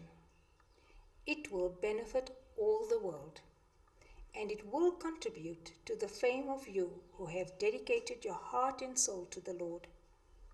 This is no matter of wonder in you who had your origin from Bhadarayana, and who have your wholehearted devotion almost captured Hari in your heart. Yama, who administers punishment to all beings for their sins, was cursed by the sage Mandhavya to be born in a world of men. You are that Yama born of Vyasa in a Sudra woman, who was a concubine of his brother King Vichitravirya, the son of Satyavati. You are certainly beloved of the Lord and all his devotees, for at the time of his departure from the world of men, he remembered you and commanded me to impart to you the knowledge that gives spiritual enlightenment. I shall tell you, one after another, the sportive activities which form the expression of his Yoga Maya, resulting in the creation, maintenance, and dissolution of the universe. In the beginning, the Lord, Bhagavan, alone existed. He was the essence of all, and he was all. He, the pure spirit, was the master of himself. All that is called the many was by his will dissolved in him, dissolved in himself. This non-dual and self-revealing seer saw no object then. When power and its manifestation subsided, and the seer alone remained, the spirit thought of himself as non-existent, as the subject has no relevancy without the object. What is called Maya is the power of the witness or seer. It has got the dual nature of being in the states of cause and effect. It is that by which the all-powerful One manifests the whole universe. The Lord, possessed of the power of consciousness and manifesting as Purusha, cast his seed, reflective consciousness, in his Maya, whose constituents of the three gunas are agitated by the power of time. Out of that inchoate state of Maya, prompted by time, came into being the Mahat Tattva, the all-comprehending entity. Mahat Tattva, which is self-conscious luminosity, dispelling the covering of darkness, tamas, and revealed the universe which was existing in himself. That Mahat Tattva, which consists of the Lord's part, Amsa, the gunas of Prakriti and time spirit, being subject to the Lord's look, desired to create and transformed himself into another condition. Evolved from the Mahat Tattva, came into existence the I category, Aham Tattva. This I category manifested as elements, organs and mind, which form the physical Adibhuta, cyclical Adhyatma, and spiritual Adidaivika aspects. The I category has three aspects: Sattva, Rajas, and Tamasa. Out of the Sattva aspect, mind and the presiding deities of Indriyas who illumine objects arose.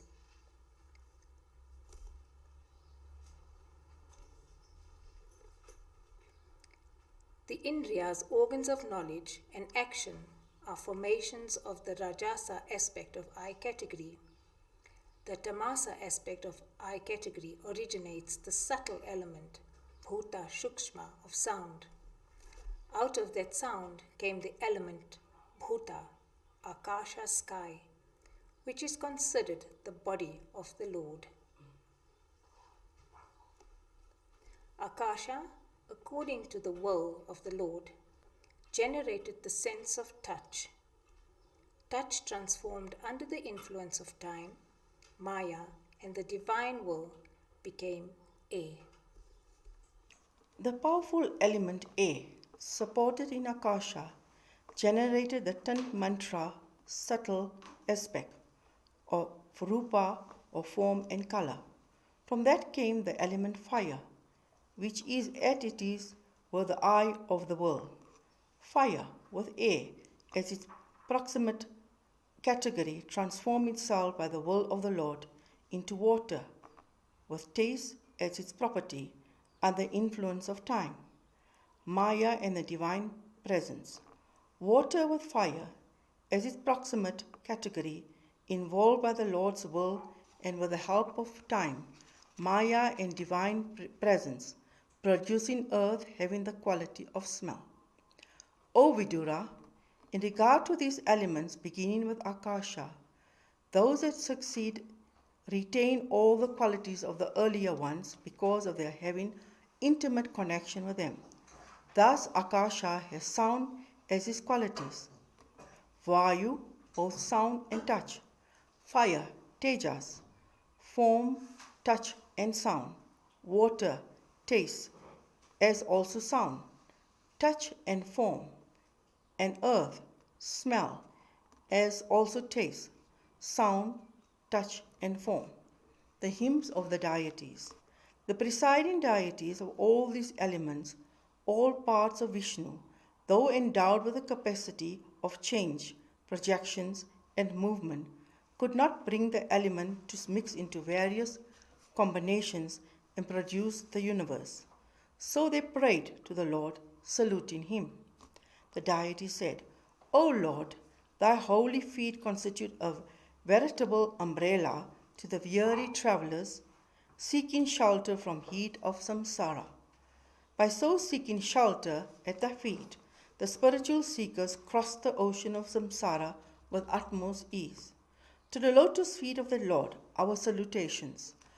O Father and Lord of all, in this sphere of transmigratory existence, the jivas, distressed by the trade of miseries, are not able to attain to the inherent bliss of the Atman unless they seek shelter at thy feet, which stimulates spiritual illumination. We seek shelter at those feet. The sages, striving for thee in solitude along the path of knowledge, resort to the Vedas, which are like birds coming out of their nests, constituted by thy face lotus. As the cause of the birds can guide a person to the nest, the path of knowledge taught in the Upanishads guides a person to him. We devotees, however, seek shelter at thy holy feet, from which flows the Ganga, the all-purifying stream. As a stream takes one to its source, the path of devotion and self-surrender taught in the Bhakti Shastra also leads one to the same Lord as the path of knowledge taught in the Vedas. We seek shelter at those feet of thine, on which sages of settled understanding meditate with heart purified by faith and by love generated by the hearing of devotional texts, by which they attain to the highest form of renunciation and intimate knowledge of thee. We take shelter at the feet of thee, who dost manifest thyself in various incarnations for the creation, preservation, and destruction of the universe, by meditating on whom thy devotees attain to the fearless state salvation. Though thou residest within all beings and art thus closest to them in the real sense, thou art in practice the remotest entity for them so long as they feel deep-rooted identification with this impermanent body and all its appurtenances like homes and the rest. O all perfect beings, our salutation to thee. O Supreme Lord, those whose minds are captured and carried away by the senses which delight in enjoyment of degraded objects, never get the opportunity of association with holy men who have been sanctified by the touch of thy sacred feet. For interested as they are only in sensual enjoyments, they scrupulously avoid such contacts with saintly ones and thereby deprive themselves of all chances of spiritual regeneration. O Lord, those who become purified and endowed with abounding devotion to thee, by listening to recitals of thy holy accounts and excellences, attain simultaneously to intense dispassion and knowledge, and thereby to thy imperishable state. There are others who by their own effort conquer the powerful whole of nature through the practice of communion through samadhi and attain to thee, whom the devotees too attain following the path of devotion. But the method of the former is fraught with great difficulty, but not so that for those who practice love and service to thee, of thee. Desirous of creating the universe, thou didst protect us, the categories and deities presiding over them out of the three gunas of sattva, rajas, and tamas.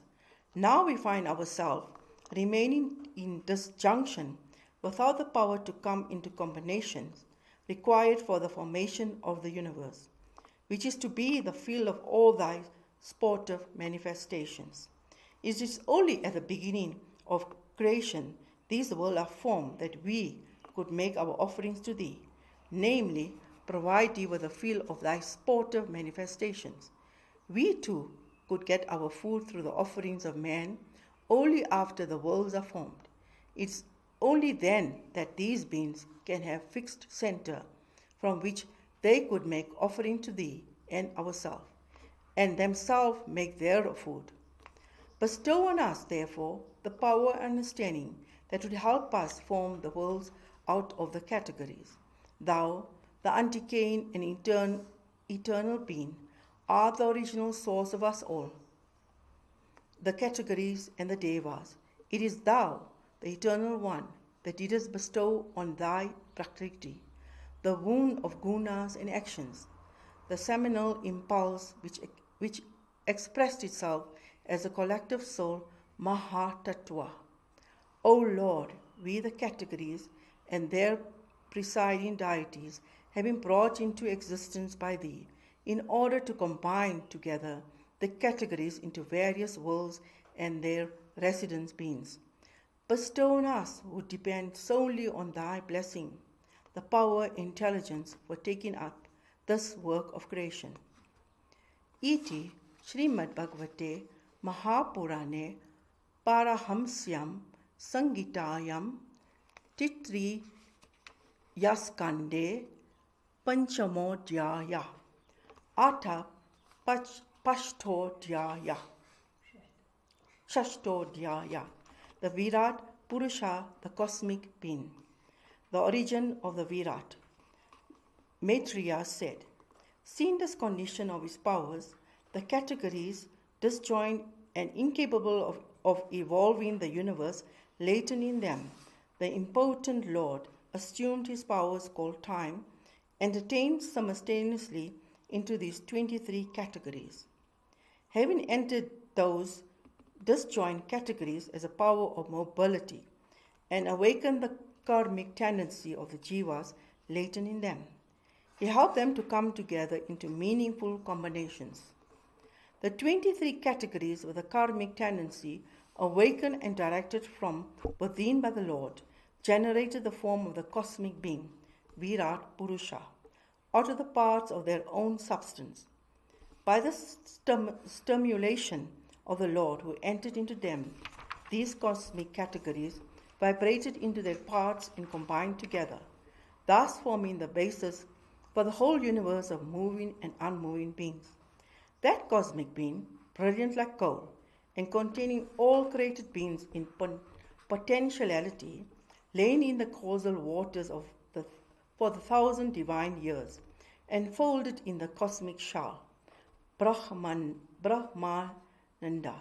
These cosmic beings is endowed with 3 potencies: Deva Shakti, power of consciousness; Kriya Shakti, the power of action; and Bhokri Shakti, the power of enjoyer. He divided himself on the lines of these powers into groups of 1, 10, and 3. The Deva Shakti is the one divine spirit, functioning through everything. Karma Shakti is a group of 5 pranas and the 5 forms of functioning, and Bhokri Shakti consists of a group of 3. The Adhyatma, the Adi Daivika, and the Adi Bhotika.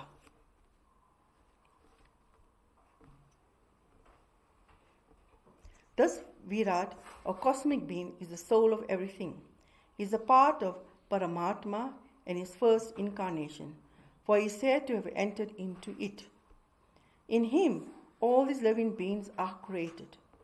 The Virat has 3 aspects in association with the Indriyas. Adhyatmatma, in association with deities; Adi Deva, in association with body; Adi Bhuta, in association with prana. He functions as 10. In the heart, he functions as 1.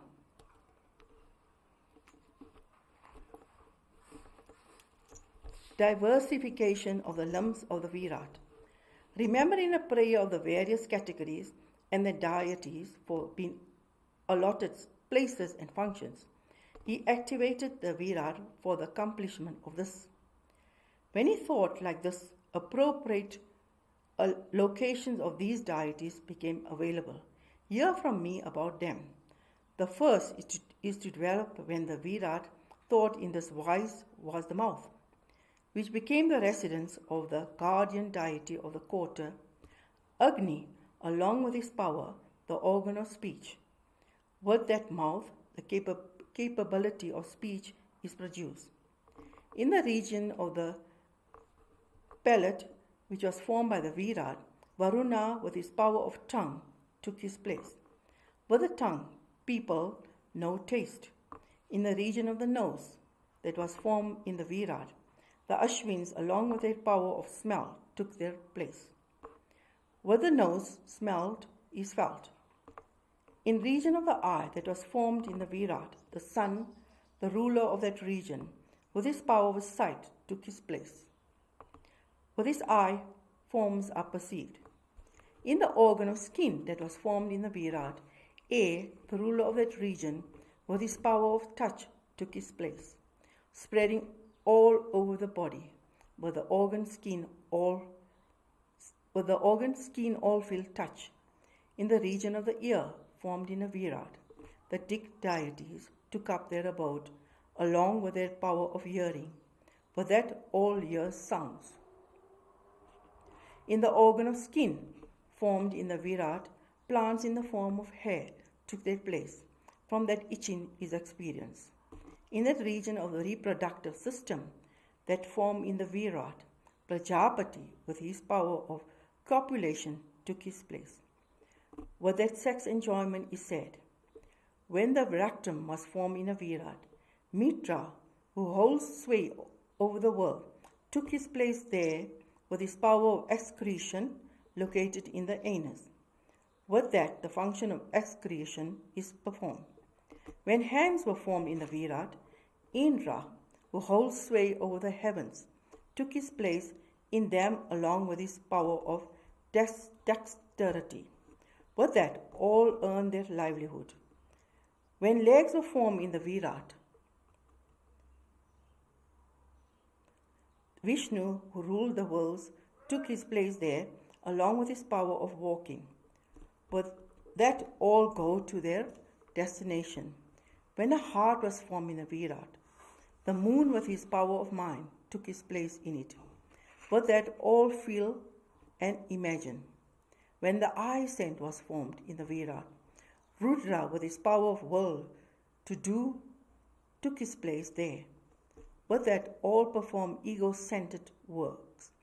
When intellect was formed in the Virat, Brahma took his place there with his power of rational thought. With that, all gain knowledge. The lungs of the Virat as the universe. The head of the Virat is the heaven. The feet constitute the earth, and the navel the middle region.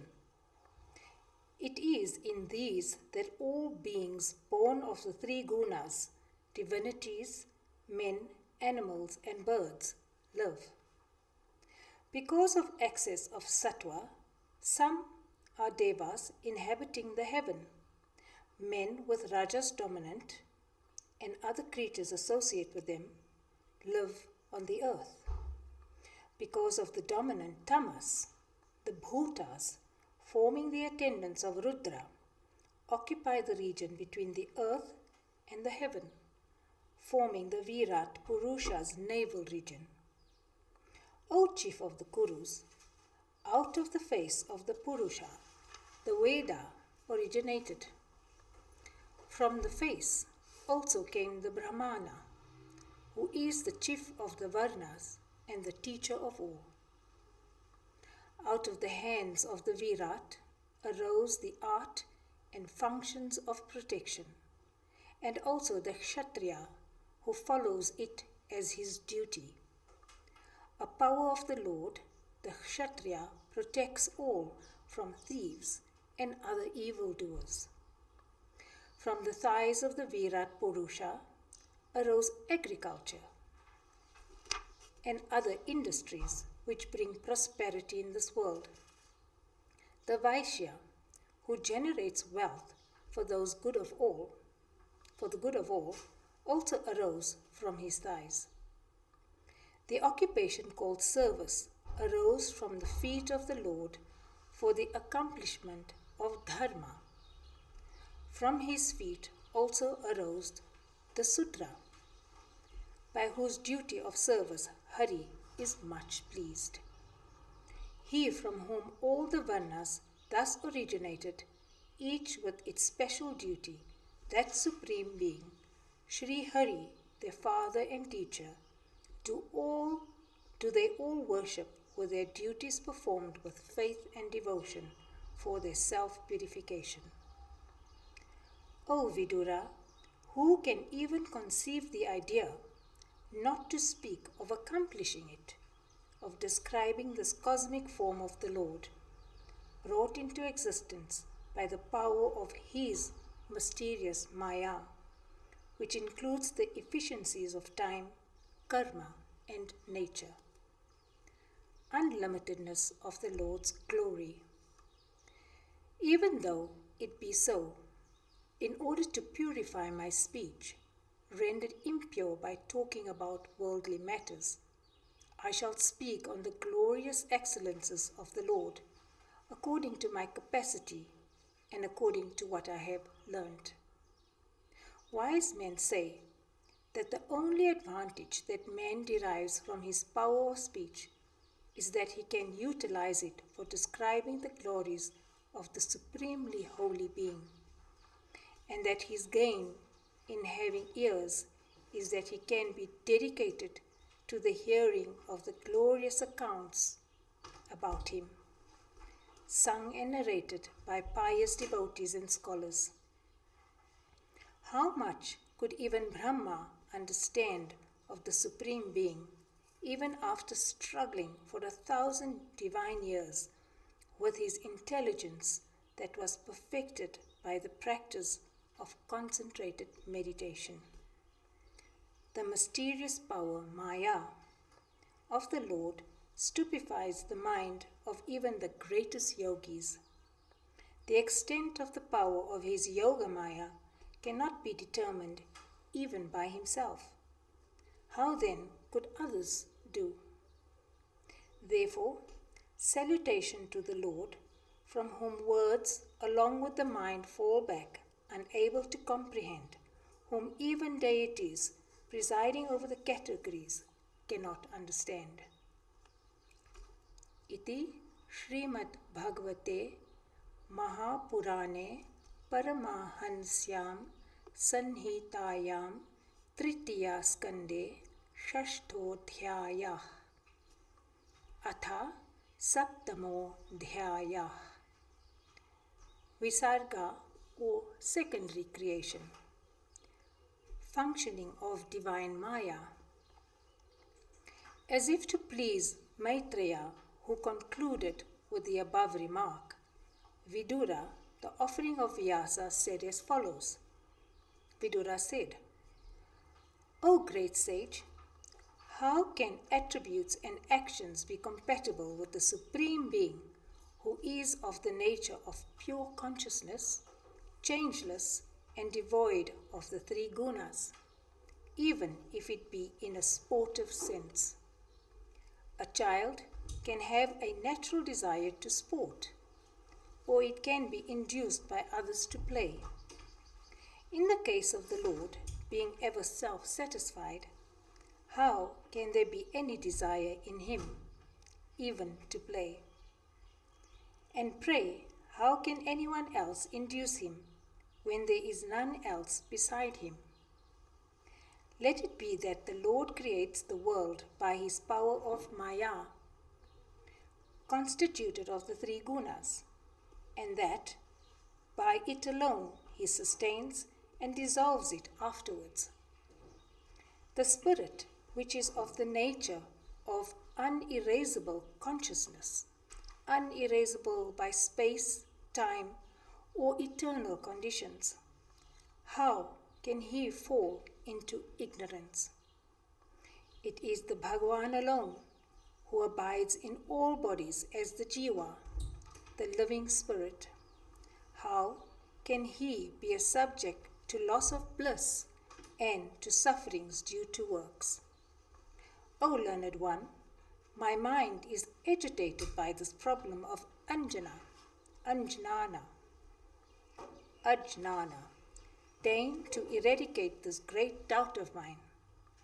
Sri Sukha said, being thus questioned by Vidura, the inquirer after truth, the sage Maitreya, who was totally devoid of pride, said, remembering God in his mind and wearing a smile on his face, Maitreya said, Maya, or the mysterious power of the Lord, is indeed that which brings about bondage and misery to the free and lordly spirit against all principles of rational understanding.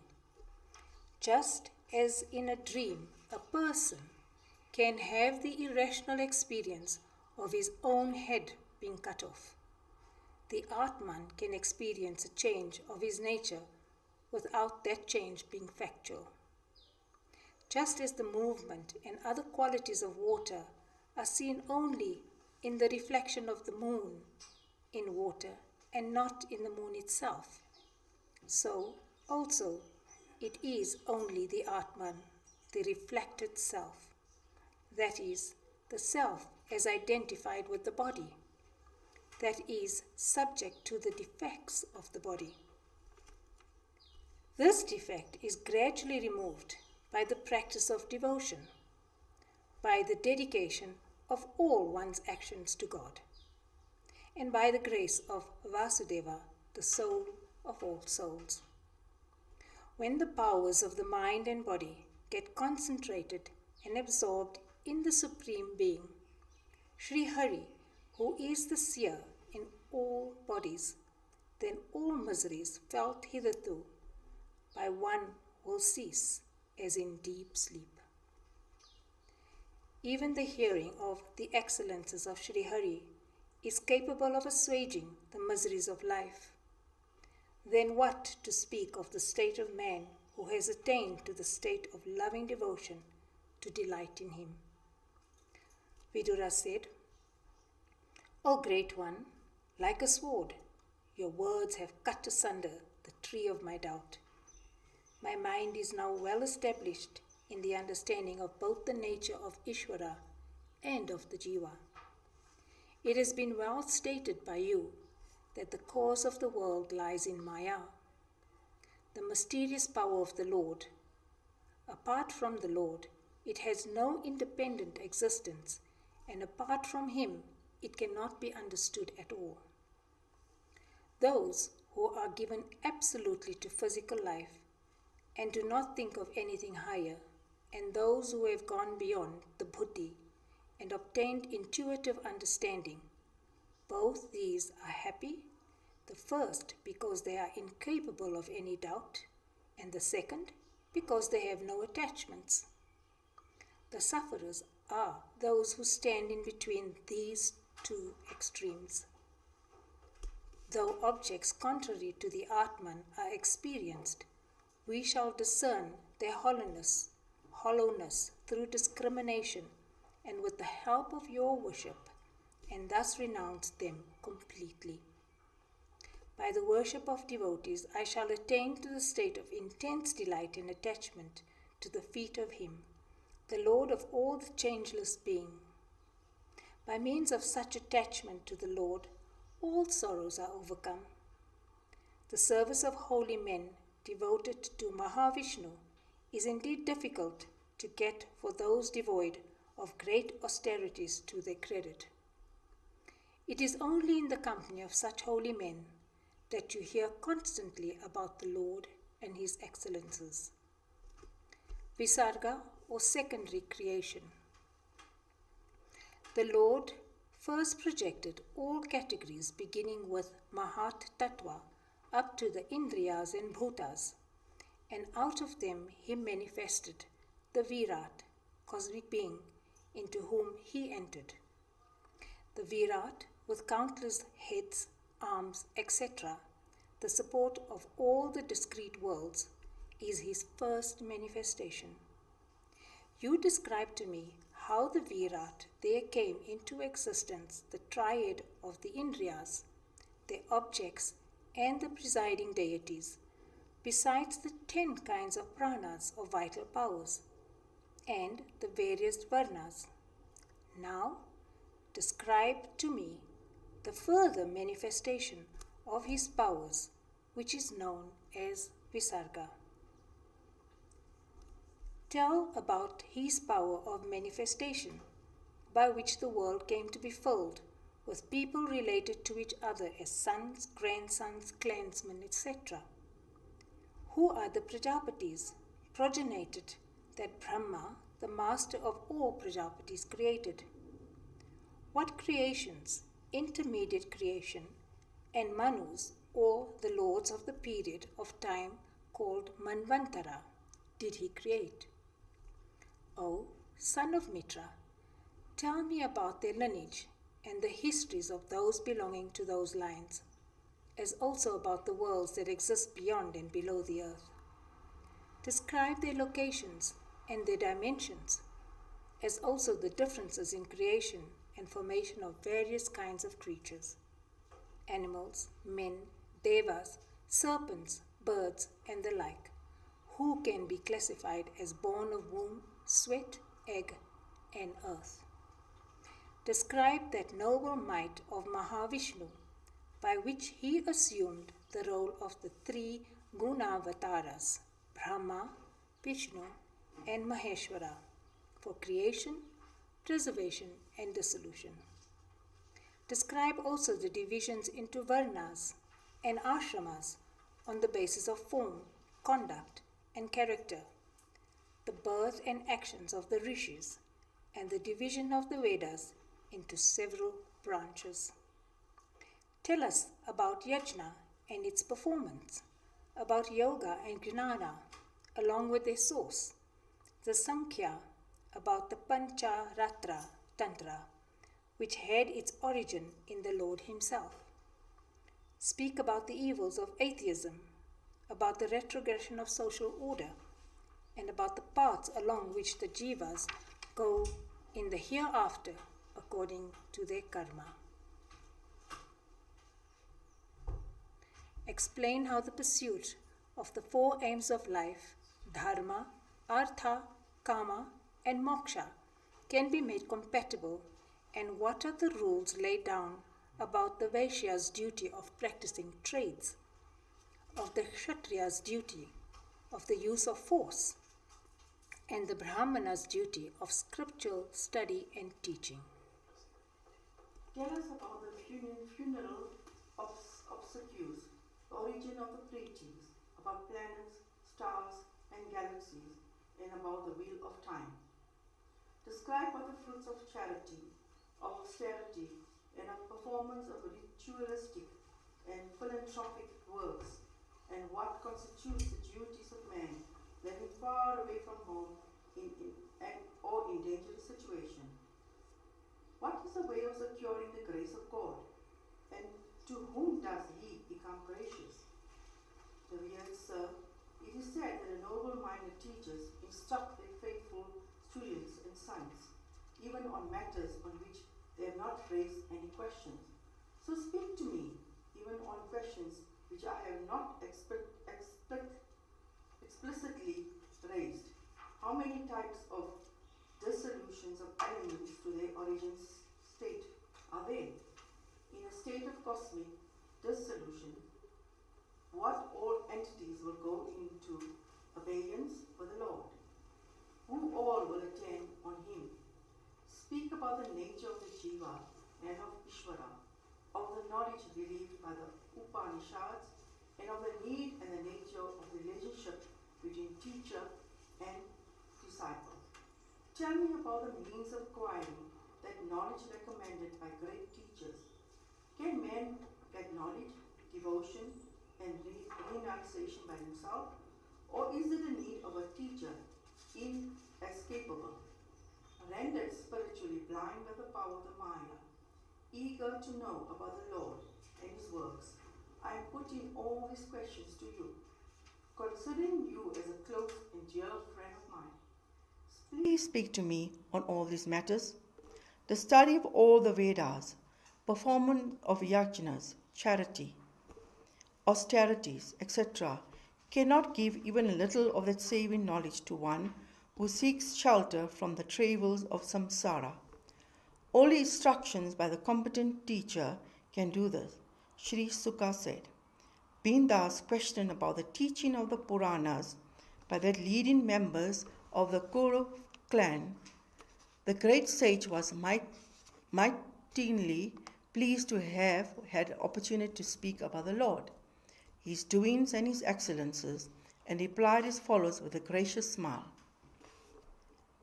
Iti Shrimad Bhagavate Mahapurane Parahamsyam Sangitayam Tritiyashkande Satyamodhyaya Atashtamodhyaya. The dawn of creation.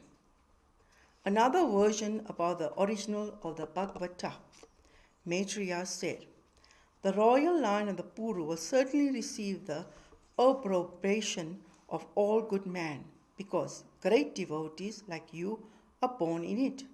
For, by questions like this, you are every time reminding one that thereby renewing the memory of the glory of the Lord. I shall begin the narration of that text concerning the Lord Bhagavata, which he himself narrated to Sanaka and other rishis, and which has the power of assuming the terrible suffering which men undergo in the process of pursuing petty enjoyments. Sanak Kumara and other rishis once went to Patala and approached Sankarshana, the original being and one of unhindered knowledge residing there, and questioned him with a view to know about Vasudeva, the Tattva still superior to him. Sankarshana, whose mind was absorbed in blissful contemplation of Vasudeva, the foundation of his being, now opened his indrawn lotus-like eyelids a little to bless the rishis. He whose 1,000 hoods shed all round the lustre of the gem-studded crown to them, whose lotus feet were being worshipped with numerous offerings by serpent damsels praying for suitable husbands, that Shankarshana's feet now receive the contact of the matted locks of the rishi, sanctified by the holy waters of the Ganga, as they prostrated themselves before him while praising him. Then Bhagavan Shankarshana relieved this Bhagavata to the rishi Sanat Kumara, who had taken to the life of asceticism. Sanat Kumara imparted it to Sankyayana, who was living as austere life. The rishi Sankyayana, who was foremost among the order Paramahamsas, imparted it to my teacher, Parasara, who was attending to him as a disciple, desirous of knowing about the glories and excellence of the Lord, as also to the sage Brihaspati. Parasara, at the suggestion of Pulastya, and out of his benevolence, imparted this best of Puranas to me. I shall now impart it to you, dear one, who has been attending on me. The universe is chaos. At the end of the creative cycle, the whole universe was plunged into cosmic water in a state called pralaya, the dissolution of all effects into their causal state. Then he, Mahavishnu, lay to his serpent bed, all alone, his eyes closed, his activities suspended, and himself absorbed in a blissful self-awareness of cosmic slumber. With the subtle efficacies of all great entities held in abeyance in him, and his power of time commissioned to wake him up at the due time, he lay in the cosmic waters in complete absorption in his own supreme state, with his powers indrawn, just like fire in wood when it is not aflame. When he has thus spent a period of the 1,000 Chatur Yogas in that slumber of self-awareness, his power of time, as commissioned by himself, stimulated his suspended power of action into operation, whereupon he saw within himself the whole universe in its ideal form, lying in dissolution in his own being. When he thus viewed the universe in latent condition in himself, these efficiencies burst out through his navel, under the stimulation of the power of rajas, which was under the regulation of time. All these efficiencies took the form of the lotus bud, and as it came out with its root in him, it illumined the expansive cosmic waters, just like the rising sun. Into that lotus, illumining all things, all pervading beings entered. Thereupon there appeared in the lotus the creator Brahma, who is called the self-born, the embodiment of the Vedas. The quest of Brahma. Sitting in the center of the lotus, he saw nothing before him. So he scanned the sky all around, whereupon he developed 4 faces, one face turned in each direction. Brahma, who found himself in the lotus which had risen from those waters, they were being beaten into a succession of waves by the winds attending the world's dissolution, did not understand anything about himself or the lotus holding the world in a germinal form. Who am I, having my residence in this lotus? Whereupon has sprung this lovely entity, this lotus amidst these waters? Where is it based? It must certainly have a basis. Thinking thus, he tried to go into the depths of the waters through the central hollow of the stalks of the lotus, but found no end, even after going down very far.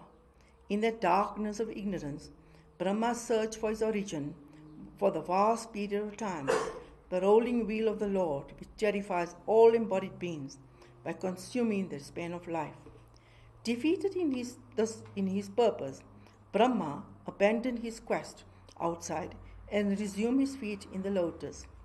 Then he controlled his vital energies, threw his mind inwards, and entered in a state of concentrated absorption, samadhi. For 100 years, Brahma was in that state of spiritual communion, and in his mind he was now well concentrated, drawn to the truth of the Lord as the indwelling spirit, which he had failed to realize by his earlier quest outside. Brahma's vision of the Lord. He found him, the sole existence, lying on the bed constituted of the huge body of a serpent, Adishesha, of sparkling whiteness, whose 1,000 umbrella-like hoods with the luminous glow of the precious stones on them dispel the gloom of cosmic darkness overcasting the waters around. He found him far transcending the glow and grandeur of an emerald mountain, his yellow veiling cloth excelling the orange-red evening clouds covering the mountain, his diademed head, the glowing peaks of it, the floral wreaths and ornaments, the waterfalls, vegetations, flowers, precious stones, etc. on it, his arms the bamboo groves, and his legs the trees. He saw that form of the Lord which includes within itself the whole universe, but which could assume his size according to his will, which is resplendent with numerous divine ornaments and cloths, and which can assume other forms and decorations according to the needs of the devotees. Those following pure scripture ordained ways of spiritual disciplines for the fulfillment of their various desires find a wish-yielding cow of plenty in his lotus feet, whose petals are constituted of his toes, having nails that are resplendent like the moon. He saw him whose smile removed the sorrow of the world, and whose face is beautified by shining ear ornaments, and by the reddish sting lent on it by the reflection of his red ruby-like lips, as also by his comely nose and well-set eyebrows. He saw the Lord wearing a yellow cloth, resembling the filament of cardamom flower, having a beautiful waistband, and wearing a priceless necklace matching well with his chest, bearing a Sri Vatsa mark. He saw the deity like a great sandalwood tree, having arms with diamond-studded armbands for the branches, his unmanifested infinitude for the root, and Adishesha, the serpent, as a vine entwining its branches. He saw the mountain of the Bhagavan, which had all living creatures as its inhabitants, the cosmic waters and the ocean surrounding it, Adishesha as a serpent hovering on it, the numerous diadems at its peaks, and its manifest Sri Vatsa as a quarry of precious stones in it. He saw the Lord, whose form was covered with a floral wreath, symbolic for his own glory, and having the Vedic chant as the numerous honeybees hovering around it, who is imparable to the sun, moon, fire, and wind, and whose weapons, like Sudarshana, spread, they dazzle throughout the three worlds, rendering him difficult of approach. Simultaneously, he saw also the lotus coming out of the lake of the Lord's navel, with himself sitting on it, and also the causal water, the wind and the sky. Nothing more did Brahma bent on his work of creation see. Having seen with the spirit of Rajas, who was desirous of bringing various species of being into existence, whose mind was set on the creative act, and who was intensely contemplating on him of mysterious ways, now addressed a hymn of praise to him. Iti Shrimad Bhagavate Mahapurane Parahamsyam Sangitayam Tritiyashkande Ashta Modhyaya. Atha Navamodhyaya. Skanda 3, chapter 9. Brahma commissioned to create. Brahma's hymn. Brahma said, O Lord, after practicing meditation for so long, I have at least come to possess some understanding of Thee. This is the common deficiency of all embodied beings, that they have no knowledge of Thee. Nothing exists besides Thee, O all-powerful being.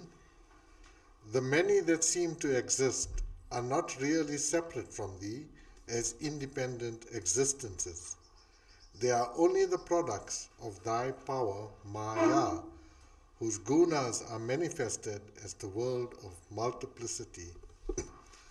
This form of Thine, an expression of consciousness bliss, devoid of every trace of the darkness of ignorance, has been assumed by Thee for the blessing of Thy devotees.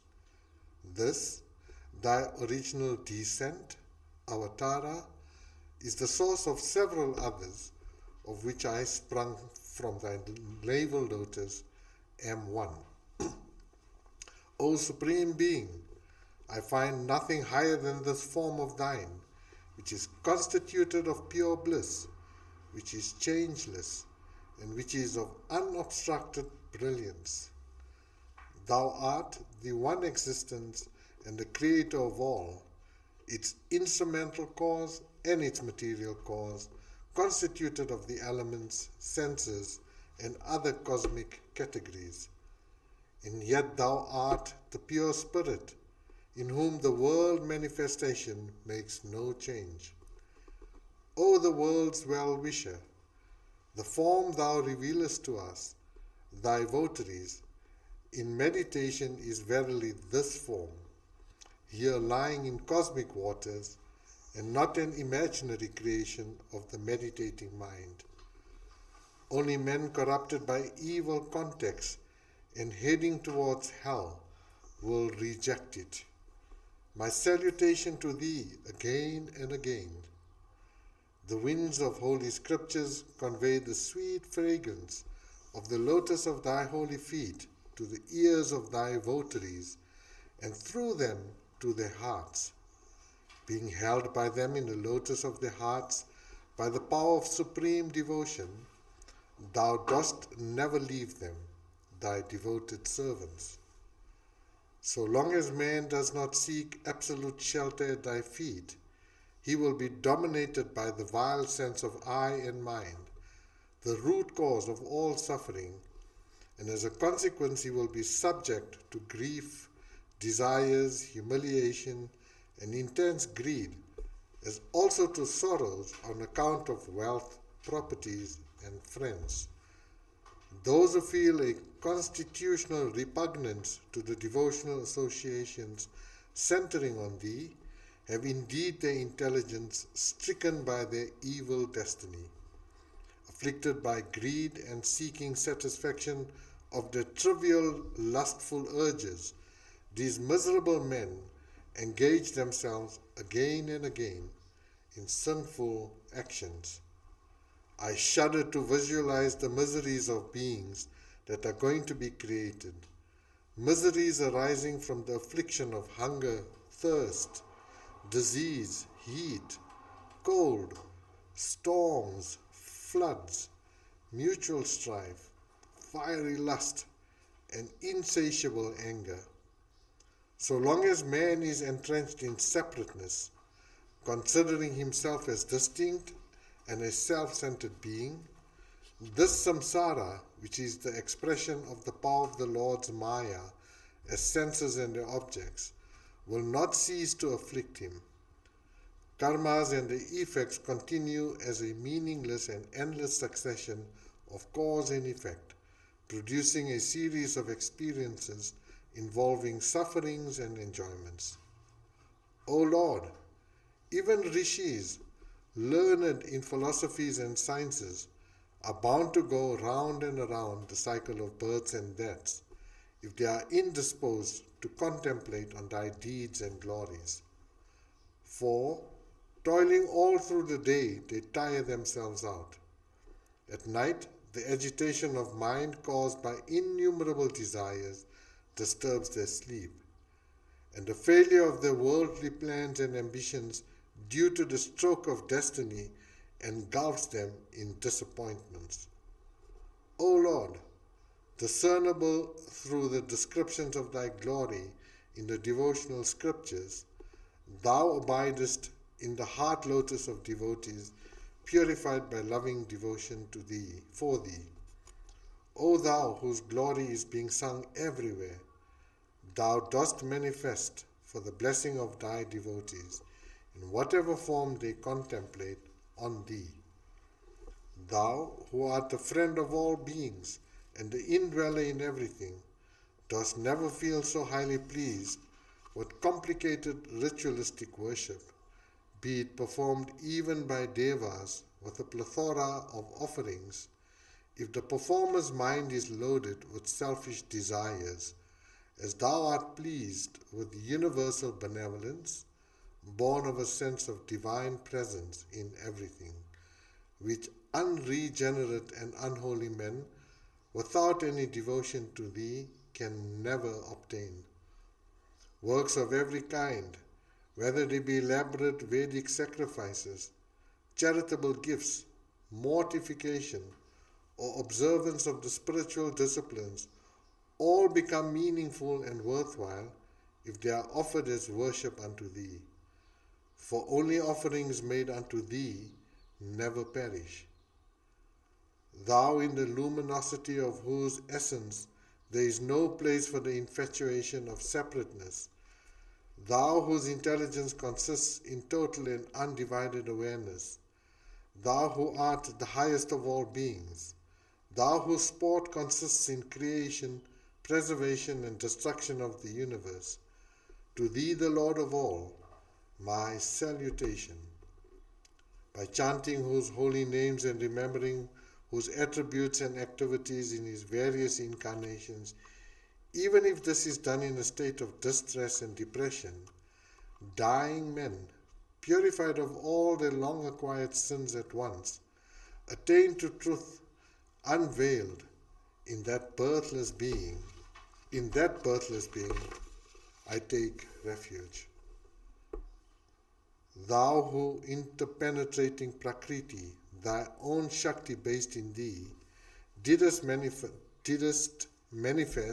as the three main stems, consisting of me, Brahma, thyself, Vishnu, and Maheshwara, for purposes of creation, preservation, and dissolution, as also as innumerable branches from them, to that being who thus stands as this mighty spreading tree of the universe, my salutations.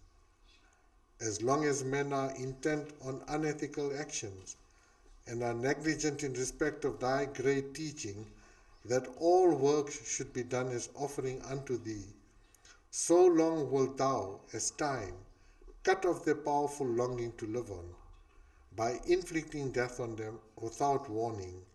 To thee, the winkless spirit of time, my salutation. Even I, Brahma, though established in Satyaloka, which excels all other realms and has a duration extending over a vast period of time, marked by two parardhas, am still afraid of thee as time, and therefore engage myself in prolonged tapas for the attainment of thy fearless state. To that being, the bestower of the fruits of all yajnas, my salutation. Salutation to thee, the supreme and transcendent being, who though devoid of all desires, dost yet sport, manifesting thyself as incarnations in various species of beings, like gods, men, and brute creations, out of thy own free will, for the preservation of thy law. Though unaffected by ignorance, avidya, with its modifications, known as tamas, moha, mahamoha, tamasira, and andha tamasira, thou dost wrap thyself in yogic slumber, lying on the serpent bed in the causal waters, which are stirred into mighty waves, with all the worlds gathered within thy being, so that all jivas might thereby enjoy rest from the continuous sufferings of samsara. He by whose grace and from whose navel lotus I have come into existence as the creator of the worlds, to thee, O worshipful one, who holdest all the worlds latent in thyself, and whose lotus eyes are half open as thou wakest up from yogic slumber, I offer my salutations. He, the one universal spirit, the friend of all the worlds, the protector of those who take shelter under him, by whose power of enlightenment, sattva, all beings derive joy. May he, by the same power, enlighten me and endow me with the capacity to create the worlds on the same lines as in previous kalpas. Engaged as I am in the creation of the various spheres, which are to be the venue for the sportive manifestations of thee, and thy spiritual counterpart, Rama, may I, through remembrance of thee, the bestower of grace on all devotees who surrender to thee, remain unaffected by the stain of attachment incidental to this work. Out of the deep navel lotus of the great being of infinite puissance, lying recumbent on cosmic waters, I, his power of creative wisdom, have sprung up. When I am engaged in the creative work of diversifying his cosmic form, may I not be forgetful of the Veda, thy revelation that can make one mindful of thee. O thou ancient being, O Lord of infinite mercy, may thou, with eyes like a lotus in blossom and a smile brimming with mercy and love, arise from thy serpent bed for the good of the worlds and dispel our ignorance by thy sweet words of supreme wisdom. Mahavishnu, blessing Brahma. Maitreya said, having realized him, his source, by the power of tapas, worship and samadhi, and having sung his praise to the limits of his capacity, Brahma now stopped as if saddened by the thought of his own incapacity to recount the Lord's excellences adequately. The Lord, who found Brahma lacking confidence to undertake the work of creation and thoroughly confounded by the condition of utter chaos prevailing, said to him in a deep and sonorous voice words that were calculated to remove his depressed state of mind. The Lord said, "O embodiment of the Veda, do not get depressed and despondent. Begin the work of creation. What you are now seeking of me has already been granted to you earlier. Practice concentration and communion with me again, and you will then find the worlds within in their ideal form with all obstructions removed. When your mind has thus got concentrated and filled with devotion, you will then see me as interpenetrating the universe and yourself, and you will also see all the worlds and all the jivas resting in me. When aspirants see me as residing in all beings, as the one fire in all pieces of wood, then only they overcome delusion. When the Atman, rid of his association with the material elements, indriyas, mind and the gunas of Prakriti, realizes his pristine nature as inherently related to me, then he attains to his original state.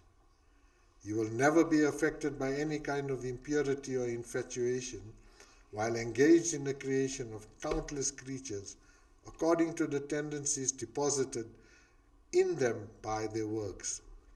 The guna of Rajas, which is the cause of all sin, no doubt dominates creative activity, but as your mind will be dedicated to me, even when you are engaged in creation, you, the first of all the rishis, will not be affected by it. You have now come to know me, though I am very difficult for any embodied being to understand, for I am pure spirit, unconnected with elements, senses, and mind. You have now come to know me as such by my blessing. While you were searching through the lotus stalk for me, the support of the lotus, down below in the water, in the belief that the support is outside, I revealed to you myself, not as outside, but as within. That you have been able to address so superb a hymn to me, everywhere marked by the depiction of my excellences, as also that you have been able to obtain such steadiness and concentration in introspection, all this is due to my blessing. I am much pleased with you. May you prosper. For the good of the world you have described me as both Saguna, with auspicious attributes, and Nirguna, that is, without evil qualities or without the qualities of Prakriti or without attributes. Whoever daily worships me, reciting this hymn, I, the bestower of all desirable things, shall soon become propitious to him. All who are votaries of the supreme truth know that whatever men achieve through charitable work, austerities, yajnas, gifts, yoga or samadhi, all that is achieved only through my grace. O Brahma, I am the soul of the souls of all, and as such I should be the dearest of the dear for all. Therefore, one should feel delight in me in place of wasting it on the body and things connected with it. You are the embodiment of the Veda and are born of me. Without the aid of anything extraneous, you proceed as in previous cycles to create all beings that have become latent in me. Maitreya said, the Lord Padmanabha, who is the master of Pradhana and Purusha, material nature and spirit, having clarified the way of creation to Brahma, disappeared from his vision. Iti Shrimad Bhagavate Mahapurane Paramahansyam Samhitaya Tritiya Skande Navamo Dhyayah. Atha Dashamodhyayah. Vidura Uvacha. Visarga, or the creation of Brahma. Brahma, at the commencement of creation. Vidura said, "What did Brahma, the progenitor of the worlds, do after the Lord disappeared from his vision? How many types of beings did he bring forth from his body and mind? From removing his doubts, answer all my questions one after another." Sutta said, Maitreya was highly pleased on being thus questioned by Vidura. He began to answer all these questions, of which he had already a clear understanding in his mind.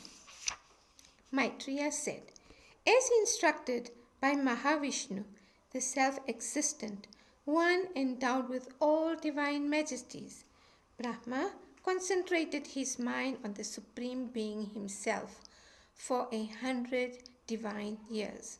Brahma, the lotus-born, found that his seed, the lotus, and the water on which it appeared were being violently agitated by the winds that characterized that time of chaos.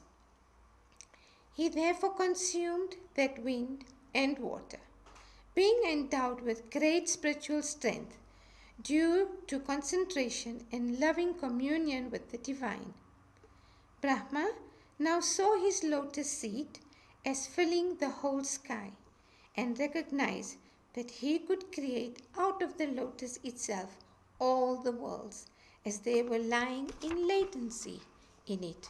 Brahma, who had been commanded to work for the Lord, now penetrated into that lotus bud and divided it at first into 3, though it was capable of being divided into 14 and more.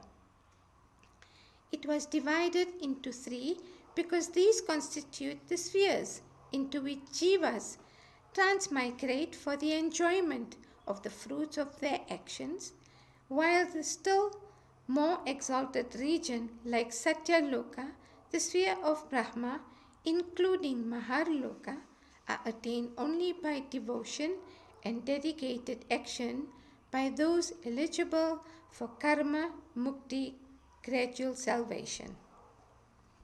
What is time? Vidura said, you spoke of time, an aspect of Hari, whose multifarious forms and sportive activities are so unique. O Holy One, describe all about it to us. Maitreya said, time in itself is without any modification, nirvisesha, and insubstantial, without beginning and end, aparati shishtishta, but it gets a form of expression when it causes the stirring of the gunas of Prakriti at the beginning of the creative cycle. It forms the basis for the Supreme Being for his sport of creative manifestation. When, at the end of the cosmic cycle, the Lord's power, Vishnu Maya, has absorbed the whole universe into himself, it is with time, the unobservable and the insubstantial, avyakta murti, that the Lord of all Ishvara brings all entities into existence as a separate manifestation once again.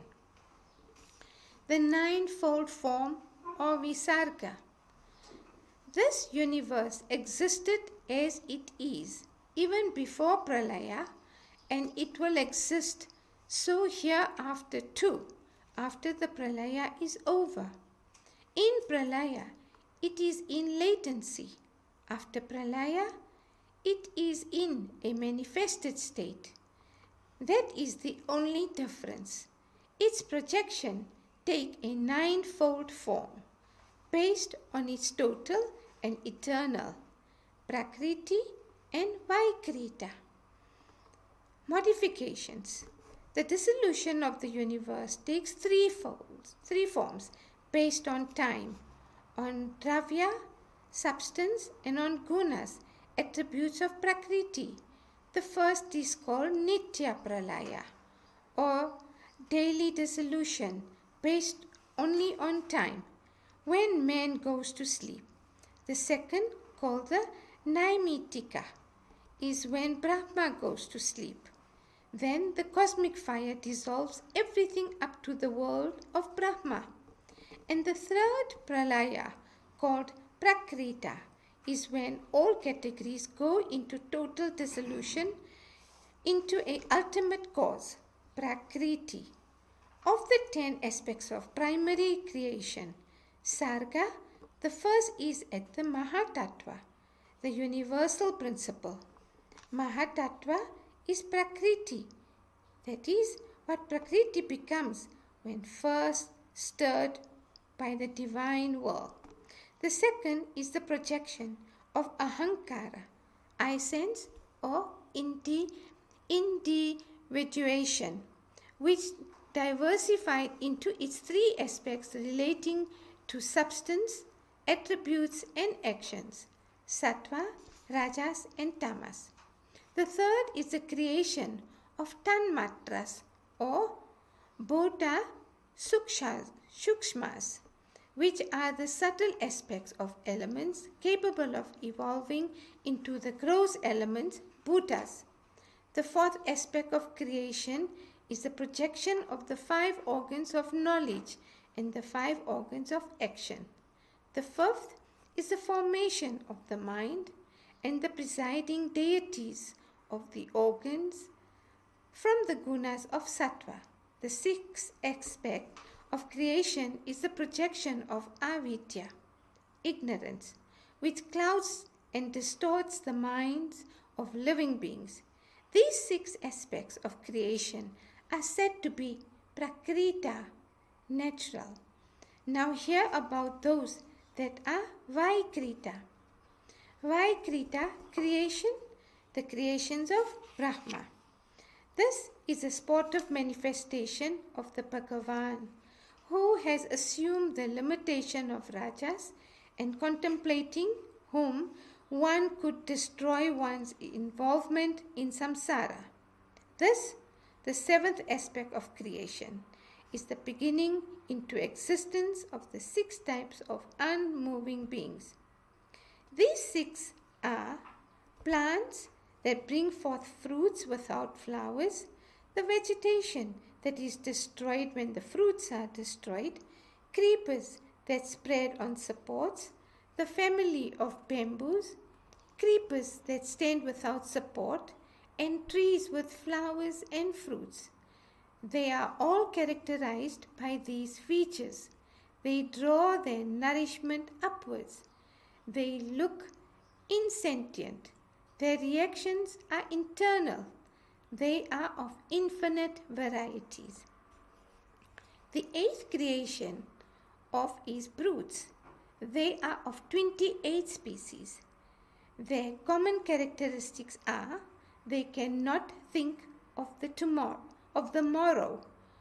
Tamas is so dominant in them that they cannot understand anything beyond food and other such physical need. It is chiefly through smell they understand what is favorable, and they are without reasoning capacity.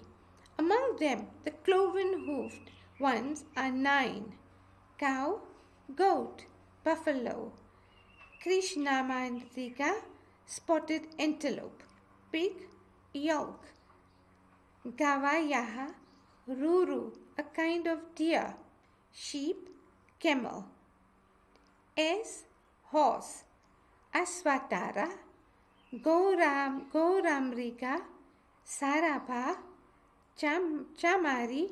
These have a single hoof. Now hear of creatures with 5-nailed feet. These are dog, fox, wolf, tiger, cat, rabbit, porcupine, lion, monkey, elephant, tortoise, alligator, and iguana. Thus, There are 28 of them moving on the earth. There are 28 creation flying in the sky, some of them being heron, vulture, crane, kite, bhasha, baluka, peacock, swan, waterfowl, chakravaka, ruddy goose, crow and owl. These move in the air. The ninth creation is the human species. All members of it are characterized by the food they eat going downwards. They are dominated by Rajoguna, addicted by desire-prompted works, and prone to think of what is misery as happiness. These last three, that is the seventh, eighth, and the ninth creation, are included in Vaikrita, or internal modifications. The creation of the Devas also come within the Vaikrita, but the origin of the presiding deities of the organs have, however, been among the Prakrita creation. The creation of Sanaka and the Kumaras is classified as both Prakrita and Vaikrita because they are both gods and men. The species of the Devas or superhuman agencies are the eighth kind. They are Devas, proper, Pitris, Asuras, Gandharvas and Apsaras, Bhutas, Pretas and Pishachas, Siddhas, Yakshas and Rakshasas, Charanas, Vidyadharas and Kinnaras.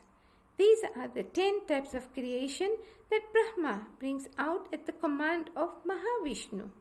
Thus, at the beginning of every cycle, Sri Hari, whose world is never failing, himself assumes the form of the Rajas-dominated Brahma, the creator. They sportively project this world out of himself, the material and the instrumental causes of it being none other than he himself. Next, I shall speak to you about the subject of Vamsa, genealogy, and Manvantara, the age of the Manus. Iti Shrimad Bhagavate Mahapurane Tritiya Skandhe Dashamo Skandaya Atheka-dashodhyaya Maitreya Uvacha Skanda 3, chapter 11, time in all its dimensions. Maitreya said, a Paramanu, or ultimate material particle, is that terminal particle before any type of combination has come into being and before the succession of cause and effect has started. It is necessarily many in number and can be conceived only as an irreducible unit. It gives man the false idea of a combined substance apart from them.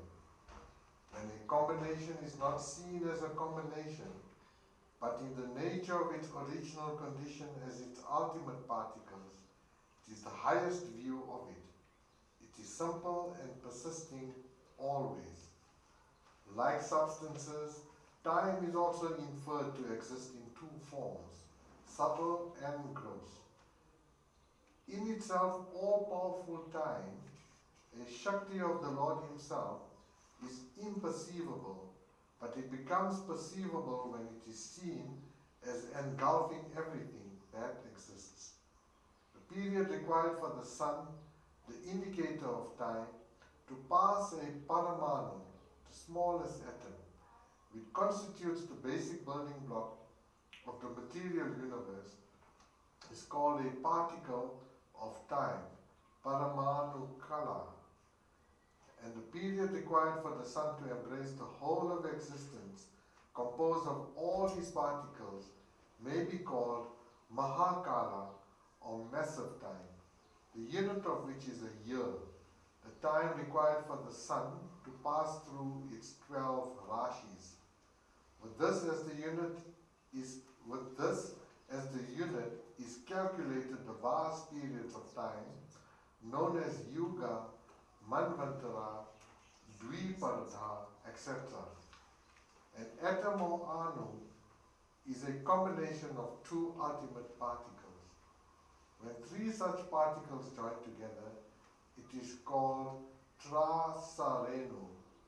The same name, Trasarenu, is applied to a unit of time for sunlight to cover it. A Trasarenu is seen as a particle floating in the sunbeam coming through a window slit. The time required to cover 3 Trasarenus is called a Truti. 100 Trutis of time makes a Veda. 3 Vedas make 1 Lava. 3 Lavas make 1 Nimisha or moment, and 3 such moments 1 Kshana. 5 Kshanas make a Kastha, and 15 Kasthas 1 Lagu. It is said that 15 Lagus make 1 Nadika, 24 minutes, and 2 such Nadikas a Muhurta. 6 or 7 Nadikas make 1 Prahara or Yama. A Nadika of time, 24 meters, is ascertained in this way. Make a copper measuring cylinder of 6 palams. 1 palam equals 4/3 of a total, and a measuring capacity of 1 prastha. 1 prastha equals 2 seers. Make 4 holes in the middle with a golden needle of 4 angulas. Angula, about 1 inch, and weight of 4 mashas, quarter of a palam. The size of the hole must be such that if 1 prastha, 2 seers of water gets into it, it will sink. Put it in water, and the time required for it to sink is called a nadika, 24 minutes. 8 yamas make a night and day for man. A fortnight is 15 days and nights. There are 2 fortnights, one white and the other dark. These 2 fortnights, constituting 1 month, is a day, that is, day and night, of the Pitris. 2 months together form a season. 6 months make 1 solstice of the sun. There are 2 such solstices, one dark and the other bright, and these 2 forming 1 year constitute 1 day of the gods. 12 months constitute 1 year for men, and 100 such years have been considered as the lifetime of a man. Abiding in the circle of galaxies, stars and planets, the sun, who is the Lord as time, circles round this whole world of 12 rashis in a period of 1 year. Samvatsara, Parivatsara, Idavatsara, Anuvatsara and Vatsara are the names of several periods of time covered by 1 year.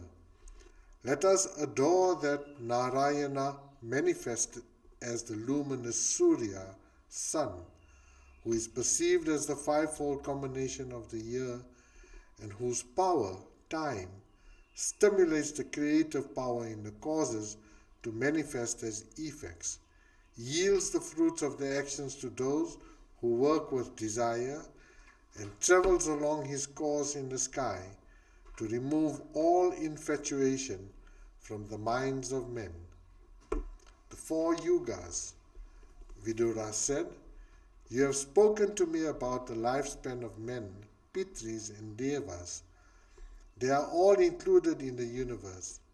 Tell me about those highly evolved souls who are beyond the universe of the 3 worlds. An all-knowing person like you knows everything about time. Great men have that yogic vision before which everything is clear." Maitreya said, "Krita, Treta, Dwapara and Kali are the 4 ages. These together with their Sandhi and Amsa cover 12,000 divine years, one divine day being 365 days of men. The duration of the 4 yugas, beginning with the Krita, is said to be 4,800, 3,600, 2,400, and 1,200 divine years, respectively, a total of 4.380 million human years. The theoreticians of time have given the name of Yuga to the middle period between the Sandhi, junction period of 100 years at the beginning, and the Amsa, the concluding period of another 100 years at the end. In the Krita Yuga, men observe Dharma with its 4 divisions in completeness. As the forces of evil advance in the succeeding ages, Dharma gets eroded by 1 division in each age.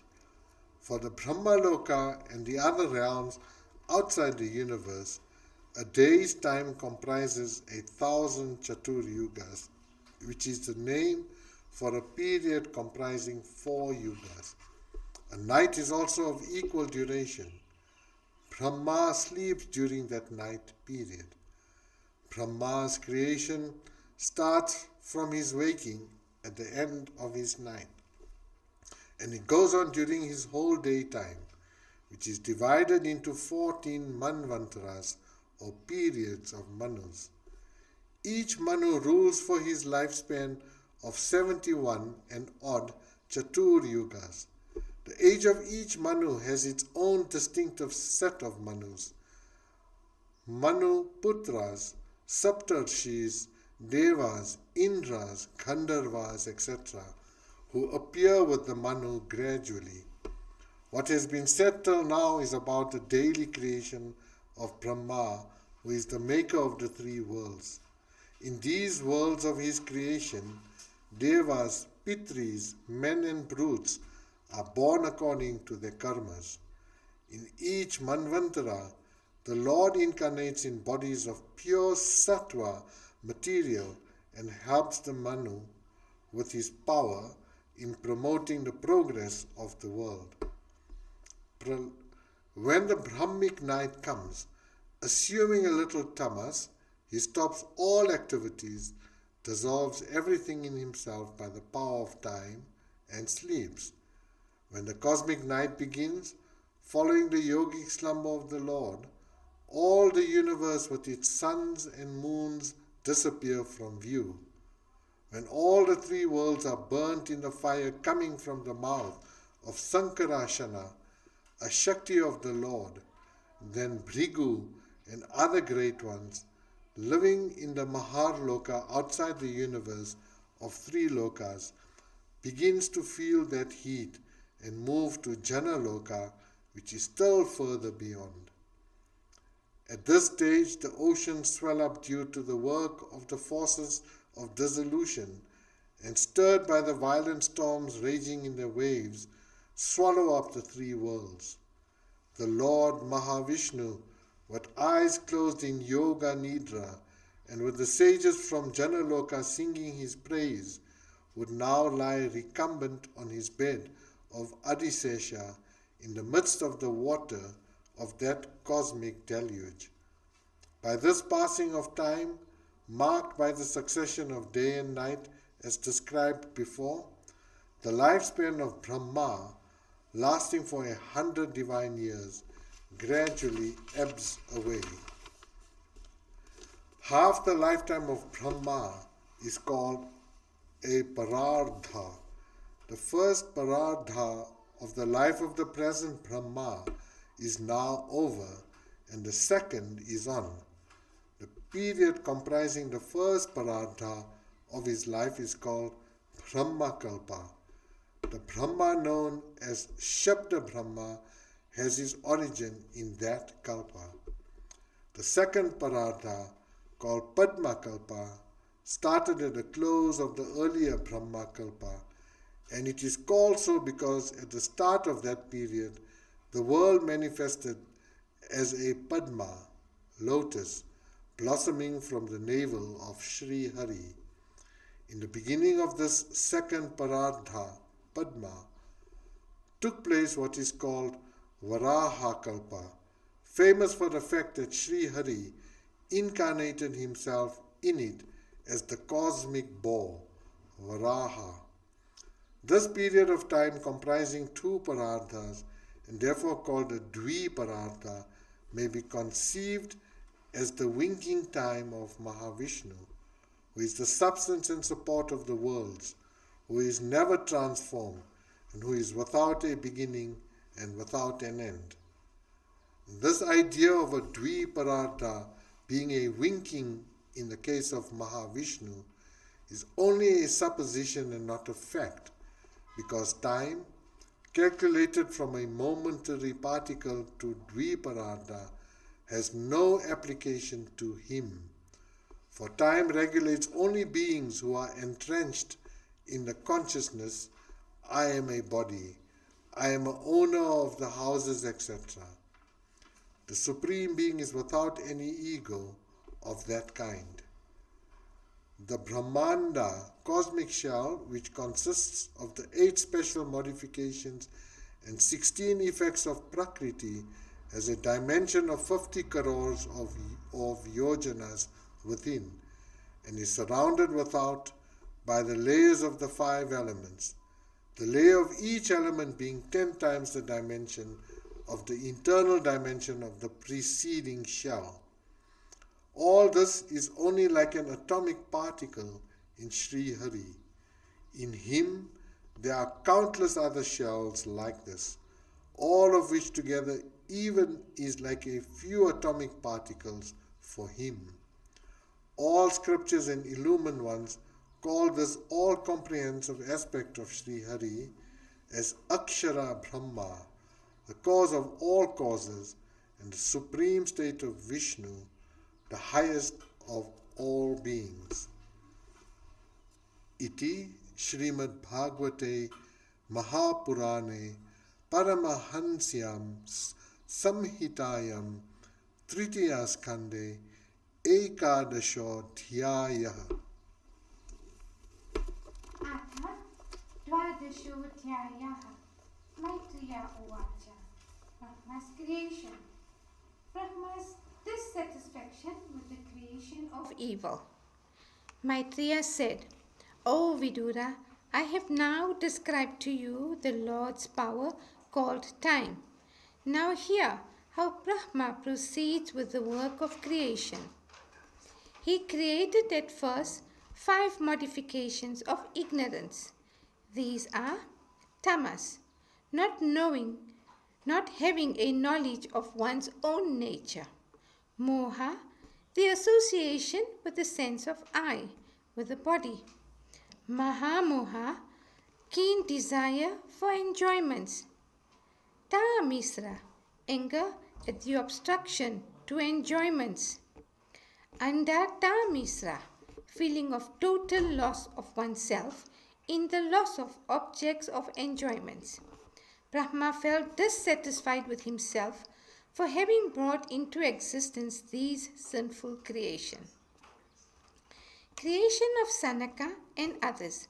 So he brought into being the 4 sages, Sanaka, Sanandana, Sanatana, and Sanat Kumara, who were contemplatives established in Atma consciousness and in unbroken continence. He then said to these offsprings, O children, generate more and more offsprings. By being devoted to spiritual disciplines and established in total surrender to Vasudeva, they were averse to do so. Brahma felt insulted by the disobedience of his own offsprings and tried to control the unbearable anger he felt on account of this.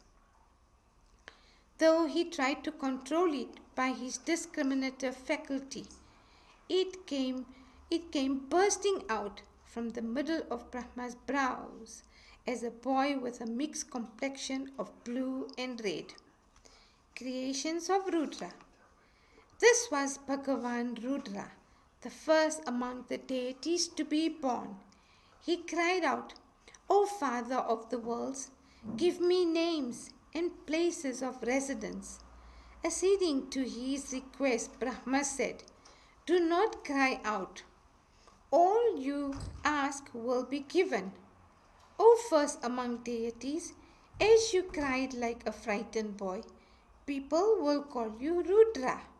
I have assigned to you, even before asking, the following 11 places as your seats: heart, senses, prana, the 5 elements, the sun, the moon, and tapas.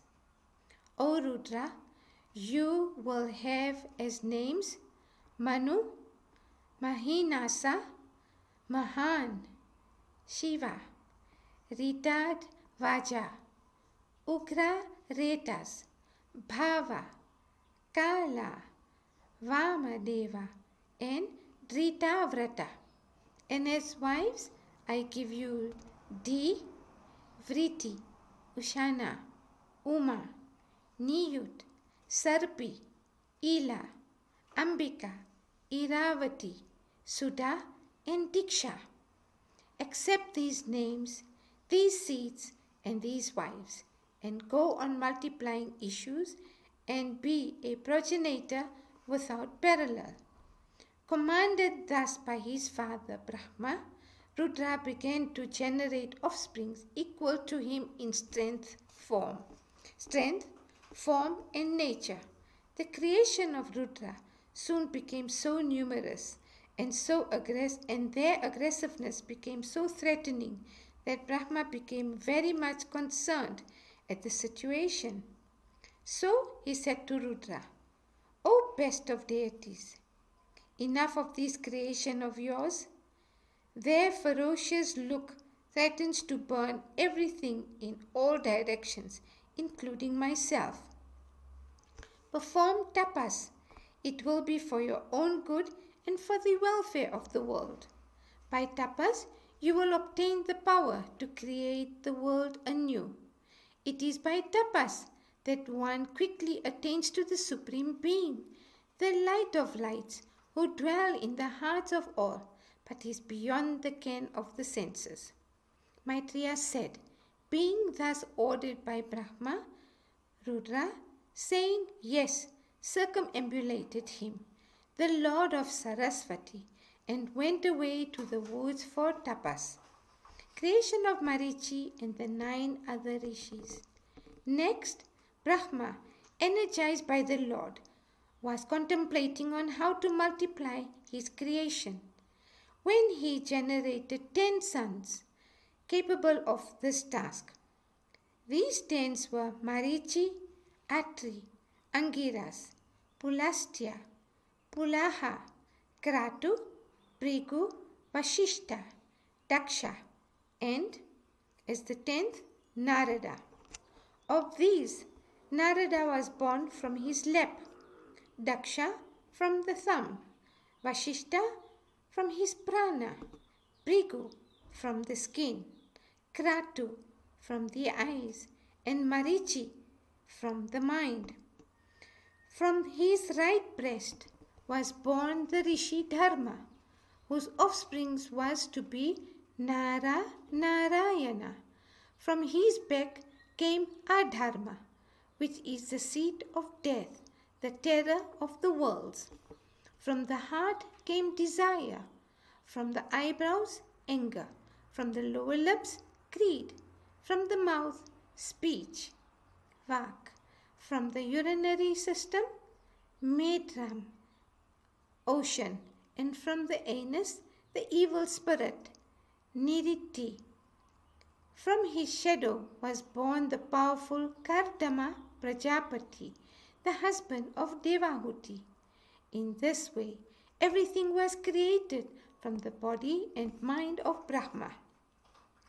Brahma's incestuous urge. O Vidura, I have heard that Brahma was stricken with passion for his daughter Vak, and of great beauty, who herself had no such reciprocal feelings towards him. His son Marichi and others, seeing their father's unethical intention, said to him with all affection, "Though you are all powerful, you are, out of uncontrolled passion, doing something unprecedented and unworthy, namely that of having sex relationship with your own daughter. O Lord of the worlds, even though you may be an extraordinary, powerful person, this does not become you, for it is the example of great ones that this world will follow. He who has brought into manifestation this multifarious universe of unimaginable proportions latent in himself, he has the duty of being the guide in preserving Dharma. Salutations to you." Facing his sons, the Prajapatis in front, Brahma got ashamed and abandoned that body of his. The courtiers took up that discarded body of Brahma, and wise men say that it is this that appears in mist covering all the quarters. Creation of the Vedas and the various means of life. Brahma continued to think that he would now create beings, following the parallel of the previous cycle of time, Kalpa. From the four faces of Brahma, thus contemplating, the four Vedas emerge. The rituals of Chaturhotra, performed by four sacrificial priests, the yajnas with all their elaborate details, the subsidiary Vedas, logic and Dharma with its four supports, all came into existence. Vidura said, "O great ascetic, you said that Brahma, the Lord of all Prajapatis, brought out all the Vedas and other things from his faces. Please tell what things he produced from which face." Maitreya said, "With his four faces oriented to the east, south, west and north, he gave out the four Vedas, Rig, Yajur, Sama and Atharva respectively, as well as the four junctions of the sacrificial priest, Shastra, Ajya, Stuti Stoma and Prayashchitta respectively. He also created from his eastward looking and other faces Ayurveda, Dhanurveda, music and architecture.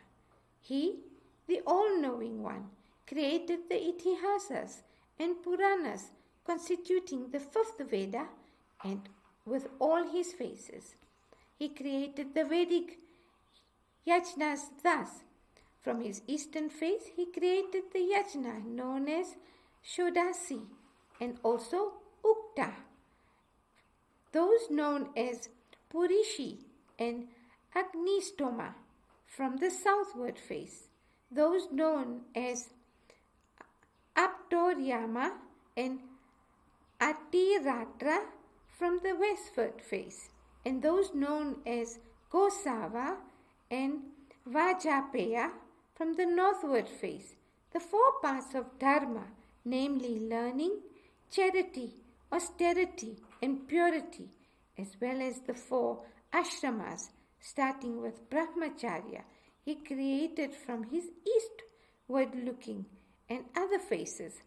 Brahmacharya or continence is of the following kind: Savitra or the 3 days observance of it after initiation in the Gayatri, Prajapatyam or 1 year's observance of it, Brahma or observance of it till the end of the study of the Vedas, and Brihat or that for the whole life.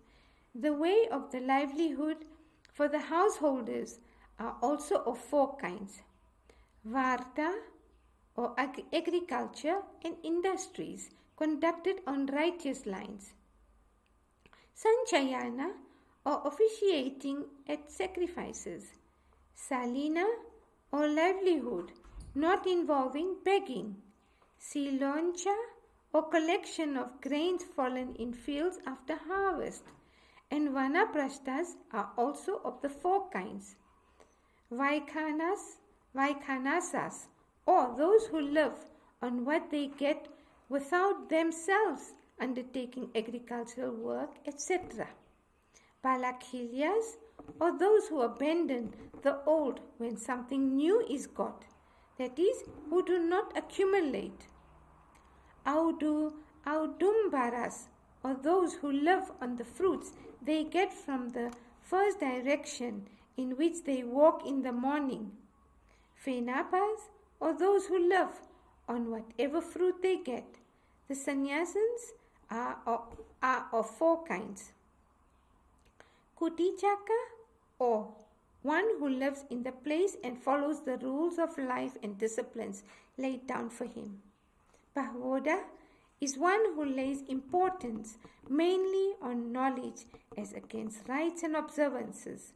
Hamsa is one established in the practices of jnana, and Nishkriya, or one who has realized the Atman. The 4 types of knowledge relating to moksha, dharma, kama, and artha, as also the Vyahritis Bhuva, Suvaha, and Maha, came out of Brahma's eastward face, etc., in order. The pranava, Om, came from the space in his heart. From Brahma's hair, the Vedic meter, Ushnik, arose. From his skin, the meter Gayatri. From his flesh, the meter Trishtap. From his snayu, the meter Anushtup. And from his bone, the meter Jagati. From his marrow, the Vedic meter Pankti arose. From his prana, the meter Prihati. The letter from Ka to Ma, called Sparsha, arose from his jiva, and the swaras beginning from A, from his body. The 4 letters called Ushmas, Sa, Sha, Sa, Ha, are called the senses of Brahma, and the letter called Antashta, Ya, Ra, La, Va, are considered to be his strength. The 7 musical notes are said to be his movements. For Brahma, who is a form of Shabda Brahma, which has 2 aspects, is Vaikhari and Pranava, the Supreme Being shines as he is in himself, as also as the various deities. Creation of the sexes. After abandoning his form of mist, Brahma took another form and thought of applying himself to the work of creation. Finding that the creative work of the very powerful rishis was not progressing, he began to think, it is inexplicable how, in spite of my constant application to the work of creation, the numbers of offsprings are not increasing. It looks as if providence is against me.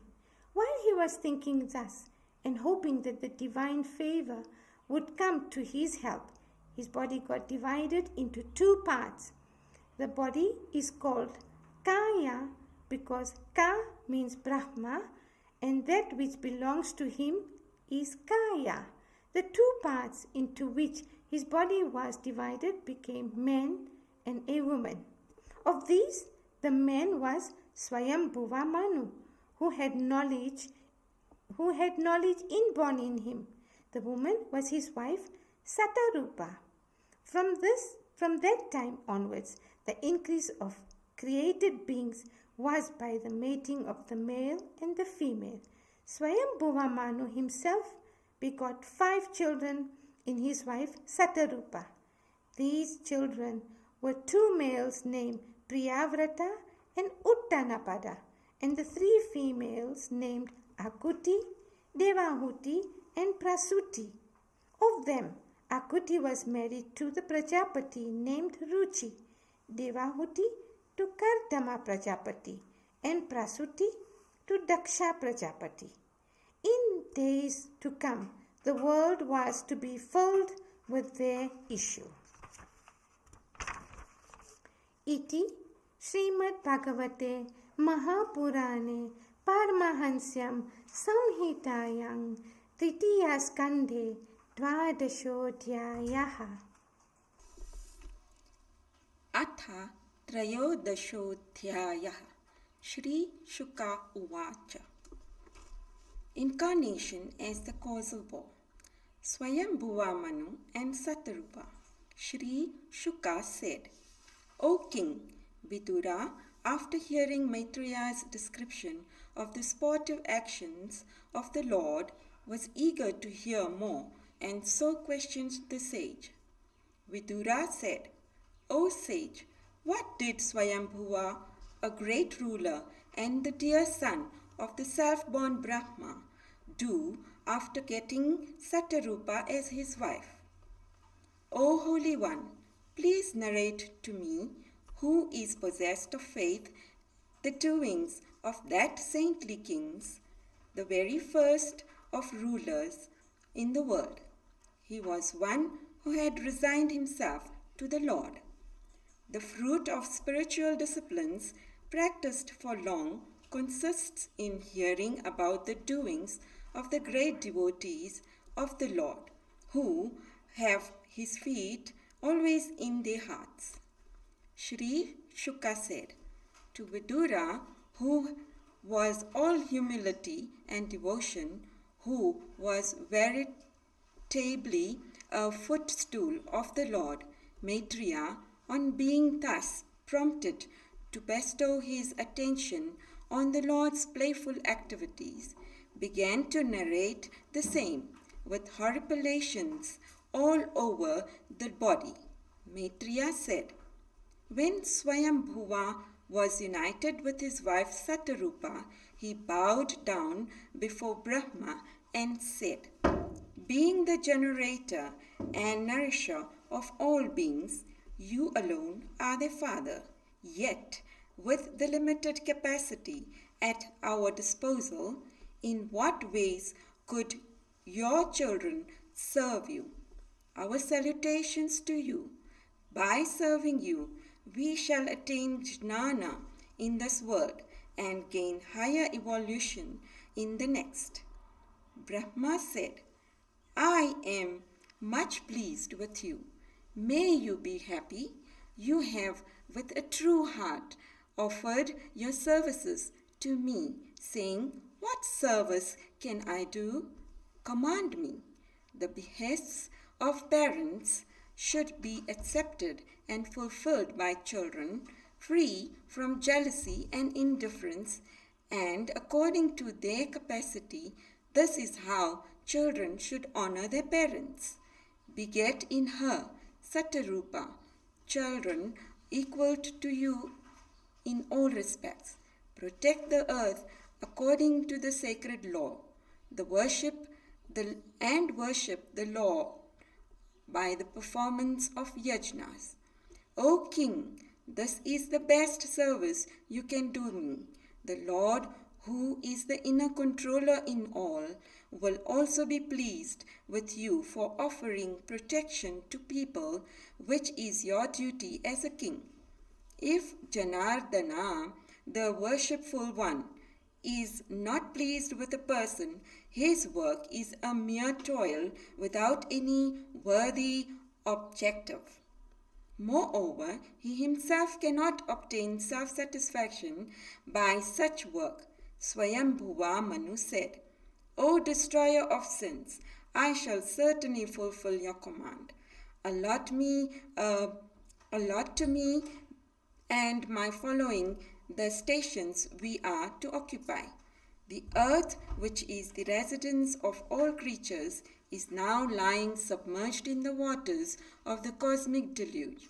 O Lord, first let us see her uplifted.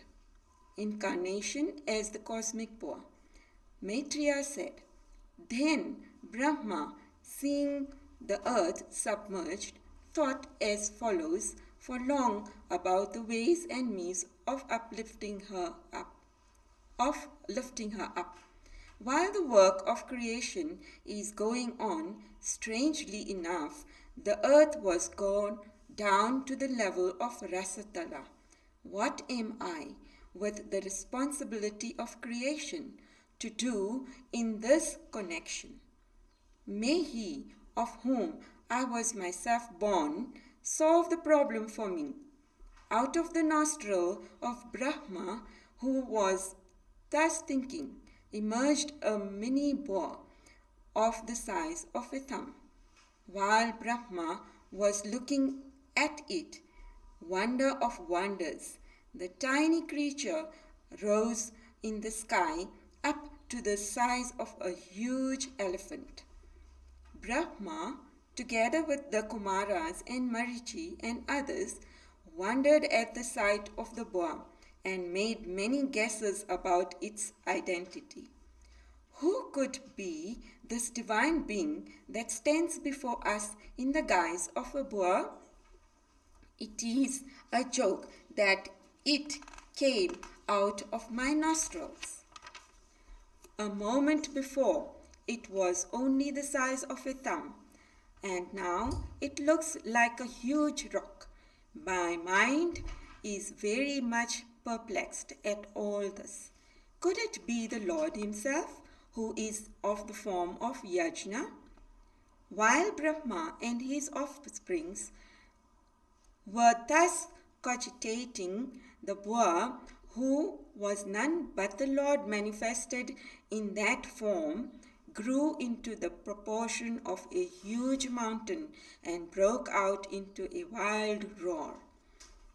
The all-powerful Lord thus gladdened the hearts of Brahma and his offspring by his roar, which reverberated through the quarters. Hearing the grunting roar of the divine appearing as a boar, the rishis abiding in the jhana, tapa, and satya rams were delighted and responded with chants from the sacred Vedas. He whose form is described and glorified in the Vedas was pleased to hear the chants of those sages recounting his attributes, and in appreciation roared again. For the good of all, he then entered into the water of the deluge like an elephant for water sports. With tail uplifted, moving in the air, hard as rock, with trembling manes, having skin with rigid and sharp bristle, shattering the clouds with his hoofs, with white and sparkling tusks, and with brilliant eyes, the Lord shone there in his role of the uplifter of the earth. Though the Lord of sacrifice, yet smelling his way to the earth like a boar, though fierce with his tusks, yet kindly in the look of his eyes, he viewed the sages hymning him and entered into the waters. When he took his plunge into the ocean, the force of the impact made by his massive and mountain-like body seemed to split the belly of the ocean, who in mortal plane seemed to be crying out for mercy with uplifted wave arms. That Yajna embodied one dived into that water, limitless in expanse and in depth, shattering it with his sharp hoofs, and in the depths of that water in Rasatala, he came across the earth Bhu, the support of all beings, whom he had once sheltered in his abdomen at the time of deluge. While the Lord stood there in his glory lifting up the earth on his tusk from Rasatala, he was confronted by Hiranyaksha of irresistible power, armed with a mace in hand. Fierce like his own Sudarshana, the Lord slaughtered the Asura effortlessly as a lion and elephant, and with his face and neck redeemed with the blood of his antagonists. He himself looked like an elephant in rut covered with the red earth of a mountain side it had split. With hands held in salutation, Brahma and the sages began to chant hymns similar to Vedic mantras in praise of him, as he now appeared before them with the gait of an elephant and the earth held up on his white tusks against the background of his huge blue body. Hymn of the Rishis. The Rishis said, "Hail, hail unto thee, O unconquerable one, O thou the one adored by all the yajnas. The Vedas constitute thy body manifest here as a ball shaking off the water in all directions. All sacrifices are latent in thy pores. To thee, O causal ball, our salutations. The Vedic meter are thy skin. The sacrificial grass is thy hair. The ghee pot is thy eyes. The 4 sacrificial priests are thy legs. No sinful person can see this form of thine, which is identical with the sacrificial rite. O Lord, the Shrak is thy facial extremity. Shruva is thy nose. Ida is thy stomach. Chamasas are thy ears. Prasitra is thy mouth. The Agnihotra sacrifice is thy mastication of food. The sacrifices called Diksha are thy repeated manifestations. The sacrifice Upasada is thy neck. The sacrificial rites Prayaniya and Udayaniya are thy 2 molars. The rite called Pravargya is thy tongue, and the Sabhya and Avasatya fires are thy head. The Soma is thy semen. The Savanas, or the morning, noon, and evening rites, are thy seat. The various forms of sacrifices, like Agni Stoma, Atyagni Stoma, Uktya, Shodasi, Vajapeya, Atiratra, Aptoryama, etc., are thy dhatus, basic bodily elements. All the satras, various sacrificial performances lasting from just 1 day to 1,000 years, are thy joints. In thee are comprehended all sacrificial performances that are classified as yajnas, sacrifice without drinking a soma juice, and yagas, sacrifices with the drinking of soma juice.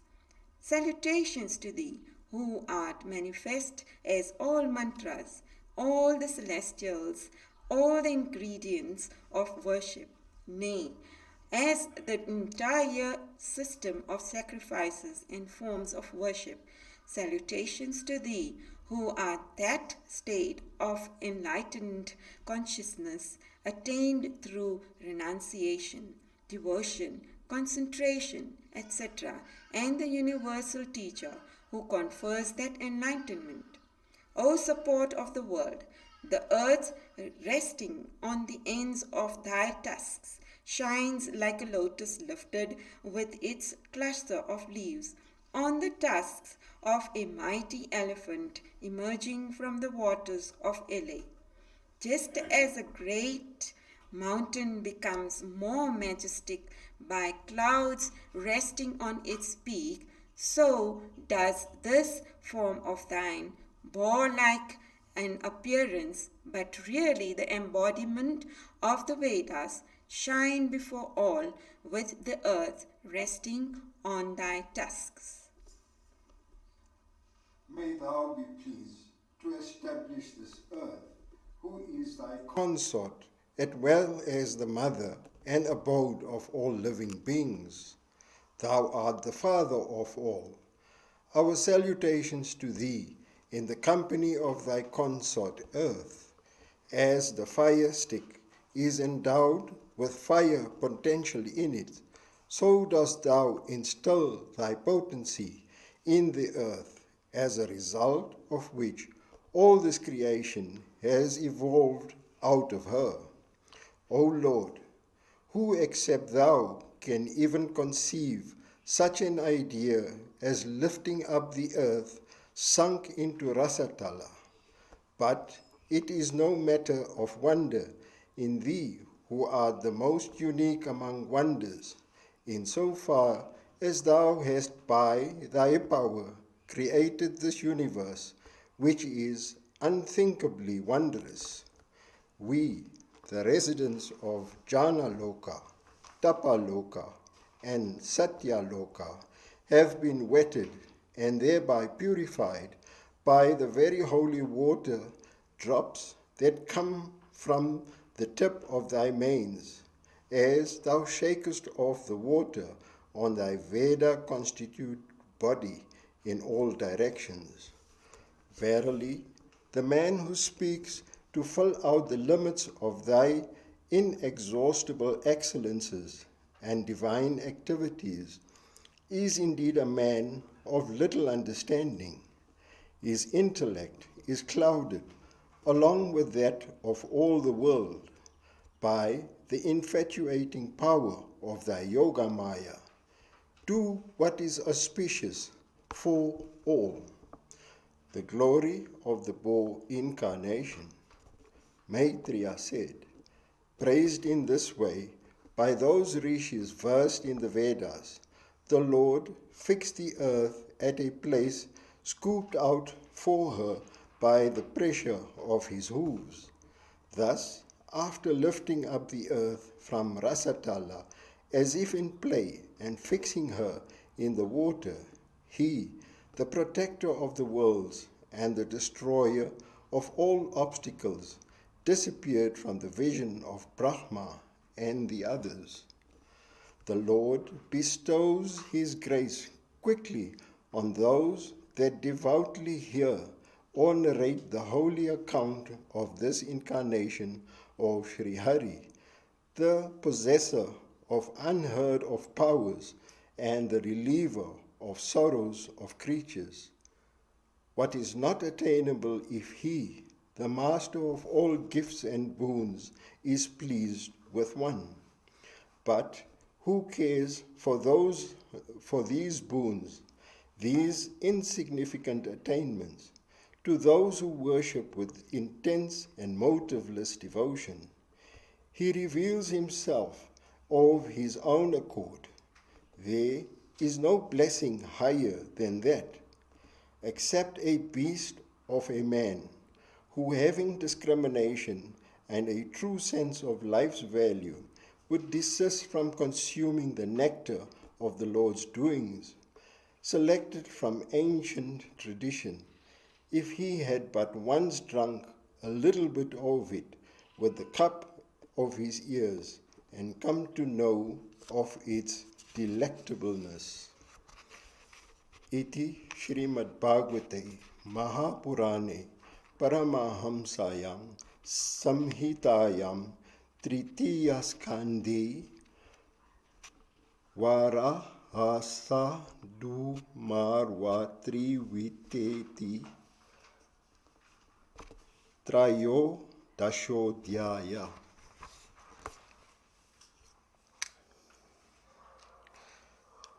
Hiranyaksha and Hiranyakasipu. Atha Chaturthodhyaya.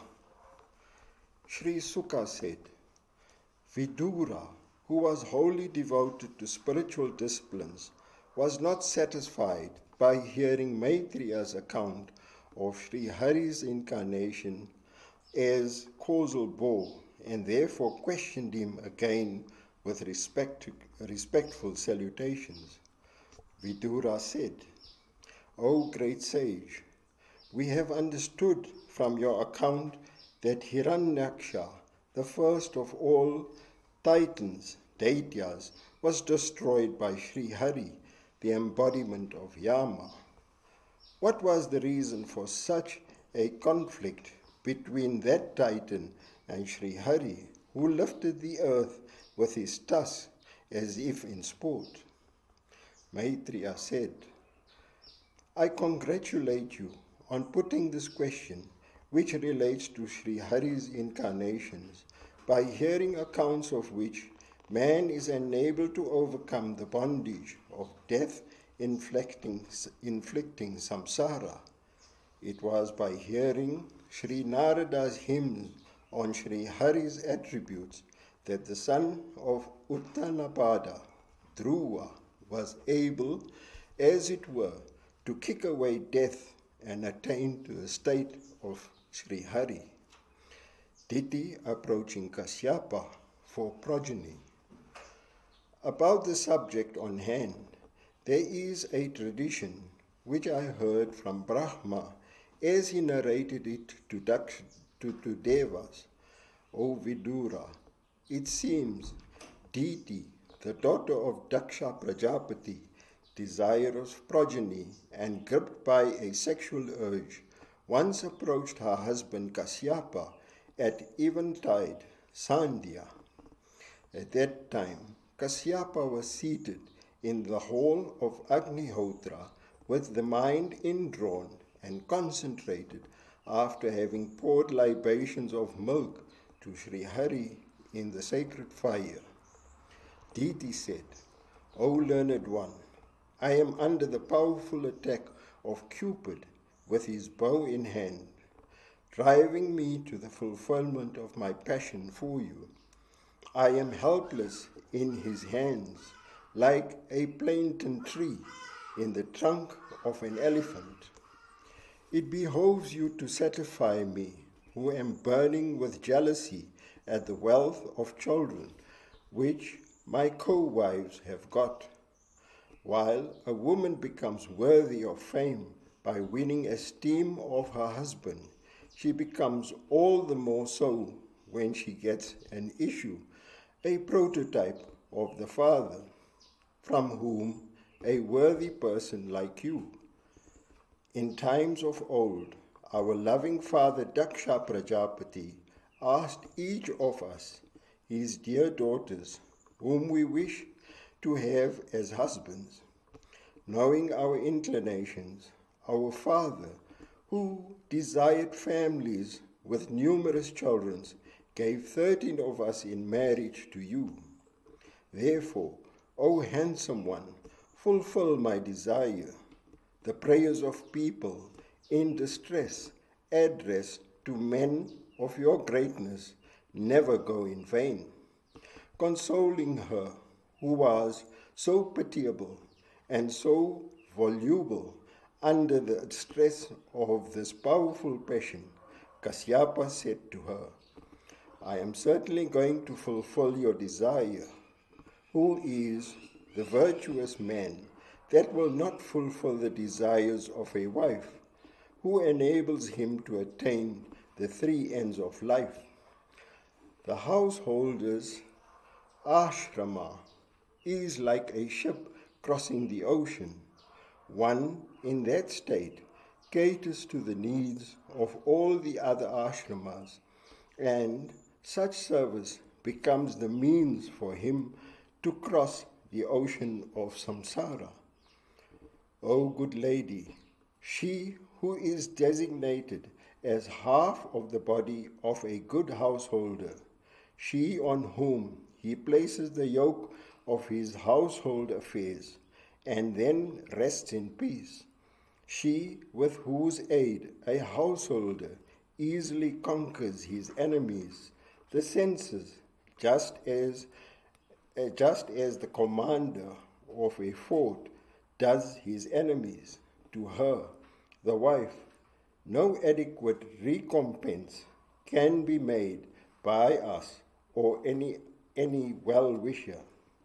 I am certainly going to fulfill your desire for progeny, but I would request you to wait for a while till this eventide, Sandhya, is over, as I would otherwise court the criticism of all good men.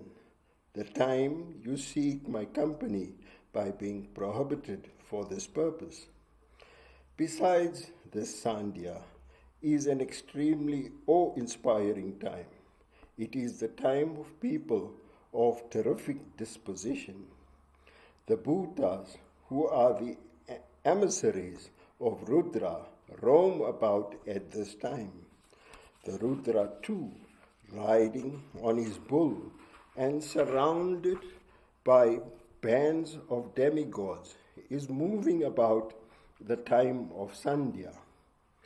None can escape the notice of Rudra, your brother-in-law, who is the sun, the moon, and the fire for his eyes, whose hair, tawny with the ashes of cremation ground, is blown about by the winds, and whose silvery body is smeared all over with sacred ashes. For him, there is no distinction between people as friends and strangers. He looks upon none as more acceptable and none as despicable. We all pray for the blessing of his power of Maya, like prosperity and enjoyments, which are only what he has kicked away with his feet. Such an impartial and detached person is not likely to tolerate a misdeed out of consideration for near relationship.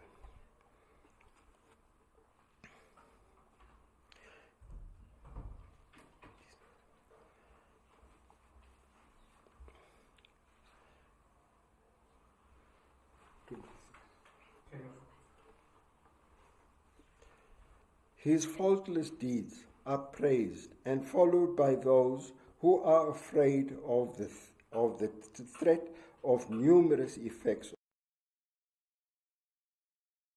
of all holy men, and there is none equal to, nor greater than him. Still he moves about like a wild demigod. But sinful people who look upon their body as the self and decorate and beautify it, although it will be the food of jackals in the course of time, laugh at him without any understanding of his state of absorption in the self and his intention of teaching renunciation through his conduct. He whose dictate is the law that Brahma and others maintain, who is the cause of the universe, for whom Maya is only an attending maid, his observance of the ways of a goblin is only a guise put on. Diti's persistence and her latter repentance. Maitreya said, all this wise counsel of her husband was lost on her. Moved by that burning passion, she lost all self-control and, like a loose and shameless woman, pulled away the cloth of that Brahmarshi. Finding his wife's persistent in a prohibited act, he made salutations to the Lord and entered with her into privacy. Afterwards, he purified himself with water, performed pranayama, withdrew his senses, meditated on the immaculate spirit, and made repetition of the Gayatri mantra. And Diti, now feeling ashamed of her reprehensible conduct, stood before Rishi Kashyapa hanging her head in shame, and said, O Great One, let not Rudra, the Lord of demigods, destroy the fetus within me. I have done him a wrong. Salutations to Sri Rudra, terrible towards erring ones, gracious to those who pray to him for favors, and granter of bliss to those who serve with him without any desires. He is my brother-in-law, being the husband of my sister Sati. He is also very gracious in blessing devotees. Would he not be gracious and forgiving to us women, to whom even wild hunters show some consideration? Prajapati on the nature of his progeny. Maitreya said, the Prajapati, having finished his Sandhya rites, said to his wife, who, in her anxiety for the welfare of her offspring, was shuddering out of fear of Rudra. Kashyapa said, O perverse and intemperate woman, due to the impurity of your mind, due to the impropriety of the time, due to the disobedience of my words, and due to the offense done to Rudra and his emissaries, you will have two sons of a perverse nature. They will be the terror of the three worlds. During their domination, weak and innocent people will be killed. Women's modesty will be outraged, and holy men will be harassed. Then the Lord, the Master and Protector of the universe, will be roused to anger, and incarnating himself, he will destroy them as Indra shattered the mountains. Diti said, I welcome death for my sons at the hands of the Lord Mahavishnu, whose arms hold the formidable discus Sudarshana. But let them not meet with their end by the curse of any angry Brahmana. For those who have been destroyed by a Brahmana's curse, or who are noted for their cruelty and tyranny towards all beings, will not get sympathy or help from anyone in the succeeding birth, or even from the occupants of Naraka if he happens to be with them. Kashyapa said, there are certain extenuating circumstances about your conduct. You have soon begun to repent immediately after your offense. You have begun to discriminate about its propriety and impropriety. You have evinced your devotion to the Lord, who you have expressed your regard and respect for Rudra and for me.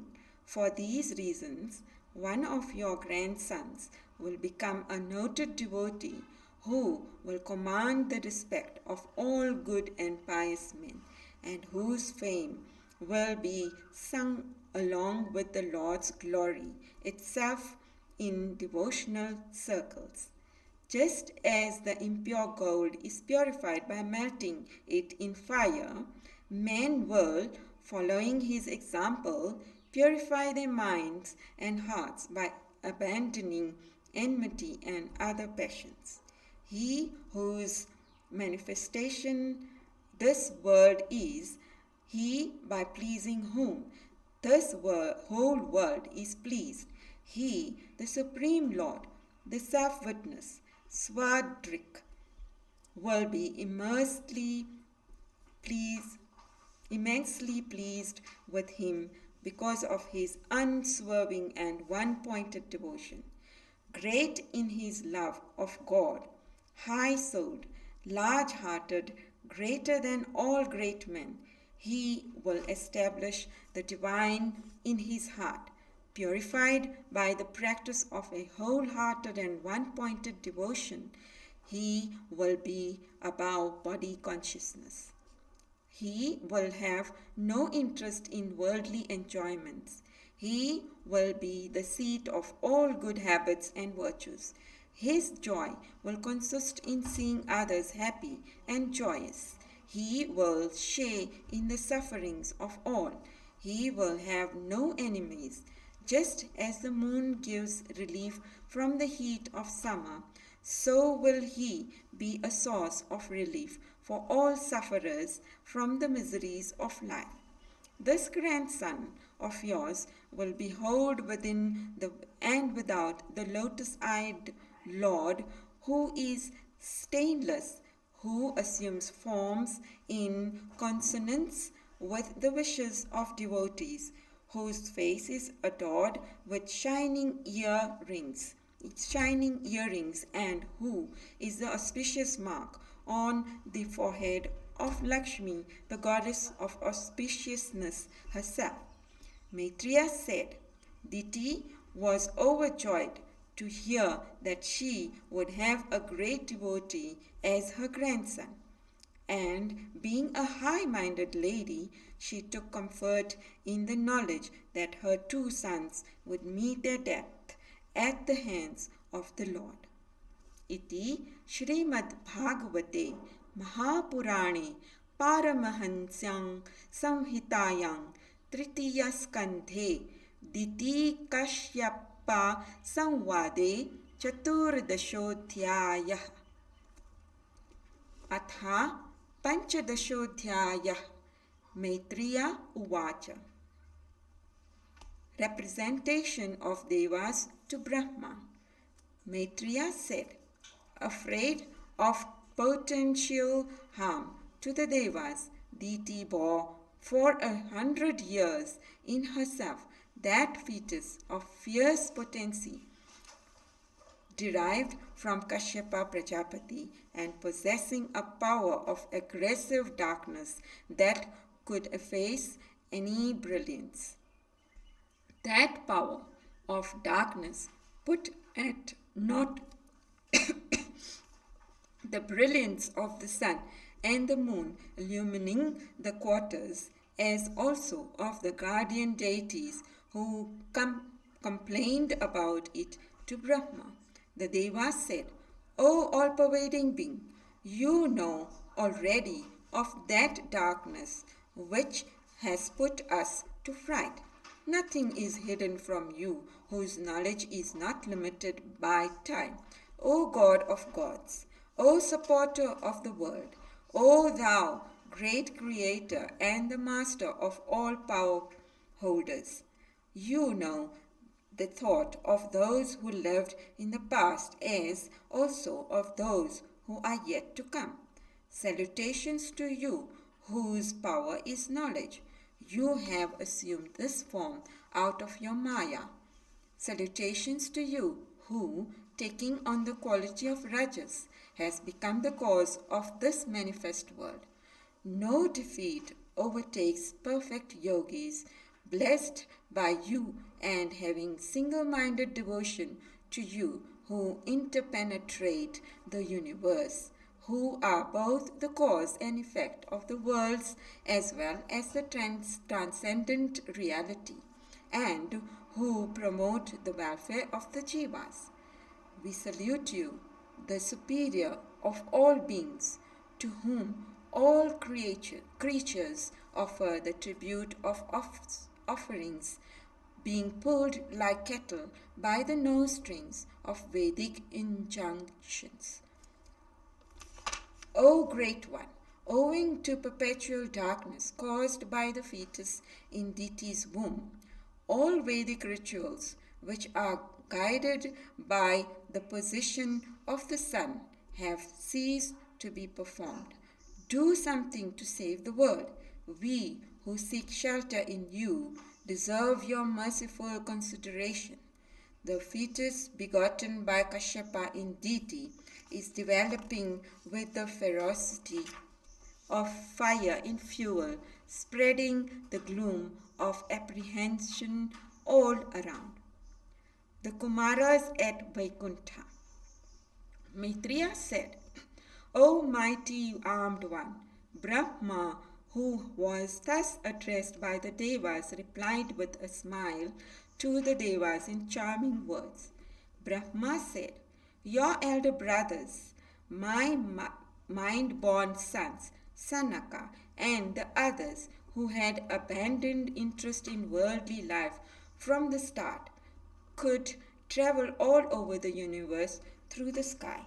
Once they went to Vaikuntha, the realm of Mahavishnu, which is an object of adoration for all. All the residents of that realm, resembling Mahavishnu himself in appearance, had attained to it as the result of the observance of Bhagavata Dharma, code of devotional discipline, without any self-centered motives. The Supreme Being, possessed of all powers and auspicious attributes, the embodiment of Dharma, and the subject of revelation for the Vedas, abides there in a body of pure sattva, without any touch of rajas, for the blessing of his devotees. There they went, where spreads the woodland of Nishreyasa, liberation, full of wish-yielding trees, ever in blossom, as if they were the state of moksha taken shape.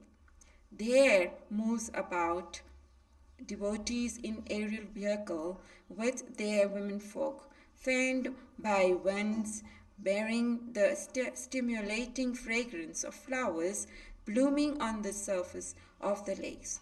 Though the environment is sufficient to stimulate the passions in the heart, these devotees are oblivious of all that in their absorption in singing devotional hymns about their Lord.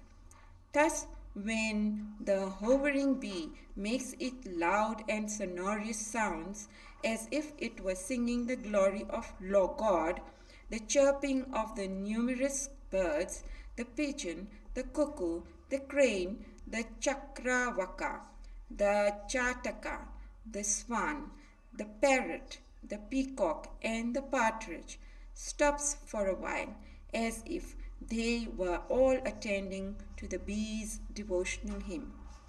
There, the numerous varieties of sweet-scented garden flowers subordinate themselves to the holiness of the tulsi leaves, though the latter be of unrefined fragrance, seeing that they found favor with the Lord, who has given a wreath made of them the most important place in his decoration. There, the place was covered with a vast number of golden pavilions studded with precious gems of various kinds, residences which could be had through devotion to the feet of Sri Hari, the devotee residents.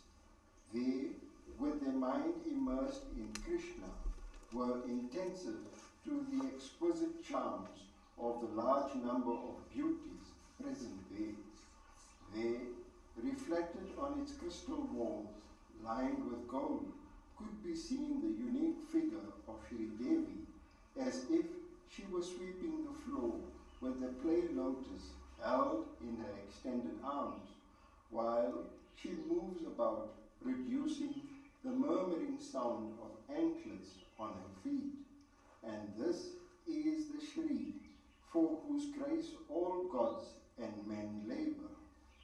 On the banks of the coral-bearded lakes, with sparkling and cool water, Sri Devi, while worshipping the Lord's image with tulasi leaves, finds in these waters the reflection of her own face, with high nose and curly locks, alaka, and realizes that it is the kiss of the Lord that has imparted all the beauty to her face.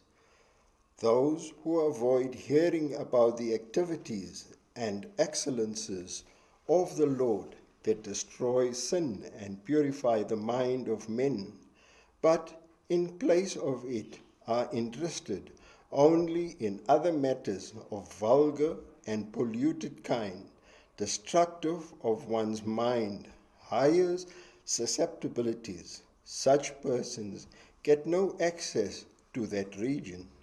Alas, these evil tendencies they have acquired drive them helplessly to regions of darkness.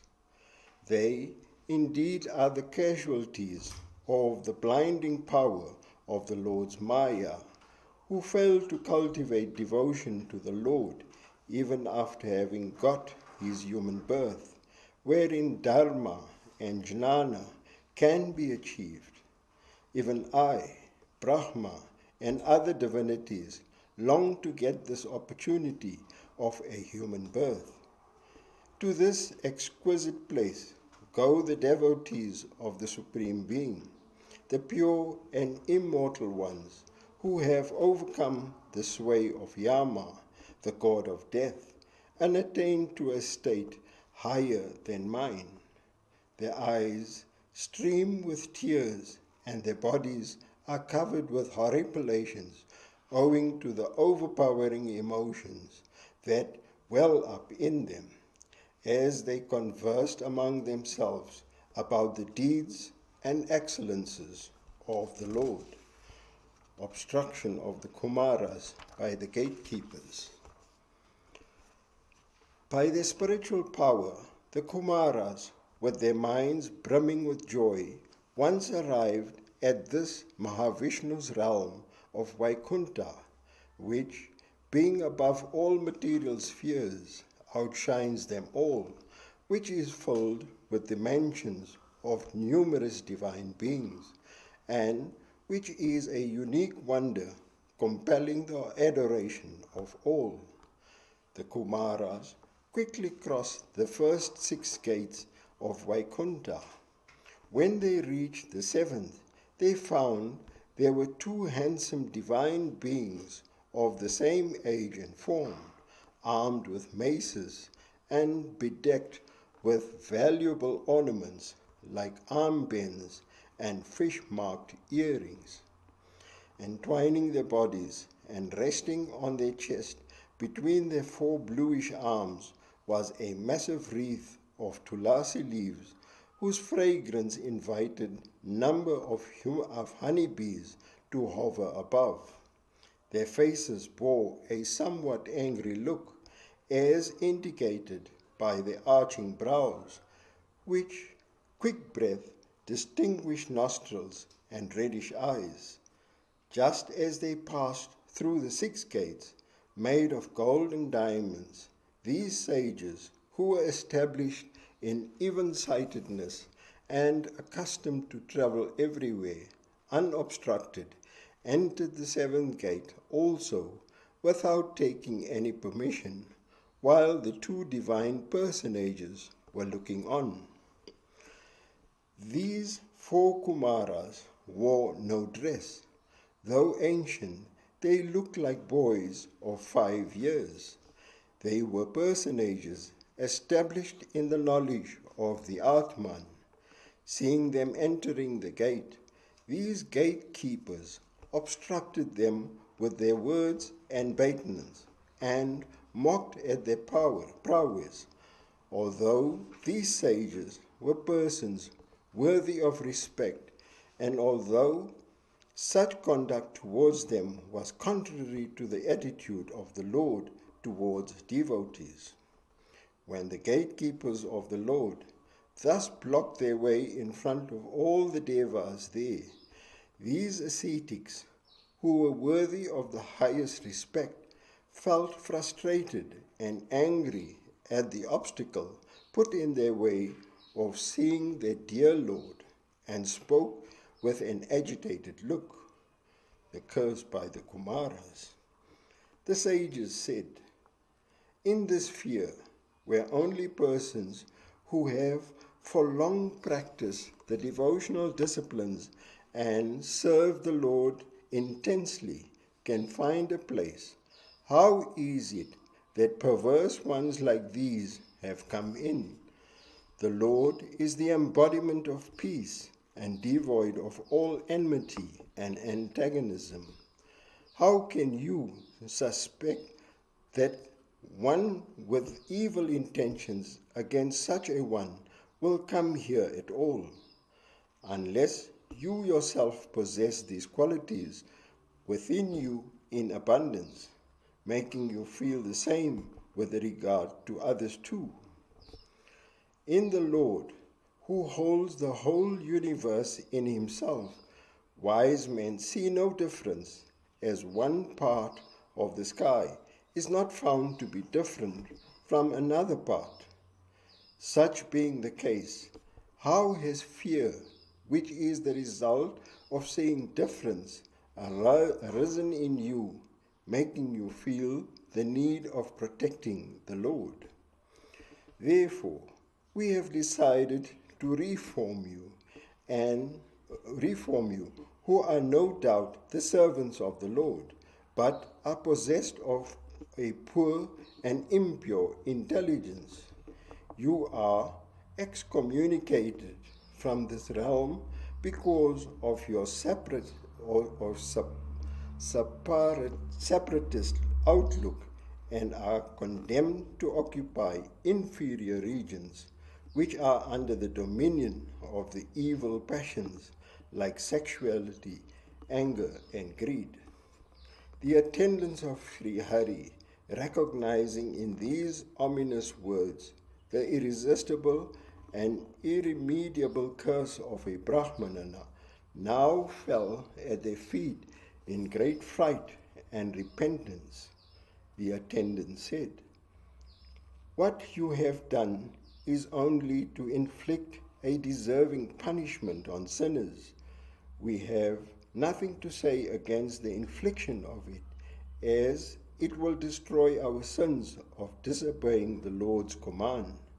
But though we are doomed to a precipitous fall from our present state, grant that we may not, by virtue of your sympathy and goodwill towards us, be deprived of our mind's capacity to remember Him always."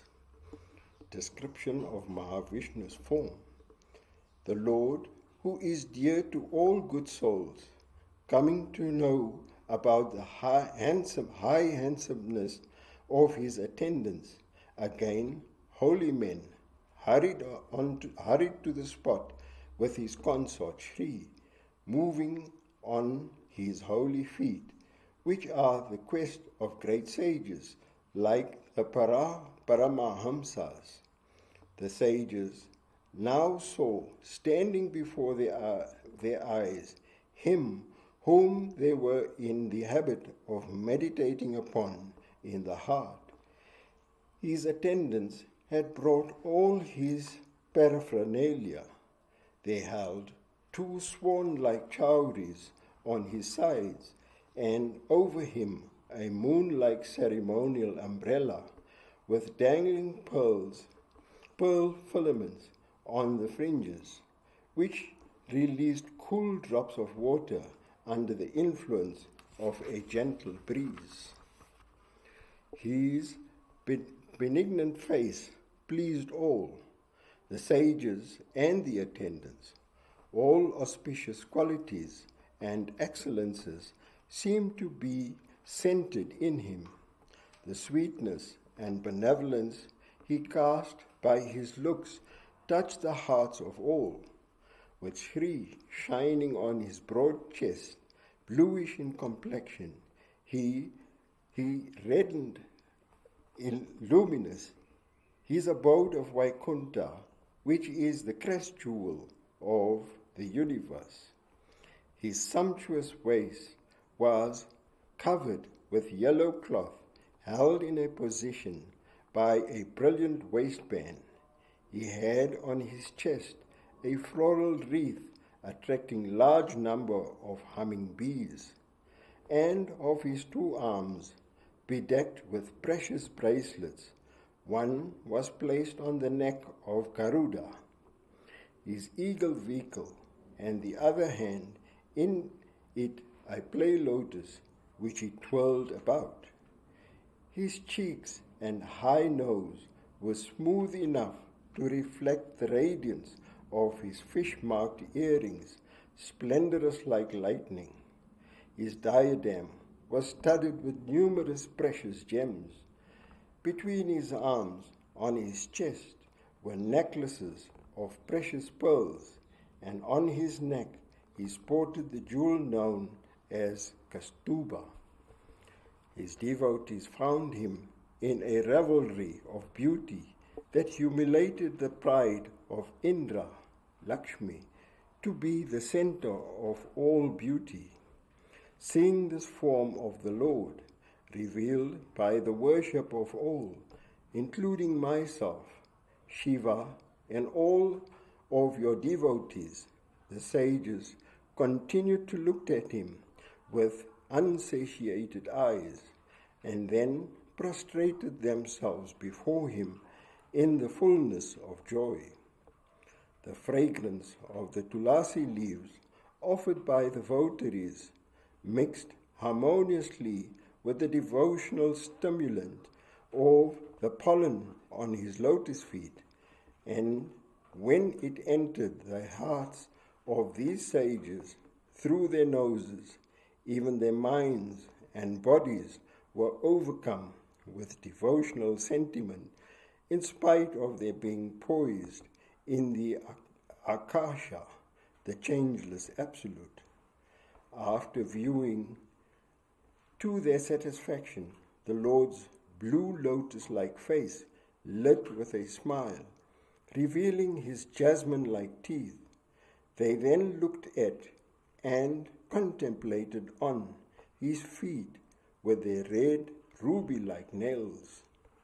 Then the sages recited a hymn of praise to that revelation as Purushottama, who is the object of quest for all, who tread the path of yoga, whose form is blissful to the eye and commands the adoration of all, and who is naturally endowed with various yogic powers, which is difficult for others to possess. The hymn of the Kumaras. The Kumaras said, O infinite being, thou who, though present in the hearts of all, art not experienced by evil-hearted persons, hast verily appeared today before our very eyes. This perhaps is not to be wondered at, since thou hast entered into the hearts much earlier through our eyes, when we receive the instruction from our Father, Brahma, about thy mystic glory. We know that it is thou alone who art the Supreme Spirit that has taken this form of pure sattva, generating infinite joy in the hearts of devotees. Thou art realized as such in the hearts of sages who are endowed with renunciation, and the knots of whose hearts have been cut asunder by the firm and devoted practice of the disciplines of Bhakti, which thou thyself hast revealed to mankind out of thy grace. O beloved Lord, thou worshipful one, thy devotees who have taken shelter at thy feet and who are intelligent and sensitive enough to understand and feel the incomparable sweetness of thy excellences, as revealed through thy creative redemptive activities, reject even moksha, considered as thy highest gift, in preference to thy service. How little will they then care for boons that bestow joys of the perishable world, which come and go at the movement of thy brow. Let us be born in any state of misery due to our misdeeds. We do not care for the suffering of it. if our minds would even then delight only in thy feet as honeybees do in flowers, if our ears would always be filled with nothing but the sounds of conveying thy excellences, and if, like the humble tulasi leaves, our words will derive any worth solely due to their connection with thy feet. O Lord, O thou, the all-renowned, thy form now revealed to us can never be seen by impure minds. The revelation of it has brought to us this bliss of spiritual fulfillment. We salute thee, the Supreme Being, who, though imperceptible to men, without self-control, has been pleased to reveal thyself to us out of thy infinite mercy. Iti Shrimad Bhagavate Mahapurane Paramahamsayam Sanghitayam Tritiya Skande Jaya Vijayayo Sanaka Dishaya Yayo Nama Panchadashodhyaya. Atha Shodashodhyaya Brahmovacha. Hiranyaksha and Hiranyakashipu, final settlement of their faith. The Lord on his relationship with holy men. Brahma said, pleased with the words of the hymning sages of great spiritual attainment, the Lord, who has manifested himself in Vaikuntha to bless his devotees, said as follows: these two attendants of mine, Jaya and Vijaya, have misbehaved towards you in this regard of my command. O sages, what you who follow my ideas and intentions have pronounced as punishment for insulting holy men, I accept the validity of it fully. As I look upon holy men as objects of worship, may I please you by asking your pardon for what my attendants did to you by way of insult. I deem it as done by myself. When a servant does something wrong, the world attributes it to the master, and the disrepute that one gets that way erodes one's good name, as leprosy erodes one's skin. It is because of you, holy men, that the holy waters of my name and excellences have come